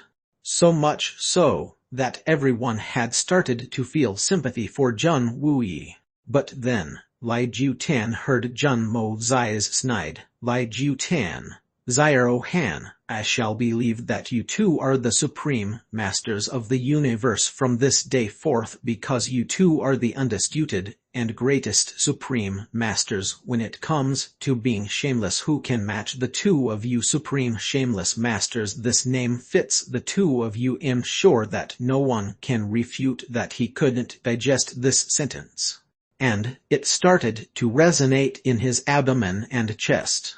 He then quickly got up and turned his head to point at Jun Mo Zai. His finger shook as he angrily retorted, "Ignorant brat, you puff." He spat out blood the moment he opened his mouth. The second great master had been made to spit blood by the curses of Jun Mo Zai, a boy who was nothing more than an ant in his eyes. Lai Jiutan was seriously injured. His internal injuries were critical. Venerable Mei had attacked him furiously and in anger. He wasn't pretending when it came to that. In fact, his flesh had visibly been beaten to a pulp, even if the internal injuries couldn't be made out. Lai Jiutan had relied on his body's Xuan Kai to protect his internal organs. He wouldn't die even if worse came to worst, and he was very proud of that fact. After all, the Lord of Tanfar had roughed him up quite badly. And this entity was none other than the apex expert of the universe. He had been confined and beaten to such an extent that his bones were broken in several places, and his internal organs were bleeding very severely. He could have easily killed Jun Mo Zai with one move, even in such a seriously injured state. But he still couldn't. In fact, he couldn't dare to, because Jun Mo Zai had the solitary falcon at his side. Lai Jiutan wouldn't have been scared of the solitary falcon under normal circumstances, and would have faced him with full confidence. In fact, he could have tidied the solitary falcon up with ease. But he feared that the solitary falcon would take advantage of the injured state of his body and would tidy him up instead. Moreover, the two people from the elusive world of immortals were present here. The rights and wrongs had already been exposed. So how could they not meddle, and even if they weren't present here, the Lord of the Kshuan beasts still was. He could obviously kill the opposition with ease, but wouldn't dare to. And that's why Lai Jutan had been forced to bear those unending violent curses from the opposition. And the fact that Lai Jutan had to endure those curses was the reason why the blood came out of his mouth. This matter had crossed the limit of his tolerance. And that very helplessness of the second great master's present state, a state where he could do nothing and be resigned to vomit blood, was the main reason why Jun Mozai had gathered the courage to abuse him so openly and violently. And as for later, there wouldn't be a later for Lai Jutan. This was because Jun Mozai had already decided to kill him. Lai Jutan was more dangerous than the Silver Blizzard City. The Silver City had been held back and couldn't start a conflict so openly as a result of that. However, Lai Jutan was different. He was a lunatic. He could do anything his son asked him to. He would act without any misgivings. And he would act shamelessly at that. And this was precisely the kind of trouble Jun Mozai would never allow to exist. However, Jun Mozai's current cultivation wasn't enough to kill Lai Jutan even if the great master's entire body was broken. So, how would he kill the man? Jun Mozai had already decided his plan of action in that regard. He had obtained a very powerful weapon ever since he had entered the second layer of the Hong Jun Pagoda. It was something which he hadn't shown to anyone yet. And that was the flame of primal chaos. That pitch-black flame was the origin of entire world. It had the terrifying ability to burn anything down. And then again, Lai Jutan was a mere mortal. However, the flame of primal chaos could even burn a golden immortal, and could then scatter the remnants of their soul. However, Jun Mozai's Kshuan cultivation wasn't enough to control the flame of primal chaos. Therefore, he hadn't dared to use it until this point. Otherwise, wouldn't he have already used it to take care of anyone he didn't like? The fact of the matter was that he could concoct immortality pills that could help him control the flame of primal chaos, and still leave him with some strength to spare. However, there was a huge risk of injury if he tried to maneuver the Hong Jun Pagoda inside his body. It would cause a huge wear and tear to his body. So, he had to be very careful. Otherwise, he could end up as a pile of ash himself. It would be like getting hurt from devil's bite even if there was a backlash. He would get hurt very seriously at that. And his mind would suffer serious damage as well. Further, Jun Mozai was unaware that there was a state of mind known as the primordial spirit. No lengthy amounts of recuperation would reinstate his state of mind if his primordial spirit were to sustain damage. The consequences were grave, and he couldn't afford a single mistake thereupon. In fact, he shouldn't have thought to employ it unless as a last resort. However, Jun Mozai had no other option at the moment. It was a critical juncture, and this was his last resort. Moreover, it was also the most fortunate moment to strike. Numerous bones in Lai Jutan's body had been broken by Venerable Mei. He was also suffering from serious internal injuries. The second great master was in the poorest condition of his life as a result. This was the once-in-a-lifetime opportunity to kill him in his weak state. It would mean the end of Jun Mo Zai and the Jun family if he didn't take Lai Ju Tan's life in his most vulnerable condition. In fact, Lai Ju Tan would never have let Jun Wuyi or the Jun family off even if Jun Mo Zai hadn't rained curses at him by throwing caution to the wind. The Zhu Hun men had lost around 1/3 of their strength in their scheme. They had suffered a great loss for a small gain as a result. And that loss included 3 spirit Xuan experts. They would undoubtedly blame this on Jun Wuyi's head. Moreover, Jun Mo Zai was the main reason behind Venerable Mei's wild behavior. One couldn't blame Jun Mo Zai for it at the moment, but he was main reason behind it. This held true especially for the second time he had become the target of her anger in Jun Mo Zai's stead. However, how could someone with Lai Ju Tan's temperament allow the unclean nephew duo to get away? He couldn't attack Venerable Mei. But that didn't mean that he couldn't do the same to this unclean nephew pair. In any case, Lai Ju Tan would never considered the coursing effect in such a matter. Therefore, Jun Mo Zai had no other choice. He had decided to take the risk out of desperation. I must kill Lai Ju Tan. I must deal him the fatal blow. Lai Ju Tan had been forced into a corner by Venerable Mei. And Jun Mo Zai had done the same at this time. Therefore, the Jun family would see its end if Lai Ju Tan didn't die. Besides, there was no better way to solve everything than killing Lai Ju Tan. Everyone thought that Jun Mo Zai was being reckless since he had continuously hurled abuses at the second great master. He had continually brought up his name in his reign of curses.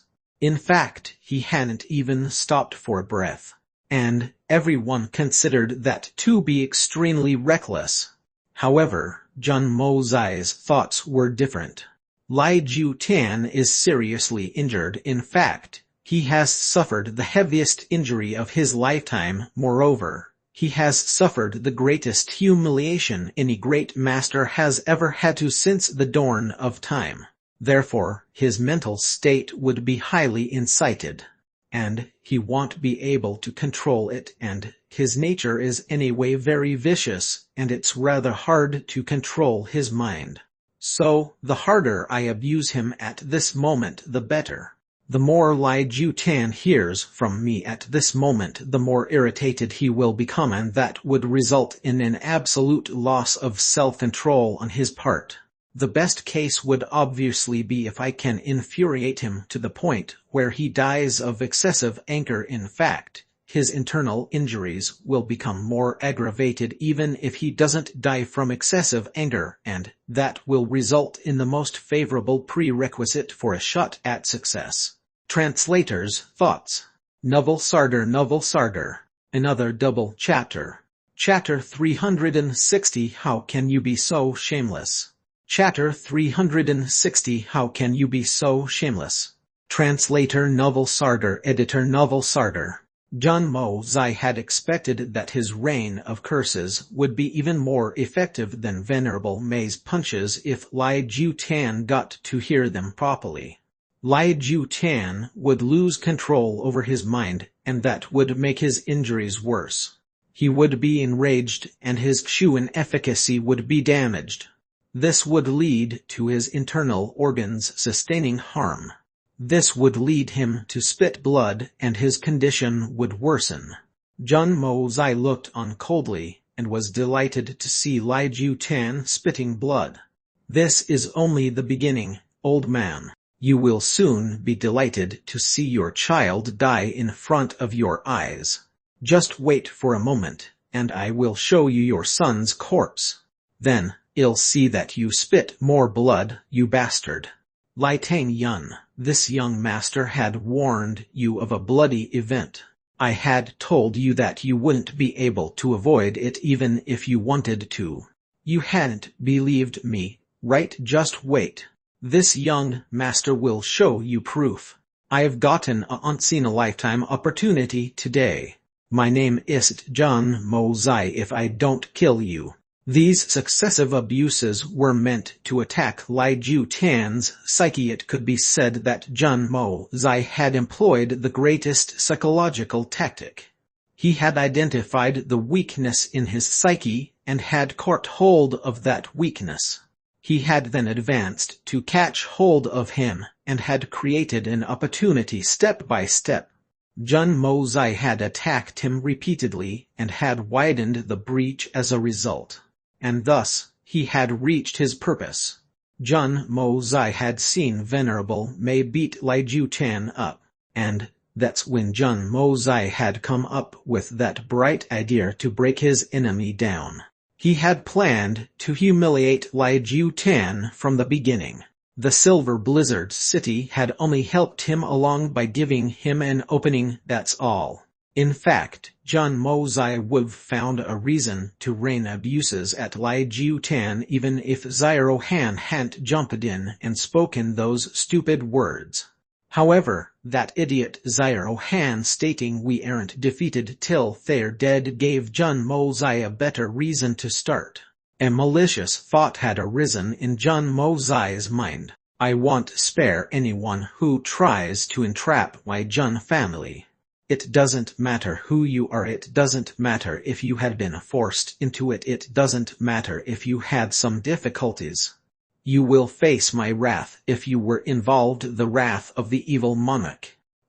This matter has ended in defeat, and it's not without reason.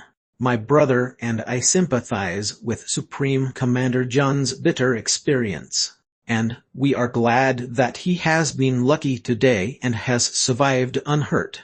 It's indeed a matter worth a celebration. Bu Quang Feng's temperament was somewhat straightforward. Moreover, he had been discontent from the very beginning with respect to what he had witnessed in this battle. However, he was mainly annoyed with Lai Ju-Tan and the Silver Blizzard City. This was because he had witnessed that a very tragic hero had come from afar to render aid to a person, but that person was too busy scheming to entrap this hero. But the hero had stuck with his beliefs and duty. In fact, he had gone ahead by deciding to fight and die without any regrets. He had stuck with his duty even when he had faced imminent death. Moreover, he had given it everything he had regardless of the schemes. The cowardly conspirators had acted like tyrants. They didn't obey his commands and broke ranks. But the hero would have a clear conscience whether he lived or died. He had decided to employ the entirety of his military prowess to protect everyone, even the people who wanted to entrap him, and this was simply because they were a part of his group. Anyone who had seen Zhang Wuyi's formation of troops with a discerning eye could have guessed that the result would have been a loss. But one could also tell that it wouldn't have been such a miserable one. However, no one could blame Zhang Wuyi for the errors made. He knew it was a trap, but a soldier is a soldier, and a commander is a commander. Zhang Wuyi was fighting for the continent, and not for taking another breath. This seemed stupid, but it was enough for men to follow his orders and treat him with high esteem and admiration. Lei Bao Yu and Bu Quang Feng had come as witnesses, but the elusive world of the immortals and Lai Ju-Tan still had some revelations. Therefore, their point of view was a little biased towards Lai Ju-Tan and this side of the continent. However, they slowly and unconsciously found their point of view deviate when they saw the events unfurl in front of their own eyes. Zhang Wuyi had made no mistakes, and people anyway sympathized with the underdog's situation. Moreover, the envoys of the elusive world of immortals considered themselves to stand on the side of justice. So, they obviously and unknowingly found themselves stationed on Zhang Wuyi's side. It was enough at that moment, even if it was only temporary. Tragic heroes were always easy to admire. And Jun Wuyi was the leading hero that day. He had become the focus of many spirit Xuan experts. The first battle has ended in victory for Tan Far Bu Quang, Feng stated. He then looked at Venerable Mei before he asked, "Who will fight the second round from Venerable Mei's party?" The second round will be fought by Snake King. You can send any individual to fight this one. Regardless of victory or defeat in this round, I will fight the third round against all the senior experts present. I'm confident I will beat everyone. Venerable Mei snorted and stared at Jun Mozai as her robe swayed gently.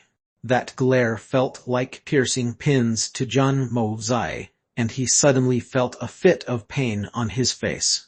Venerable Mei is indeed bold. Bu Quang Feng smiled and continued, "This youngster is also very good. He hasn't opened his meridians with some special medicines. Nor has he had any spirit Xuan expert pour Kai into him. And yet, he's already at the Jade Xuan peak. Despite his young age, it can be said that he's a rare and talented genius, the likes of which are born once in 1,000 years." Venerable Mei had approached close to him a few moments ago. "Is it possible that you wish to take him as a disciple?" He had used common sense. Jun Mozai's present condition was enough to determine that his skills would enhance by leaps and bounds once his spiritual energy underwent a qualitative transformation with the increase of levels. In fact, it would probably be ranked amongst the best in the continent. And something like this couldn't have stayed hidden from the eyes of a person who had enjoyed the status of a great master for hundreds of years. In fact, he too had wanted to accept the young master as a disciple at first, but Venerable Mei had acted first. Therefore, he had followed common sense and had inferred that the Lord of Tan Fa's non-fatal, non-injuring attack was merely a test. To take him as a disciple. Venerable Mei's eyes flashed around. She then smiled and replied, "Senior Bu is correct, contrary to what one would expect. It is true I had genuinely intended that. Why wouldn't I take him in as a disciple? I can mistreat this repulsive creature to my heart's content. If he's my disciple, he will be tortured every day. He will be tortured every night. I will torture him anytime and anywhere." Venerable Mei felt quite happy as she looked at Jun Mozai. Congratulations, Venerable Mei, this is a good disciple. I'm sure that the society will see another great master over time." Bu Quang Feng had a sense of regret and envy in his voice. Venerable Mei, the apex expert, had decided to take this young boy a disciple. However, he couldn't help but think that young master of the Jun family hasn't even cried and called out in gratitude to accept the privilege that should been given in this case. Are this worth the congratulations? Venerable Mei played on the words heavily. "So, I don't have to be occupied with for now, humph." Venerable Mei let out a long and loud screech after she spoke that, and ordered for the troops to withdraw. But the troops who stood in confrontation were somewhat reluctant to part. Duanmu Kao Fan, Sikong, Inyi and others including Dongfeng Wen King waved their hands, and the opposing Xuan beasts also politely waved their claws at them. They then wagged their tails and withdrew. This extreme harmony between man and beast had left the many who were watching from the hillside dumbfounded. But those who had returned after escaping the calamity were in tears. Fancy that Jun Mozai had shouted all day, "He had accused us wrongly to gain sympathy," that too with conviction, but it was all just a big drama. Some people unexpectedly didn't even have a hair amiss in this chaos, while the rest of us had literally carried our skulls in our hands and fought the real battle. Zyro Han had almost spat blood.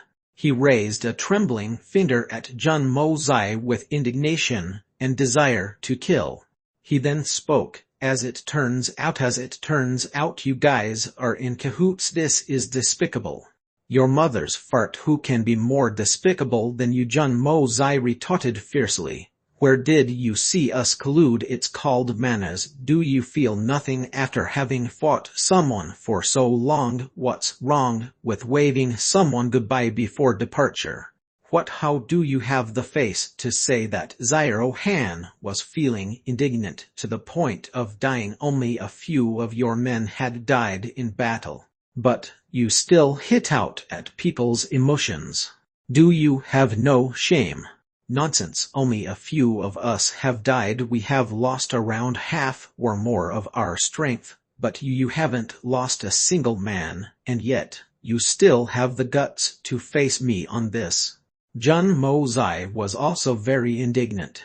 So, he glared back, and that's human life. We're talking about human life is beyond value. Don't you know? Do you know how much I will have to pay in funeral expenses? It will be an astronomical figure. Astronomical figures. Funeral expenses. Is this guy really calculating all of that at this time? Xiao Han couldn't breathe. He was stuck at you for a long while. In fact, he had nearly fainted from excessive anger.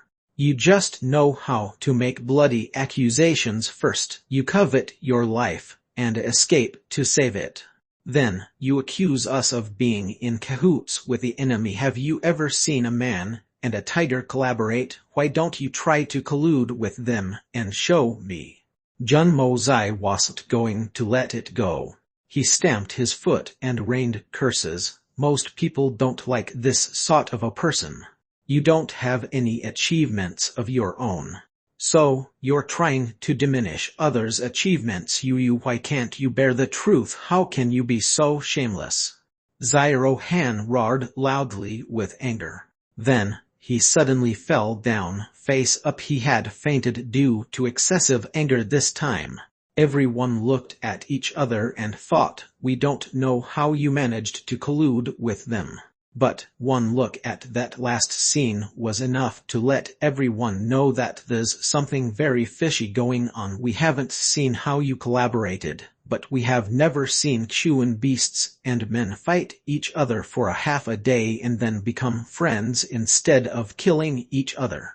Moreover, the sight of those Chuan beasts waving their claws in farewell was the final proof.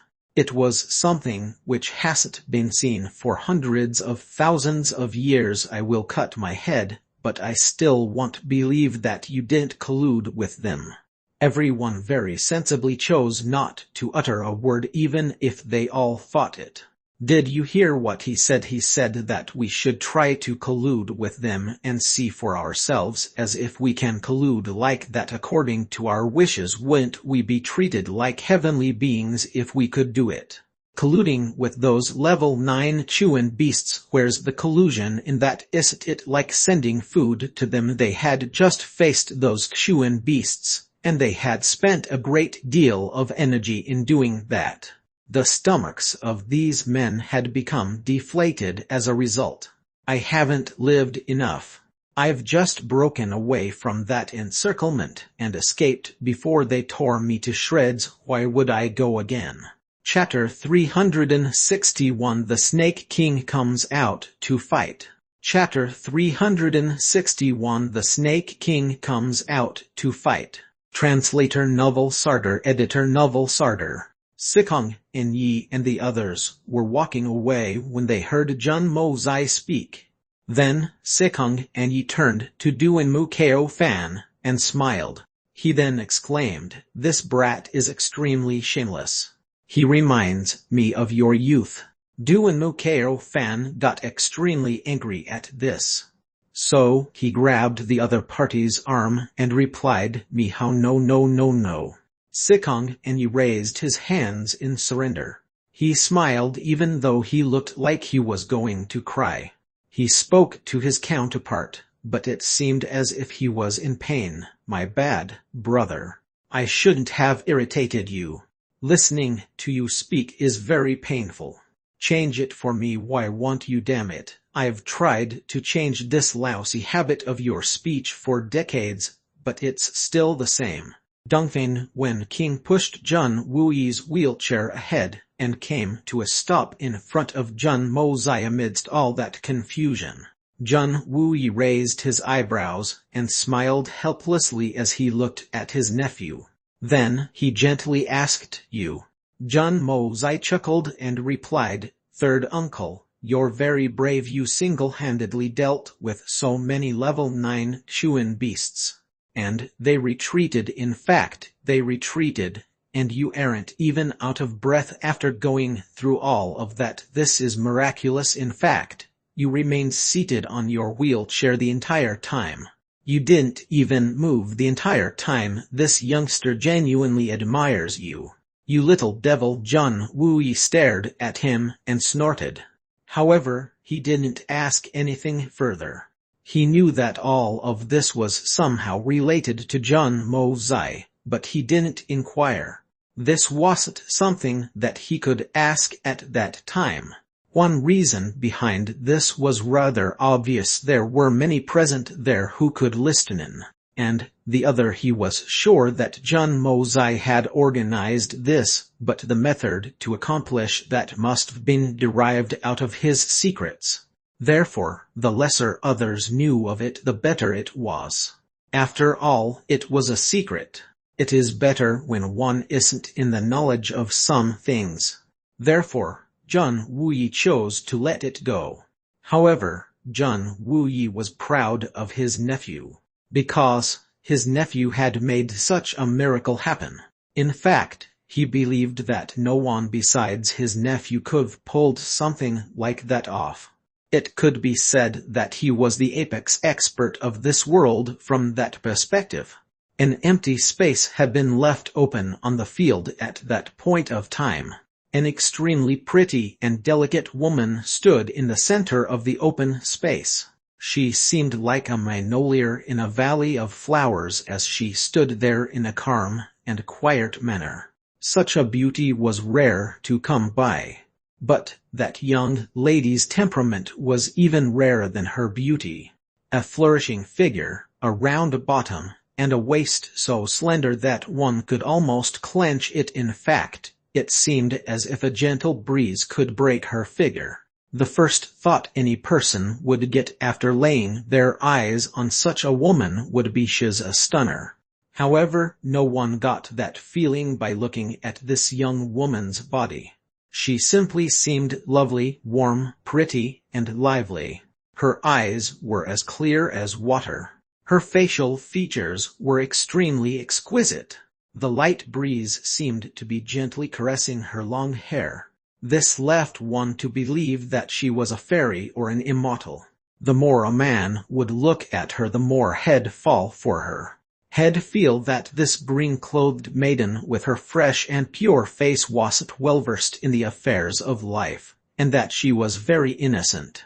And this would leave a man to feel a strong desire to protect her. The Snake King. How could such an attractive person, such a world-shaking beauty of a young woman, be the legendary king of poisons? How could something so pure have any relation with a cruel, sinister, and dreadful Shuan beast? Snake King. The disparity was akin to that between the heaven and earth. However, she was. This green-clad young woman was one of the 12 Shuan beast kings of Tan Far Forest, the Snake King. She was the king of poisons, and she was also the most dreadful beast king of Tan Far. Snake King. Green Hunter. This was extremely unexpected in Jun Mozai's eyes. Venerable May hasn't sent the strongest beast king after them, that is Long Crane. They've sent the Snake King instead. Can it be that she's more capable than he is, or will she use poison to win? Jun Mozai thought about it, but realized that it wasn't very likely to happen. It was important to know that the Snake King was the king of poisons. In fact, she was the king of all poisons. However, the person she'd face would be one of the 8 great masters of the continent. It couldn't be said that no poison would be able to affect them. Perhaps some very evil poison could infiltrate their body.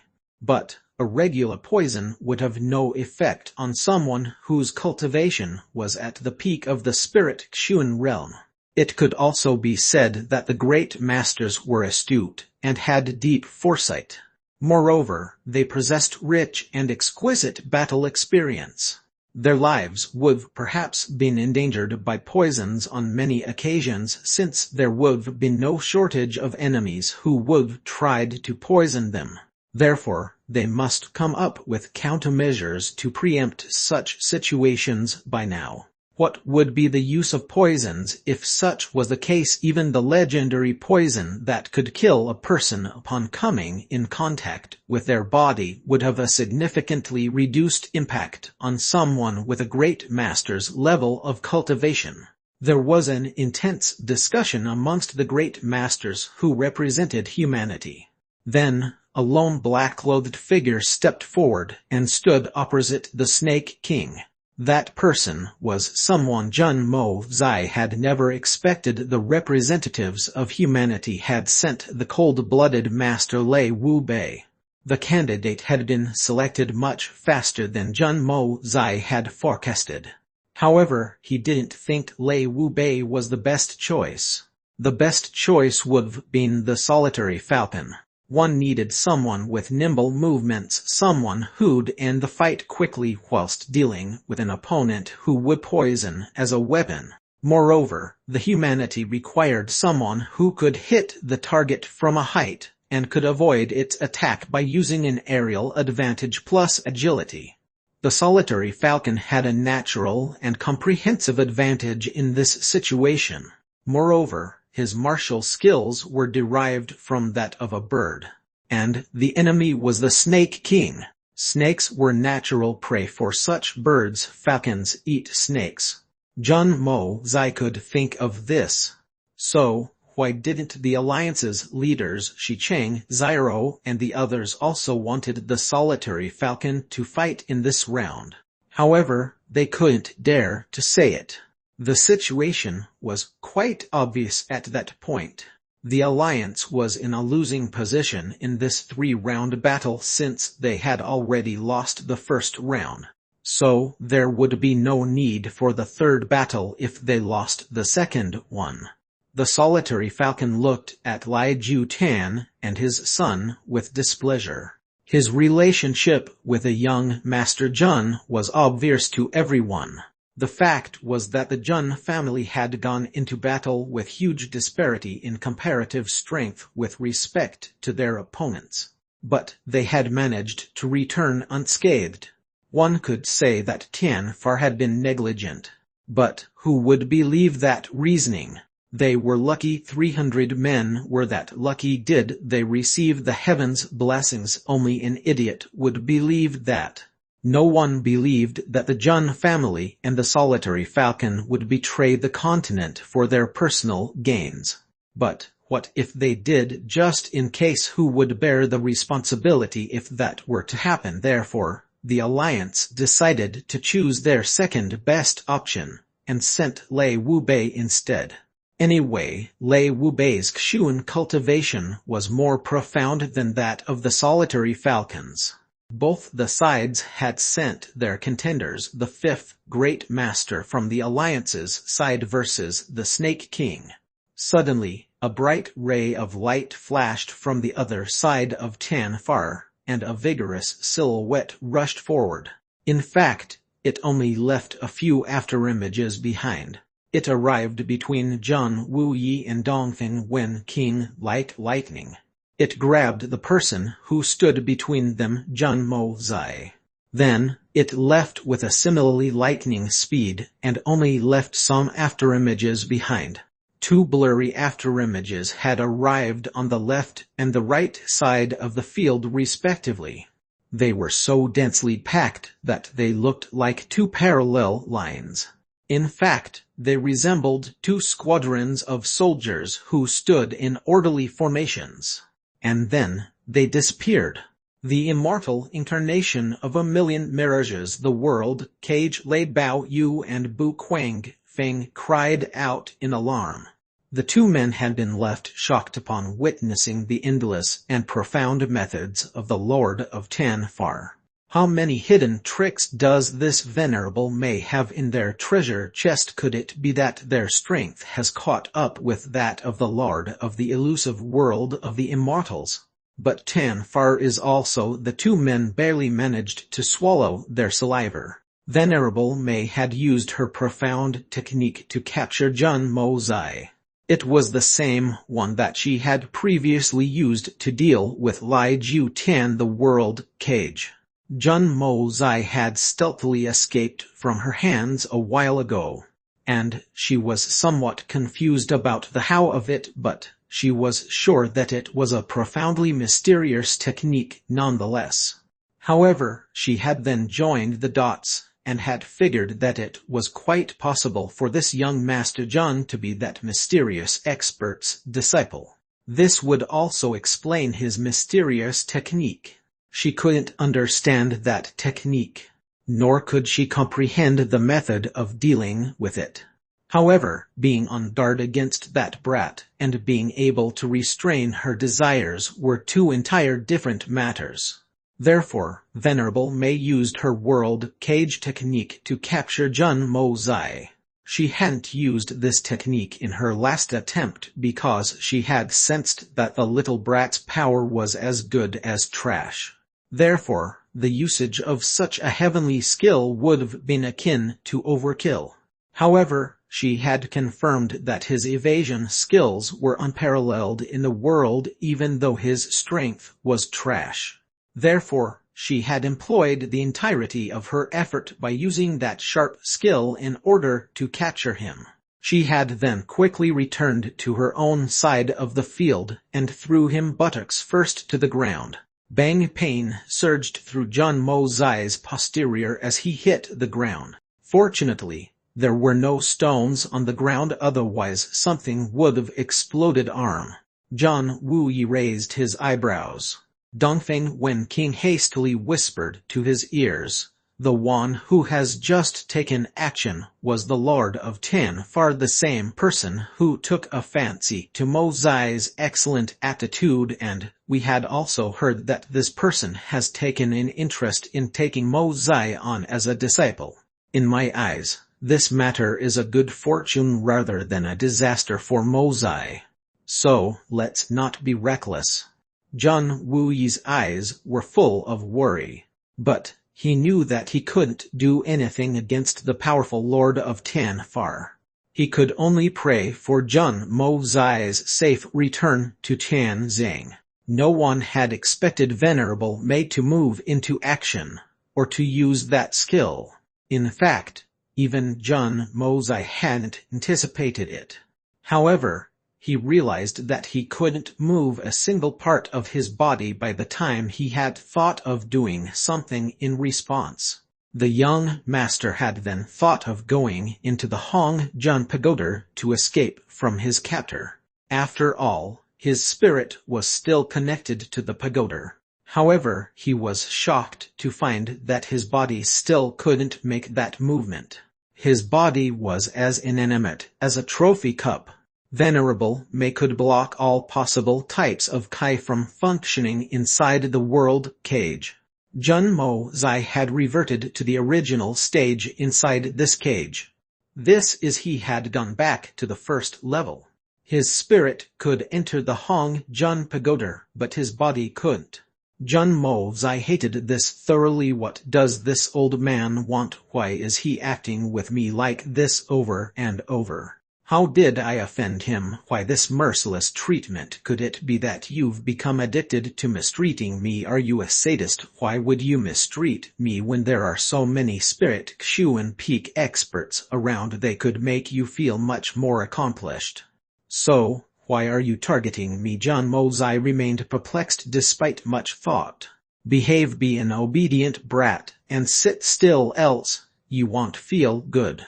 Venerable May slapped his buttocks. She had positioned Jun Mozai's body in a manner that the others couldn't see this action. Jun Mozai had nevertheless taken this abuse. The pain pierced his very soul, but he remained motionless. In fact, he actually had a smile on his face. A wise man knows not to fight when the odds are against him. Just you wait for me. Chapter 362 Lei Wu Bei Fights. Chapter 362 Lei Wu Bei Fights. Translator Novel Sarder. Editor Novel Sarder.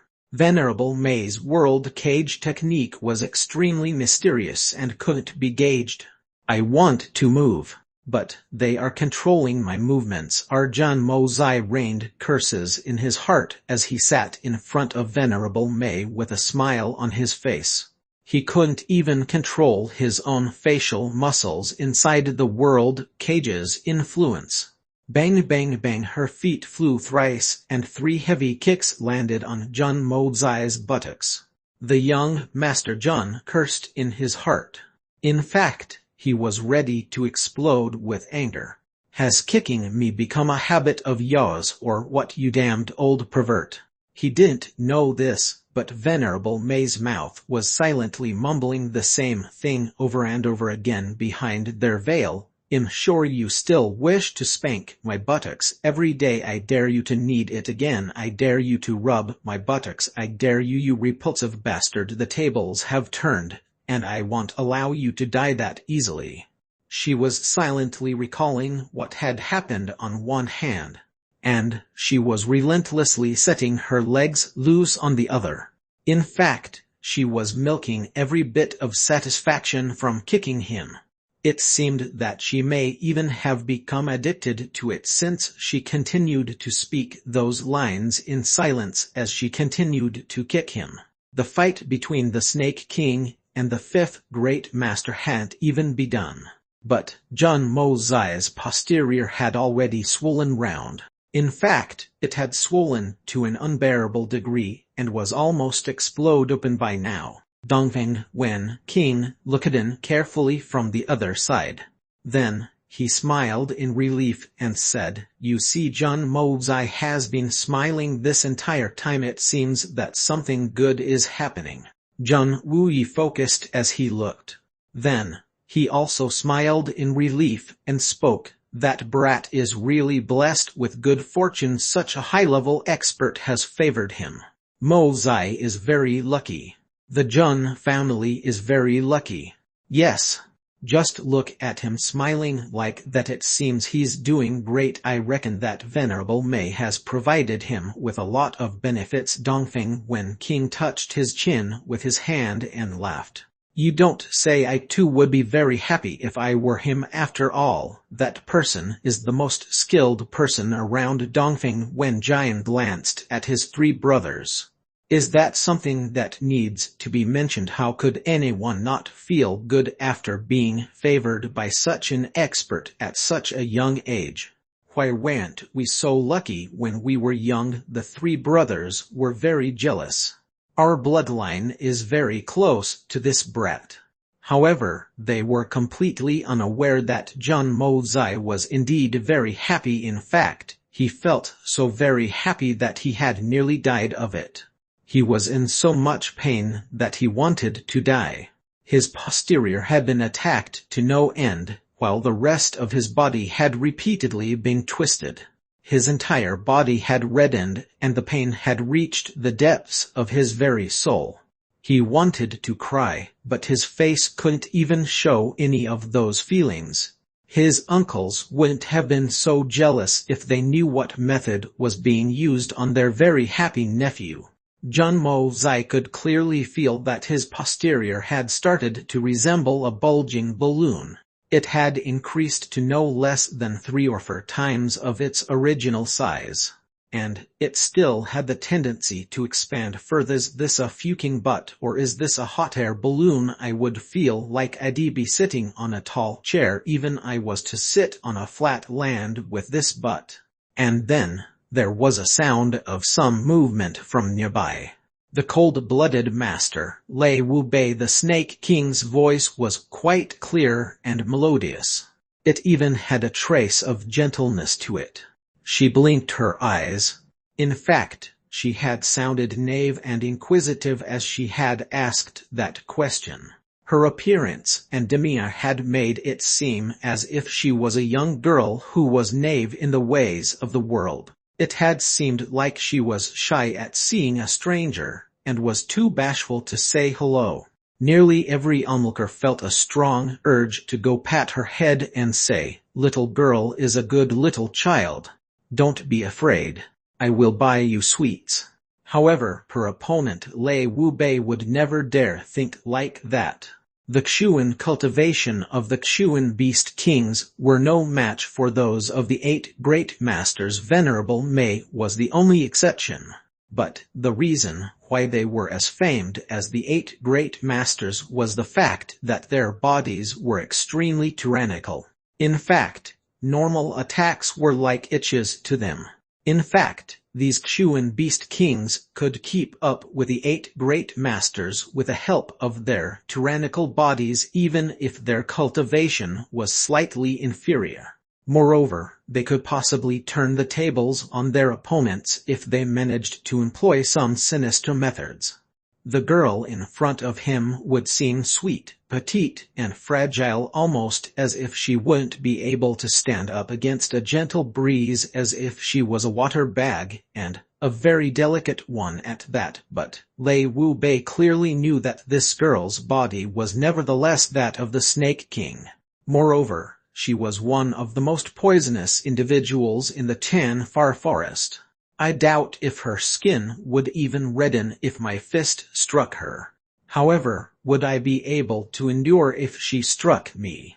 "You're the Snake King. It's an honor to meet you." Lei Wu-bei behaved like he was facing a great enemy. He turned his hand and drew out a glittering and grotesquely serrated blade. One side was bright and clear. It was so bright that it could bathe a man in bright light. In fact, it seemed similar to a sharp cutlery blade. But the other side was densely serrated like a sawtooth. This was clearly the more lethal part of the sharp weapon. Jun Mo-zai finally understood the reason for Lei Wu-bei's nomination after he saw that weapon.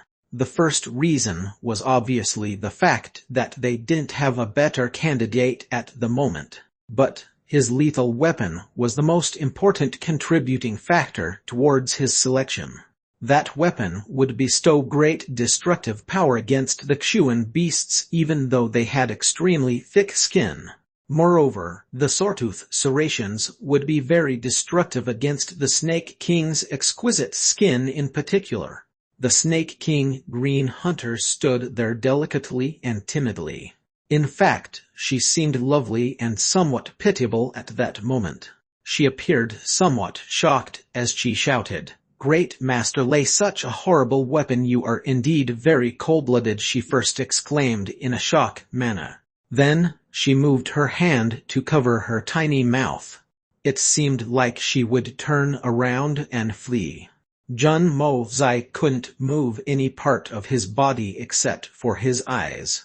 So he rolled them, and he obviously made good use of them.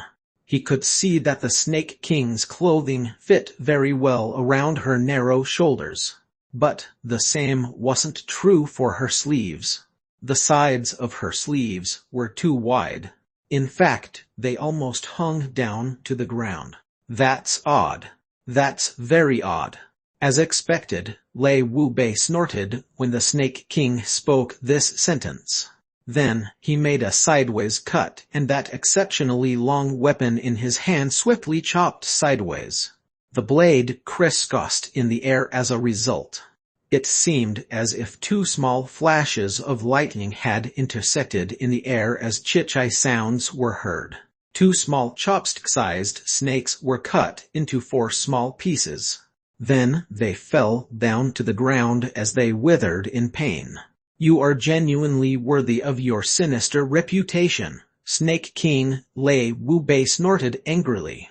His dark face had become somewhat discolored. Those 2 snakes were extremely venomous. His great master status wouldn't have helped him if they had bitten him. He wouldn't have died, but he would've surely been paralyzed for a while. This paralysis would've only lasted for 1 or 2 breaths. But that would've been enough for someone at the Snake King's level to use hundreds of moves. And things would've been very different if that had happened. You accuse me wrongly. What would people make of it? The Snake King gave a lovely smile. Oh, what's that? It's quite dreadful, she spoke as she looked at a snake on the ground. Her eyes opened big and wide as if she was in shock to see those things. Lei Wu Bei's blade hit the ground with a bang as it struck another snake. This one was moving more urgently, and had actually attempted to target Lei Wu Bei's throat. And that move resulted in a very terrible but silent death. The snake hadn't even left a small shadow in the sunlight. That attack from the Snake King had almost been impossible to guard against. She would engage the opponent by speaking sweetly, and then she would give them a wordless death by poisoning them. Jun Mozai looked at the scene and felt his back going cold. It was genuinely the case of not being able to judge a person based on their looks. One would think she was merely a young and adorable girl who was naive and pure, that she'd be harmless to man and beast alike. Who would've thought that she'd have launched 3 sinister attacks at Lei Wu Bei in the blink of an eye? It was like sweetly calling a man elder brother to his face while quietly stealing things from his pocket. Her conscience had fallen to the ground. The situation had once again changed on the battlefield. The Snake King twisted her narrow waist, and her beautiful body quickly spun. And then her 2 sleeves suddenly started to wave. After that, their appearance suddenly changed, and it seemed as if 2 long green dragons had rushed out from them. In fact, they stretched for over 21 meters. They reached everywhere regardless of the distance. A strong gale whistled around them as they turned into something similar to a green ocean, and shrouded Lei Wu Bei thoroughly. This was the display of the Snake King's true strength. And this was just the beginning. Lei Wu Bei's black silhouette jutted out in between that ocean of green like a block of reef. He stood motionless like a stone pillar amidst the turning waves. Then a deep roar was heard. The Snake King's offensive had become more intense instead of coming to a stop. A delicate figure then flew into the sky. And it appeared like this figure had started to dance with grace above the waves of that green ocean. In fact, it seemed as if a fairy of the 9th heaven had descended to sky above the waves. She then flipped her hand as she raised it. Countless shiny stars flashed about. Then, these stars suddenly flashed again, and sprinkled towards Lei Wu Bei in a watertight form. However, the Snake King's expression was still one of innocence and enjoyment. It seemed as if she was having so much fun playing this game that she'd never wish for it to end. Lei Wu Bei couldn't remain entrenched in that ocean of green, and the cold-blooded master was eventually forced to make a move.